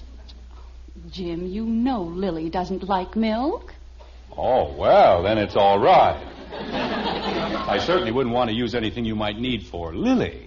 Jim. Good morning, everybody. Isn't this the most wonderful day you've ever seen? Good morning, Betty. The warm sunshine, the golden leaves. Isn't it good just to be alive? Huh. What? I said, huh. What's the matter with Father? Nothing, dear. Sit down and drink your juice. I'll have your breakfast ready in a minute. Provided Lily hasn't already eaten it. Jim, you're not being fair. I'm not being fair. Half of my breakfast out in the garage with that polecat, and I'm not being fair. Good morning, Mommy. Morning, Daddy. Good morning, dear. Where's Lily? Out in the garage with Clyde Beatty. Who? Never mind. Just sit down and eat your breakfast. Drink your juice, dear. I'll have your cereal ready in a minute. Daddy? Not now, Kathy. But I want to tell him something. Daddy, What is it, Kathleen? I sold a ticket. What's fine? A ticket? You had 25 of them. I've still got 24. Oh, that's great. That's just great. The drawing's in less than an hour, and we've still got 24 tickets. Jim, we don't have to sell all the tickets, do we? I told Dr. Swain it'd be $25 for the church. If we don't sell all the tickets, I'll have to give him the money myself. Well, 24 tickets are only $6, dear. Oh, only $6. $7.50 for the printing, $6 for the tickets.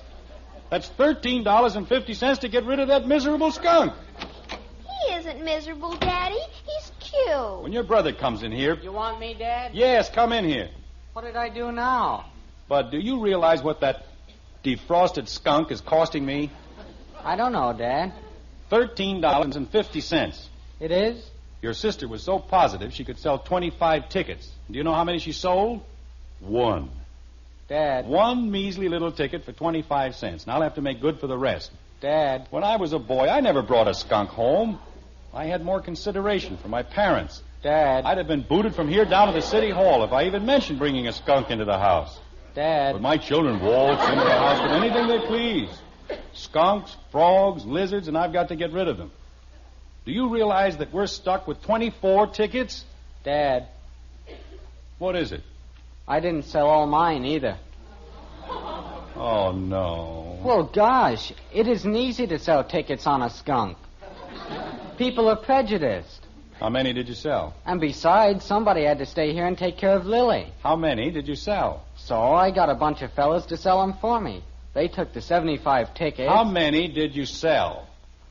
19. Out of 75? Well, the fellas said they tried. 19. We've got 80 tickets left. I'm sorry, Dad. Mother, isn't there any cream? Betty, not now. Gosh, it isn't as if we didn't try. Well, I still have some control over my temper. Let me have the $5. Here's my quarter, Daddy. Dad. Yes? All I've got is $1.90. 19 tickets at 25 cents is $4.75, not $1.90. That's less commission. What commission? Well, I had to give the fellas a commission. They sold them for a quarter, but we only got a dime. Bud. Dad, you don't know how hard it is selling skunk tickets. They were doing me a favor. $30. That's what it comes to, Margaret. $30 to get rid of a skunk. Have some more coffee, dear? Maybe we better just keep it, huh, Dad? We're not going to keep anything. And you and I are going to have a long talk someday about what happens to boys who bring skunks into the house. What are you going to do now, dear? I'm going to see if I can't get rid of some of these tickets. Who ever heard of a raffle with only 20 tickets? Get the house all cluttered up with skunks. Can't sell the tickets. Should have had the darn thing shot in the first place. Oh, Bob Stewart, this is Jim Anderson. Look, about those tickets, Yes, they were very nice. But we've got quite a few of them left, Bob, and after all, you did make $7.50 on the deal, and the money does go to the church, so I thought if you'd like to take about 25 chances... Hello, Bob? Bob, hello? Fine thing. Just wait until I want some more tickets printed, that's all. It'll be a cold day in July. Did Mr. Stewart take any, Jim? He hung up on me, that's what he did, the nerve of him. Just hung up. Jim, we've got to leave for the church in a very few minutes. Well, you go ahead with the kids. I'll be along as soon as I get through here. Well, don't be too long, dear. Okay. Hello, Heck. This is Jim Anderson. Just fine, thanks. Say, Heck. She's fine, too, thank you. Say, Heck. Yes, they're all fine. Say, Heck, have you heard about the raffle we're holding? Well, all the money goes to the church, and the tickets are only $0.25 apiece. Oh, it's for a skunk, Heck, but you ought to see him. Cutest little fella you ever saw in your whole life. What? Hello, Heck. Heck! Fine bunch of friends I have. Hang on to $0.25 as though their life depended on it. Smoke 50-cent cigars, but if you ask them to lay out a dime for something worthwhile... Hello, George. This is Jim Anderson. Say, George, we're having a raffle at the church. Well, we're giving the tickets away, George. There's no charge at all. That's right. All you have to do is keep what you win. What? Well, it's a pet skunk, George, and so help me's a million laughs. Just the happiest little thing you... George. Hello, George. Now you can't even give the things away. What a great raffle this is going to be. Hello, Ed. This is Jim Anderson. We're having a free raffle at the church, Ed, and I want you to have these free chances to win a free prize. Well, I've seen some cute skunks in my time, Ed, but this one is... Ed. Hello, Ed.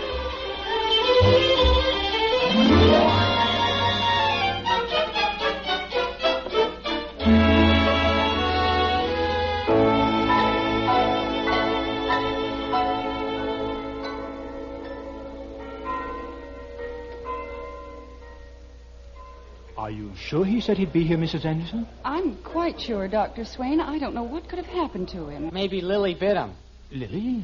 The skunk. They don't like one another. Kathy, you know how children exaggerate. Yes. Do you want me to call the house, Mother? Maybe you'd better. And if he hasn't left... Here he comes, Mom. What's he got in the box? Kathy, don't be silly. That's Lily. Oh. Jim? Oh, I'm sorry I'm late, Dr. Swain, but I had a time getting rid of the tickets. Did you sell them all, Dad? Not quite. Oh? But you don't have to worry, Doctor. Here's my check for $25 to cover the whole thing. Oh. How many lucky people are there in the drawing? 20. 20? Bud. But those are all the chances. Bud, be quiet. Holy cow. These are the stubs for the 20 tickets that were sold, Dr. Swain, so if you want to go ahead... We'll do that this very moment. Attention, everyone. Attention, please. We're going to have the drawing for the little animals so generously donated by our friend, Mr. Anderson. It was my skunk. Bud, please. Betty, would you like to put the stubs in this bowl? Okay. How's that? That's fine. Now mix them thoroughly. There we are. $30 to get rid of a skunk. Jim. Now, Kathleen, would you draw one of the slips, please? Reach way up. Like that? That's a good girl. May I have it, please? Thank you. Attention, everyone. The winning number is number 73. Will the lucky person holding number 73 please step forward? Number 73. Dr. Swain? Yes, Kathleen? That's me. Oh, no!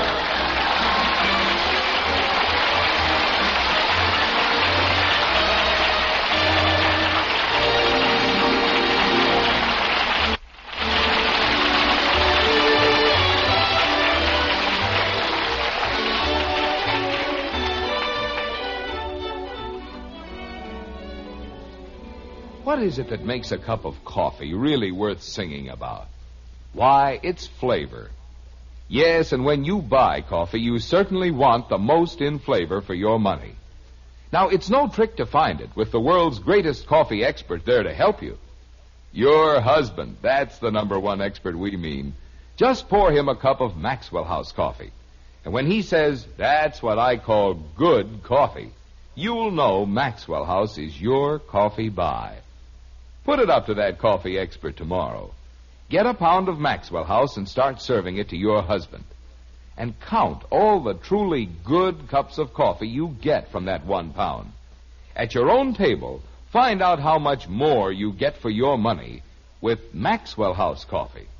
Always good to the last drop.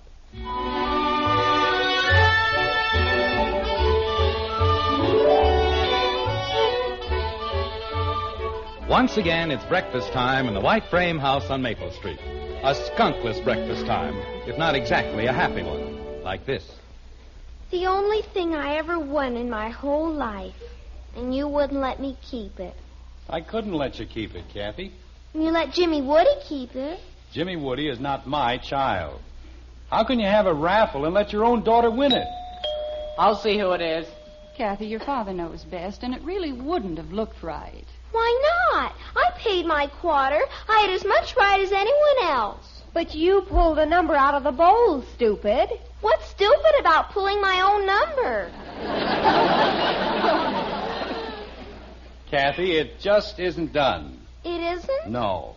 And besides, the principal idea was to get rid of Lily. That's why we had to pick another number. Jimmy Woody. He only paid half as much for his ticket, and he got to keep the whole skunk.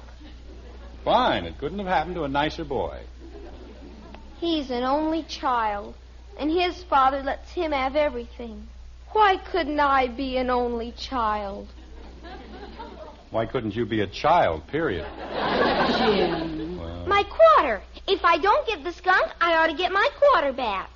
no. Mommy. Why, Jim. Margaret, she knew we weren't going to keep the skunk. Why did she have to buy a ticket? This will teach her not to throw her money around. I want my quarter back. Oh, Kathy, stop it.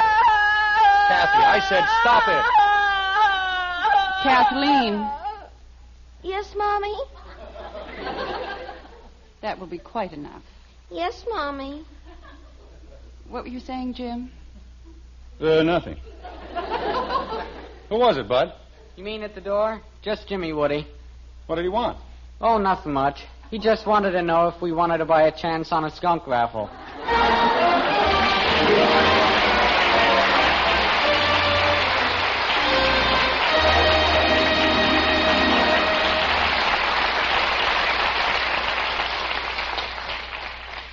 Say, Mom, here's a good way to get your children to eat a hot cereal on these busy school day mornings. Just serve them Hopalong Cassidy's favorite hot cereal, Post Wheatmeal.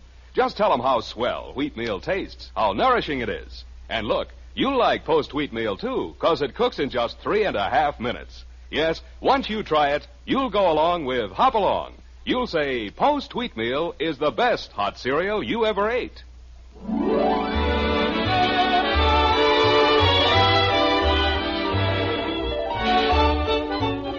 Join us again next week when we'll be back with Father Knows Best, starring Robert Young as Jim Anderson, with Roy Barbeque and the Maxwell House Orchestra, and yours truly, Bill Foreman.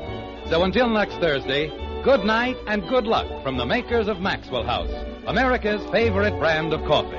Always good to the last drop. Father Knows Best was transcribed in Hollywood and written by Ed James. Now stay tuned in for Dragnet, which follows immediately over most of these stations.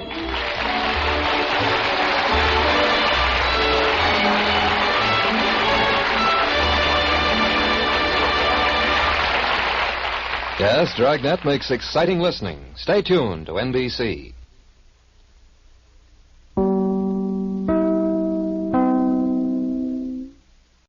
Mother, is Maxwell House really the only coffee in the world? Well, your father says so, and your father knows best.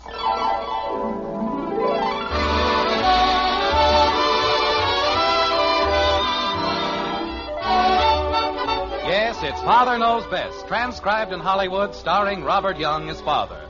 A half-hour visit with your neighbors, the Andersons. Brought to you by Maxwell House, the coffee that's bought and enjoyed by more people than any other brand of coffee at any price. Maxwell House, always good to the last drop.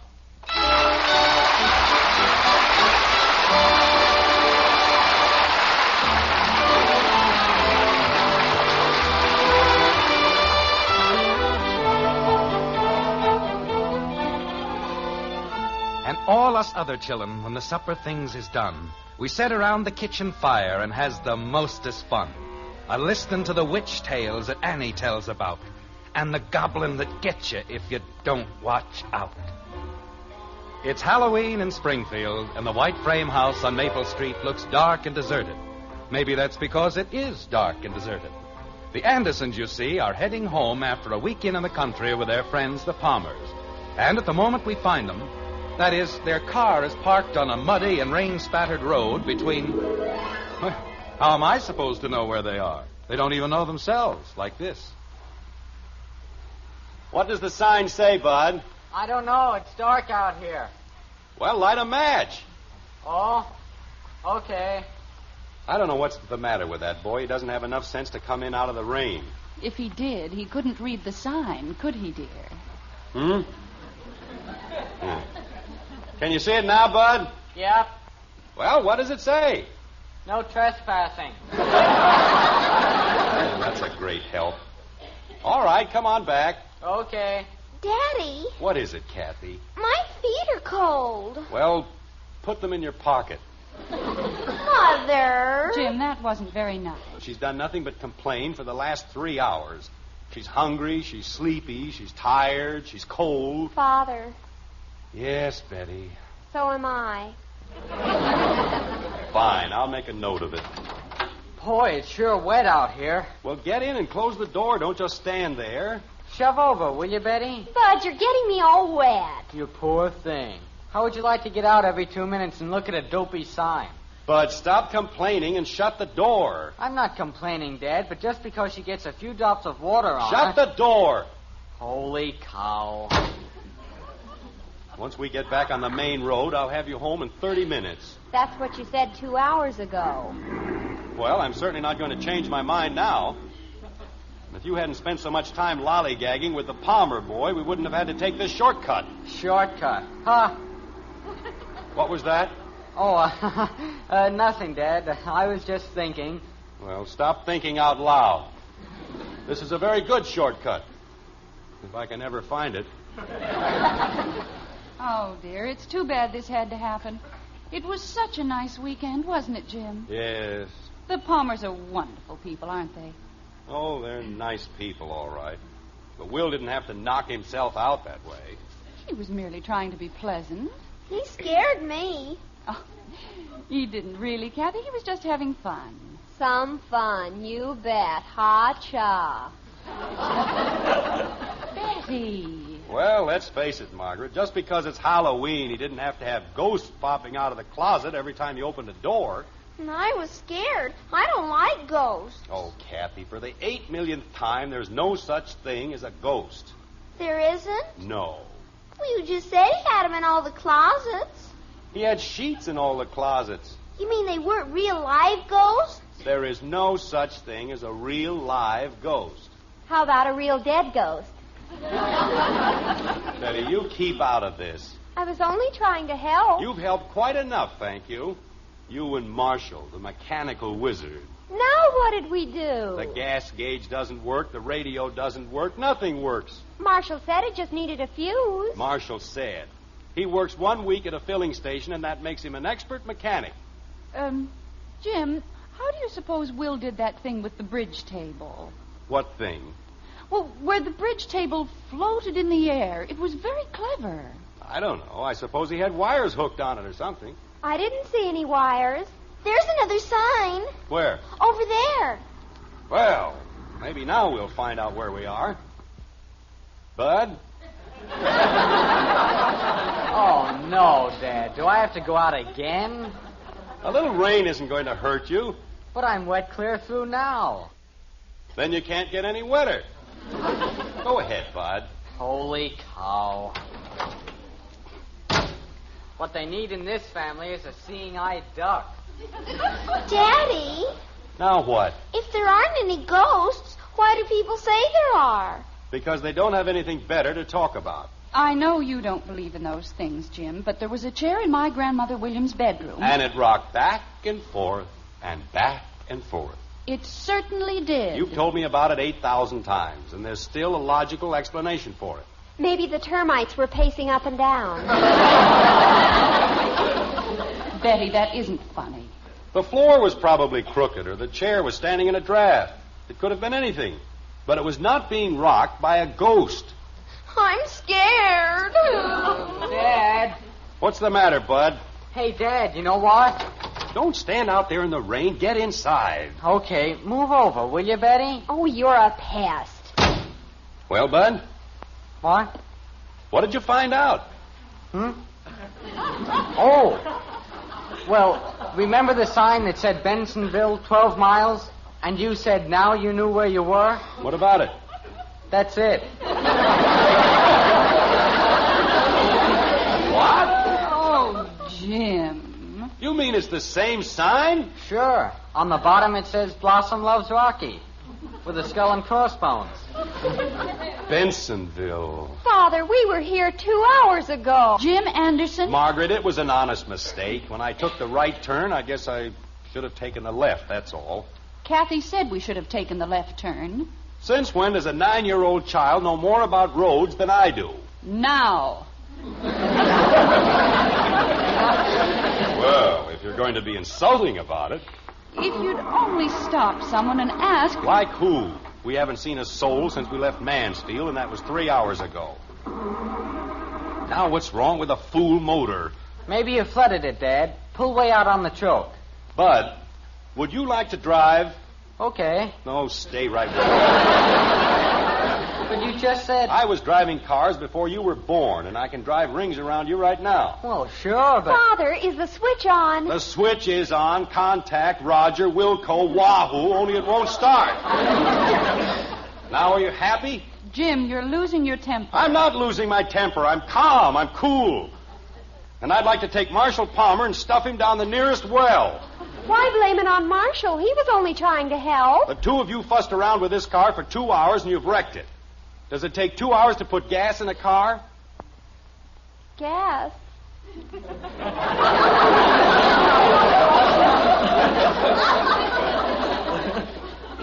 You didn't say to put gas in the car. What? Well, we just checked the tires and polished the chrome, and you didn't say to put gas in it. Oh, Margaret, no. Betty, how could you have done a thing like that? Well, I didn't know he wanted us to get gas. Margaret, I've been a good husband and a good father, but so help me... Daddy, I saw it. You're There's choking a me. ghost. Oh, Daddy, I saw Kathy, it. stop it. Oh. Margaret. Dad, please, stop choking your father, please. Oh, but I saw it, Mommy. It was big and white, and it had big, long wings. Mother! Are you all right, Jim? I don't know. I think she's been taking lessons from Strangler Lewis. I don't see any ghosts. It was over there, Bud. It had 3 heads and a long white beard, and I saw it out the window. Hey, there is something. It's the ghost. Oh, Daddy. Now, just a minute. Bud? I don't think it's a ghost, but I saw something. I don't see any... Oh, yes. Father. Jim? Now, there's nothing to get upset about, Margaret. It's probably just a billboard or a sign or something. It's a house. What? Sure, now I can see it. It's a 2-story house, and it's got pigeons on the roof. Ghosts with 3 heads. Oh. All that excitement about a farmhouse and a few fluttering pigeons. You ought to be ashamed of yourselves, all of you. Jim, where are you going? I'm going to see if I can't wake somebody up. I've got to borrow some gas. Jim, don't stay away too long, please. I'll be right back. Bud, maybe you ought to go with your father. What for? Well, it's very dark out there, and he might not be able to find the way. I don't know the way any better than he does. Bud, why don't don't you stop arguing? I'm not arguing, and I don't see you jumping out in the rain. Of course not. Girls don't do things like that. Why not? They just don't. That's why not. Boy, is that a racket. I go first. I'm a girl. I get this. I'm a girl. Who takes care of the men? Girls. Bud, this is hardly the time for a battle of the sexes. I wasn't fighting, but good gravy. Margaret? Is everything all right, dear? Honey, it's a house, all right, but it isn't exactly what we figured. It's a sort of an empty caretaker's cottage. What's an empty caretaker? It's a cottage, Dopey, and it's empty. Oh. Jim, why would a farm have a caretaker's cottage? Well, that's what I was saying. It isn't exactly a farm. It's a... Well, just figure it's like anything else, that's all. Jim, what is it? Well, it's the Pleasant View Cemetery. Oh, no.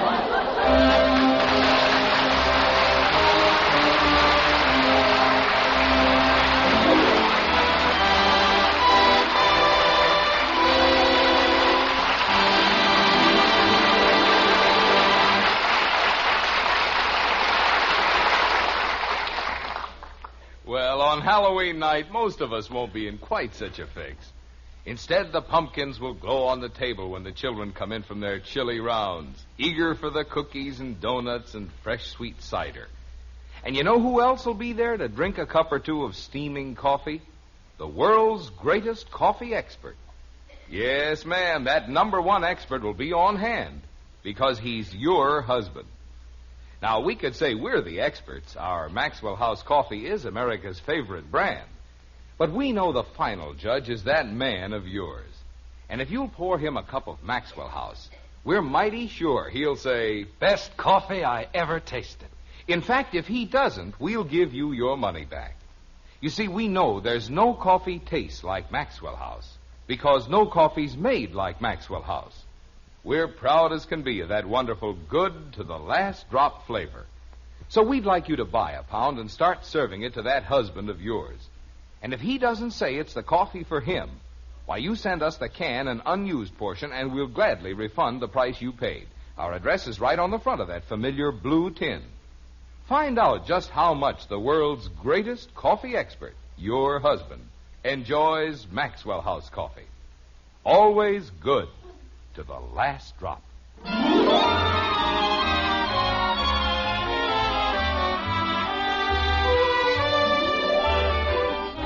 A few chill moments have come and gone, and we find the Andersons' brave little band huddled on the porch of the caretaker's cottage. The rain keeps pouring down on the battered roof, and in the eaves, pigeons flap their restive wings. Or is it a belfry? Or are they bats?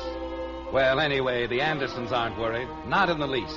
Chins up, shoulders back, they march fearlessly into whatever awaits them, like this. I don't want to go in. Kathy, there's nothing to be afraid of. I don't care. I don't want to go in. Well, would you rather stay out here on the porch all night and freeze to death? Oh, I'm scared. Kathy, I don't know what's gotten into you. This isn't just a cemetery. It's a monument of which we should all be proud. Those are the graves of Civil War heroes, men who died for their country. Father! What were you saying, dear? Let's see if we can get inside. Dad? Any luck, Bud? Nope. I tried the windows on the ground floor, and they're all locked. Oh, fine. I found a shovel out in back, though. That's nice. If we can't dig our way in, at least it'll make a pleasant souvenir of the evening, won't it? Well, I just thought if there's a shovel around, maybe that means somebody lives here. Thank you, Sam Spade. Say, that's a good one. Sam Spade, because I found his shovel. Get it, Betty? I got it, and you can have it. What's the matter with her?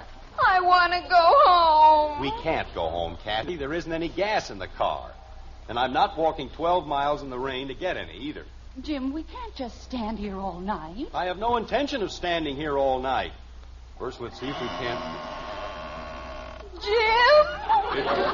It's just a door opening, honey. That's all. Who opened it? I want to go home. I hear one more peep out of you, so help me. Jim, what happened to Bud? I don't know. He was right. Bud, Mother. You want me, Dad? how'd you get down there? I don't know. I guess I fell off the porch.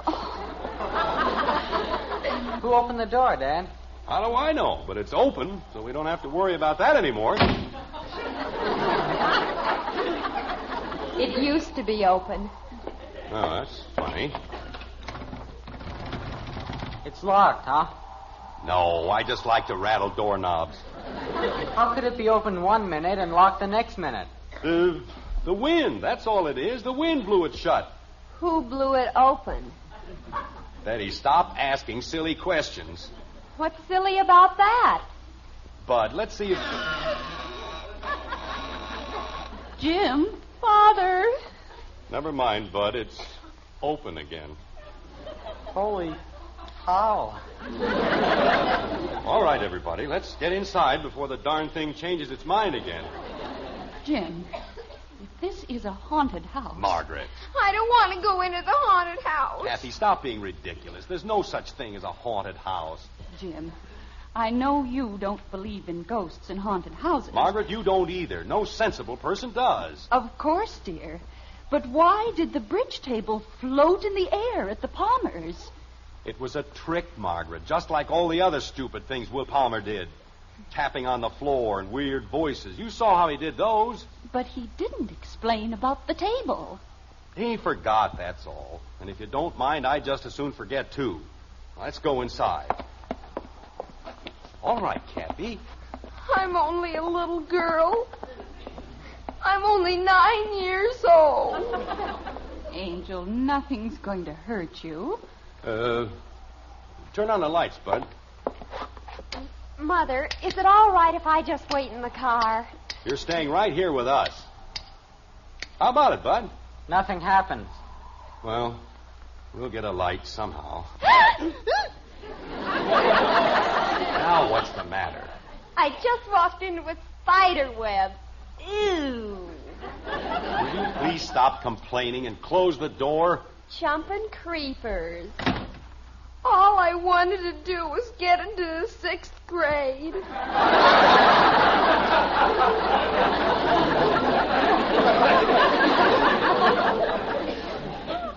Kathy.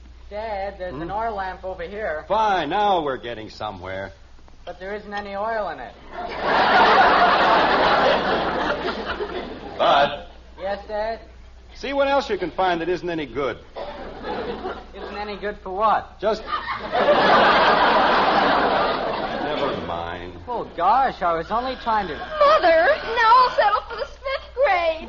What's wrong with that stupid door? Bud? Don't look at me, Dad. I wasn't any place near it. I know you weren't. I was merely...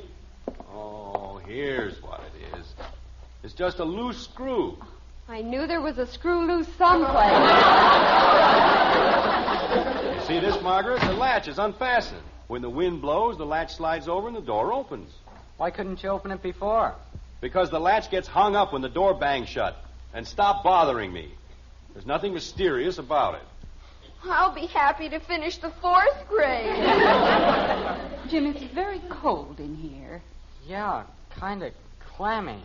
Wouldn't it be warmer if we all just sat in the car? We'll get a fire started in here, and that'll take care of everything. Jim. Honey, there's nothing in here that can hurt anybody. A nice, friendly fire in the fireplace, it'll make all the difference in the world. Now, how about getting some wood, Bud? Here's a whole pile of newspapers. Good. Hey, you know who's going to run for president? Coolidge. But let's get the fire started and stop with the jokes. What jokes? Just... Oh, get some wood. Jim, I know it isn't anything to be worried about, but that door gives me the creeps. Well, I'll fix that.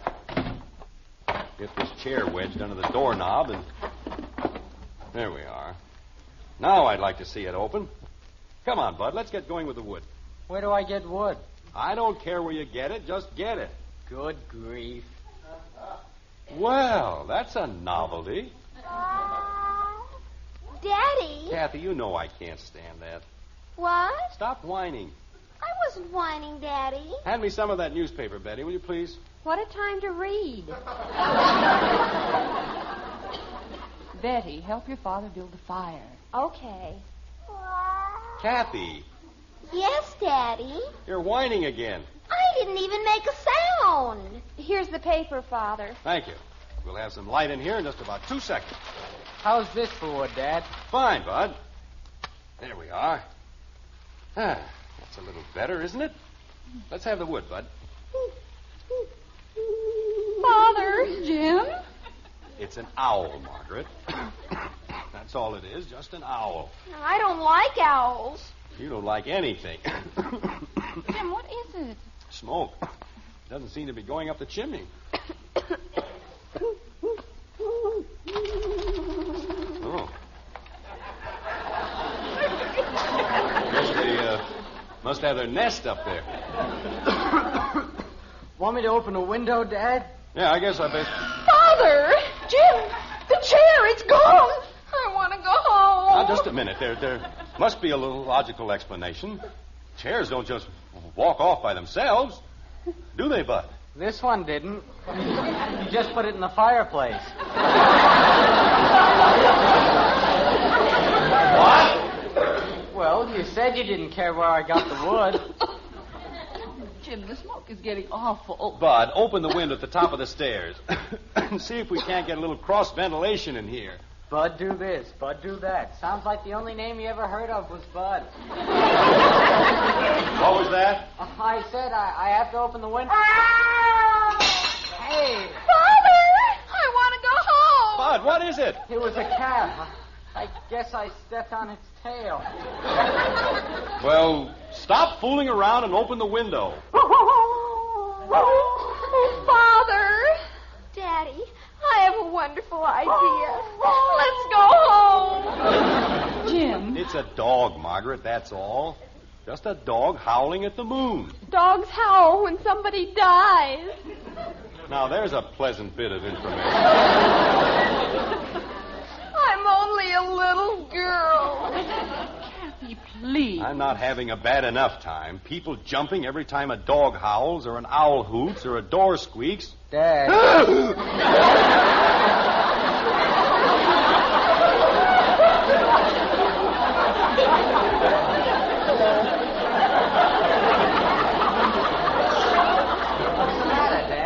Oh, Bud. Why do you have to sneak up and back of people like that? I didn't sneak up and back of you. You certainly did. Jim. What's that? A cow. Just a plain, ordinary cow. What's a cow doing up this time of night? Looking for another cow. It's roasting.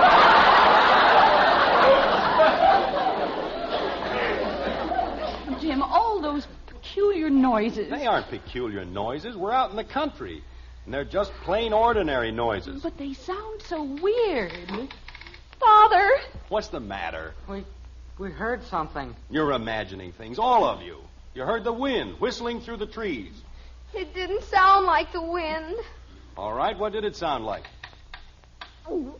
Like that. Well, that's nothing. It's just a board creaking, that's all. Jim, we've got to get out of here. How? Where are we going to go? I don't care where. Let's just go. I'm only 9 years old. All right, Kathy, we'll leave. We'll leave right now. Not that there's anything to be afraid of. Father, it's coming closer. It's a ghost. It's a big white ghost. Oh, boy. Jim. All right, we got you covered. Stay where you are. Are you folks? Oh. Yes, we're folks. Who are you? Oh, I'm the new caretaker. Just moved in tonight, and I'm not sure I like this job. Jim. You see, there wasn't anything to be afraid of. Maybe there ain't now, but I was sure scared before. You see, for a while, I figured maybe you was ghosts.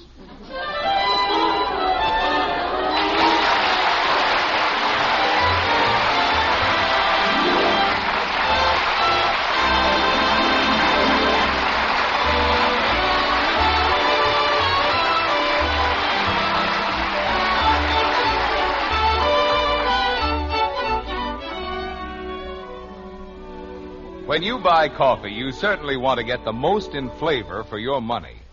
And you know the world's greatest coffee expert can help you find it. Yes, ma'am. Just set a steaming cup of Maxwell House coffee in front of your husband. He's the #1 expert. Watch him smile at the first sip.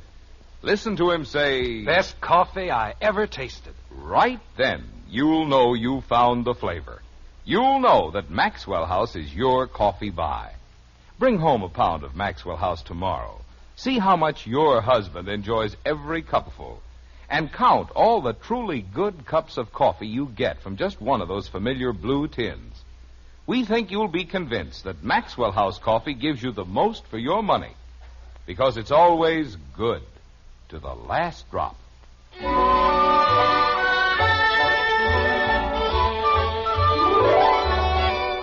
horrible night is over at last. The Andersons are home, safe and happy, and as they dig into their breakfast cereal, Jim tells them exactly how foolish they've been. Like this. I've never been so ashamed of anyone in my entire life. Why, you acted as though we were living in the Middle Ages. I wasn't scared, Dad. You certainly were. I certainly wasn't. You were just as scared as anybody, wasn't he, Kathy? He wasn't as scared as I was. I was real scared. Of what? Everything had a logical explanation, didn't it? Jim. Hello, Margaret. You finally decided to come to the party, huh?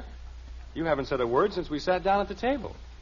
Jim, there was a phone call before you got up. Oh, who was it? Will Palmer. He said he hadn't been able to sleep a wink all night. Good. Serves him right. What do you want? He wants you to call him. What for? We just saw him yesterday. He wants you to tell him how you did that trick where the bridge table floats in the air. Oh, no.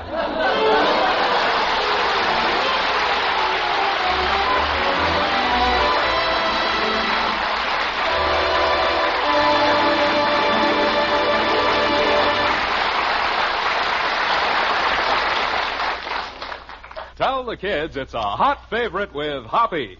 That's hot post wheatmeal. And if you have trouble getting the youngsters to eat a hot cereal, just tell them how much Hopalong Cassidy loves that rich brown hot post wheatmeal. Post wheatmeal is chock full of good, solid nourishment. It has a wonderful nut-like flavor. It cooks in just 3.5 minutes. And tell the kids it's Hoppy's favorite. Hot post wheatmeal. You'll see, you'll all agree. It's the best hot cereal you ever ate.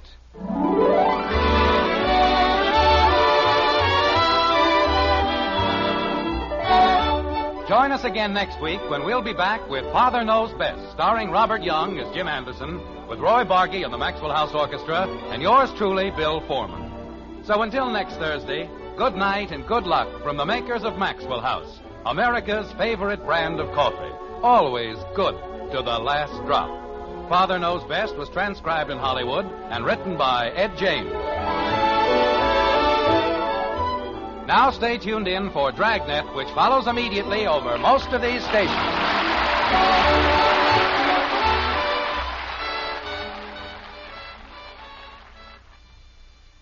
Robert Young again, reminding you to stay tuned for Dragnet on NBC.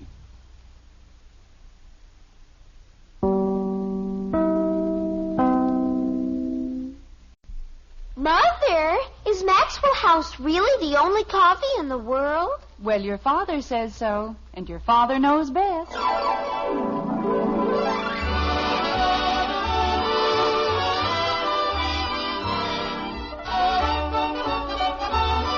Yes, it's Father Knows Best, transcribed in Hollywood, starring Robert Young as father. A half-hour visit with your neighbors, the Andersons, brought to you by America's favorite coffee, Maxwell House. The coffee that's always good to the last drop.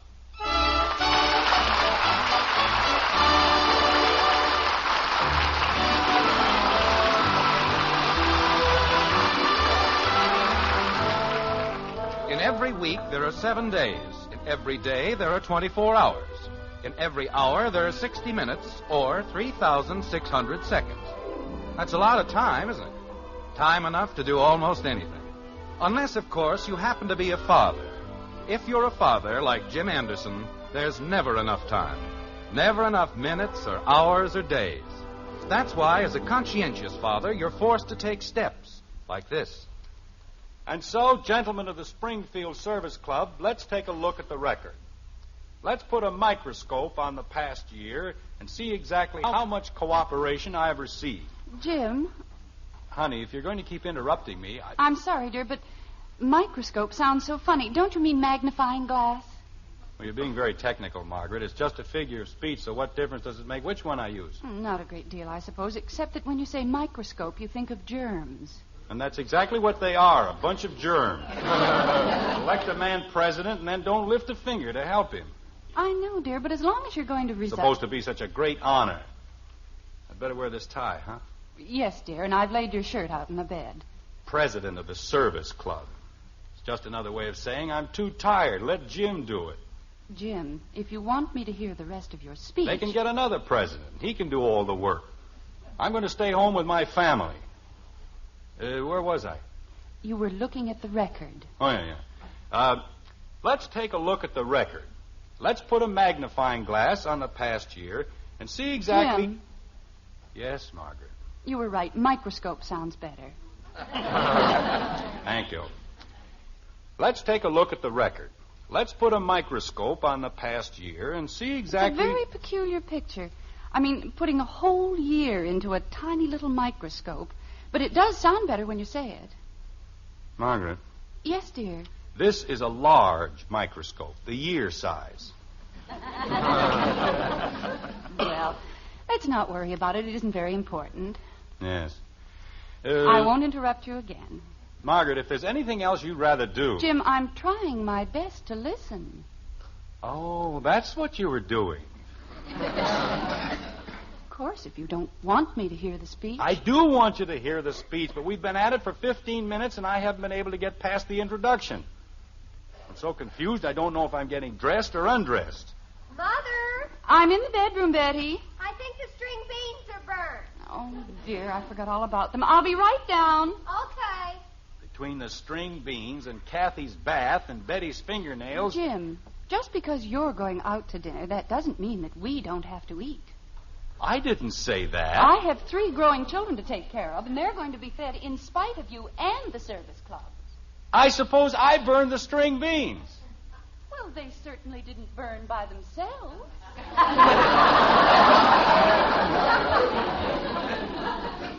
Now, there's logic for you. I'm going out to dinner, so I'm responsible for everything that happens in the house. Blue sock, blue sock, blue sock. Why is it I can never... Bud! You want me?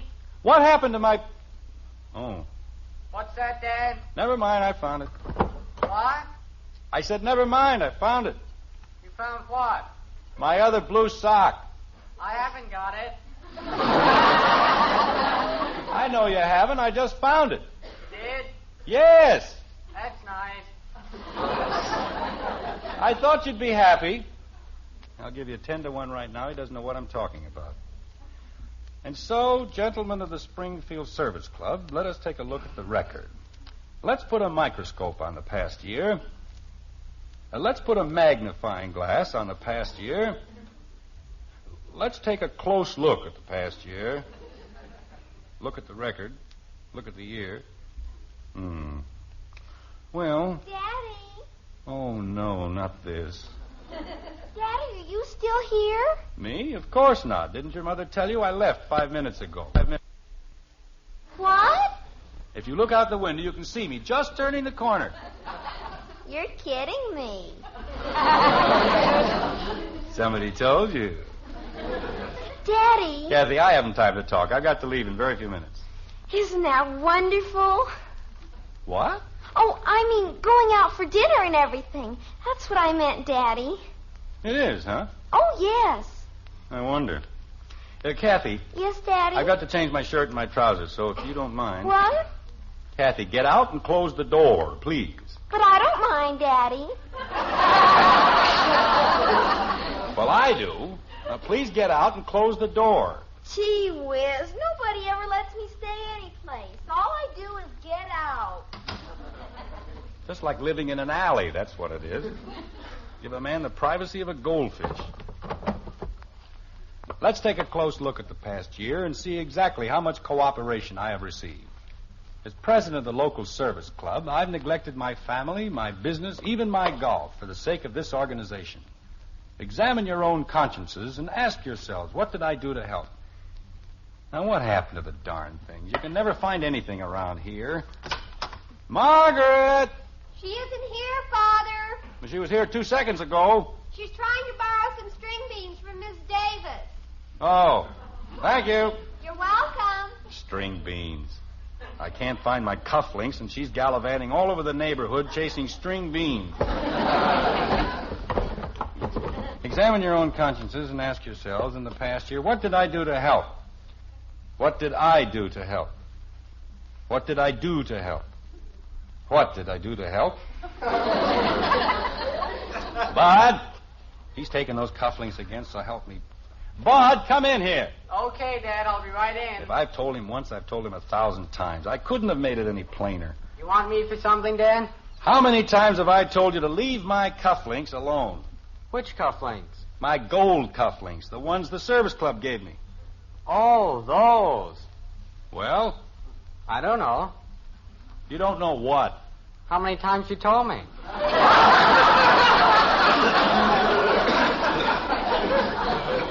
Then why did you? What did I want? Take them. Oh. I didn't. But if you didn't take them, where are they? Maybe Kathy took them. I did not. Well, if it isn't Millicent Mayflower, girl detective. Come in, Millie. Did you call me Daddy? Kathy, aside from the fact that it isn't polite to drop eaves on people, what did you do with my cufflinks? I didn't drop anything on anybody. What did you do with my cufflinks? What cufflinks, Daddy? His gold cufflinks that the service club gave him. I didn't ask you. Kathy, where are my cufflinks? The gold cufflinks that the service club gave you? Yes. I don't know. Oh, Kathy. Gosh, Daddy, if I knew where they were, I'd be the first one to tell you. I can't afford to have you... I mean, you're almost late now. I am not almost late. Dinner isn't until 7:30. But you always leave here before 7. You have to leave before 7. Why? So you won't be late. Kathy, why are you so anxious to get me out of the house? I didn't say I was anxious. Father! Just a minute, Betty. Kathy, what fiendish little scheme is percolating in the back of your equally fiendish little mind? Why, Daddy! You're up to something. You're up to no good, and I want to know what it is. Now what's the matter? You're going to spank me. I'm not going to spank you. I don't even know what you did. Dad, is it all right if I go back to my room? No, you stay right where you are. But I have homework to do. You can do it later. Right now, we've got to find my cufflinks. Holy cow. Father, now don't forget what you...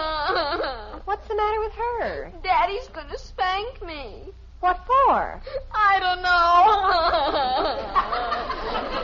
know. Betty, did you see Dad's cufflinks? Nope. Father, don't forget you promised to drop the bridge tables and chairs off at the sorority house tonight. I said no such thing. It was tomorrow night. Father, they need them in the morning, and you promised. I don't want you to spank me.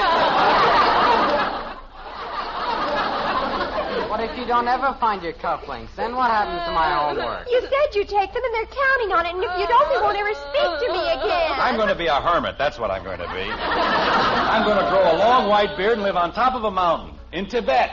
Mother, he said he'd take the tables and chairs over, and now he says he won't. Margaret, so help me. I didn't... Kathleen. Daddy said he was going to spank me. I said no such thing. Did I, Bud? I was sitting in my own room, minding my own business. He said last night he'd take the chairs know, Betty. But now it changes mind, and Kathy! Well, that's better. Jim, I've never seen it to fail. If I set 1 foot out of the house, absolute bedlam sets in. That's not true.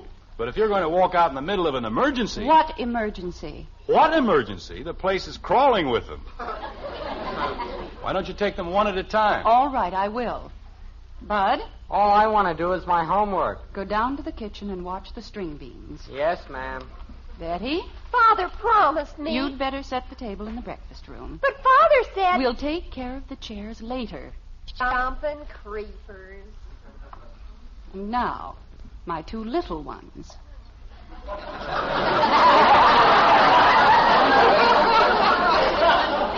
Margaret, you realize that this whole thing is absolutely ridiculous. Kathy? Yes, Mommy? Why were you crying? I didn't want Daddy to be here at 7 o'clock. Why? Because that's when she's coming here to speak to him. Who is? My teacher.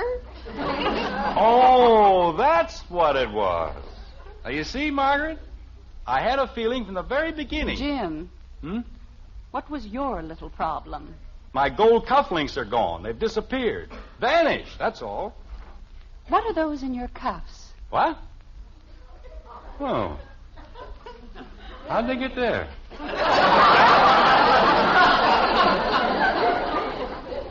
Jim, I told you I'd laid your shirt out. I put the cufflinks in the shirt to save you a little time. Well, Margaret, let's face it. That's a pretty silly place to hide cufflinks.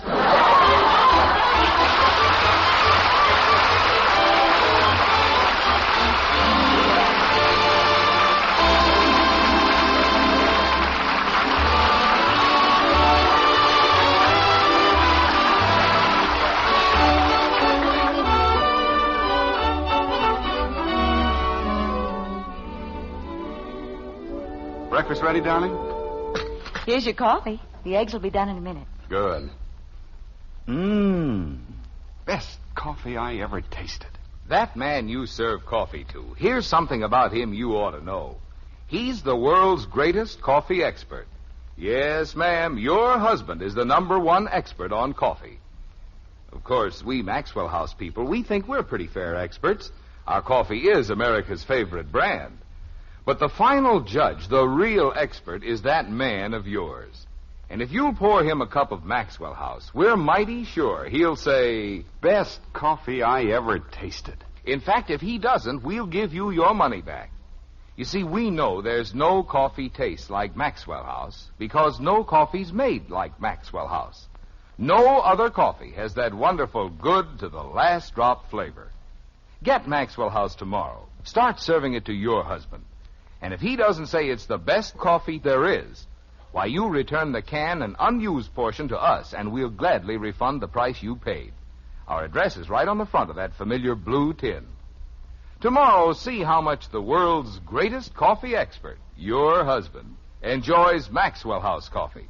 Always good to the last drop.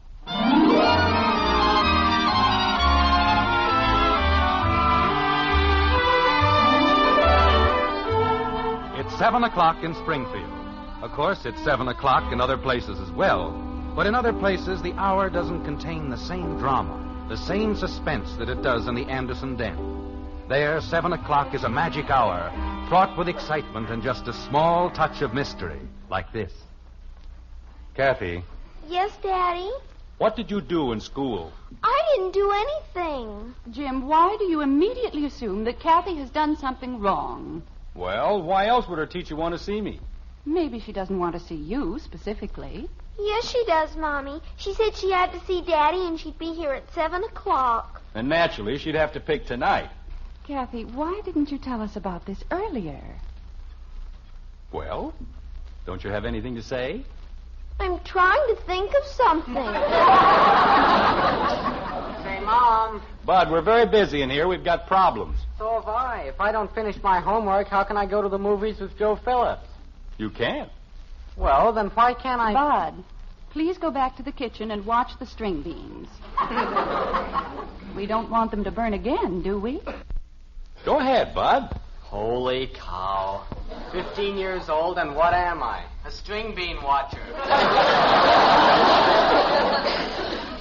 Look, Kathy, I want you to think hard. Have you done anything wrong in school? Have you kicked any footballs through anybody's window? You mean today? I mean any day. Jim, Mrs. Lindsay will be here any moment. Margaret, I want to find out before she gets here. If Kathy's done anything and I can get it straightened out in advance, then I won't have to hang around and gab with Mrs. Lindsay. Kathy, please try to think. What could your teacher possibly want to see me about? Well, maybe Mrs. Woody called her. But I didn't mean to do anything. You and Jimmy had another fight, huh? He said I was a tomboy, and I'm not a tomboy. And I just showed him I wasn't, that's all. How? I punched him in the nose. Kathleen, after all the promises you made... Well, he didn't have any right to say I was a tomboy, did he, Daddy? I don't know, Kathy. Is that all that happened? Except for his shirt. What happened to his shirt? I was only trying to lift him back on his feet. And I couldn't help it if it just ripped. Margaret, what's the Woody's number? Jim, don't you think if I call Dorothy... I'll get it straightened out in 2 seconds. What's the number? It's in the little book, dear, next to the phone. By the time Mrs. Lindsay gets here, there won't be anything to talk about, and that'll be all right with me. Kathy, why can't you ever learn to behave like a lady? I was trying to be a lady, Mommy. I tried to help him up. Oh, there it is. Get the little monster a new shirt, and everything will be right as rain. Hello, Dorothy. This is Jim Anderson. Just fine, thanks. Say, Dorothy, we're awfully sorry about... No, I hadn't heard about the school paper drive. I was just... No. Look, Dorothy, I was just... Yeah. Yes, I know how successful it was, but I don't have the time this year to... Dorothy, I just called to explain about Jimmy's shirt. You see, Kathy... What? Didn't Jimmy say anything about it? Well, I'm afraid it was Kathy's fault, and... Dorothy, if you'll just buy him another shirt and send me the bill, then... I know it takes an experienced man, but I give you my word, Dorothy... Okay, as long as you put it that way. Yes, I'll call a meeting for next Monday night. You're welcome, Dorothy. Good night. Paper drive. 8,000 men in the neighborhood, and she has to pick on me. Is everything all right, Jim? Dorothy didn't know anything about Jimmy's shirt, but shake hands with the chairman of the school paper drive.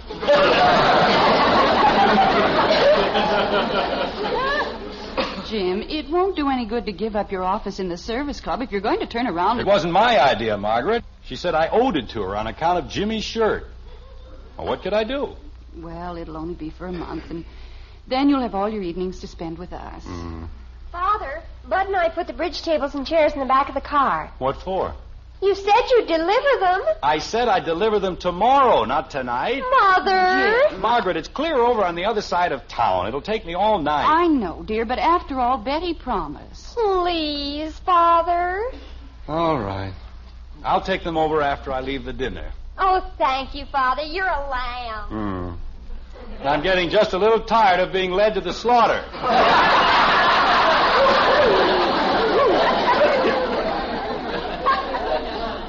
Daddy. Yes, Kathy. Maybe it was Stevie Long.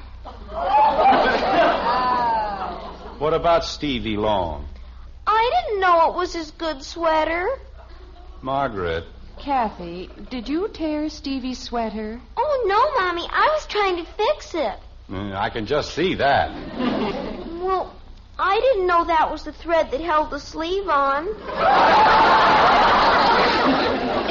And all I did was pull it a little bit. And Stevie just stood there and let you, I suppose. He wasn't even there. I was holding the sweater while he went inside to get the baseball. What baseball? The one I hit through the living room window. Kathy. You said you hadn't broken any windows. You said today. This was yesterday. Oh, Kathleen. And anyway, you said with a football, and this was a baseball. Kathy, when are you going to realize that you're not a boy? I don't know. Is there any other child in Springfield who gets into half as much mischief as you do? Don't you know how to say anything but I don't know? I don't know. Margaret. The Long's number is next to the phone, dear. I know the Long's number. This is the 5th time we've had to pay for that same window. I ought to know their number by now. This isn't the same window, Daddy. It's the big one in the front. Well, that makes it much better. I don't know why I ever went into the insurance business. I should have opened a glass factory. Oh, hello, Harry. This is Jim Anderson. Well, I haven't had a chance to play much golf lately. I've been sort of tied up with... No, Harry, Harry, I just want to explain about the living room window. You see, Kathy was playing baseball. Yes, I know it's insured, but if I can just tell Mrs. Lindsay that we've got the whole thing... No, it isn't all right, Harry. I'd just as soon... Harry, I haven't got time to be on the Greens Committee. I'm going to resign as president of the Look, Harry, I know that it... But I don't have one evening a week. I've got a family, Harry, and I don't see them from... Look, can't I just send you a check for the window? Okay, Harry. 8 o'clock at your house. On Wednesday. Yes, Harry. Okay, good night. I don't know. Every time I pick up the phone, I'm a member of something else. Did you straighten everything out with Harry, dear? Oh, sure. It was a plate glass window, and he's already collected the insurance. And now I'm a member of the Greens Committee at the golf club. Jim, if this keeps up... Every Wednesday night, what to do with the grass, where to put the cups, and who ran away with the trap in front of the 15th green. I'll probably wind up in back of a lawnmower. Daddy. I don't want to hear another word out of you. But I just thought of something. Jim, she's only trying to help you. Oh, sure. She's helping me just fine. I'm a paper collector and a grass cutter, and I still don't know what Mrs. Lindsay wants. I do. Mom, the string beans are boiling over. Oh, dear. I'll be right there, Bud. Now, Kathy, tell your father what you did and then wash your hands. Dinner's almost ready. Yes, Mommy. Well? What? What did you do?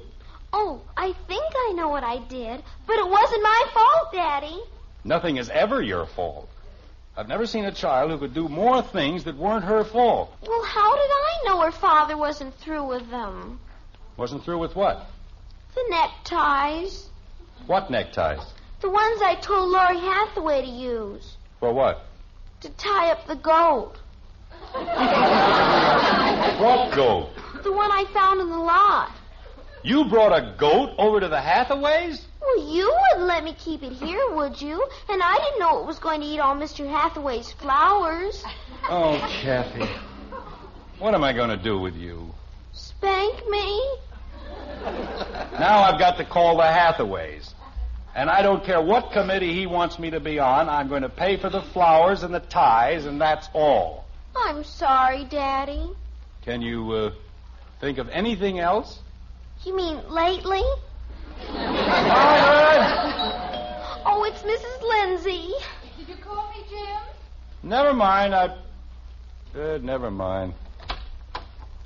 Hello, Mrs. Lindsay. Kathleen, you sweet child. Come in, Mrs. Lindsay. I've been waiting for you. Thank you, Mr. Anderson. This is a very great pleasure. Yes. Shall we go into the living room? Thank you. I'm sorry, Mrs. Lindsay. About what, dear?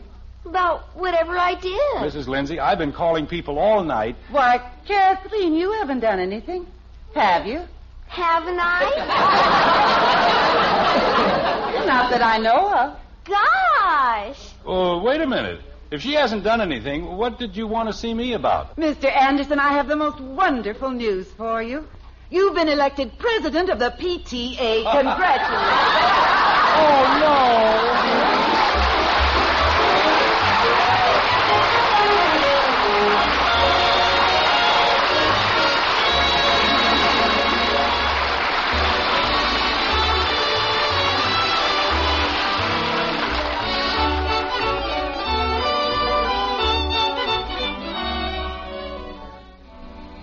What is it that puts so much real enjoyment in a steaming cup of coffee?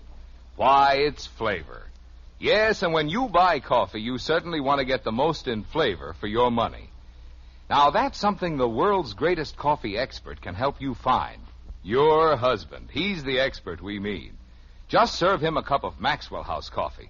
And then when he says, best coffee I ever tasted, you'll know Maxwell House has the flavor, that it's your coffee buy. Find out tomorrow. Buy a pound of Maxwell House. Start serving it to your husband. And count all the truly good cups of coffee you get from that 1 pound. At your own table, find out how much more you get for your money with Maxwell House coffee. Always good to the last drop.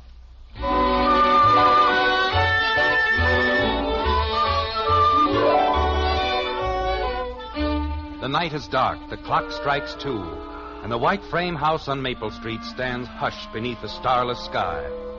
In the Andersons' quiet bedroom, a figure moves, and Margaret stirs softly on her downy couch, like this. Jim? Oh, did I wake you, honey? I was just dozing. Jim. Yes, dear. Don't be too upset about tonight. You mean about Kathy?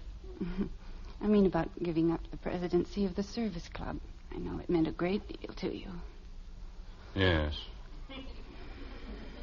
Did they like your speech? Oh, yes, they loved it. That's nice. They thought it was just great. And you know what? What, dear? I was reelected.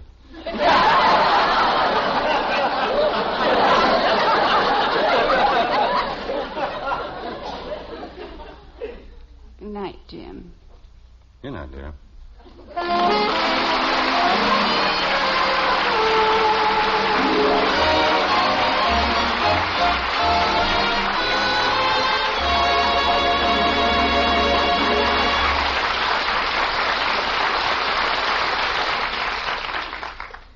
Tell the kids it's a hot favorite with Hoppy.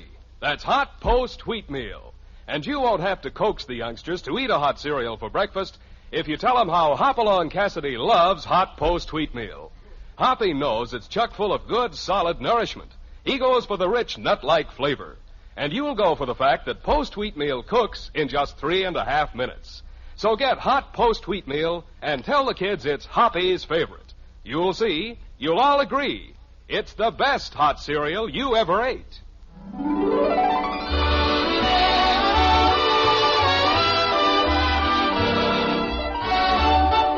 Join us again next week when we'll be back with Father Knows Best, starring Robert Young as Jim Anderson, with Roy Barbeque and the Maxwell House Orchestra, and yours truly, Bill Foreman. So until next Thursday, good night and good luck from the makers of Maxwell House, America's favorite brand of coffee. Always good to the last drop. Father Knows Best was transcribed in Hollywood and written by Ed James. Now stay tuned in for Dragnet, which follows immediately over most of these stations.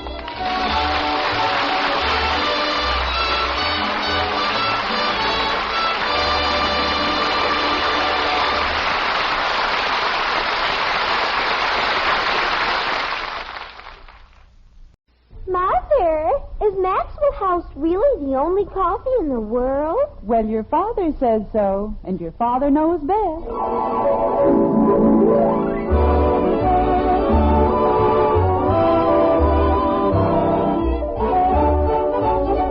Yes, it's Father Knows Best, transcribed in Hollywood, starring Robert Young as father. A half-hour visit with your neighbors, the Andersons. Brought to you by America's favorite coffee, Maxwell House. The coffee that's always good to the last drop.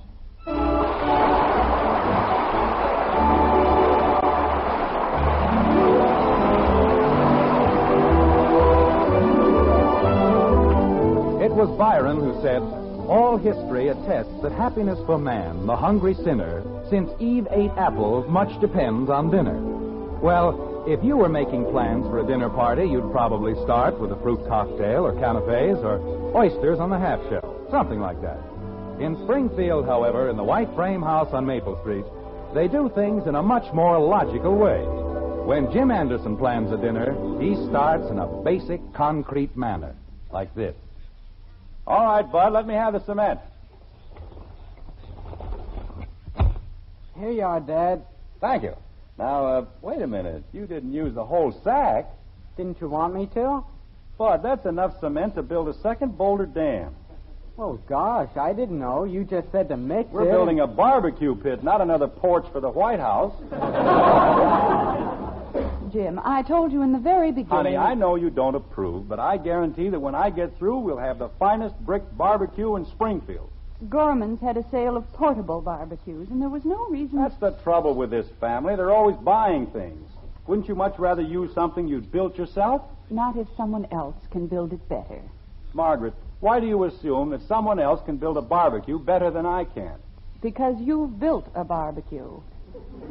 What was wrong with it? It fell apart. Well, there was a reason for that. I didn't have the proper material. They sold me stale cement, that's all. Daddy, I've got the bricks all piled up like you told me. Oh, that's fine, Kathy. Now what do you want me to do? Well, how would you like to go inside and do your homework? But I want to help. I'll go inside and do my homework. You stay where you are. We've got to get this thing built in a hurry, and it's going to take both of us to do it. He always gets to help you, because he's a boy and you love him more than you love me. I do not, Kathy. Then why can't I help you? Because I... Oh, here, you take the magazine with the instructions and read them off to us. How'll that be?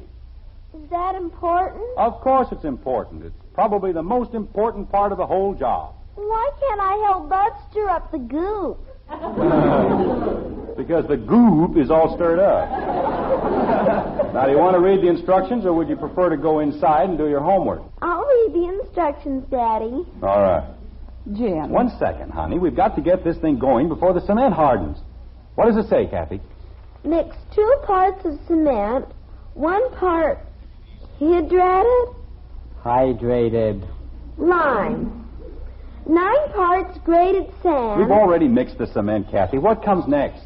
That's all it says. It's on the next page, Dopey. Oh. Bud, that's no way to speak to your sister. Well, good grief. If she doesn't know enough to turn a page. Here it is. Well, what does it say? Continued from page 72. Well, that's nice. What else does it say? After building concrete slab to desired size for base. What do you have to do that for? The slab, Bud, is to hold the ashes when they drop through. Why can't they just fall on the ground? Because it isn't that kind of a barbecue. Joe Phillips and his father built a barbecue, and they didn't put a slab on the bottom. Well, they were too lazy to do it properly. Now, make a slab for the base, and let's not have any more arguments. What are you going to do? I have to speak to your mother. Well, go ahead. Holy cow. I'll help you, Bud. What were you saying, dear? Oh, I was just wondering why we needed a barbecue at this particular time, that's all. I explained the whole thing to you less than 10 minutes ago. Phil Buckley and his wife are going to be in Springfield. And you've invited them to dinner. I understand that, Jim, but... Margaret, they live in an apartment in New York. How often do you suppose they get to eat charcoal broiled steaks grilled over an open fire?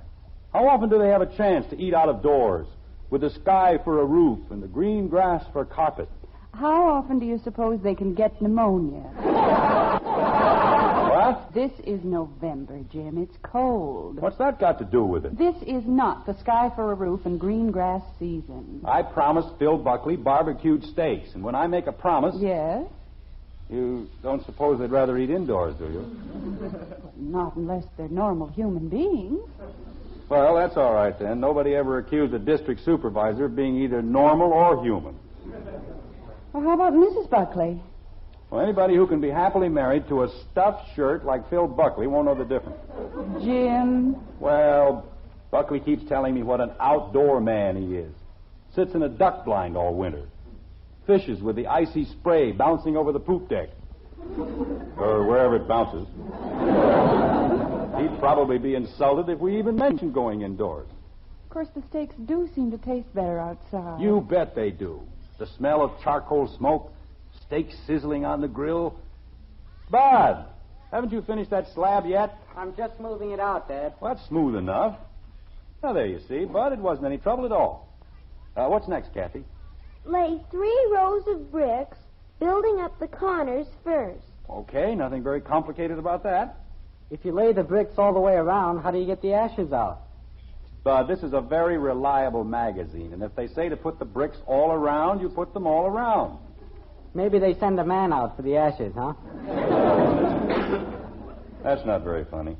I wasn't trying to be funny, Dad, but if you put the bricks all around... You start with that corner, and I'll start with this corner. And when you get to Scotland, give my regards to Loch Lomond. My, but you're in a gay mood, aren't you? What's Loch Lomond, Daddy? Never mind, just concentrate on the instructions. Now, what comes next?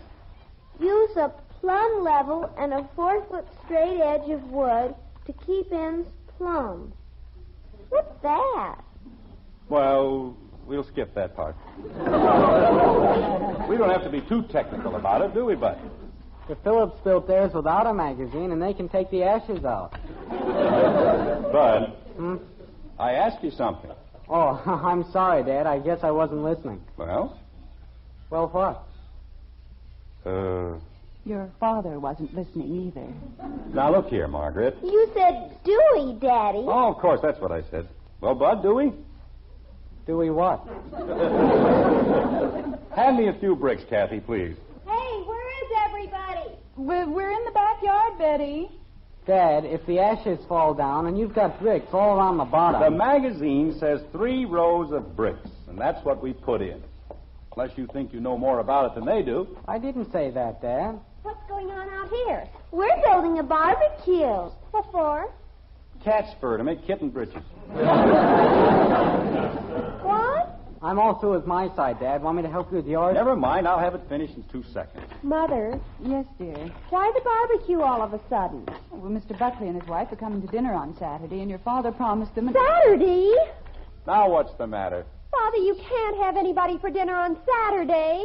Oh, I can't I? Mother, that's homecoming day. Oh, dear, I forgot all about it. About what?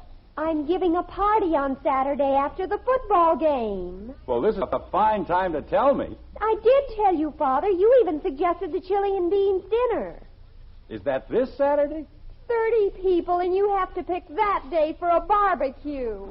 Betty, your father didn't do it deliberately. This is business, Betty. I didn't know Mr. Buckley was coming, but he is, and there isn't anything I can do about it. I'm ruined. My whole life is a shambles. Betty, there's no need to be upset. Of course not. We'll have both parties, that's all. You have yours indoors, and we'll have ours outdoors. Now, what's wrong with that? Oh, nothing. As long as you keep Kathy outdoors with you. Now, just a minute, Betty. The Buckleys... there's no reason why Kathy can't stay inside. Father, she'll ruin everything. You know how she is. I didn't do anything. Margaret, will you please explain to her... This is the most important party of my life, and you want her to spoil it. Betty, Mr. Buckley is a very important man. And he wears stuffed shirts. Kathy! Margaret, no matter what happens, no matter what Betty says, Kathy's not going to stay outside with us. Mother, please, you know what she did last time. She started a football game in the living room. Well, nobody broke anything, did they? None of the girls talked to me for a week. Father, if you only knew... Betty, I think I can fix the whole thing. You do? Jim and Lucille Hathaway are going on a picnic next Saturday, and I know they'll be glad to take Kathy with them. Would you like that, dear? Gee, that'd be keen. Oh. Well, that's a very sensible solution. I'll fix a little lunch for Kathy and Bud. Wait a minute. How did I get into this? Bud. I don't want to go on a picnic. I've got a date with Joe Phillips. Bud, you'll go along and take care of your sister. But why should I suffer just because she's a pest? I'm not a pest. You certainly are. I certainly aren't. Bud, I wasn't doing anything to anybody. I was standing here not hurting a soul. Bud, we won't discuss it anymore. But, Dad... You'll spend the day with the Hathaways, and you'll have a very good time. Holy cow. Well, that's settled. Now let's get back to the barbecue. What comes next, Kathy? Oh, after the mortar has hardened, fill with water to the first line of bricks. Well, that shouldn't be too... What? Why do you need water in a barbecue? Kathy, give me that magazine. I just read what it said, Daddy. See? Oh, no. What's the matter, Dad? Kathy, you... I didn't do anything. Jim, what is it? What did she do? She turned 2 pages. That's what she did. Do you know what we've built? A bird bath.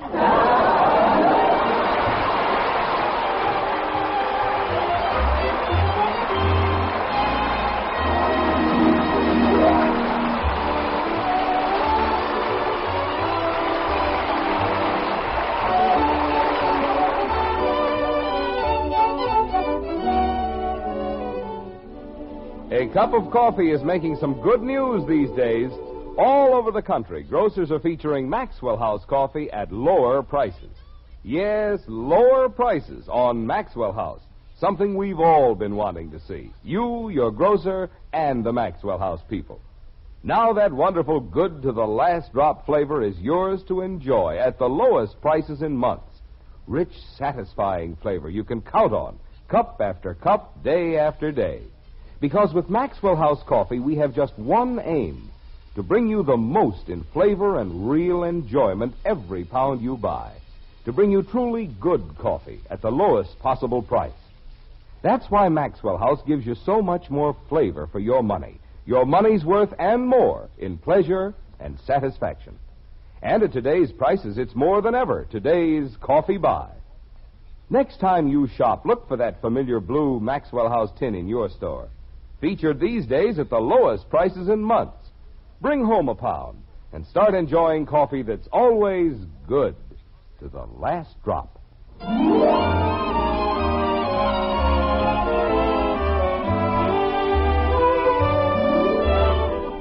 It's Saturday in Springfield, and there's great activity at the Anderson. Indoors, Betty's party is proceeding at a great rate.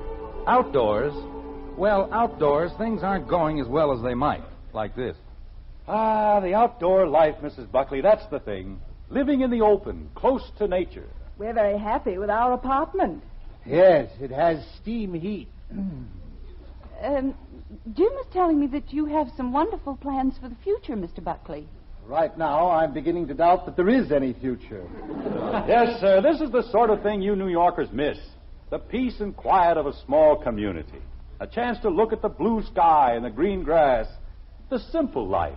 There is nothing in the world more complicated than the simple life. And what happened to those steaks you were talking about? Oh, they're right here, Phil. Another few minutes, I'll have these coals just the way I want. You know, Jim, this barbecue of yours has given me an idea, a great idea. Philip gets ideas from the strangest things. So I've been told. Margaret. What were you saying, Phil? This is a whole new approach to the family angle of insurance protection. Modernization, that's the ticket. Well, I wouldn't say that this was the most modern barbecue in the world. That's what I mean. Why buy an old-fashioned policy? Why cook the way the caveman did when they've invented stoves? You follow me? Bill, you can't get the charcoal flavor in a stove. It's the... it's the smoke that makes the difference. Jim is testing it now for the proper consistency. It certainly looks thick enough. I don't know what's gotten into this fire. Should have been ready an hour ago. Well, stop poking at it. You've put it out twice now. Would you care for another blanket, Mr. Buckley? Oh, no, thank you. Right now, I'm interested in food. You might not believe this, Phil, but Bud and I built this barbecue with our own hands. I can believe it very easily. It's the weirdest-looking contraption I've ever seen. Philip likes everything to be efficient. Don't you, Philip? Is the smoke annoying you, Mrs. Buckley? Oh, no, it seems to make things a little warmer. I think we're just about ready, Phil. Good. I was beginning to wonder whether you'd build a barbecue or a smudge pot. Yes, sir. In 10 minutes, you'll be digging into the greatest steak you've ever eaten. In 10 minutes, I'll be ready to take a bite out of a passing cow. Well, here we go. And when these steaks hit the grill, just listen to them sizzle. I tell you, Phil, there's nothing like it. There. Now they'll crackle and pop and sputter. fill the air with the most magnificent aroma. When? That's funny. They always have before. Jim, don't you think we ought to take them inside? I'll get it going in just a minute, honey. Let me take a look at that fire, Jim. Philip, you're getting all uncovered. You catch your death of cold. Oh, It's going to be all right, Phil. it's just like sitting in an icebox. That's what it is. Jim, where are you? Right over here, Phil. Barbecue. You ought to sell the confounded thing to the government as a secret weapon. Philip, please don't get too close to it. Close? I can't even find the thing. Jim, there's a perfectly good stove in the kitchen. Oh, there you are. Looks like the draft isn't operating quite the way it should. Maybe if I poke the fire a little more? No, leave it alone. How do you expect it to get well if you keep picking at it? My, those children certainly seem to be having a nice time indoors. Jim. Just a minute, honey. I think I know what's wrong. You know, Phil, I think if we could just raise the fire a little. Would you like me to get under it and push? Well, no, but I was just... Ye gods, man, those steaks aren't even warm. Why don't you lower the grill? Well, you see, we had to build it in a hurry. It was a bird bath first. Margaret. We had some technical problems to overcome, and we had to take a few little shortcuts. So? Well, that's the only place the grill goes. But if we can raise the fire a little... Why don't we just hold some matches under the steaks?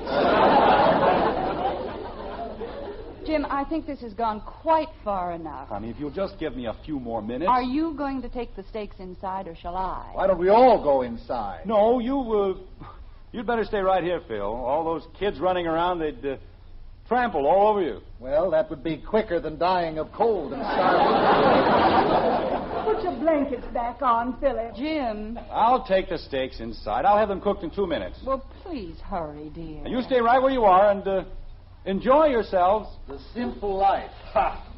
When I get home, I'm going to kiss every stone on Fifth Avenue. Try to do something unusual, and what thanks do you get? Put matches under the steaks, he tells me. Big outdoor man. Shoots ducks in the middle of the winter. Probably never saw a duck in his whole life. Hi, Father. Oh, Betty, can I speak to you for a minute? Isn't this a wonderful party, Father? How's yours going? Fine, Betty, just fine. Hi, Mr. Anderson. Oh, hello, Tommy. Having a good time? Great.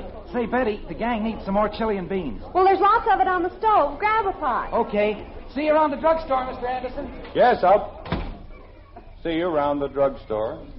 Isn't he a goon, Father? Yes, he certainly is.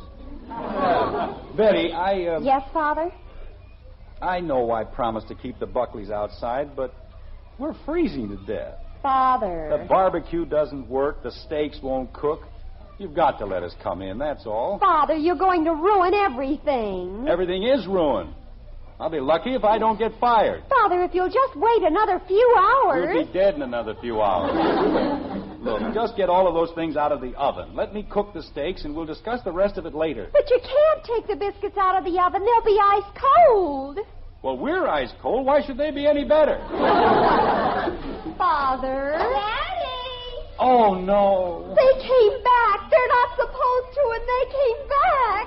Hiya, Dad. What's cooking?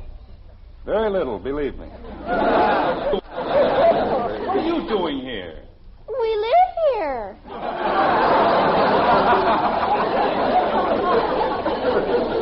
You weren't supposed to be home for 3 hours. What happened to the picnic? Mr. Hathaway said it was too cold for a picnic. What are you doing with the steaks? Father, if she goes anywhere near the living room and says anything about a football game... I hid the football, so stop worrying about it and let me get at the stove. Why don't you use the barbecue, Dad? Why don't you take Kathy to the movies? Go ahead, Bud. You heard what he said. We haven't had our dinner yet. We can eat popcorn, Bud. Come on. I haven't had anything to eat since 1 o'clock. What happened to the picnic lunch? We ate that on the way over. Bye. Jim. Mommy, we're back. the most ridiculous thing that's ever happened in my whole life. Margaret, I was just starting to cook the steaks. Mother, it isn't time for you to come in. It most certainly is. It's raining. Well, outside of an earthquake, what else can happen? Now, see here, Jim. I've stood just about... what's that? What? On the stove. What is it? Oh, chili and beans, Phil. But if you'll be patient for just another few minutes... Chili? Did you hear that, Isabel? Chili. Doesn't it smell wonderful? You mean you like chili? All the time Philip was courting me, we never ate anything else. Chili and beans and chopped onions. I haven't had anything like that since... Oh, grab a plate, Isabel. I already have. Phil, I've got all these steaks. You can take the steaks and stuff them back in the refrigerator.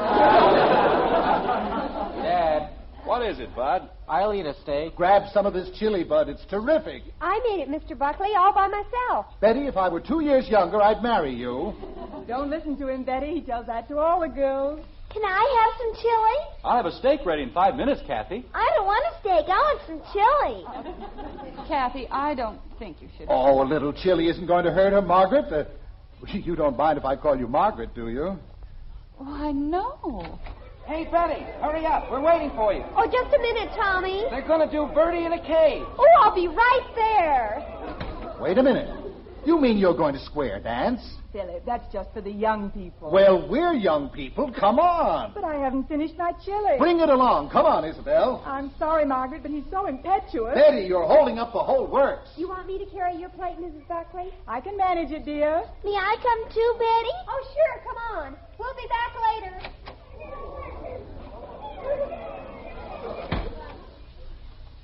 Well, Dad. There's a great thing.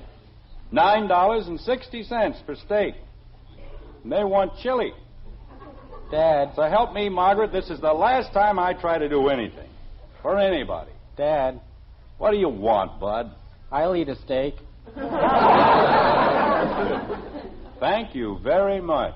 I mean, if it'll help you out any.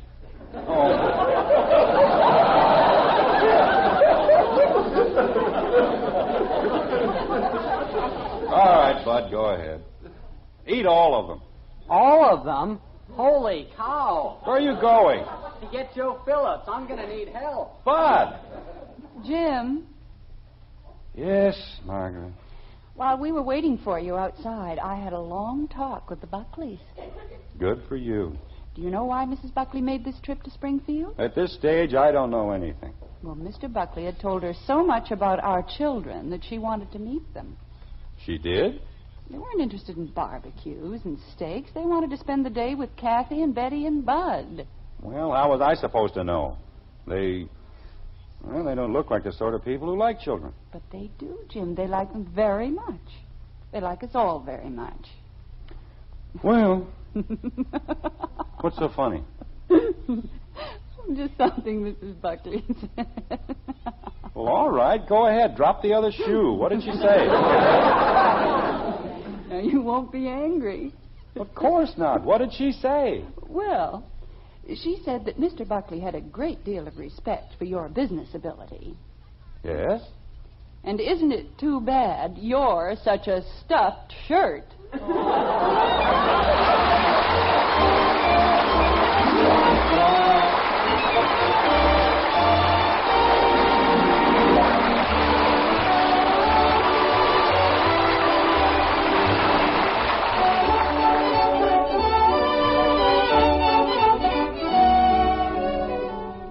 We're mighty happy about the coffee news these days.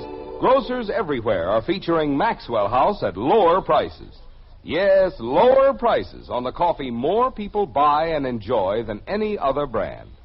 Now you folks who always drink Maxwell House can enjoy it at the lowest prices in months. And you folks who haven't been getting that wonderful good to the last drop flavor, now's the time to bring home a familiar blue Maxwell House tin. See how much more pleasure you find in a cup of coffee when it holds the world's most famous flavor. Flavor so rich and mellow. Flavor you can count on, because we'll never compromise on the quality of a single pound. For wonderfully good coffee, for today's coffee buy, look for Maxwell House, featured in stores everywhere these days at the lowest prices in months. you can be sure it's always good to the last drop.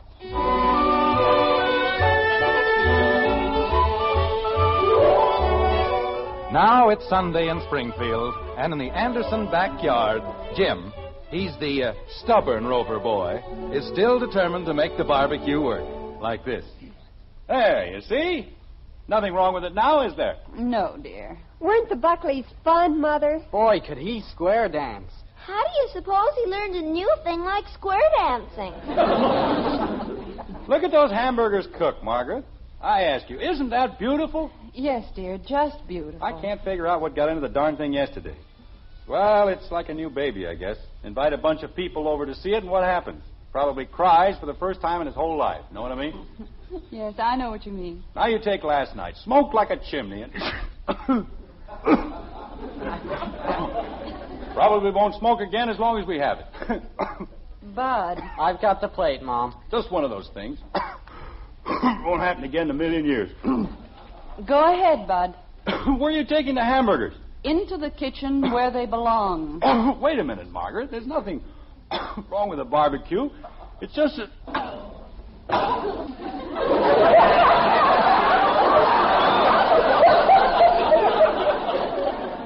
What was that, dear? I said... Never mind.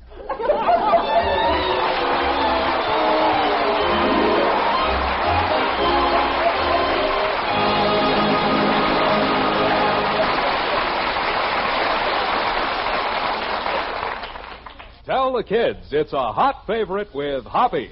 That's hot post wheatmeal. And you won't have to coax the youngsters to eat a hot cereal for breakfast if you tell them how Hopalong Cassidy loves hot post wheatmeal. Hoppy knows it's chock full of good, solid nourishment. He goes for the rich, nut-like flavor. And you'll go for the fact that post wheatmeal cooks in just 3.5 minutes. So get hot post wheatmeal and tell the kids it's Hoppy's favorite. You'll see, you'll all agree, it's the best hot cereal you ever ate.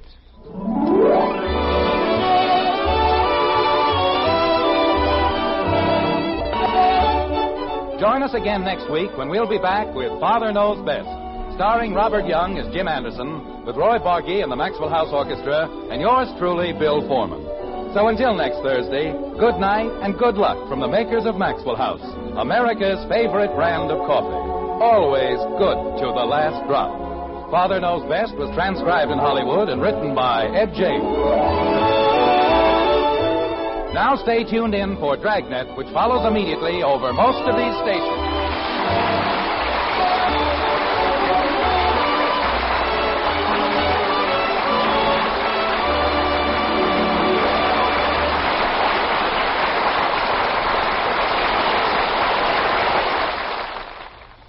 This is NBC, the national broadcasting company.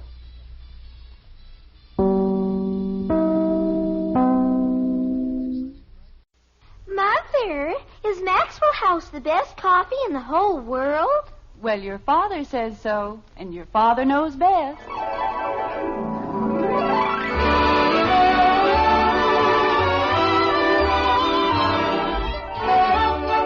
Yes, it's Father Knows Best, transcribed in Hollywood, starring Robert Young as father. A half-hour visit with your neighbors, the Andersons, brought to you by Maxwell House, the coffee that's bought and enjoyed by more people than any other brand of coffee at any price. Maxwell House, always good to the last drop.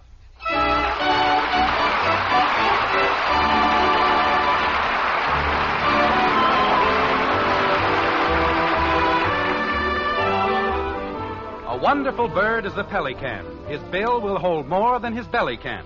He can take in his beak food enough for a week. As for flying, you know, gosh darn well he can.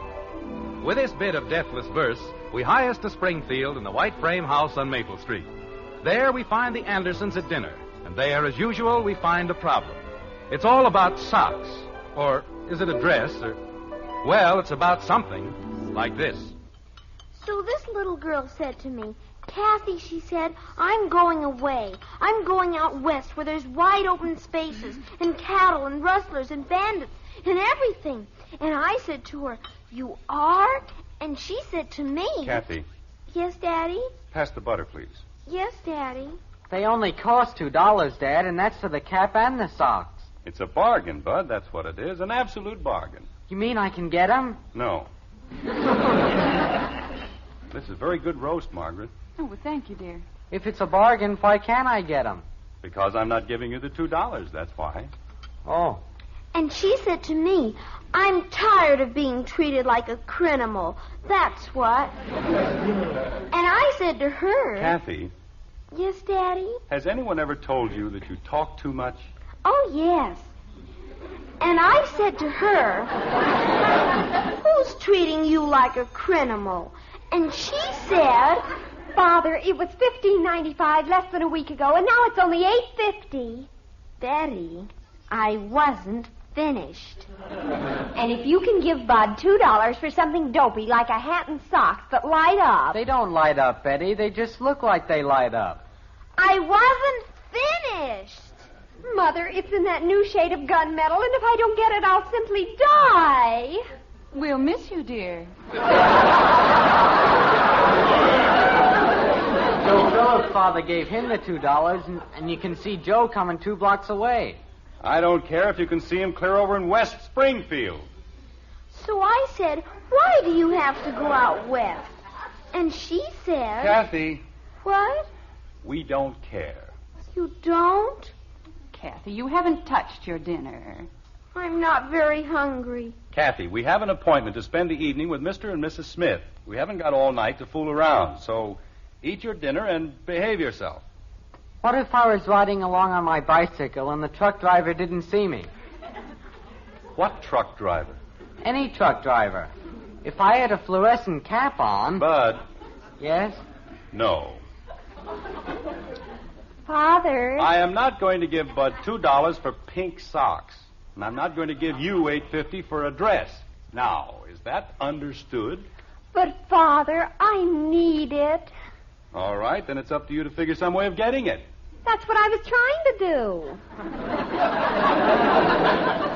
do. You're a grown girl, Betty. You're 17 years old. If your entire life depends on getting a dress, go out and earn the money for it. Dad. When I was a boy, I worked for the things I wanted. And I didn't feel I was too good to work at anything that came along. Dad. I washed dishes, shoveled snow, dug ditches. Dad. Bud, will you please stop interrupting me? But I want to ask you something. If I earn the money, then can I buy the socks? Yes. Where was I? You were building the Panama Canal. Betty. It's all right, Margaret. Let's just be thankful that we have one sensible child. Yes, dear. But which one would that be? Why, Kathy.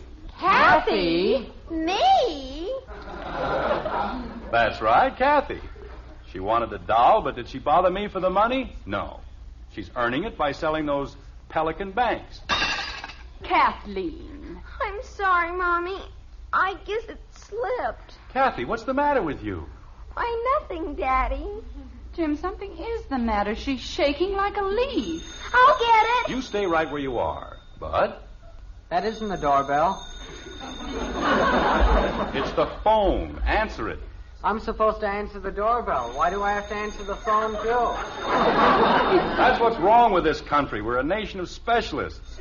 I suppose he expects time and a half for answering anything but doorbells. Jim. Oh. All right, Kathy. What is it? I'll go away, Daddy. I'll go out west and start all over again. I won't bring disgrace to the family. What brought that on? Betty, it's for you. Thank you, Bud. I'll be right there. Kathy, this little girl you've been talking about, that wouldn't be you, would it? Wouldn't it? You see, Dad, all Betty had to do was answer it in the first place. Sit down and finish your dinner. Holy cow. Kathy, what have you done? I was trying to save them some trouble, Daddy. That's all I was doing. Save who trouble? The Pelican people. They said it was worth $2, so I didn't think they'd mind. What was worth $2? The doll. Now, look, Kathy... Jim, if we're going over to the Smiths... This is just as important as going over to the Smiths, Margaret. If Kathy's done anything wrong... But I haven't, Daddy. Then why all this hogwash about being a cattle rustler in the wide open spaces? Because they said I did, and I didn't. Well, while you're trying to figure that out, I'll go upstairs and comb my hair. You do that. Go upstairs and comb everybody's hair. Kathy. Yes, Daddy? Start from the beginning. About what, Daddy? The Pelicans. What did you do? Well, they said in the comic book that if I sent away for 12 plastic pelican banks and sold them for 50 cents apiece, they'd give me a doll worth $2 whole. And you sent away for them? Uh-huh. All right, up to there it makes sense. Now, how many did you sell? 4. Only 4? Well, everybody else sent away for them, too. They were trying to sell them to me. Kathy, if you can't sell the other 8, just send them back. I did. And they got mad and sent them back to me. Well, that doesn't seem logical. As long as you sent them the $2 for the 4 you sold.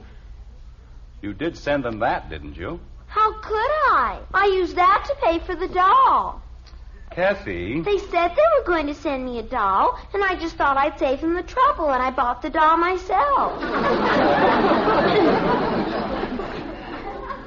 Where is it? The doll? The doll. It died.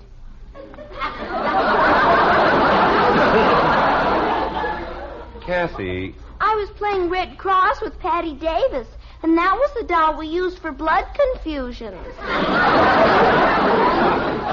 She means transfusions, Dad. Thank you very much. You're welcome. Kathy. Confusion means something else. Like when you see a boy on a bicycle and he isn't wearing a fluorescent... Father, the most wonderful thing has happened. Marion Swift has a cold. Well, that's nice. Maybe if she's real lucky, it'll turn into pneumonia. Father! Well, what did you expect me to say? Marion Swift has a cold.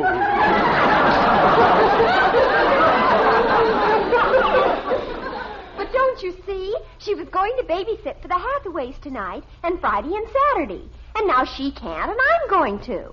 Well, that's more like it. We're finally beginning to show a little ambition around here. I've got to be at the Hathaways in 5 minutes. Where's Mother? I'll tell your mother. You just go ahead. Oh, Father, I've never been so happy in my whole life. That beautiful dress. Say, I've got an idea. Well, treat it gently. It's in a strange place.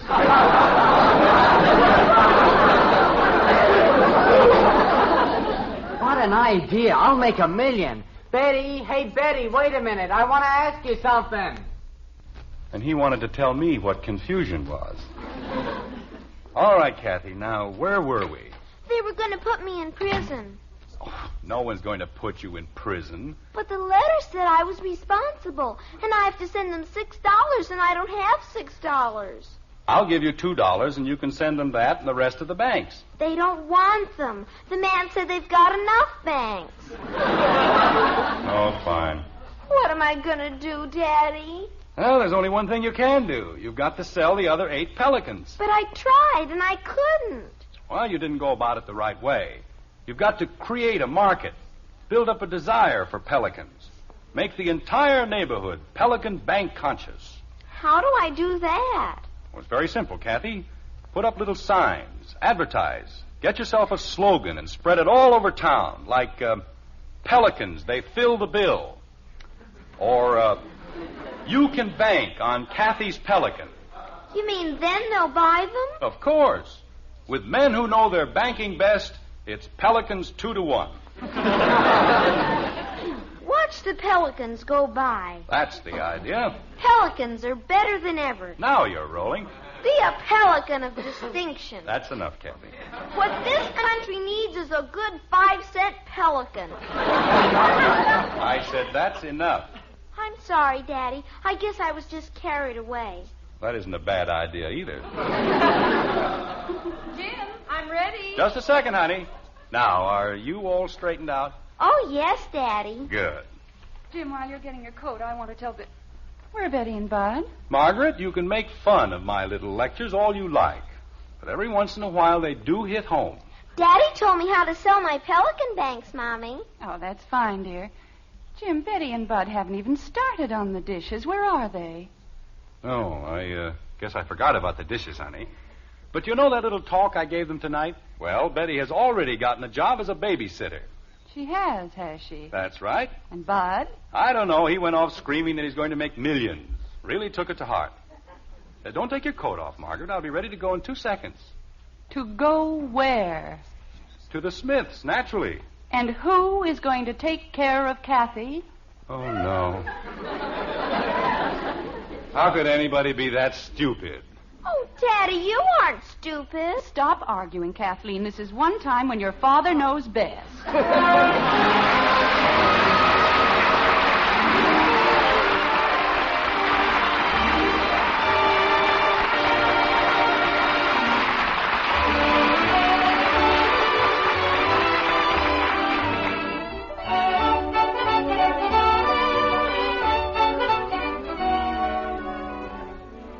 These days, coffee's making good news in grocery stores everywhere. In city markets and country stores alike, grocers are featuring Maxwell House coffee at lower prices. Yes, now the coffee with that wonderful good-to-the-last-drop flavor comes to you at the lowest prices in months. And it's a mighty welcome occasion for everyone. You, your grocer, and for us Maxwell House people, too. You see, we have one aim with our coffee: to bring you the most in flavor and enjoyment every pound you buy. To bring you truly good coffee at the lowest possible price. That's our way of doing business. And it seems you folks like it. You've made our Maxwell House coffee America's favorite brand. Because you can count on that famous flavor every cup you pour. Because you find more flavor for your money, vacuum-packed in that familiar blue tin. And at today's prices, Maxwell House is more than ever today's coffee buy.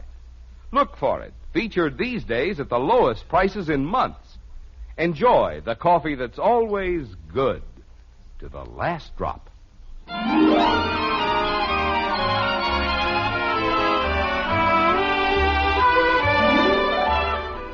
It's sometime later in Springfield. We don't know exactly how much later, but believe me, it's later than you think. Bud is well on his way to a fluorescent cap and socks. Betty has her dress. And Kathy, well, Kathy has her pelicans. Put them all together and what his father got. That's right, a headache like this. Oh, yes, Mrs. Lawson. We guarantee all our babysitters. Bud, will you please get off the phone? Just a minute, Mrs. Lawson, please.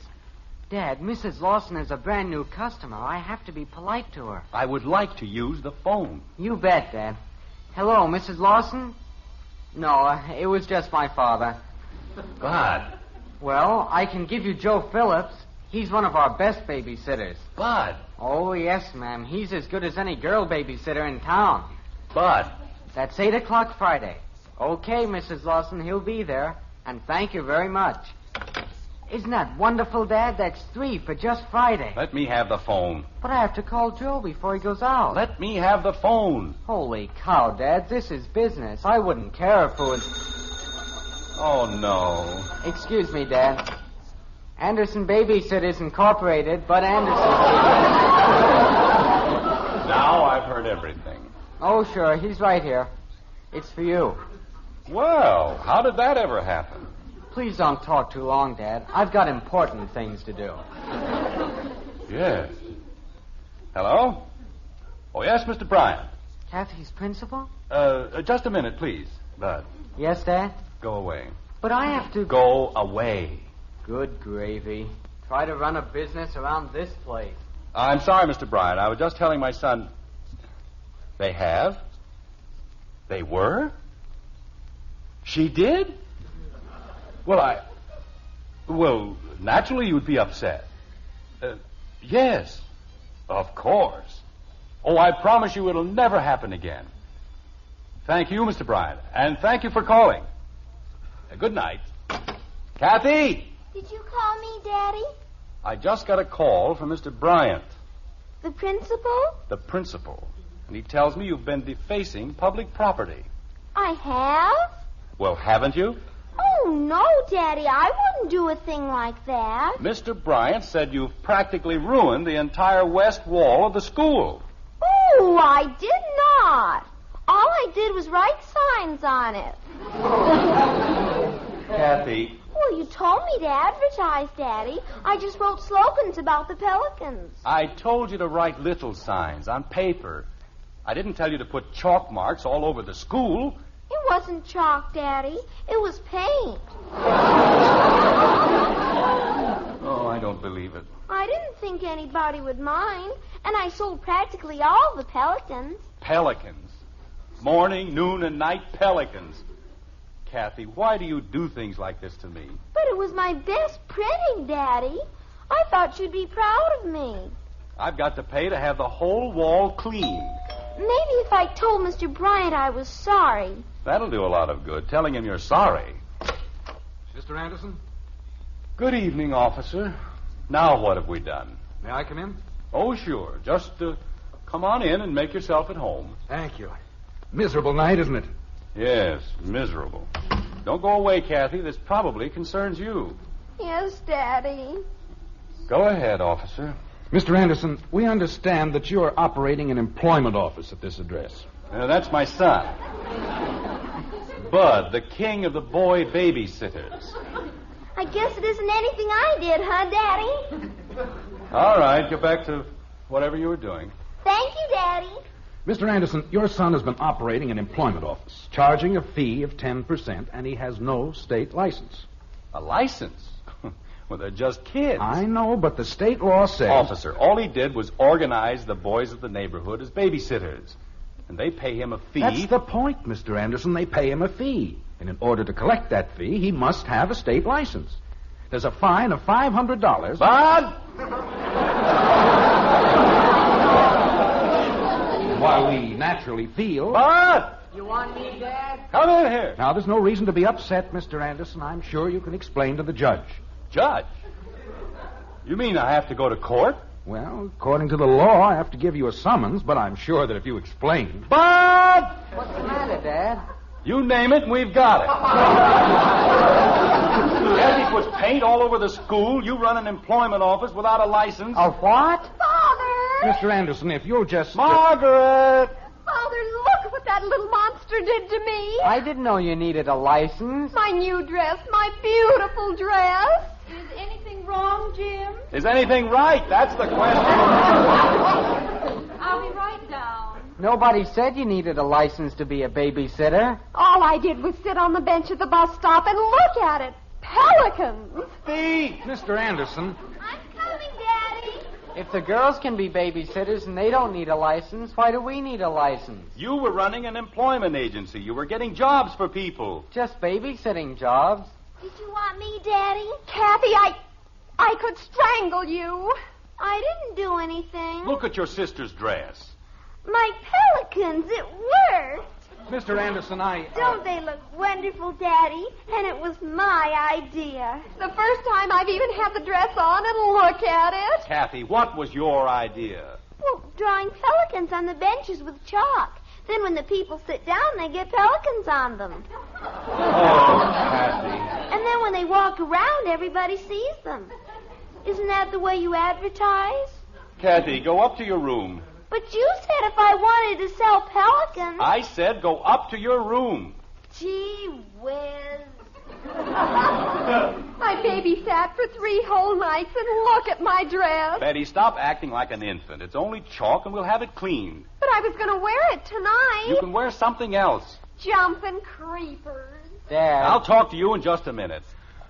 Officer. Mr. Anderson, let's just forget the whole thing, shall we? But you said... About the summons? Brother, if I gave you a ticket, I couldn't sleep tonight.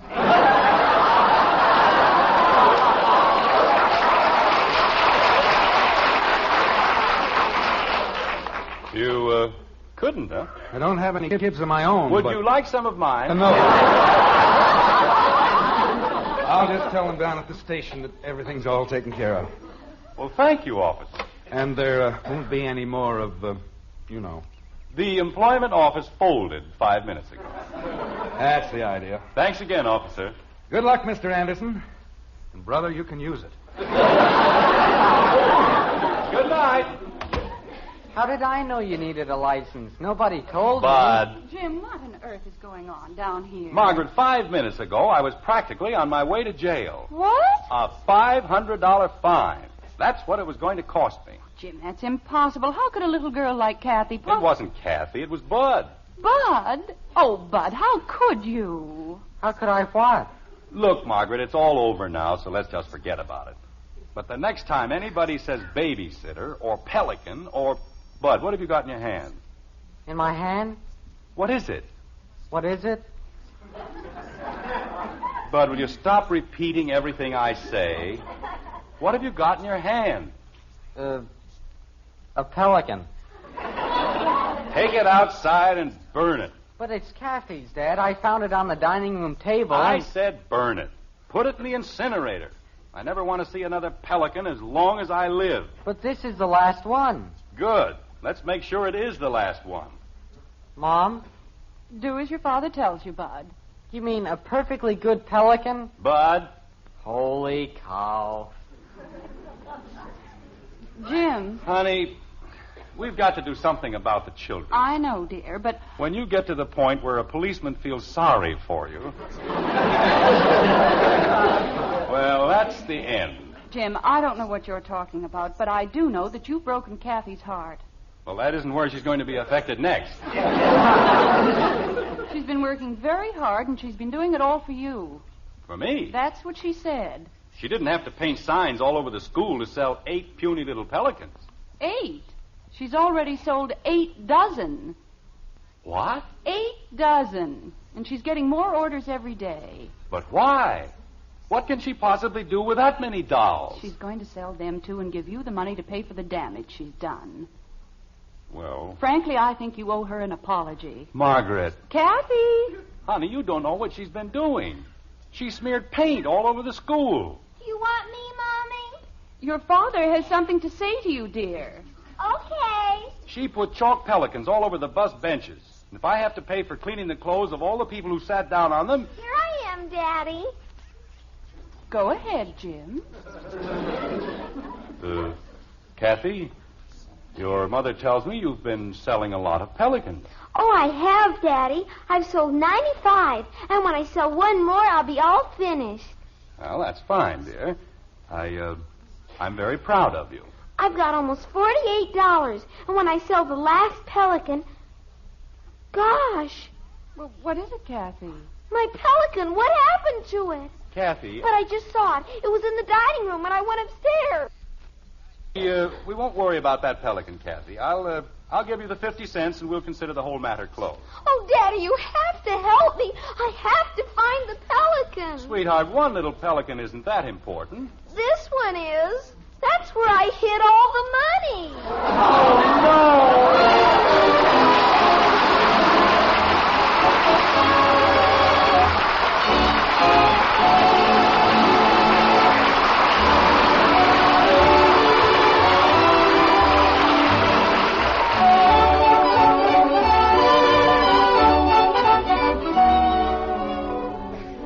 The coffee section in your grocery store. That's the place to see welcome news these days. In stores everywhere, grocers are featuring Maxwell House at lower prices. Now all you folks who drink Maxwell House every day can enjoy it at the lowest price in months. And for those of you who haven't been getting that wonderful good to the last drop flavor, now's a good time to open up a familiar blue Maxwell House tin and start enjoying truly good coffee. Find out how much real pleasure comes to you with that famous flavor. Flavor you can count on every cup you drink. For we'll never compromise on the quality of a single pound. Tomorrow, look for Maxwell House at the lowest prices in months. Now, more than ever, today's coffee buy. You'll get your money's worth and more with Maxwell House coffee. Because it's always good to the last drop.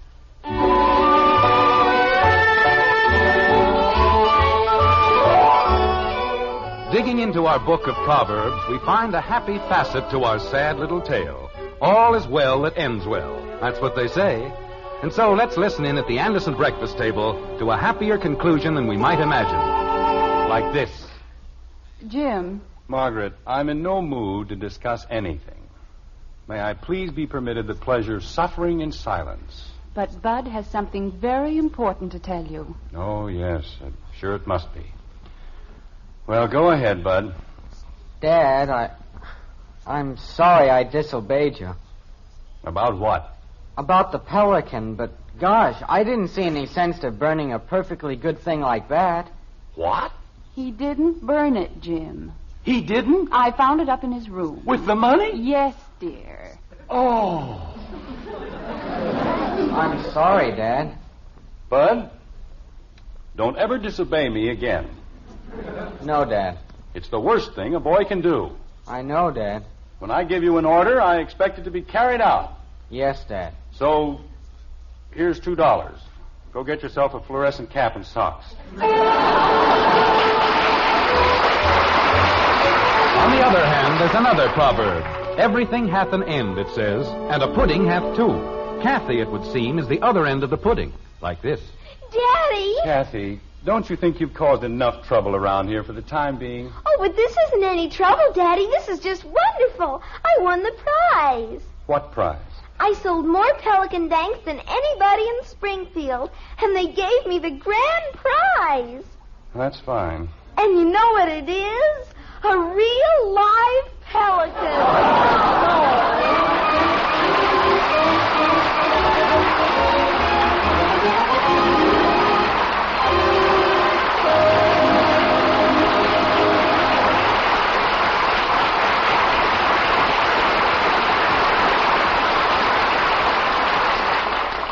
Tell the kids it's a hot favorite with Hoppy. That's hot post wheatmeal.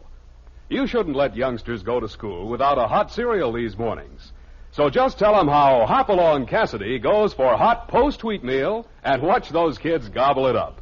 Post wheatmeal has a rich nut-like flavor. It's crammed with solid nourishment. It cooks in just 3.5 minutes. And tell the kids it's Hoppy's favorite. You'll see, you'll all agree. It's the best hot cereal you ever ate.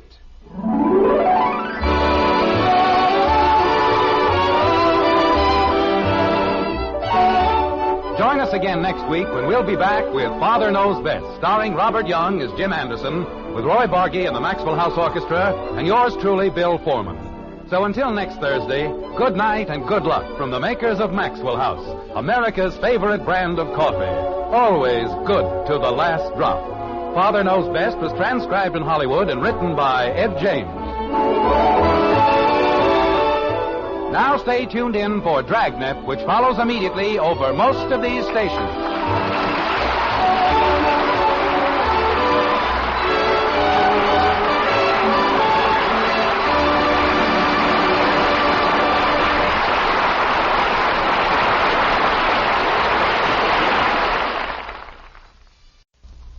Mother, is Maxwell House the best coffee in the whole world? Well, your father says so, and your father knows best.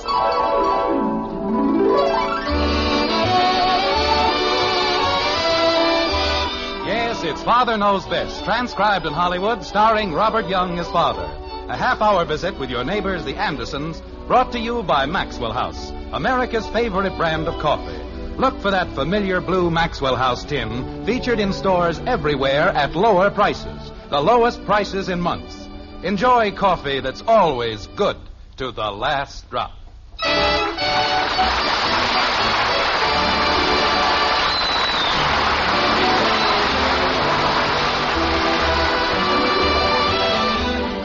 Heap high the board with plenteous cheer, and gather to the feast, and toast the sturdy Pilgrim band whose courage never ceased. You know, the Pilgrims started the custom of Thanksgiving. But there are others whose trials and tribulations on an average Thanksgiving day bear inspection and a certain amount of sympathy. Take, for example, the Andersons, who live in Springfield in a white frame house on Maple Street. They count their blessings and give their thanks. But with 3 children in the house, even a simple rite like Thanksgiving can be a pretty complicated affair, like this. Mother! We're in the den, Betty. Is it all right if I borrow your earrings? Betty! If you have anything to ask your mother, come down here and ask her. Jumping creepers. Sounds like she was reared in a barn. Stands up there screaming her head off. Jim, Kathy is waiting to read her poem. Oh, I'm sorry, Kathy. Go ahead. Yes, Daddy. Go ahead, dear. Well, now what are you waiting for? I have to be introduced. Pardon me. Ladies and gentlemen, the winner of the competition in the 4th grade, Miss Kathleen Anderson. Is that better? Now you have to applaud. Okay, we applaud. Thank you. What a ham. Has to get her applause before she reads the poem. Jim. Doesn't want to take any chances. All right, dear. Anytime you're ready. Yes, Mommy. Thanksgiving Day by Kathleen Joy Anderson, 4th grade. Thanksgiving is a lucky day. Wait a minute. What was that name? The name? Your name. Say it again. Kathleen Joy Anderson. Where did the joy come from? Your name is Kathleen Louise Anderson. But I don't like Louise. You what? Jim, Kathy and I talked it all over. My mother's name is Louise, and if it's good enough for my mother, it's good enough for her. It's only a middle name, dear, and if she doesn't like it... Why shouldn't she like it? What's wrong with it?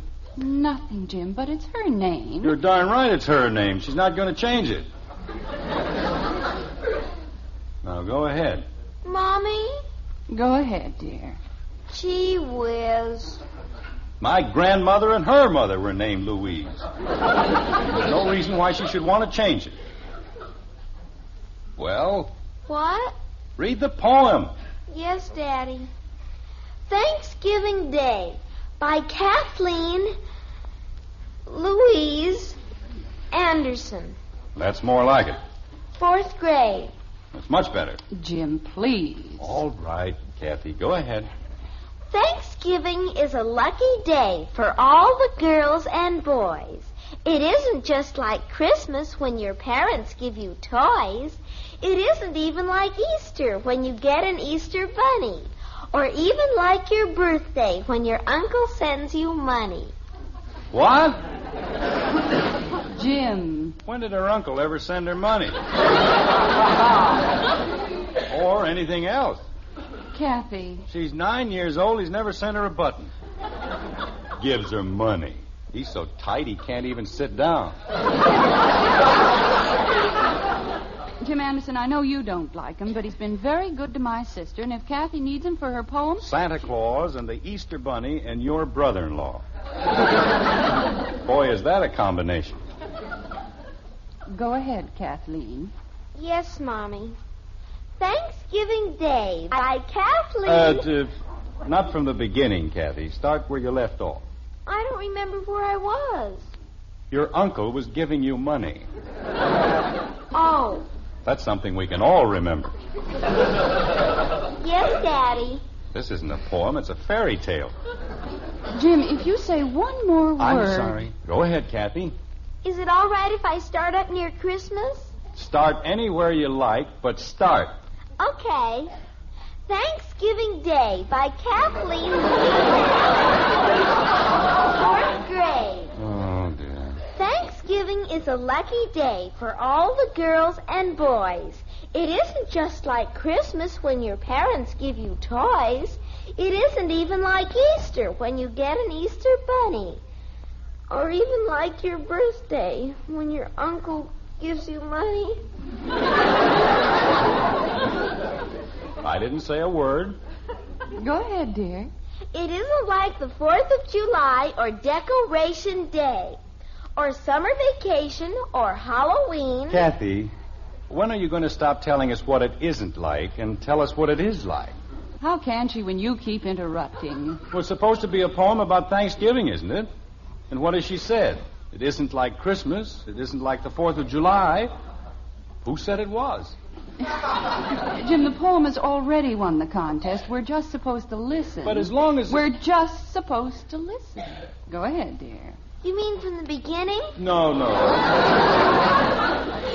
Start after that funny part where your uncle gives you money. Okay. It isn't like the 4th of July or Decoration Day or summer vacation or Halloween when all the kids can play. No! Jim! Oh! Good grief. Scare a man half out of his wits? Mother, is it all right if I borrow your earrings? Look what you've done. Ash is all over the floor. Well, I'll clean it up, Margaret. Don't worry about it. What happened? Nothing happened. I knocked over the ashtray, that's all. Go ahead, Kathy. Thanksgiving is a different day. Excuse me, Kathy. I have to speak to Mother. Let her finish the poem, Betty. Father, I told Janie Liggett I'd be there early. She's counting on me. You don't have to read a poem over the radio. Oh, no. You mean she's going to read that horrible thing in public? Thanksgiving is a lucky day. I didn't see you winning any free turkey dinner. I didn't have to. The Liggetts are going to have 3 turkeys. Wait a minute. The way you kids talk, you'd think we'd never had a turkey in this house. Jim. I've got a good mind to keep you all home. Father! Jim, it isn't a question of turkey. Kathy's principal told you. Why couldn't they have the dinner some other day? But Thanksgiving dinner was the prize, dear. For all 8 grades, it's become a major event. And the Liggetts. If somebody looks cross-eyed, Janie Liggett has a party. Father, you said... I know what I said. And it'll be a relief to get you all out of the house. Your mother won't have to spend all day cooking a dinner you'll wolf down in 20 minutes. Jim. We'll have a little peace around here.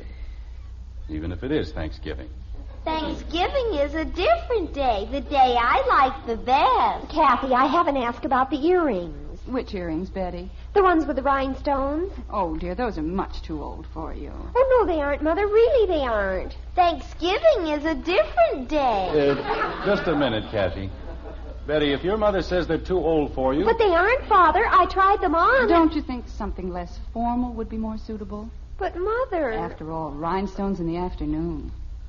Not good, huh? Not good at all.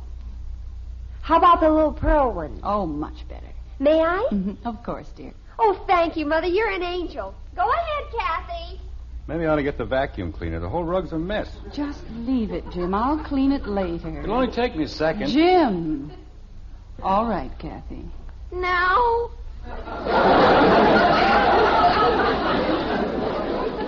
Yes, get it over with, please. Thanksgiving is a different day. The day I like the best. It's even better than Sunday, which is called the day of rest. Thanksgiving is my favorite day. So long, everybody. Oh, goodbye, dear. Now have a nice time. Bud, what are you doing with my suitcase? What? Thanksgiving is my favorite day. Come in here and bring the suitcase. Gosh, I'm not going to hurt it, Dad. Did anybody say you could borrow my suitcase? No, Dad. Then why are you taking it? Well, I have to carry them in something. Carry what? The football letters. They're going to give them out at the dinner, and the coach said... Put it back where you got it. But the coach said I could eat with the team... I said put it back. Holy cow. Thanksgiving is my favorite day.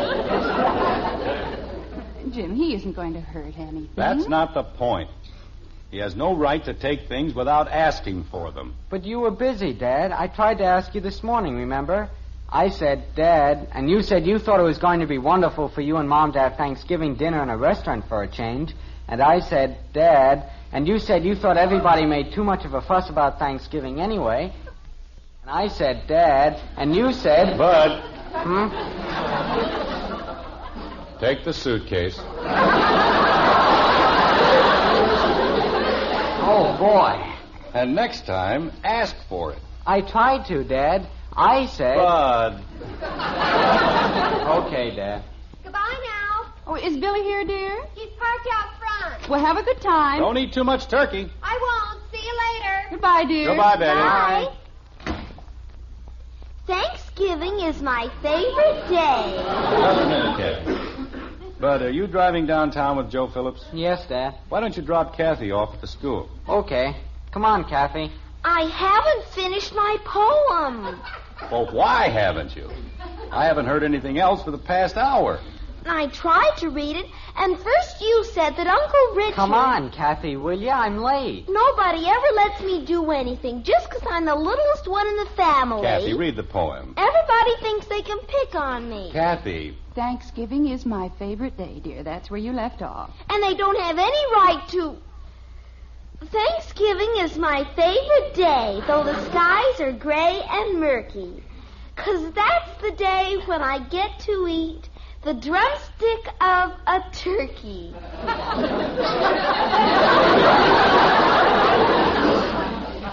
Well? That's the end.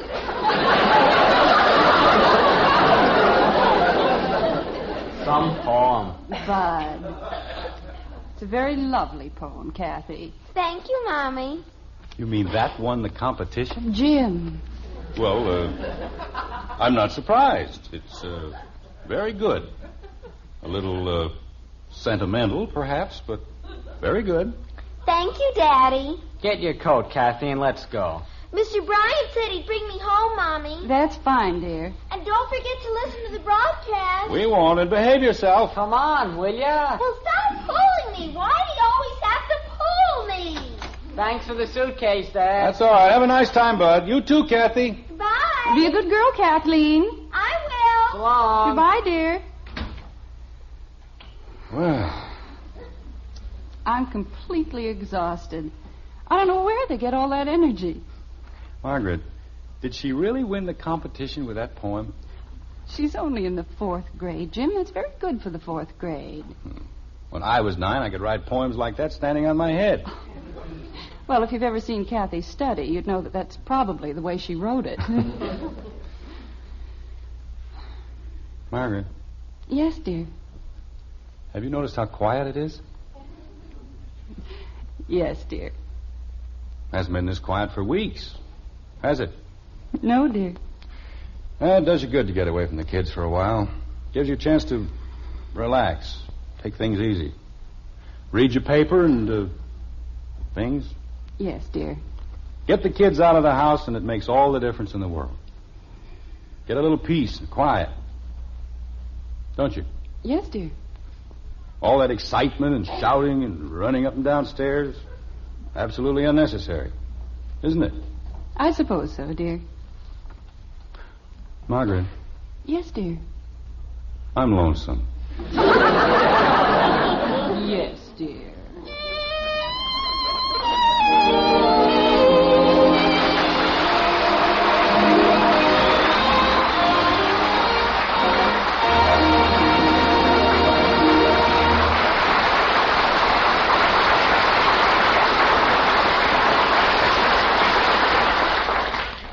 Well, Father has a right to feel lonesome. After all, Thanksgiving is a family day. But whether or not the family can gather to join in the festivities, we all have many things to be thankful for. We Maxwell House people, for instance, we're happy that our coffee is America's favorite brand. Happy that in so many homes, Thanksgiving dinner means a pot of Maxwell House coffee brewing on the stove, as well as the turkey in the oven and the pumpkin pies cooling on the shelf. We take a lot of pride in our coffee, and we want you to know you can count on Maxwell House every cup you pour. We'll keep it always good to the last drop on Thanksgiving Day and every day in the year.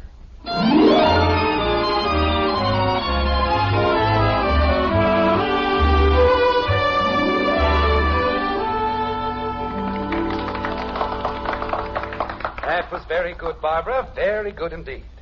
Now, our next winner is a rugged individualist indeed. Jim, it's Kathy. I'll be right in. She put her thoughts on Thanksgiving into verse and will now read the poem which won for her the competition in the 4th grade. Ladies and gentlemen, Miss Kathleen Andis. Is it Kathy? Has she started yet? Jim, be quiet. Well, I just wanted to know. Thanksgiving Day by Kathleen Joy, Louise Anderson. 4th grade. Thanksgiving is a lucky day for all the girls and boys.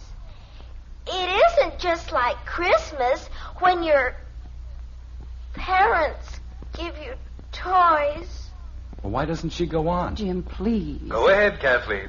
It isn't as if she had to remember anything. She's got it right in front of her. Well, dear, she's probably very nervous. Well, she can read, can't she? Kathleen, we're waiting. I want to go home. Now what's gotten into her? Oh, the poor little thing.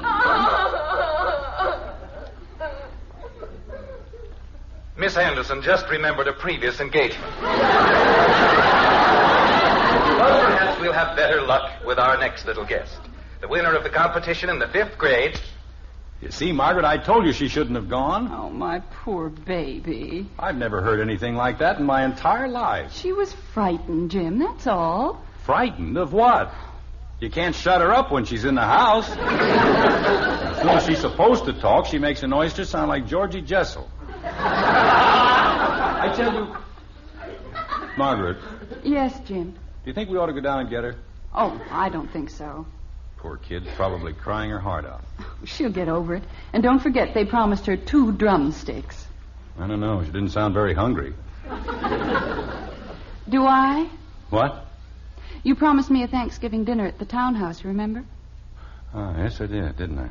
I'll get my hat and coat, or would you rather have me sue you for breach of promise? Margaret. Jim, there isn't anything wrong, is there? Oh, no, honey. Everything's fine. It's just that... Well... Yes? I've been doing a lot of thinking, and, would you mind very much if we didn't go out? Why, Jim... I know I promised you dinner, but... Well, I'd just rather eat here. There isn't anything to eat. Sure there is. I saw a whole heap of hamburger in the icebox. A hamburger on Thanksgiving Day? Well, Margaret, to tell you the truth, this doesn't seem much like Thanksgiving. Not like the kind of Thanksgiving we used to know. Well, it's finally happened. After only 18 years, you're tired of me. You know what I mean, don't you, honey? I think so. Thanksgiving has always been a special sort of a day for me. Even when I was a boy. It was more than just a holiday. It was a time when the whole family got together and had fun. We used to go out into the country to my grandmother's. We did, too. Go to my grandmother's, I mean. The whole family used to be there.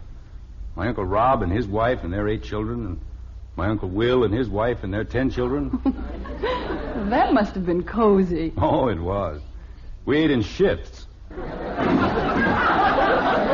My grandmother always swore she was feeding half of the neighbors' kids. But it was fun. Did you play games after dinner? Heck no. We were so stuffed we couldn't move. Oh, you were a bunch of sissies. We used to play Going to Jerusalem or musical chairs or charades. That's pretty hard to do with just 2 people, isn't it? Jim, there's one thing we mustn't forget. This is a new generation. It's a different sort of generation with new ideas and a new sense of values. Times have changed. I guess they have. Let's go into the kitchen and see what we can throw together. You're an old sentimentalist, Jim Anderson. That's what you are. And I love you. I love you, too. You know, maybe if the kids get home early, we can all go to a movie or something. How'd you like that? Oh, I wouldn't count on it, dear. Betty said not to expect her before midnight, and Bud's dinner won't start until 6. Well, Kathy isn't going to stay out all night, is she? Well, no. Okay, then we'll take Kathy to the movies. Well, we'll see, dear. It all depends on... Bud. Hiya, Mom. Hi, Dad. What are you doing here? Fixing a hamburger. Want one? Well, what happened to the dinner? What dinner? At the training table with the football team. Oh, that dinner. Well? I don't know. I guess I just wasn't hungry. Weren't hungry? You? Jim, I'm going to call Dr. Simmons. Wait a minute, Margaret. Bud, if you aren't hungry, why the hamburger? The hamburger? Pardon me, the 3 hamburgers. Oh, well, I guess I got hungry. Oh, Bud, if you don't feel well, please tell us. But I do feel well, Mom. I feel fine. Look, Bud, if you don't want to tell us the truth... But I am telling you the truth. I didn't like the dinner, that's all. Bunch of big goofs sitting around talking about football. What good is that? Since when don't you like to talk about football? What good is that? Since when don't you like to talk about football? Just a second, honey. Kathy? It's me, Father. What's she doing home? What on earth is... We're in the kitchen, Betty. I'll be right in. Oh, dear, just when everything was going so well. Margaret, why do you immediately assume that something is wrong? Maybe the Liggets decided not to have a party. Or maybe Betty had the wrong day. Lots of things could have happened. The party was today. I know it was. Well, maybe it hasn't started yet. What's everybody doing in the kitchen? Oh, hi, Bud. What are you doing here? Oh, nothing much. Want a hamburger? Okay. Never mind the hamburgers, Bud. We've got things to discuss that are much more important. Then hamburgers? Do you feel all right, dear? Sure, why? You told your mother you wouldn't be home until midnight. Oh, well, I wasn't going to, but I came up with the most awful headache. Jim. You just said you felt fine. I do. I do except for this headache. Jim, I'm going to call Mrs. Liggett and ask her. Mother, you know if there was anything wrong, I'd tell you. I always have, haven't I? Yes, dear, you have, but... Just a minute, Margaret. Kathy, Yes, Daddy? we're in the kitchen. Come on in. Yes, Daddy. See, Margaret, I told you we should have gone down for her. Well, I had no way of knowing. What's the matter with Kathy? Your sister reads the first line of her poem and bursts into tears. No kidding. The poor little thing. Hello.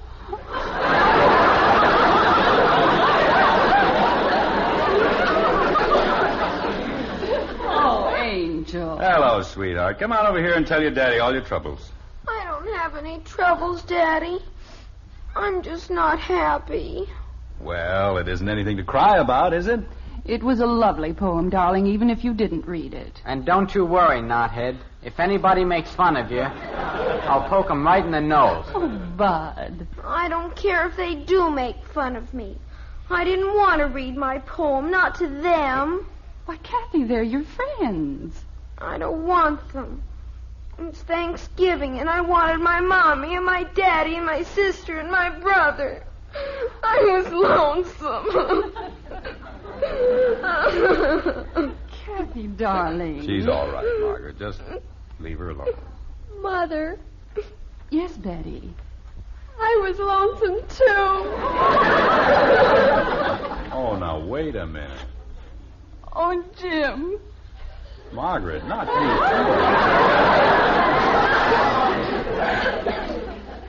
Yes, me too. Good grief.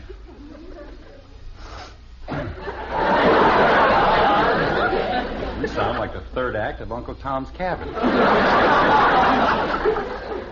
What's the matter with you, Bud? Nothing. I just feel like blowing my nose, that's all. Well, blow it. Now, get busy with the hamburgers. Okay, Dad. How about a little food for the hungry Andersons? Well, I'm starving. Hamburgers. It's a fine thing to serve for a Thanksgiving dinner, isn't it? It sounds fine to me. I don't care what part of the hamburger I get. As long as it's the drumstick. That girl, Kathy. Well, what are we waiting for? Let's sit down and be comfortable. Well, I'll take over, Bud. I'm doing fine, Mom. Oh, Bud, really? Now, don't argue with the chef, Margaret. Just sit down and relax. Well, if you insist. 4 hamburgers coming up. Well, that'll take care of me, but what are they going to eat? Betty. Oh, you big pig. Margaret, kids, before we dig into these juicy Thanksgiving burgers, may I say something? Sure, Go Daddy. ahead, dear. This has been, I think, the happiest Thanksgiving day of my entire life. And if you don't mind, I'd like to say a special grace. Oh, Lord, we give thee thanks from the bottom of our humble hearts for the blessings thou hast seen fit to bestow upon us. We thank thee for the food that graces our table and the roof that covers our head. We thank thee for the privilege of living as free men in a country which respects our freedom, our personal rights to worship and think and speak as we choose. But most of all, dear Lord, we thank thee for making us a family, for giving us sincerity and understanding. We thank thee for giving us the most cherished gift a family may know, the gift of love for one another. Amen.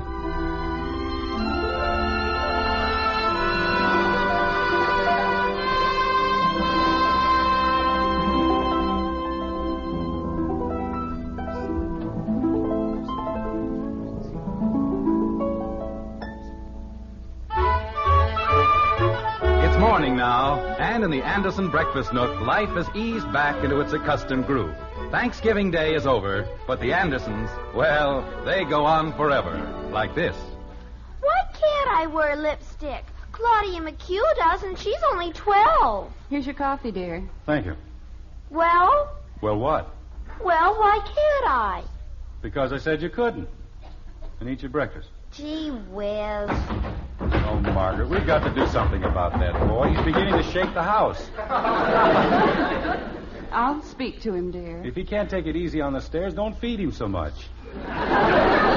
One of these days he's going to go right through. Hiya, Dad. Good morning, Hi. Mom. Sit down and eat your breakfast. Good morning, dear. He didn't say anything to me. Hiya, Squirt. Good morning. Mother, do you know what Bud did? He used my good cologne on his hair. Good morning, Betty. I used 2 drops. You used practically the whole bottle. I did not. Good morning, Betty. Mother, if I can't have a little privacy with my own things. Betty. What? Good morning. Good morning, Father. That's better. Sit down, eat your breakfast. Jumping creepers. You know, Margaret, there's one thing I'm really going to enjoy about our Thanksgiving Day dinner yesterday. What's that, dear? We're probably the only family in Springfield that won't be eating leftover turkey for the next month. Yes, dear. What are we going to have for dinner tonight? Leftover hamburgers.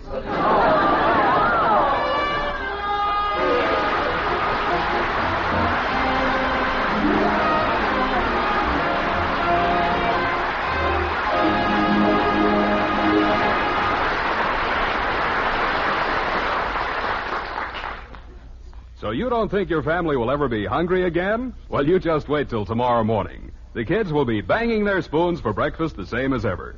So be ready with steaming bowls of hot post wheatmeal. And tell the youngsters it's Hopalong Cassidy's favorite hot cereal. Yes, hot post wheatmeal with solid whole wheat nourishment and rich nut-like flavor that Hopalong sure goes for. Hot post wheatmeal. You'll see, you'll all agree, it's the best hot cereal you ever ate. These days, stores everywhere are featuring lower prices on Maxwell House coffee. The lowest prices in months. Bring home one of those familiar blue tins tomorrow and enjoy coffee that's always good to the last drop. Join us again next week when we'll be back with Father Knows Best, starring Robert Young as Jim Anderson, with Roy Barbeque and the Maxwell House Orchestra, and yours truly, Bill Foreman. So until next Thursday, good night and good luck from the makers of Maxwell House. Father Knows Best was transcribed in Hollywood and written by Ed James. Now stay tuned in for Dragnet, which follows immediately over most of these stations.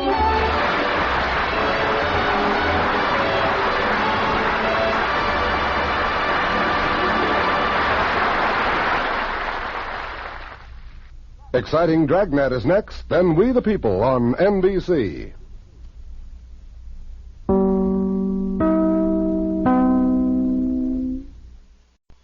Mother, is Maxwell House the best coffee in the whole world? Well, your father says so, and your father knows best.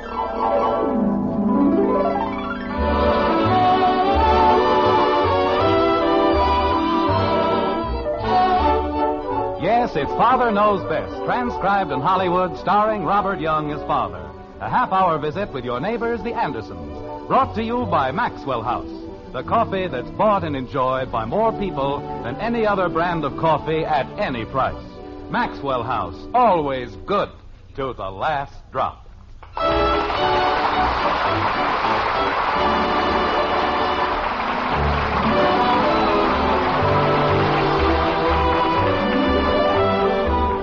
Not too many weeks ago, we spoke of love, and now we're going to speak of it again. This might prove to be monotonous except for one thing, the peculiar quality of love itself. You see, love is a sickness full of woes, all remedies refusing. Despite repetition, you'll find that it grows constantly more confusing. So let's go to Springfield, to the White Frame House on Maple Street, where for the next half hour, the Andersons will add their special sort of bewilderment to our own natural confusion. But good. All right, Kathy, let's pretend it's a game. Now listen.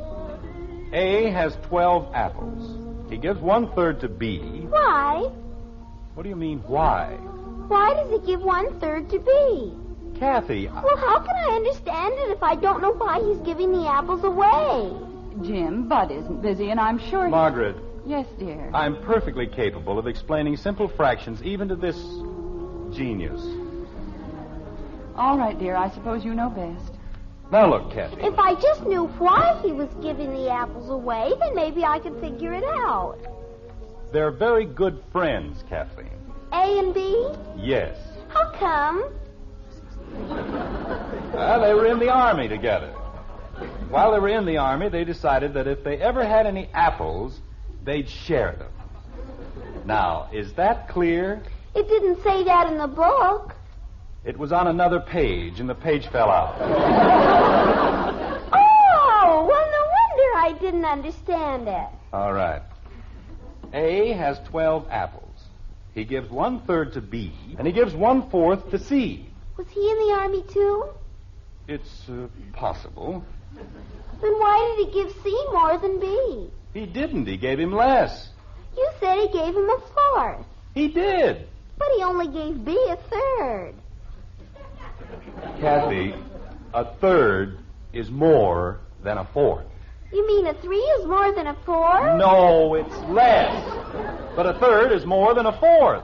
1/3 of 12 is 4, and 1/4 of 12 is 3. And 4 is more than 3, so 1/4 is less than 1/3.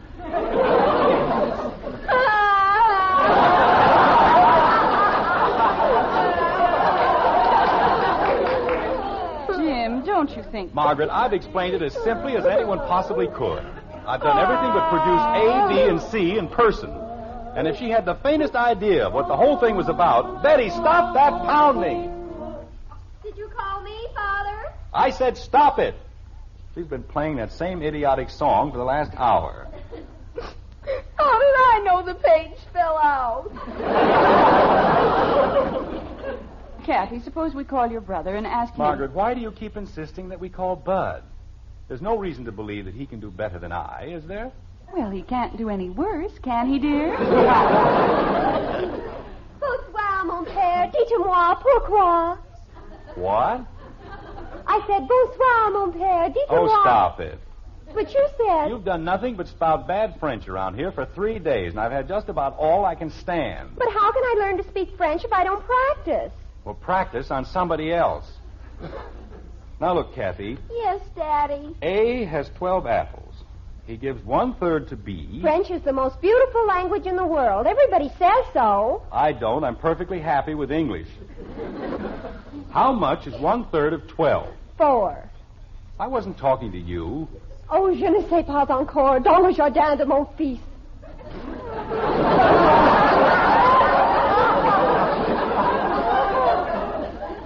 What did she say? Whatever she said, it had nothing to do with apples.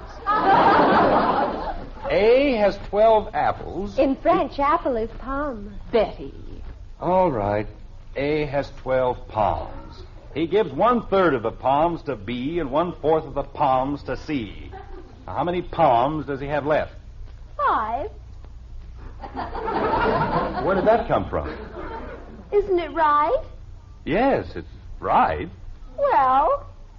Margaret. Well, dear, maybe she only knows how to do French arithmetic. I don't know. Other people have children, and they don't have to go through this. But night after night, day after day... Dad, say Dad. Bud, I don't think this is quite the time. But I have to tell him something. Dad, I figured it out. Good. Now look, Kathy. Don't you want to know what? All right, what? You know what I'm going to be when I get out of school? An old man. Jim. Well, at the rate he's going... Le petit garçon est si heureux. Oh, Betty, stop it. Jumping creepers. Bud, why don't you and Kathy go upstairs? I haven't told Dad what I'm going to be. I know what I'm going to be. I'm going to sit in the corner and cut out paper dolls. Can I help you, Daddy? Yes, just keep it up. You're helping me fine. You know what I'm going to be? An inventor. Margaret. I was reading a book, and it says you can make millions just inventing things. Bud, why don't you run over to Joe Phillips and tell him about it? I haven't got time. I have to go invent something. Well, go ahead. What'd be a good thing to invent? Bud. Why didn't you invent a machine for doing fractions? How about a self-answering doorbell? You push a button... Bud, see who's at the door. But don't you want to hear about... See who's at the door. Holy cow. Where do you think Edison would have been if he spent half his life answering doorbells? Margaret, have you read of any organized plot by the children of America to drive their fathers insane? Not recently, dear. I didn't do anything. Of course not. You never do anything. Well, I certainly haven't. No?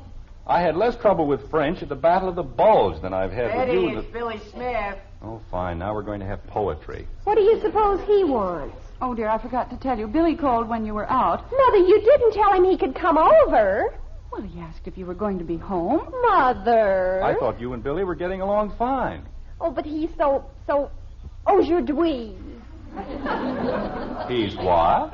Hi, Betty. Why, Billy, how nice. Hello, Mrs. Anderson, Mr. Anderson. Hello, Billy. Hi, Kathy. Hi, Billy. Say, Dad, I was telling Billy about my idea. And he Not said, now, Bud. But I just want to tell you... Bud, why don't you take Kathy upstairs and help her with her homework? But if I waste all that time... It won't hurt you to be a millionaire a few minutes later. Oh? Well, okay, Kathy, come on. Gee whiz. What are you kicking about? You're costing me thousands of dollars every second. How's your family, Billy? Just fine, thank you. Say, Betty, I found a book of old English verse. English? Well, I just thought if you weren't doing anything... Haven't you heard, Billy? We've gone French. Yeah, I know. Everybody in the school knows the way she moons over that guy. Billy. What? Why, Betty. Billy Smith, you're just the nastiest boy I've ever known in my whole life. That's what you are. I suppose you don't moon over him. You can ask anybody in the class. You can get out of my house. That's what you can do. Oh, I can I? You're jealous. That's what you are. Jealous? Me? And I don't care if I never see you again either. Well, that's all right with me. I don't care if I never see you again. You know what you are? You're nothing but a chemin de fer. Oh, Betty. It's all right, Margaret. She just called him a railroad. Anytime you'd rather have that Frenchman, well, you can have him. Well. Good night, Mr. and Mrs. Anderson. Good night, Billy. All right, Betty. What? Who is he? Who? You know very well who. This Marshall plan in reverse. What's his name? Robert Legrand. Is he in your French class? He is my French class. Oh, Father, he's just beautiful. Betty, I don't think it's very nice throwing yourself at a boy this way. You would if you saw him. How is it you've never mentioned him to us? Are you ashamed of him? Oh, no, Father. You wouldn't be ashamed of us, would you? Father. Betty, you know we don't approve of dates with boys we haven't met. I know, Mother, but... Wait a minute. I think I can fix the whole thing. Betty, why don't we have him over for dinner? Robert? When I was in the service, the people of France practically broke their necks being nice to me. And by golly, this is my chance to do something for them. But I don't think he'll come to dinner, Father. You see, Of course he will. Where does he live? At the International House, but Father... I think it's a very good idea, Betty. To know your young man, and your father can find out about all the girls he left behind. Margaret. It's an excellent idea. It really is. Where are you going? I'm going to call him right now. What's his number, Betty? Bedford 2206. But, Father, if you'll only listen... 2206. Yes, sir. Father, he never goes anywhere. He's only been here a few weeks. Hello, may I speak to Robert, just a minute. What was it again? Legrand, but Father... Robert Legrand. Please. Thank you. He's going to say no, Father, and if he does, I'll die. I'll simply die. Why should he say no? We're not going to... Hello? Mr. Legrand? Oh, this is Betty Anderson's father. Yes. Mr. Legrand, Betty's been telling us all about you, and we were just wondering if you'd like to have dinner with us. Well, how about tomorrow night? What'd he say, Father? 607 Maple Street. That's it. At 6? Right. See you then. Yes, good night. Was he there, Jim? Sure, and he said he'd love to have dinner with us. Where are you going, Betty? I'm going upstairs and lie down. I don't feel too well. You're acting like a lovesick 2-year-old, and I'm ashamed of you. Margaret, I don't know what's getting into that girl. I swear I don't. Oh, Robert. Well, Make believe Mr. Gribble is A. He has 12 apples. If Mr. Gribble had 12 apples, he'd keep them. Kathy, how can you be so dumb? A has... What's the matter, Betty? Don't you feel well? Father ruined everything. He invited him to dinner. Robert? How do you know his name? We listened. Oh, what am I going to do? About what? Since when do you get all upset about having a boyfriend over for dinner? Oh, you just don't understand. Nobody understands. We don't understand what? He isn't my boyfriend. He's my French teacher. Oh, no.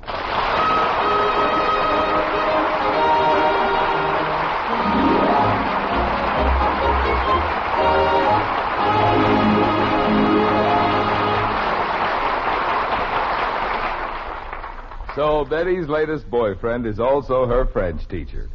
Well, that shouldn't come as too much of a surprise to the Andersons. So many times a person we think of in one role turns out to play any number of parts. For instance, Mother, that man you serve coffee to at breakfast time, know who he is? Well, sure, he's your husband, but he's somebody else, too. He's the world's greatest coffee expert. Of course, the coffee trade rates us as experts, too. After all, our Maxwell House coffee is America's favorite brand. But the expert with the final say-so, he's that man of yours. And if you'll fill his cup with Maxwell House, we're mighty sure he'll say, best coffee I ever tasted. In fact, if he doesn't, we'll give you your money back. You see, no coffee tastes like Maxwell House because no coffee's made like Maxwell House. That famous good to the last drop flavor comes from just one thing, our recipe. A recipe that insists on certain fine coffees blended a very special way. And only Maxwell House has that recipe. So get a pound of Maxwell House tomorrow. Serve it to your husband. If he doesn't say, best coffee ever, why, just send us the can and unused portion, and we'll gladly refund the price you paid. Our address is right on every familiar blue tin. Tomorrow, see how much your husband, the world's greatest coffee expert, enjoys Maxwell House coffee. Always good to the last drop.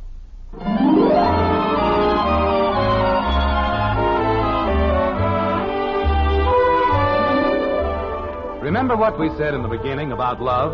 Well, we were right, weren't we? Yes, sir, if there's one thing that can get you mixed up, it's love. Especially when it concerns people.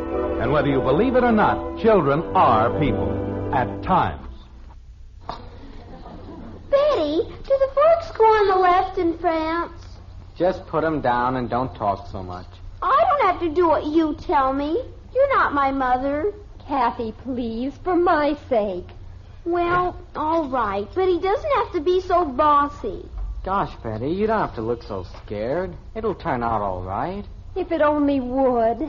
I didn't even tell them once that he's your teacher. Kathy. Well, I didn't.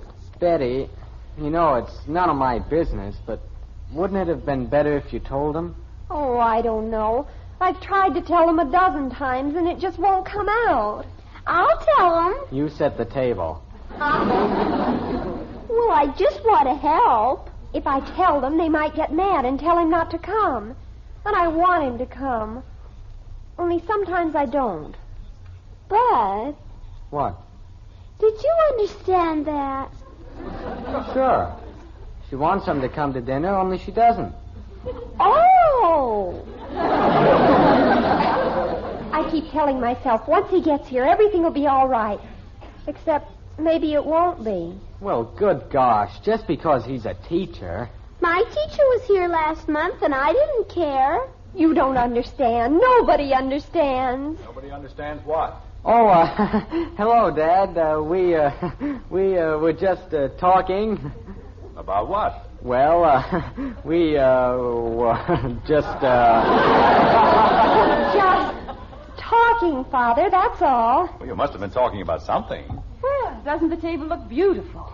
I helped fix it, Mommy. Well, that's fine, dear. Well, what is it, Bud? What's the big secret? Jim, when it's this close to Christmas, you don't pry into private conversations. Oh. Oh. Well, Betty, it's almost 6. It is? Why don't you run upstairs and fix your hair? I've got to put on a whole new face. Why didn't somebody tell me how late it was? You too, Bud. What? Comb your hair. You got a cowlick a mile high. Oh, gosh, he isn't coming to see me. Go upstairs and comb your hair. Holy cow. Next thing you know, they'll want me to get a permanent or something. How about you, Kathy? I'm clean. When was the last time you washed your hands? 3:00, but I've been very careful, Mommy. Upstairs. Go ahead, dear.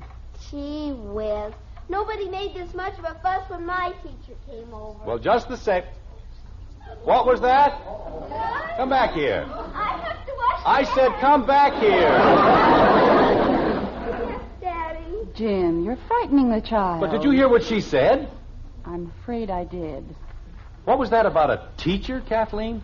I didn't say anything about Betty's French teacher, Daddy. I promised her I wouldn't. Her French teacher.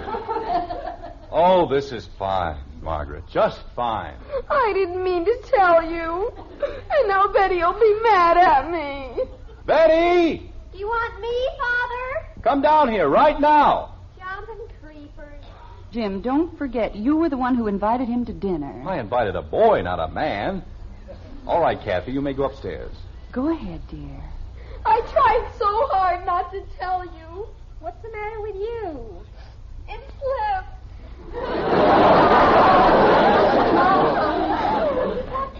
Come in here, Betty. We want to talk to you. Upstairs, Kathy. Oh, that poor little thing could get into more trouble. What did she do now? She told us about your French teacher. That's what she did. She did? Why, the low snitcher. Betty, why didn't you tell us the truth? About Robert? Yes, Robert. You said he was a boy in your French class. No, I didn't. You said he was a boy in my French class.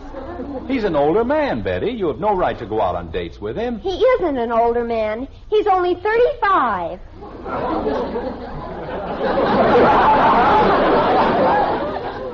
And besides, I never said I had a date with him. You mean you haven't? I've never even seen him outside of school. Well, we fixed that, Margaret, didn't we? We did? Having him here for dinner was just as much your idea as it was mine. All right, dear, if it makes you happy. Well, it was. Betty, you're never going to see him again, are you? Socially, I mean. Why not? Because we say so. That's why not. You're taking the wrong attitude. Oh, I am I? I suppose you like the idea. Of course not. But Betty's a sensible girl. She has no intention of seeing him again, have you, dear? Haven't I? Wait till you see him. Betty, look, this man's an instructor at the university. He's years older than you. I like older men. But he's old enough to be your father.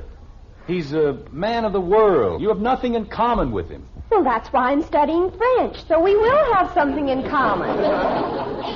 A language isn't enough, Angel. You're only 17. Your life is just beginning. You have such wonderful years ahead of you. And if he's 35... Now, wait a minute, Margaret. Let's not get carried away with this thing. After all, I'm older than he is, and I'm not exactly ready for the old soldier's home. I didn't mean that, Jim. When a man's 35 or 40, he's in the very prime of his life. He's living his best years, not looking back at them. And I want to live them with him. You do no such thing. But, Father, you just said... Never mind what I just said. No daughter of mine is going to run around with a man old enough to be her father. Jim, I wish you'd make up your mind. I have made up my mind. I'll tell this Bluebeard. Father, he's here. Well, I'll take care of him. I'll get it. I'll get it, too. Jim, remember that he's our guest no matter what we think of him. That's what I like about cannibals. If they don't want somebody around, they chuck them out. They don't sit around being pleasant.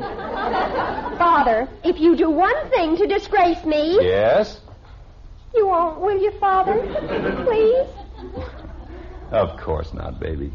You know I wouldn't hurt you. Andy! What? Andy, mon capitaine. Frenchie, LeGrand! It's a dream. It's a dream. The whole thing. It's a dream. Frenchie, you old son of a gun. Oh. Jim? Betty, why didn't you tell me it was Frenchie LeGrand? Who? Margaret, you've heard me speak of Frenchie LeGrand. Well, of course. He was the interpreter with my outfit. We went all through France together, didn't we, Frenchie? Father? This is the happiest day of my whole life. I don't know what to say. Dad, is this the Frenchie who got all those medals? He's the one. Gosh. Frenchie, this is my son, Bud. Oh, I know him. I know them all. I've seen their picture 1,000 times. Margaret and Kathy and Betty.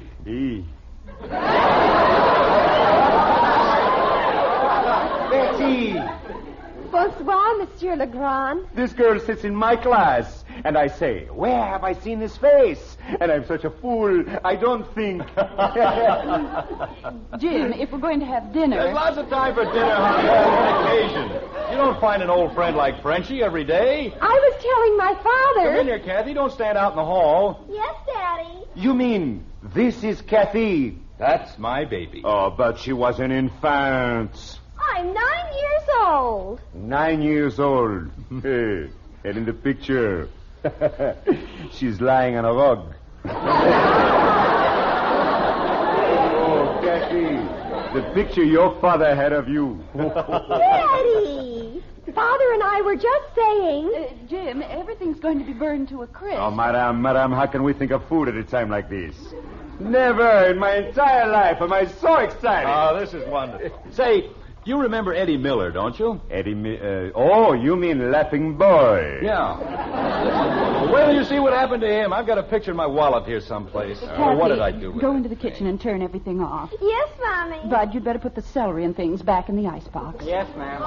Just the other day, I was telling my father... Here it is. I knew I had it someplace. Oh, wait a minute. You mean this is Eddie Miller? Mm-hmm. But he looks so sad. Well, he got married. Betty, why don't you see who's at the door?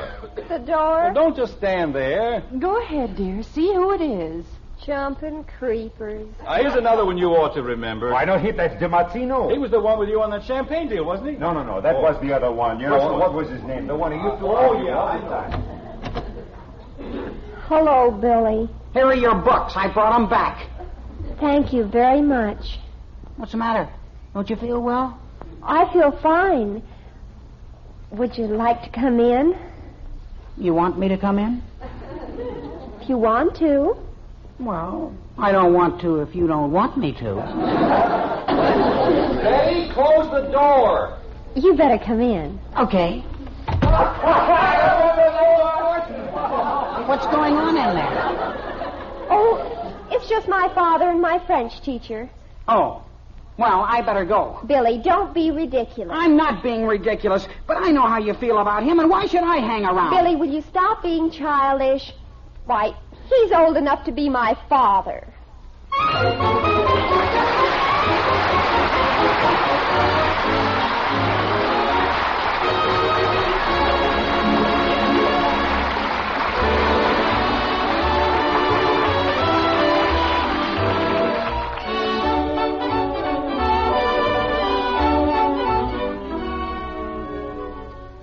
Tomorrow or Saturday, the very next time you buy coffee, set your mind on one thing, on coffee that gives you the most in flavor for your money.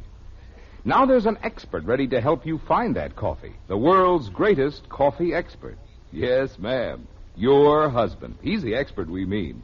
Just pour him a cup of Maxwell House coffee, and when he smiles and says, Best coffee I ever tasted. you'll know Maxwell House has the most in flavor. You'll know it's your best coffee buy. Tomorrow, bring home a pound of Maxwell House. See how much your husband enjoys every cup. Then count all the truly good cups of coffee you get from every pound. We think you'll agree. You do get more for your money, more flavor for your money, with Maxwell House coffee. Always good to the last drop.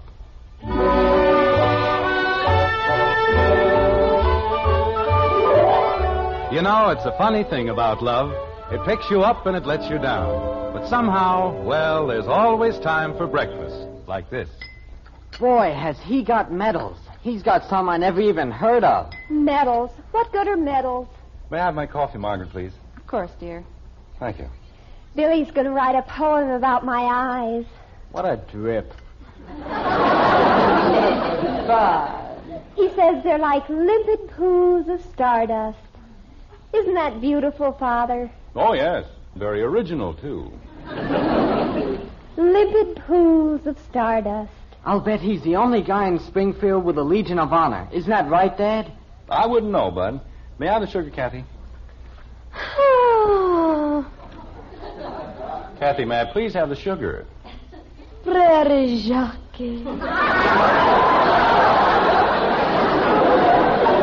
Kathy. Dormez-vous. What? Dormez-vous. Oh, no.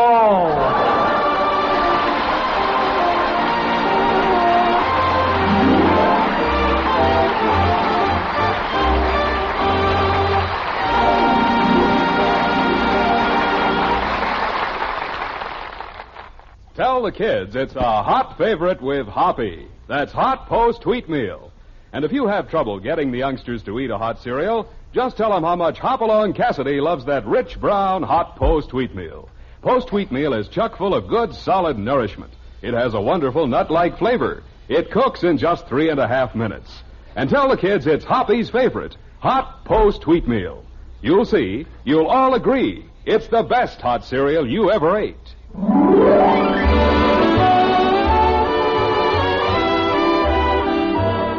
Join us again next week when we'll be back with Father Knows Best, starring Robert Young as Jim Anderson, with Roy Barbeque and the Maxwell House Orchestra, and yours truly, Bill Foreman. So until next Thursday, good night and good luck from the makers of Maxwell House, America's favorite brand of coffee. Always good to the last drop. Father Knows Best was transcribed in Hollywood and written by Ed James. Now stay tuned in for Dragnet, which follows immediately over most of these stations.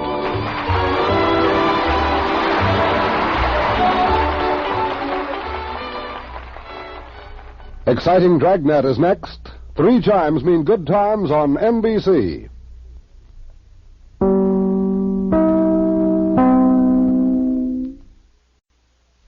Mother, is Maxwell House really the only coffee in the world? Well, your father says so, and your father knows best.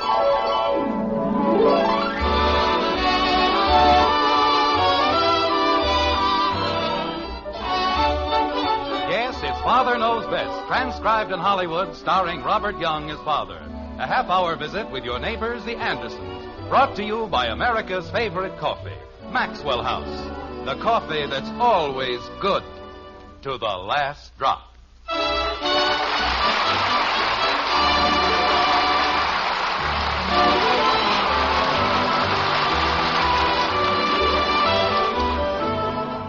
Beyond the last horizon's rim, beyond adventure's farthest quest, somewhere they rise, serene and dim, the happy, happy hills of rest. Well, rise they may, these restful hills, but there's one thing on which you can depend.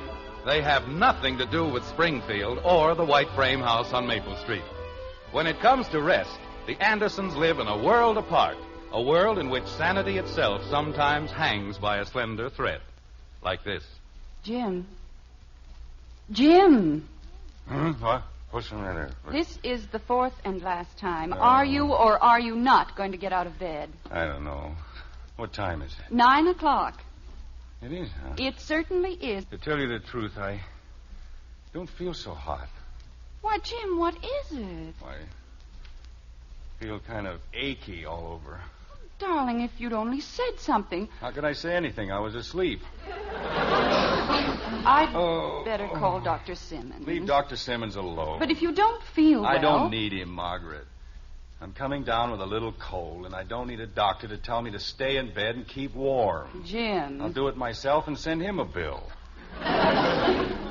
Jim, you're sure there's nothing really wrong with you? Of course I'm sure. Outside of feeling miserable, I feel fine. Oh, dear. Now what? The girls are coming over this afternoon to play bridge. Honey, just pretend I'm not even here, and we'll all be happy. Well, how about some breakfast? No, I couldn't eat a thing. I just want to lie here and rest. But if you don't eat? Rest. All right, Jim, if you're going to be stubborn. I'm not being stubborn.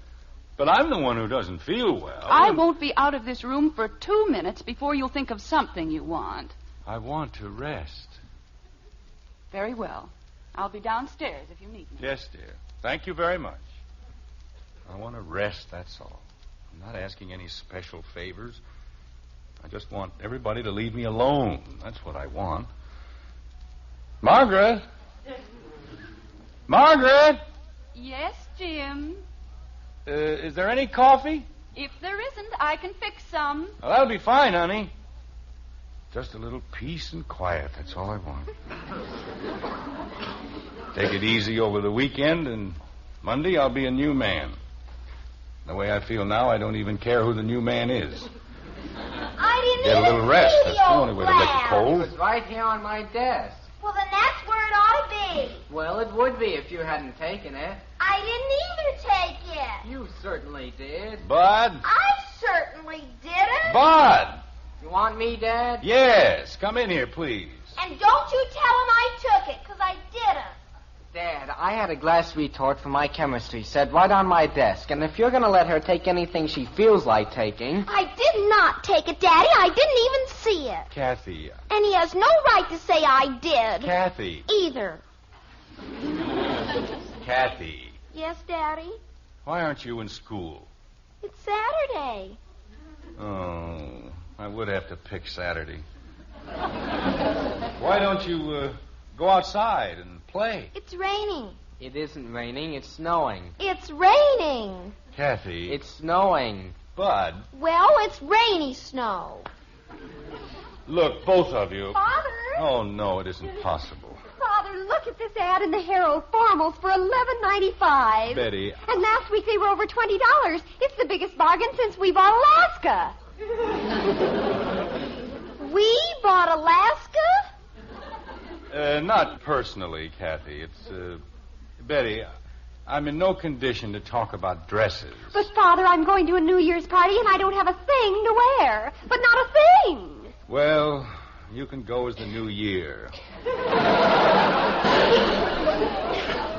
Father. Boy, would she make a hit. But... I don't get it. It's just as well. Now, look, all of you, I'm trying to get a little rest. So will you please try to be quiet? Don't you feel well, Father? I feel awful. Hey, wait a minute. Bud, Father just told you. You've got my measuring glass. Betty, if that belongs to Bud... It was on my desk, and what right has she got to go into my room and take stuff? You see, you said I took it and I didn't. Kathy. I paid for the chemistry set with my own money, and she's got no right to touch it. Bud. How did I know it was yours? It's just a silly old glass. Betty. Well, if it's so silly, why don't you leave it alone? Stop it. I didn't even touch it. I said stop it. Betty, give Bud his glass. But I'm going to wash my hair, Father, and... Give it to him. Jumping creepers. Now, look, kids, when you don't feel well, your mother and I show you every consideration. We make you comfortable, read to you, bring you your meals, and we're happy to do it. Now, I'm not asking for anything like that. All I want you to do is leave me alone. That isn't too much, is it? Of course not, Father. Gosh, if anybody told us, we wouldn't have made a sound. I'm sure you wouldn't. Well, what's going on in here? A convention? The children were just leaving, weren't you? You bet, Dad. Come on, Kathy. Come on, where? We're leaving. But I don't want to leave. I want to stay here and ask Daddy. Well, stop pulling me. Why do you always have to pull me? Here's your coffee, dear. Oh, thank you. Margaret, are all children that noisy? Darling, there are only two kinds of children. noisy ones and sick ones. Just be thankful that ours are healthy. They don't have to be that healthy. I'll be downstairs if you want anything else. I was healthy when I was a kid, and I didn't drive my father into a nervous breakdown. He said you were worse than any of ours. Is that so? I was one of the quietest kids in Springfield. Everybody said Margaret? A fine thing. Starts an argument and then walks away. Just like a woman. Dad. Bud, I just finished telling you... Dad, if you'd like to borrow my radio, I can hook it up in here for you. Thank you, Bud, but I'll do fine without a radio. I won't be using it on account of I'm going down to the playroom to invent something. No, Bud, but... It won't take me a second, Dad. All I have to do is plug it in. Just leave it, Bud. If I want it, I'll plug it in myself. Okay, Dad. If you want anything else, just let me know. Thank you, Bud. Thank you very much. It's just what I need, a radio. I don't feel bad enough. Whistle and chirp with Lizzie Glurp. Are you resting, Father? Yes, I'm resting. Like a yo-yo with St. Vitus dance. Poor Father. We give you a pretty bad time, don't we? No, Betty. It's just that... What are you going to do? I brought the pillows in from my room. I don't want any more pillows. I don't like a lot of pillows, Betty. Please. I was perfectly all right. There. Isn't that better? Yes, it's fine. Now, just close your eyes and we'll go on a long journey. What? I'm going to read to you. Betty. I want to, Father. It's the least I can do. Betty, if you'll just... Yes, Father? Go ahead. Yes, Father. We watched her breathing through the night. Her breathing soft and low, as in her breast the wave of life kept heaving to and fro. Our very hopes belied our fears. Our fears our hopes belied. We thought her dying when she slept. And sleeping when she died. At last... Betty. Yes, Father? What's the name of that lovely thing? The Deathbed by Thomas Hood. Isn't it beautiful? Can't you just see her wasting away? How much did you say those dresses were? $11.95. There's a $20 bill in my wallet. Go buy a dress. Oh, thank you, Father. And don't rush it. See if you can't take all day.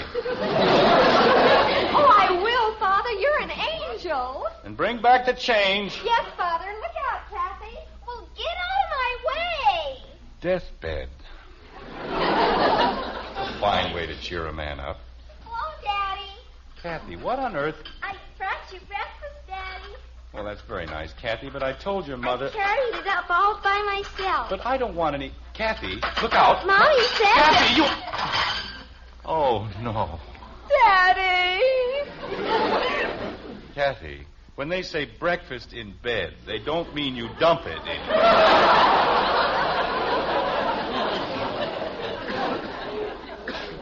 I tripped on your slippers. You're gonna spank me. Oh, Kathy, stop that wailing and get some of these dishes out of my lap. Orange juice and cereal and coffee. Margaret! Oh, stop it, Kathy. Margaret! I've never seen it this way. Anytime I make plans for anything. What is it, Jim? Kathy dumped the whole breakfast in my lap. Oh, dear. What was that? I don't know. It was in the basement. What? It's okay, Mom. It was just an explosion.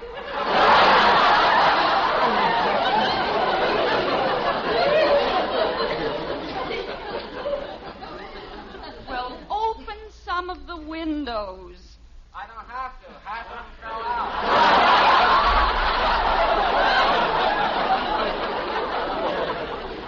Oh, dear.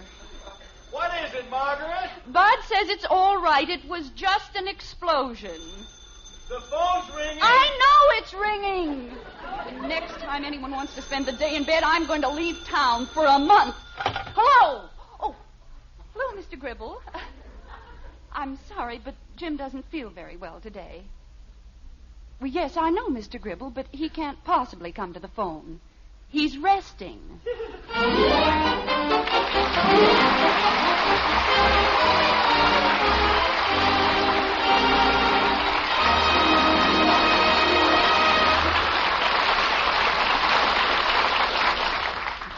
Poor Father, what he wouldn't give for a little rest.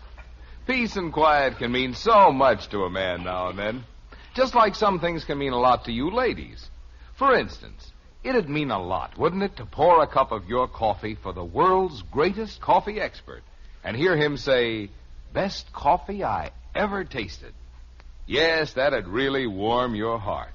Because that number one expert is your husband. Of course, your grocer calls us experts, too. Our Maxwell House coffee is America's favorite brand. But once you've brewed the coffee, the expert with the final word is that man of yours.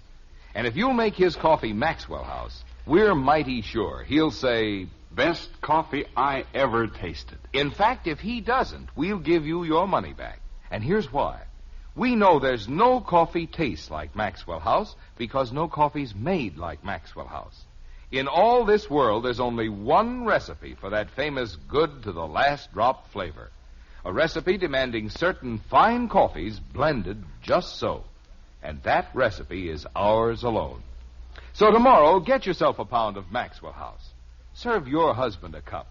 If he doesn't say, "Best coffee ever," why, just send us the can, an unused portion, and we'll gladly refund the price you paid.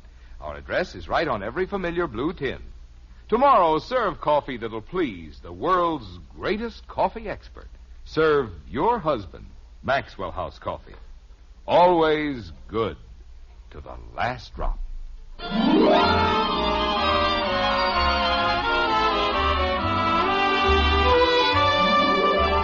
Great changes have taken place since last we saw the Andersons. Jim isn't feeling any better, of course, and he's done mighty little resting. But there have been changes. Well, one change anyway. You see, now it's Saturday afternoon, like this.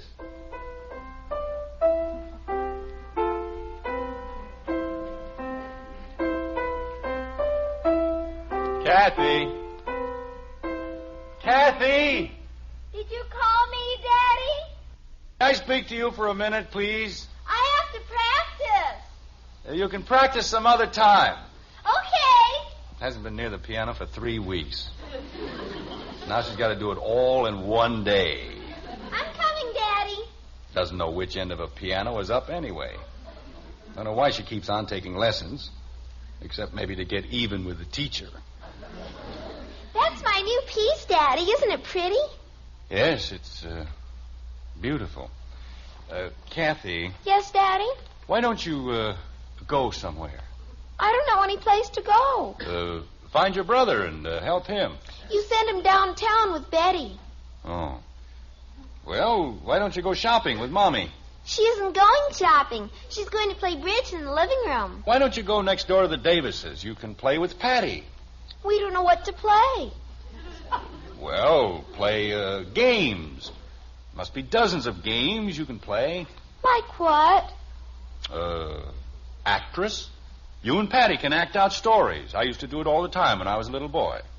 You played actress? I acted out stories. Like Ichabod Crane and the Headless Horseman, Hans Brinker and the Silver Skates. Daddy. Yes, Kathy? If you want to get rid of me, why don't you say so? I want to get rid of you. Okay, I'll go over to Patty's. Thank you very much. Parents. If they want to get rid of you, why don't they say so? I don't know. Sometimes I wonder if we shouldn't have gotten a puppy instead. Now what happened to the darn thing? Margaret! What is it, Jim? Where's that detective magazine I was reading?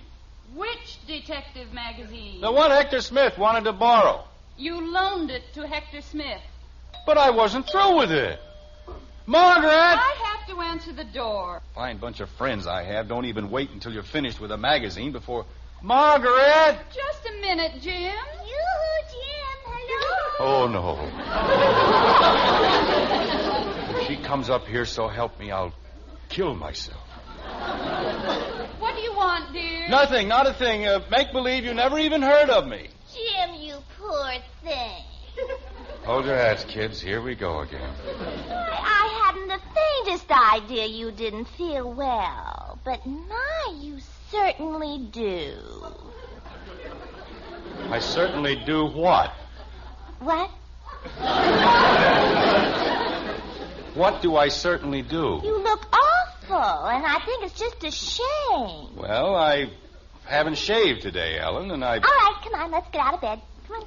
What? Get out of bed. Get out of bed. How am I going to help you if you just lie there? Helen. And don't think I can't, too. Did you ever meet George's Aunt Mildred? No, but if you... She was at death's door. That's what she was. At death's door. And I pulled her through.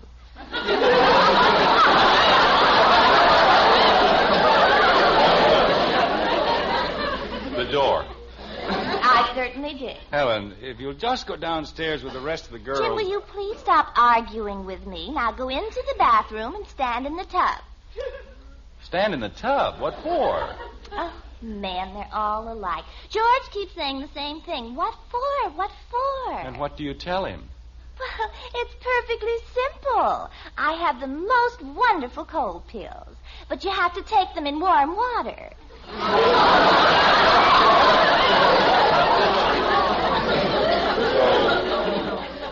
I've got to stand in the tub.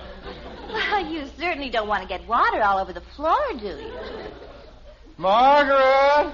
Helen, we're all waiting for you, and Dorothy... Come along, Jim. Upsy-daisy. Helen, please. You're fighting me. Helen, Margaret was speaking to you.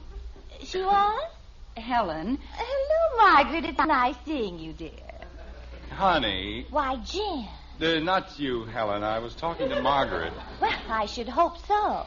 Helen, Dorothy, and Lucille are waiting, and if we're going to play... Hey, what's going on up there? Oh, we'll be right down, Dorothy. I'm not going to move, Margaret, but not a foot. Helen. This poor boy lying helpless and alone. Helen. Looking to us for comfort and sympathy. Helen. How can we leave him friendless? And did you say something, Jim? I just want to rest, Helen. So why don't you and... Margaret, you better come downstairs. I think Lucille's getting ready to blow a gasket. Hi, Jim. Hello, Dorothy. Helen, won't you please... What's the matter, Jim? You got a cold? No, I feel fine. As a matter of fact... Isn't he brave, Dorothy? He wants to fight it all alone, like a mother lion having her babies in the jungle. Margaret, where do you keep the hot water bottle? Dorothy, if you'll just forget about me... I'm sure Jim will be much happier... A turnover, Jim. What? We'll put it right in the middle of his back. Get it good and hot. And then when he can't stand the pain for another second... Dorothy, if you'll just help me get him into the bathtub. Helen! She wants me to stand up, Margaret, that's all. You wouldn't have any camphor oil, would you? We could rub that on his neck and then wrap it with Well, I've flannel been giving these same pills to George for years, week after week, day after day. And they... Dorothy, will you please go down and tell Lucille? We'll be right down, Lou. George had 4 colds in 1 weekend. If it hadn't been for these pills, I he don't would want have... any pills. Of course he doesn't. Turn over, Jim. And I don't want any camphor oil. Isn't he stubborn? Turn over, Jim. Margaret, will you please ask them to leave me alone? Helen. We're only trying to help you, Jim. Get over on the other side of the bed, Helen. We'll flip him.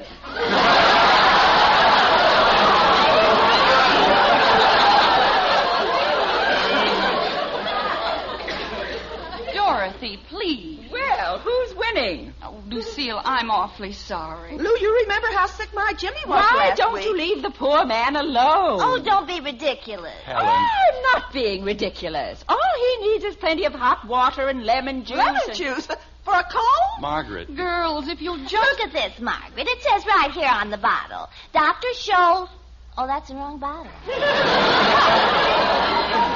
Well, my mother raised 6 children, and she never gave us anything but hot water and lemon juice. Well, it just happens that I was the head of the Red Cross bandage wrappers. And if you're going back to an old-fashioned thing like hot water and lemon juice... Old-fashioned? Margaret. I've seen some of the shirts you bought for Sam. And if that's your idea of new fashion... I have that bottle right in my purse. Well, I wouldn't exactly call your husband a fashion plate. If you'll just go Why, downstairs... he's thrown away better clothes than your husband's wearing right now. Maybe he throws them, but he doesn't throw them far. Girls, if we're going to play bridge... Bridge? Well, I wouldn't play bridge with her if my life depended on it. You'd better not, the way you play. Well, I'm sorry, Margaret, but I've just developed the worst headache. Well, if you're leaving on my account, you needn't bother. Girls, I'm sure we can straighten this whole thing out if you'll only listen to me for a minute. Helen. Hello, Jim.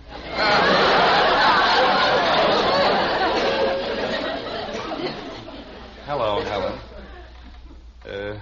Isn't there someplace else you'd rather go? I don't think so. Did you have anything in mind?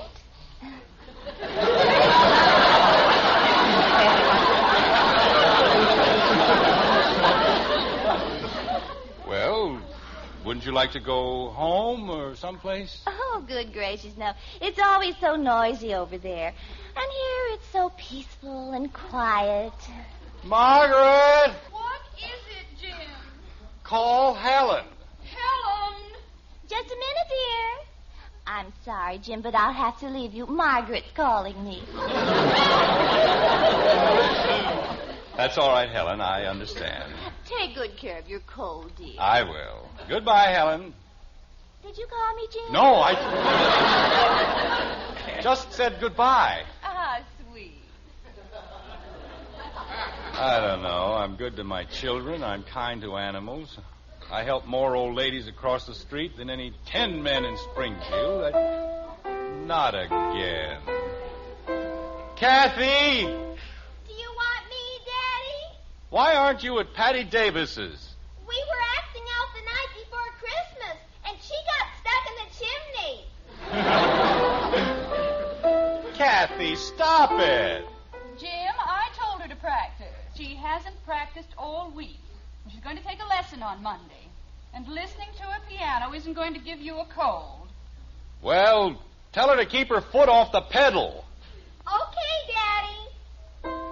She doesn't care how it sounds, just as long as it's loud. Oh, Father, it's heavenly. It's the most heavenly dress you've ever seen. Fine. Put the change on the dresser. It's blue, the dreamiest, creamiest blue. Put the change on the dresser. I borrowed $2, but he said you could take it out of his allowance. Put the change... What? Well, they were having a sale on chemistry sets. Where is he? In the playroom. Bud! But Father, he said... Bud!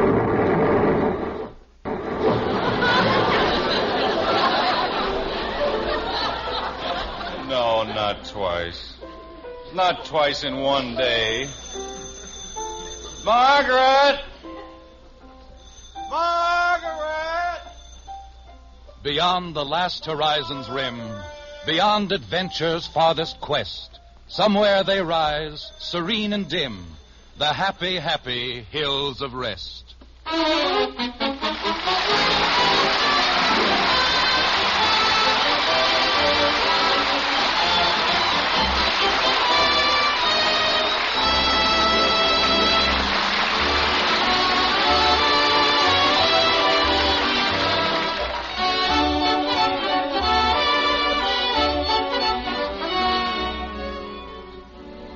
Each weekend, is this your problem?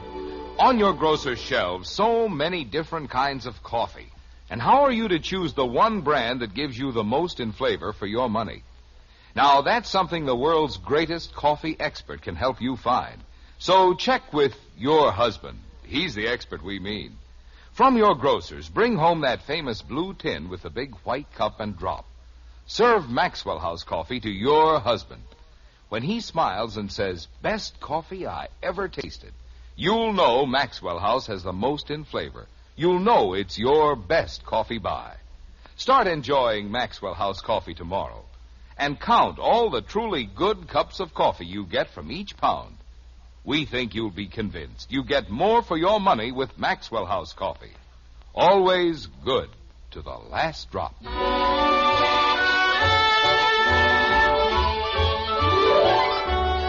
It's Monday now, and in the Springfield office of the Cavalier Life and Casualty Company, The manager, one James Anderson Sr., is diligently engaged with the daily grind.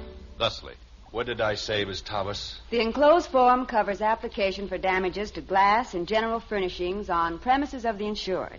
While the amount may seem rather high... No, cross that last part out. All right. The estimate must be considered to be extremely conservative in view of the fact that damage was caused by two separate and distinct explosions. Please let me, blah, blah, blah. You know how to finish it. I think so. Well, what's next? There's a memo from Mr. Buckley. I don't know. I can't even think straight. Mr. Anderson.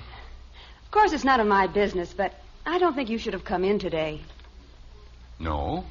What you ought to do is go home and spend a nice, quiet day in bed.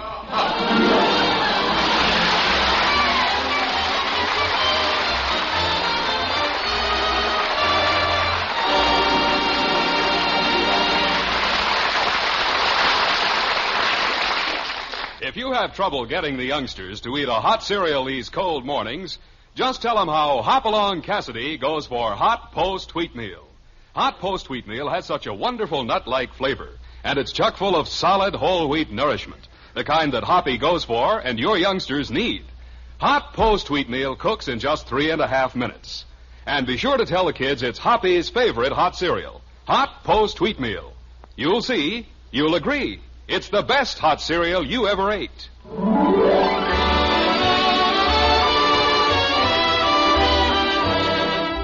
Join us again next week when we'll be back with Father Knows Best, starring Robert Young as Jim Anderson, with Roy Barbeque and the Maxwell House Orchestra, and yours truly, Bill Foreman. So until next Thursday, good night and good luck from the makers of Maxwell House, America's favorite brand of coffee. Always good to the last drop. Father Knows Best was transcribed in Hollywood and written by Ed James. Now stay tuned in for Dragnet, which follows immediately over most of these stations.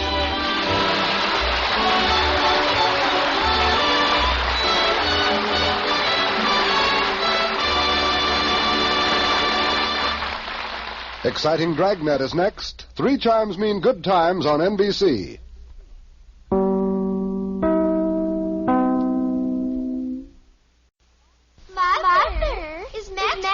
The best coffee in the whole world? Well, your father says so, and your father knows best.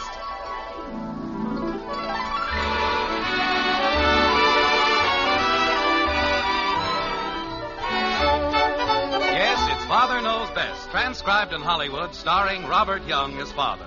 A half-hour visit with your neighbors, the Andersons, brought to you by Maxwell House, the coffee that's bought and enjoyed by more people than any other brand of coffee at any price. Maxwell House, always good to the last drop.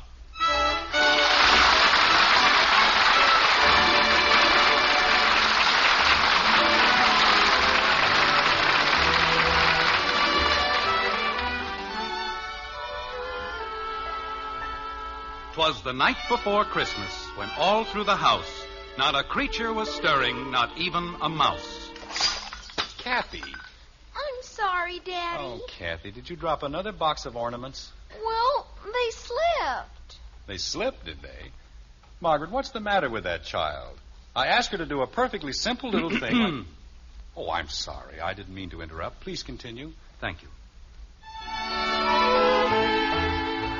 In Springfield, the streets were all covered with snow, and lights blinked a path for St. Nicholas below.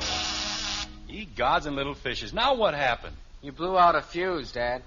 Oh, don't be ridiculous. How could I do a silly thing like that? Easy. What?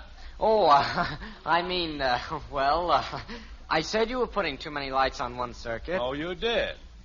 Well, go get a flashlight or a candle or something. How do you expect me to... Oh, I'm awfully sorry. I assure you this wasn't intentional. Please go ahead. Thank you. Thank you very much. The Andersons, gathered as snug as could be, sat waiting for Father to finish the tree, when out in the hall there rose such a clatter. I'll get it. Hello? Oh, hello, Janie. No, we're just trimming the tree. Who is it, dear? It's only Janie, Mother. Well, tell her you call her tomorrow. And come back in here where you belong. Or do I have to trim the whole tree by myself? I'll call you tomorrow, Janie. Oh, it's my father. He won't let anybody else touch the tree, but if you aren't there to watch, he makes out like 10 men. 9 dead and 1 dying. Okay, Janie. Easy breezy, you'll slide a mile. You may go ahead now. You'll never know how grateful I am. All right, boys. When out in the hall there arose such a clatter. Kathy, will you please leave the presents alone? Gee whiz. When out in the hall there arose such a clatter. Oh, well, what's the difference? What I say won't matter. Go ahead, Jim. There. I guess that does it. Well, how does it look? Oh, it's beautiful, dear. Really beautiful. Mm-hmm. The angel's crooked. Certainly is not. That's the straightest angel I've ever seen in my life. Okay, then the tree's crooked. But doesn't anything ever satisfy you? I'm satisfied, but I thought you'd want to know. Something's crooked. Jim, dear, it's getting late. It took me 3 hours to trim that tree, and what thanks do I get? Something's crooked. I think it looks wonderful, Daddy. Thank you, Kathy. It's certainly different, Father. Thank you, Betty. It still looks crooked to me.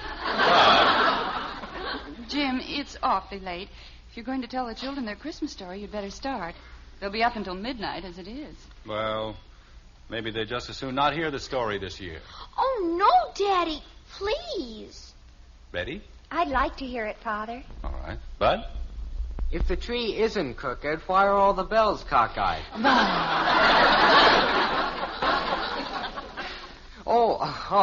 Oh, sure. I want to hear the story, Dad. Go right ahead. How does the tree look? Great, Dad. Straight as a string. All right. Now that we're all agreed that ours is the most magnificent tree in Springfield. In the whole world, Daddy. Well, I wouldn't go that far. But as long as we all agree that it's a pretty nice tree, let's sit down and I'll begin. Now, once upon a time, about 100 years ago, there lived in the small Danish town of Odense a man whose name, like ours, was Anderson. He was a tall man, thin and gaunt, and not too pleasing to the eye. But he was a friendly man, gentle and kind, and his heart held so much love that the children of Denmark took him for their own.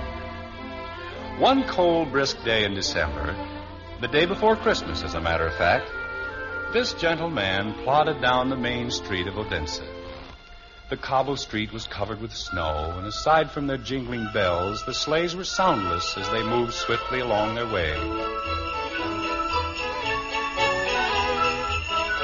In the doorways of the snow-capped buildings, peddlers called their wares. Candles for the Christmas tree, holly to deck the festive mantle with bright red berries and verdant leaves, Yule logs for a flaming fire, Mistletoe. anything your fancy might desire. Mistletoe. A sprig of mistletoe for your door, mynheer. Mistletoe, mistletoe. Good afternoon, Fru Meisling, and how are you this lovely, clear day? Hello, Herr Anderson. How could I be? I grow old and weary, and my bones are full of aches and pains. Old? No one is old, Fru Meisling. As long as the heart is young and the spirit is gay, no one grows old. And what about the feet? Look, Herr Anderson, holes in my shoes. How can your spirit be gay when you must stand in the snow with holes in your shoes? That is easily fixed. Herr Bremer has the skill of a genius. In 1 minute at his cobbler's bench, he can make your shoes like new. Herr Bremer, that thief, that scoundrel. Do you know, Herr Anderson, I have heard that Herr Bremer uses cardboard instead of leather. Cardboard, mind you. Fru Meisling, I'm surprised. You have been looking in the hobgoblin's mirror. Ah, Herr Anderson, you and your hobgoblins. Those are fairy tales for children, not old women. Fairy tales? You think that the stories I tell are not true? Fru Meisling, I am shocked. Ask any child in Denmark, and he will tell you I speak nothing but the truth. About hobgoblins? Well, perhaps I exaggerate a little. But in my stories, people do not gossip. People do not spread rumors. No one says that Herr Bremer's leather is mostly cardboard, unless they have looked in the hobgoblin's mirror. But, Herr Anderson, I have been told, how else does Herr Bremer grow rich? He works hard, he is frugal, and he has a good heart. The one who told me she has a good heart, too. Then it was she who looked in the hobgoblin's mirror. Fru Meisling, this was an evil goblin, one of the very worst, for he was the demon himself. One day he was in a wonderful humor, for he had fashioned a mirror, a very peculiar mirror which would appeal only to a goblin of this very low order. You see, anything good or beautiful that was reflected in this mirror immediately shrank to almost nothing. But anything evil or ugly was instantly enlarged out of all proportion. That was very amusing, the demon thought. And then he had another idea, a truly evil idea. Whenever a good, kind thought passed through a person's mind, it was reflected in the mirror as a grin. And even the hobgoblins themselves had to chuckle at this artful invention. They scurried about with a mirror until there was not a country or a person in the whole world who had not appeared all twisted and misshapen in this demon's glass. And then, Fru Meisling, it happened. The hobgoblins decided to take their mirror up to heaven, too. They wanted to mock the very angels themselves. So they flew higher and higher and higher into the sky, closer and closer to the realm of angels. And the higher they flew, the larger became the grin in the mirror. The thoughts of the angels, pure and kind as a thought can be, shook the mirror so that it plummeted to earth, where it was shattered into 100 million pieces. And that was very sad, Fru Meisling, for some of these fragments, no larger than a grain of dust, still float about the world. Each of them carries with it just a tiny bit of the hobgoblin's power. Each little piece makes one see evil where there is good, ugliness where there is beauty. Fru Meisling, I think I see it now. In the corner of your eye, a tiny speck. Let me take it out. Yes, Mynheer, take it out. Please take it out. Fru Meisling, you are trembling. There's no need to be afraid. Oh, Herr Anderson, you and your stories, you make me forget. That is too bad. I wish only to make you remember. Herr Anderson, about Herr Bremer, I should not have spoken as I did. Will you forgive me? There, it's out, that evil piece of glass. You see, it's as easy as that. You are a very good man, Herr Anderson. Here, take this sprig of mistletoe. It will cost you nothing. I shall treasure it, Fru Meisling, to the end of my days. Ah, go away before you charm the buttons off my shoes. Goodbye, Fru Meisling. And a Merry Christmas to you. Merry Christmas, Herr Anderson, and God go with you. Mistletoe, a sprig of mistletoe, Theodore, my name. Well, mistletoe. I'll wager I cut a handsome figure with a sprig of mistletoe pinned to my coat. Very handsome indeed. I shall say to Jonas Collin, I need no advance, you skinflint of a publisher. See, who but a wealthy man could afford mistletoe for his coat? That's just what I'll say. Yeah. Oh, well. Come in. The door's unlatched. Good afternoon, Jonas. Am I late? Yes, you're late. Then when are you ever on time? Well, a sprig of mistletoe. Such affluence. Oh, it is nothing. Nothing at all. Poor Fru Meisling. She gives away more than she sells. Yes. She's a very good woman. Jonas... Sit down, my friend, please. We must have a very long talk. Then you've read my new stories? Yes, I've read them. Tell me, what am I going to do with you? That isn't important. What are you going to do with my stories? What can I do with them? Nothing. Jonas, if only you could understand... Understand? Hans Christian Andersen, you drive a man beyond understanding. You write like an angel. Your words have wings, and you waste them. You throw them away on this drivel. Jonas, you're not being very kind. I'm being truthful. Hans, why do you do it? Why do you persist in this foolishness? Foolishness is a point of view, my friend. I am very happy with what I write. Good. Be happy. And be poor. With your talent, with your imagination, you could write the great Danish novel. A play which would pour money into your pockets. I am happier as I am, writing the things I feel I must write. But why, Hans? Tell me, why? Must there always be a reason? All right, you shall have a reason. I am in love with all the people of all the world, and I have a message for them. A message which I can best plant in the spring, when the earth is green and the world is very young. It is a simple message, Jonas, of love and faith. And it takes root swiftly in the hearts of children. That is why I write for them. That is my life. That I shall continue to do. Now you have your reason. Hans, you are a fool. I know. Do I get my advance? All right. But only because I am a fool, too. Good. Then the world is not lost. If there is a rich fool for every poor fool, all will come out right in the end. Goodbye, Jonas, and thank you for your advice. And the advance. Oh, particularly the advance. A Merry Christmas to you, Jonas. Perhaps if you were to smile, just once, Fru Meisling might give you a sprig of mistletoe. Merry Christmas, Hans. God go with you. Oh, my poor friend. My poor, foolish friend. He thinks of nothing but good for humanity, and life gives him so little in return. His heart is so full of kindness and love, and on Christmas Eve he is the loneliest man in all the world.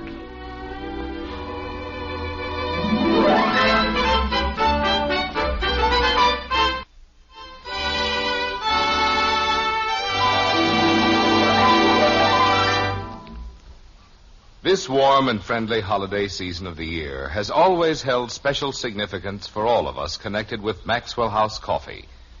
For at the famous old Maxwell House in Nashville, Tennessee, Christmas was the day of all days. On Christmas, this celebrated old hotel outdid itself in the bountiful hospitality of the season. Tennessee opossum, garnished head of wild Cumberland boar, white swan roasted in champagne. These and other delicacies were served in regal style when Christmas Day came round. But of all the delicacies the old Maxwell House offered, its coffee was praised the most. Blended in accordance with a treasured recipe, the flavor of this rare and mellow coffee held the essence of the joyous season. Today, Tennessee opossum and wild Cumberland boar are forgotten, perhaps, picturesque reminders of an earlier Christmas Day. Of old-fashioned Christmas cheer lives on and on. And in this spirit, the makers of Maxwell House Coffee extend the heartiest of Christmas greetings to you and yours.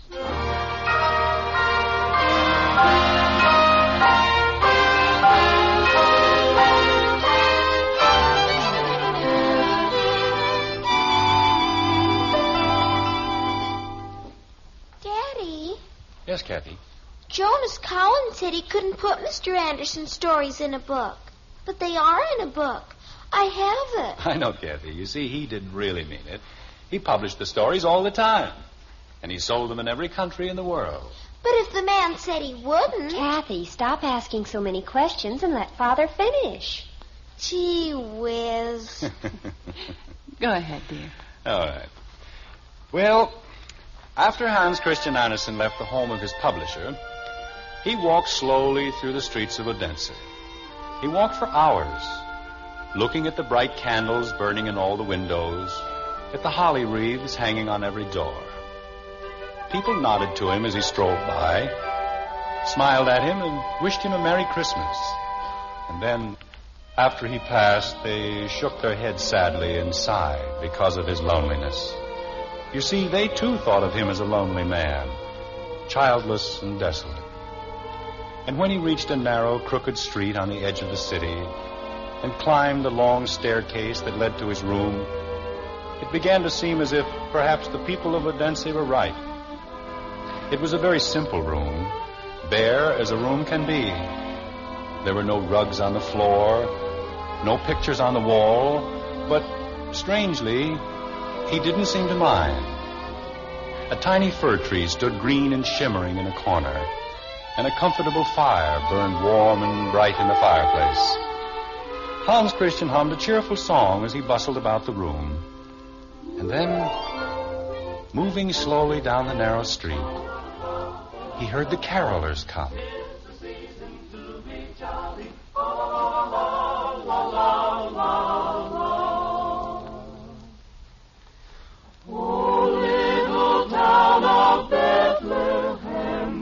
Still we see thee lie above thy deep and dreamless sleep. The silent stars go by, yet in thy dark street shineth the everlasting light. The hopes and fears of all the years are met in thee tonight. O holy child of Bethlehem, descend to us, we pray. Cast out our sin and enter in.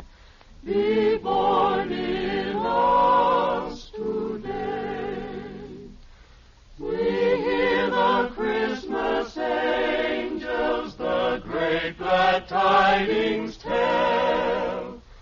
Oh, come to us, abide with us, our Lord Emmanuel.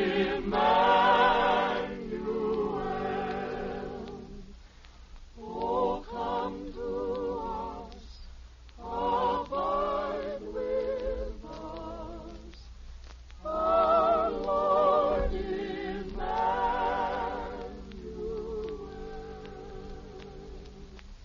Wonderful. That was wonderful, my friends. A Merry Christmas, Hans Christian. And a Merry Christmas to you, to all of you. May God's blessings be on you to the end of your days, bring you great joy and happiness. Thank you, Hans Christian, and God go with you. Oh, come, all ye faithful, joyful and triumphant. Oh, come ye. How can they say I am a lonely man? What man can be lonely with friends such as these? What man can be sad on a night such as this? On every side, goodwill and peace. In every heart, love and kindness. No. If ever I am sad, it is not on the eve of Christmas Day. Ah, finally they are here. Come in. Come in, my children. There you are. My children. All my children have come home to see their father. And look at you. What wonderful, wonderful children you are. How you've grown. We've missed you, Father Hans. And I've missed you, Goethe. I've missed you all. My little tin soldier. I'm a big tin soldier, Father Hans. You will always be my little tin soldier. And the nightingale. Karen with the little red shoes. Hello, Father Hans. And the Snow Queen. How are you, Father Hans? Look at him. How my ugly duckling has grown. Father Hans. Big claws and little claws. Thumbelina. The shepherdess and the chimney sweep. All of my children are here. All of them. I am the happiest father in all of Denmark. Father Hans. From all of their storybooks they have come. From nursery shelves all over the world. Father Hans. What a Merry Christmas this shall be. What a Merry Christmas indeed. Father Hans. Tin soldier, why must you always interrupt? I have a question, Father Hans. A very serious question I must ask. So soon, tin soldier? I thought first my children would tell me of their adventures, of the things they have accomplished. It has been a long time, you know. Oh, all right. But we must have discipline, Father Hans. They shall speak, but I shall be in command. First, Karen of the Red Shoes. Report to Father Hans. Well, I brought warmth to the children of the world, Father Hans. Good. I taught them the folly of greed and the comfort of repentance. I spread the gospel of love and the wisdom of faith. You did well, my child. You did very well. Be quiet, Duckling. It is not your turn. Gerda, you are next. Report. Well, I walked with children in their dreams and brought them happiness. I taught them the beauty of devotion and the wisdom of Perseverance. Perseverance. That's what I did. You did wonderfully, my daughter. Wonderfully well. Duckling, be quiet. It is still not your turn. Snow Queen, you may report, but be brief. I kissed 1,000 lips, Father Hans, and turned 1,000 hearts into lumps of ice. And Father Hans, I'm tired of being cruel and heartless. Why can't I be kind like the others? Because, my Snow Queen, you are vanity. You teach your own lesson. You do good in your own way. That is your fate. Duckling, for the last time I tell you... Wait. Let him speak, Tin Soldier. He's so eager. Speak, my little duckling. That's what I did. I see. Well, you did very well. Very well indeed. I am proud of you. And now, Tin Soldier. Father Hans, I have a complaint. Why do I have to have only one leg? It is very inconvenient. If I can spend all of my days in endless dancing, certainly you can stand around on one leg. Stand around? I fight 1,000 battles every day. I am the most valiant soldier of them all. Valiant?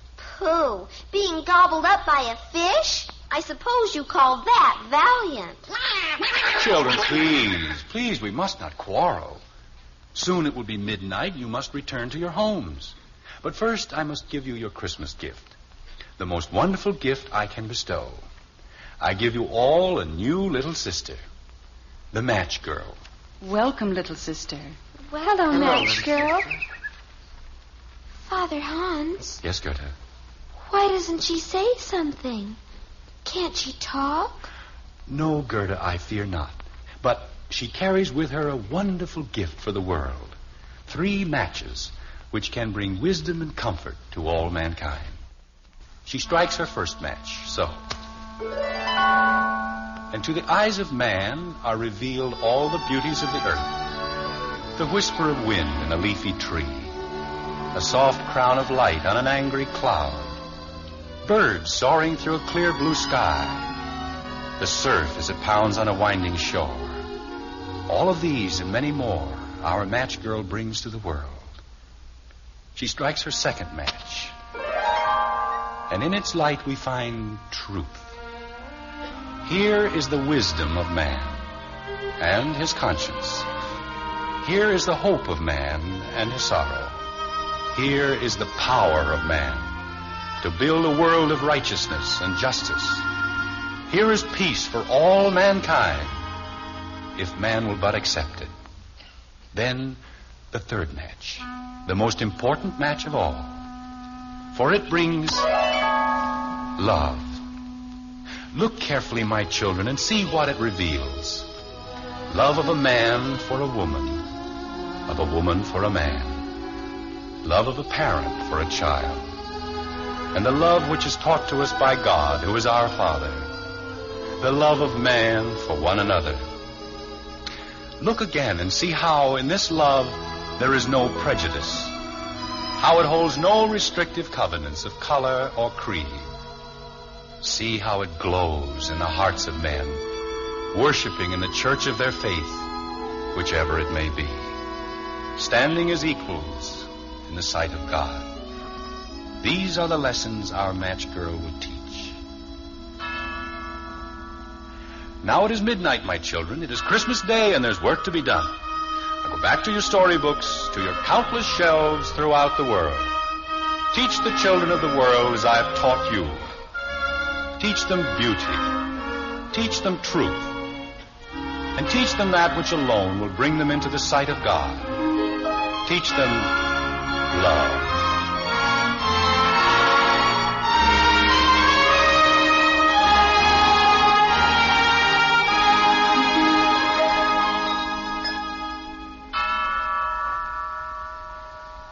12 o'clock? I didn't know it was that late. Well, Merry Christmas, everybody. Merry Christmas, Father. All right, now, kids, up to bed. Dad. Yes, Bud. The tree looks fine. Well, of course. I knew that all the time. Good night, Father, and thank you. You're welcome, Betty. Daddy, the duck was cute. I think you're cute, too. Good night. Good night, Kathy, dear. Jim, Yes, Margaret? it's a wonderful story. Beautiful story. It makes me want to cry. Oh, I have a better idea. I'll take my first Christmas present. A kiss. Merry Christmas, Jim. Merry Christmas, my love. To you, to me, to every family in every country, in all the world. A very Merry Christmas. And may God bless us all.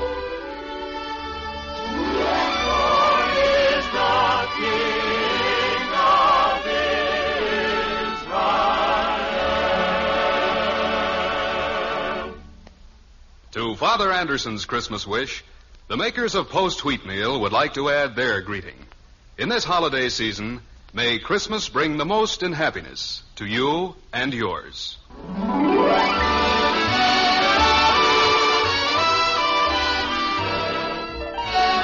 Father Knows Best was transcribed in Hollywood and written by Ed James.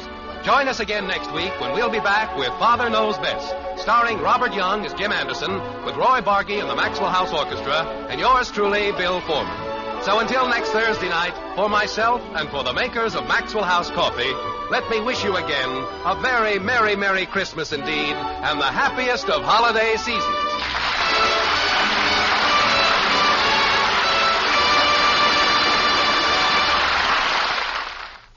Hear Jack Webb and Dragnet later at Screen Directors on NBC.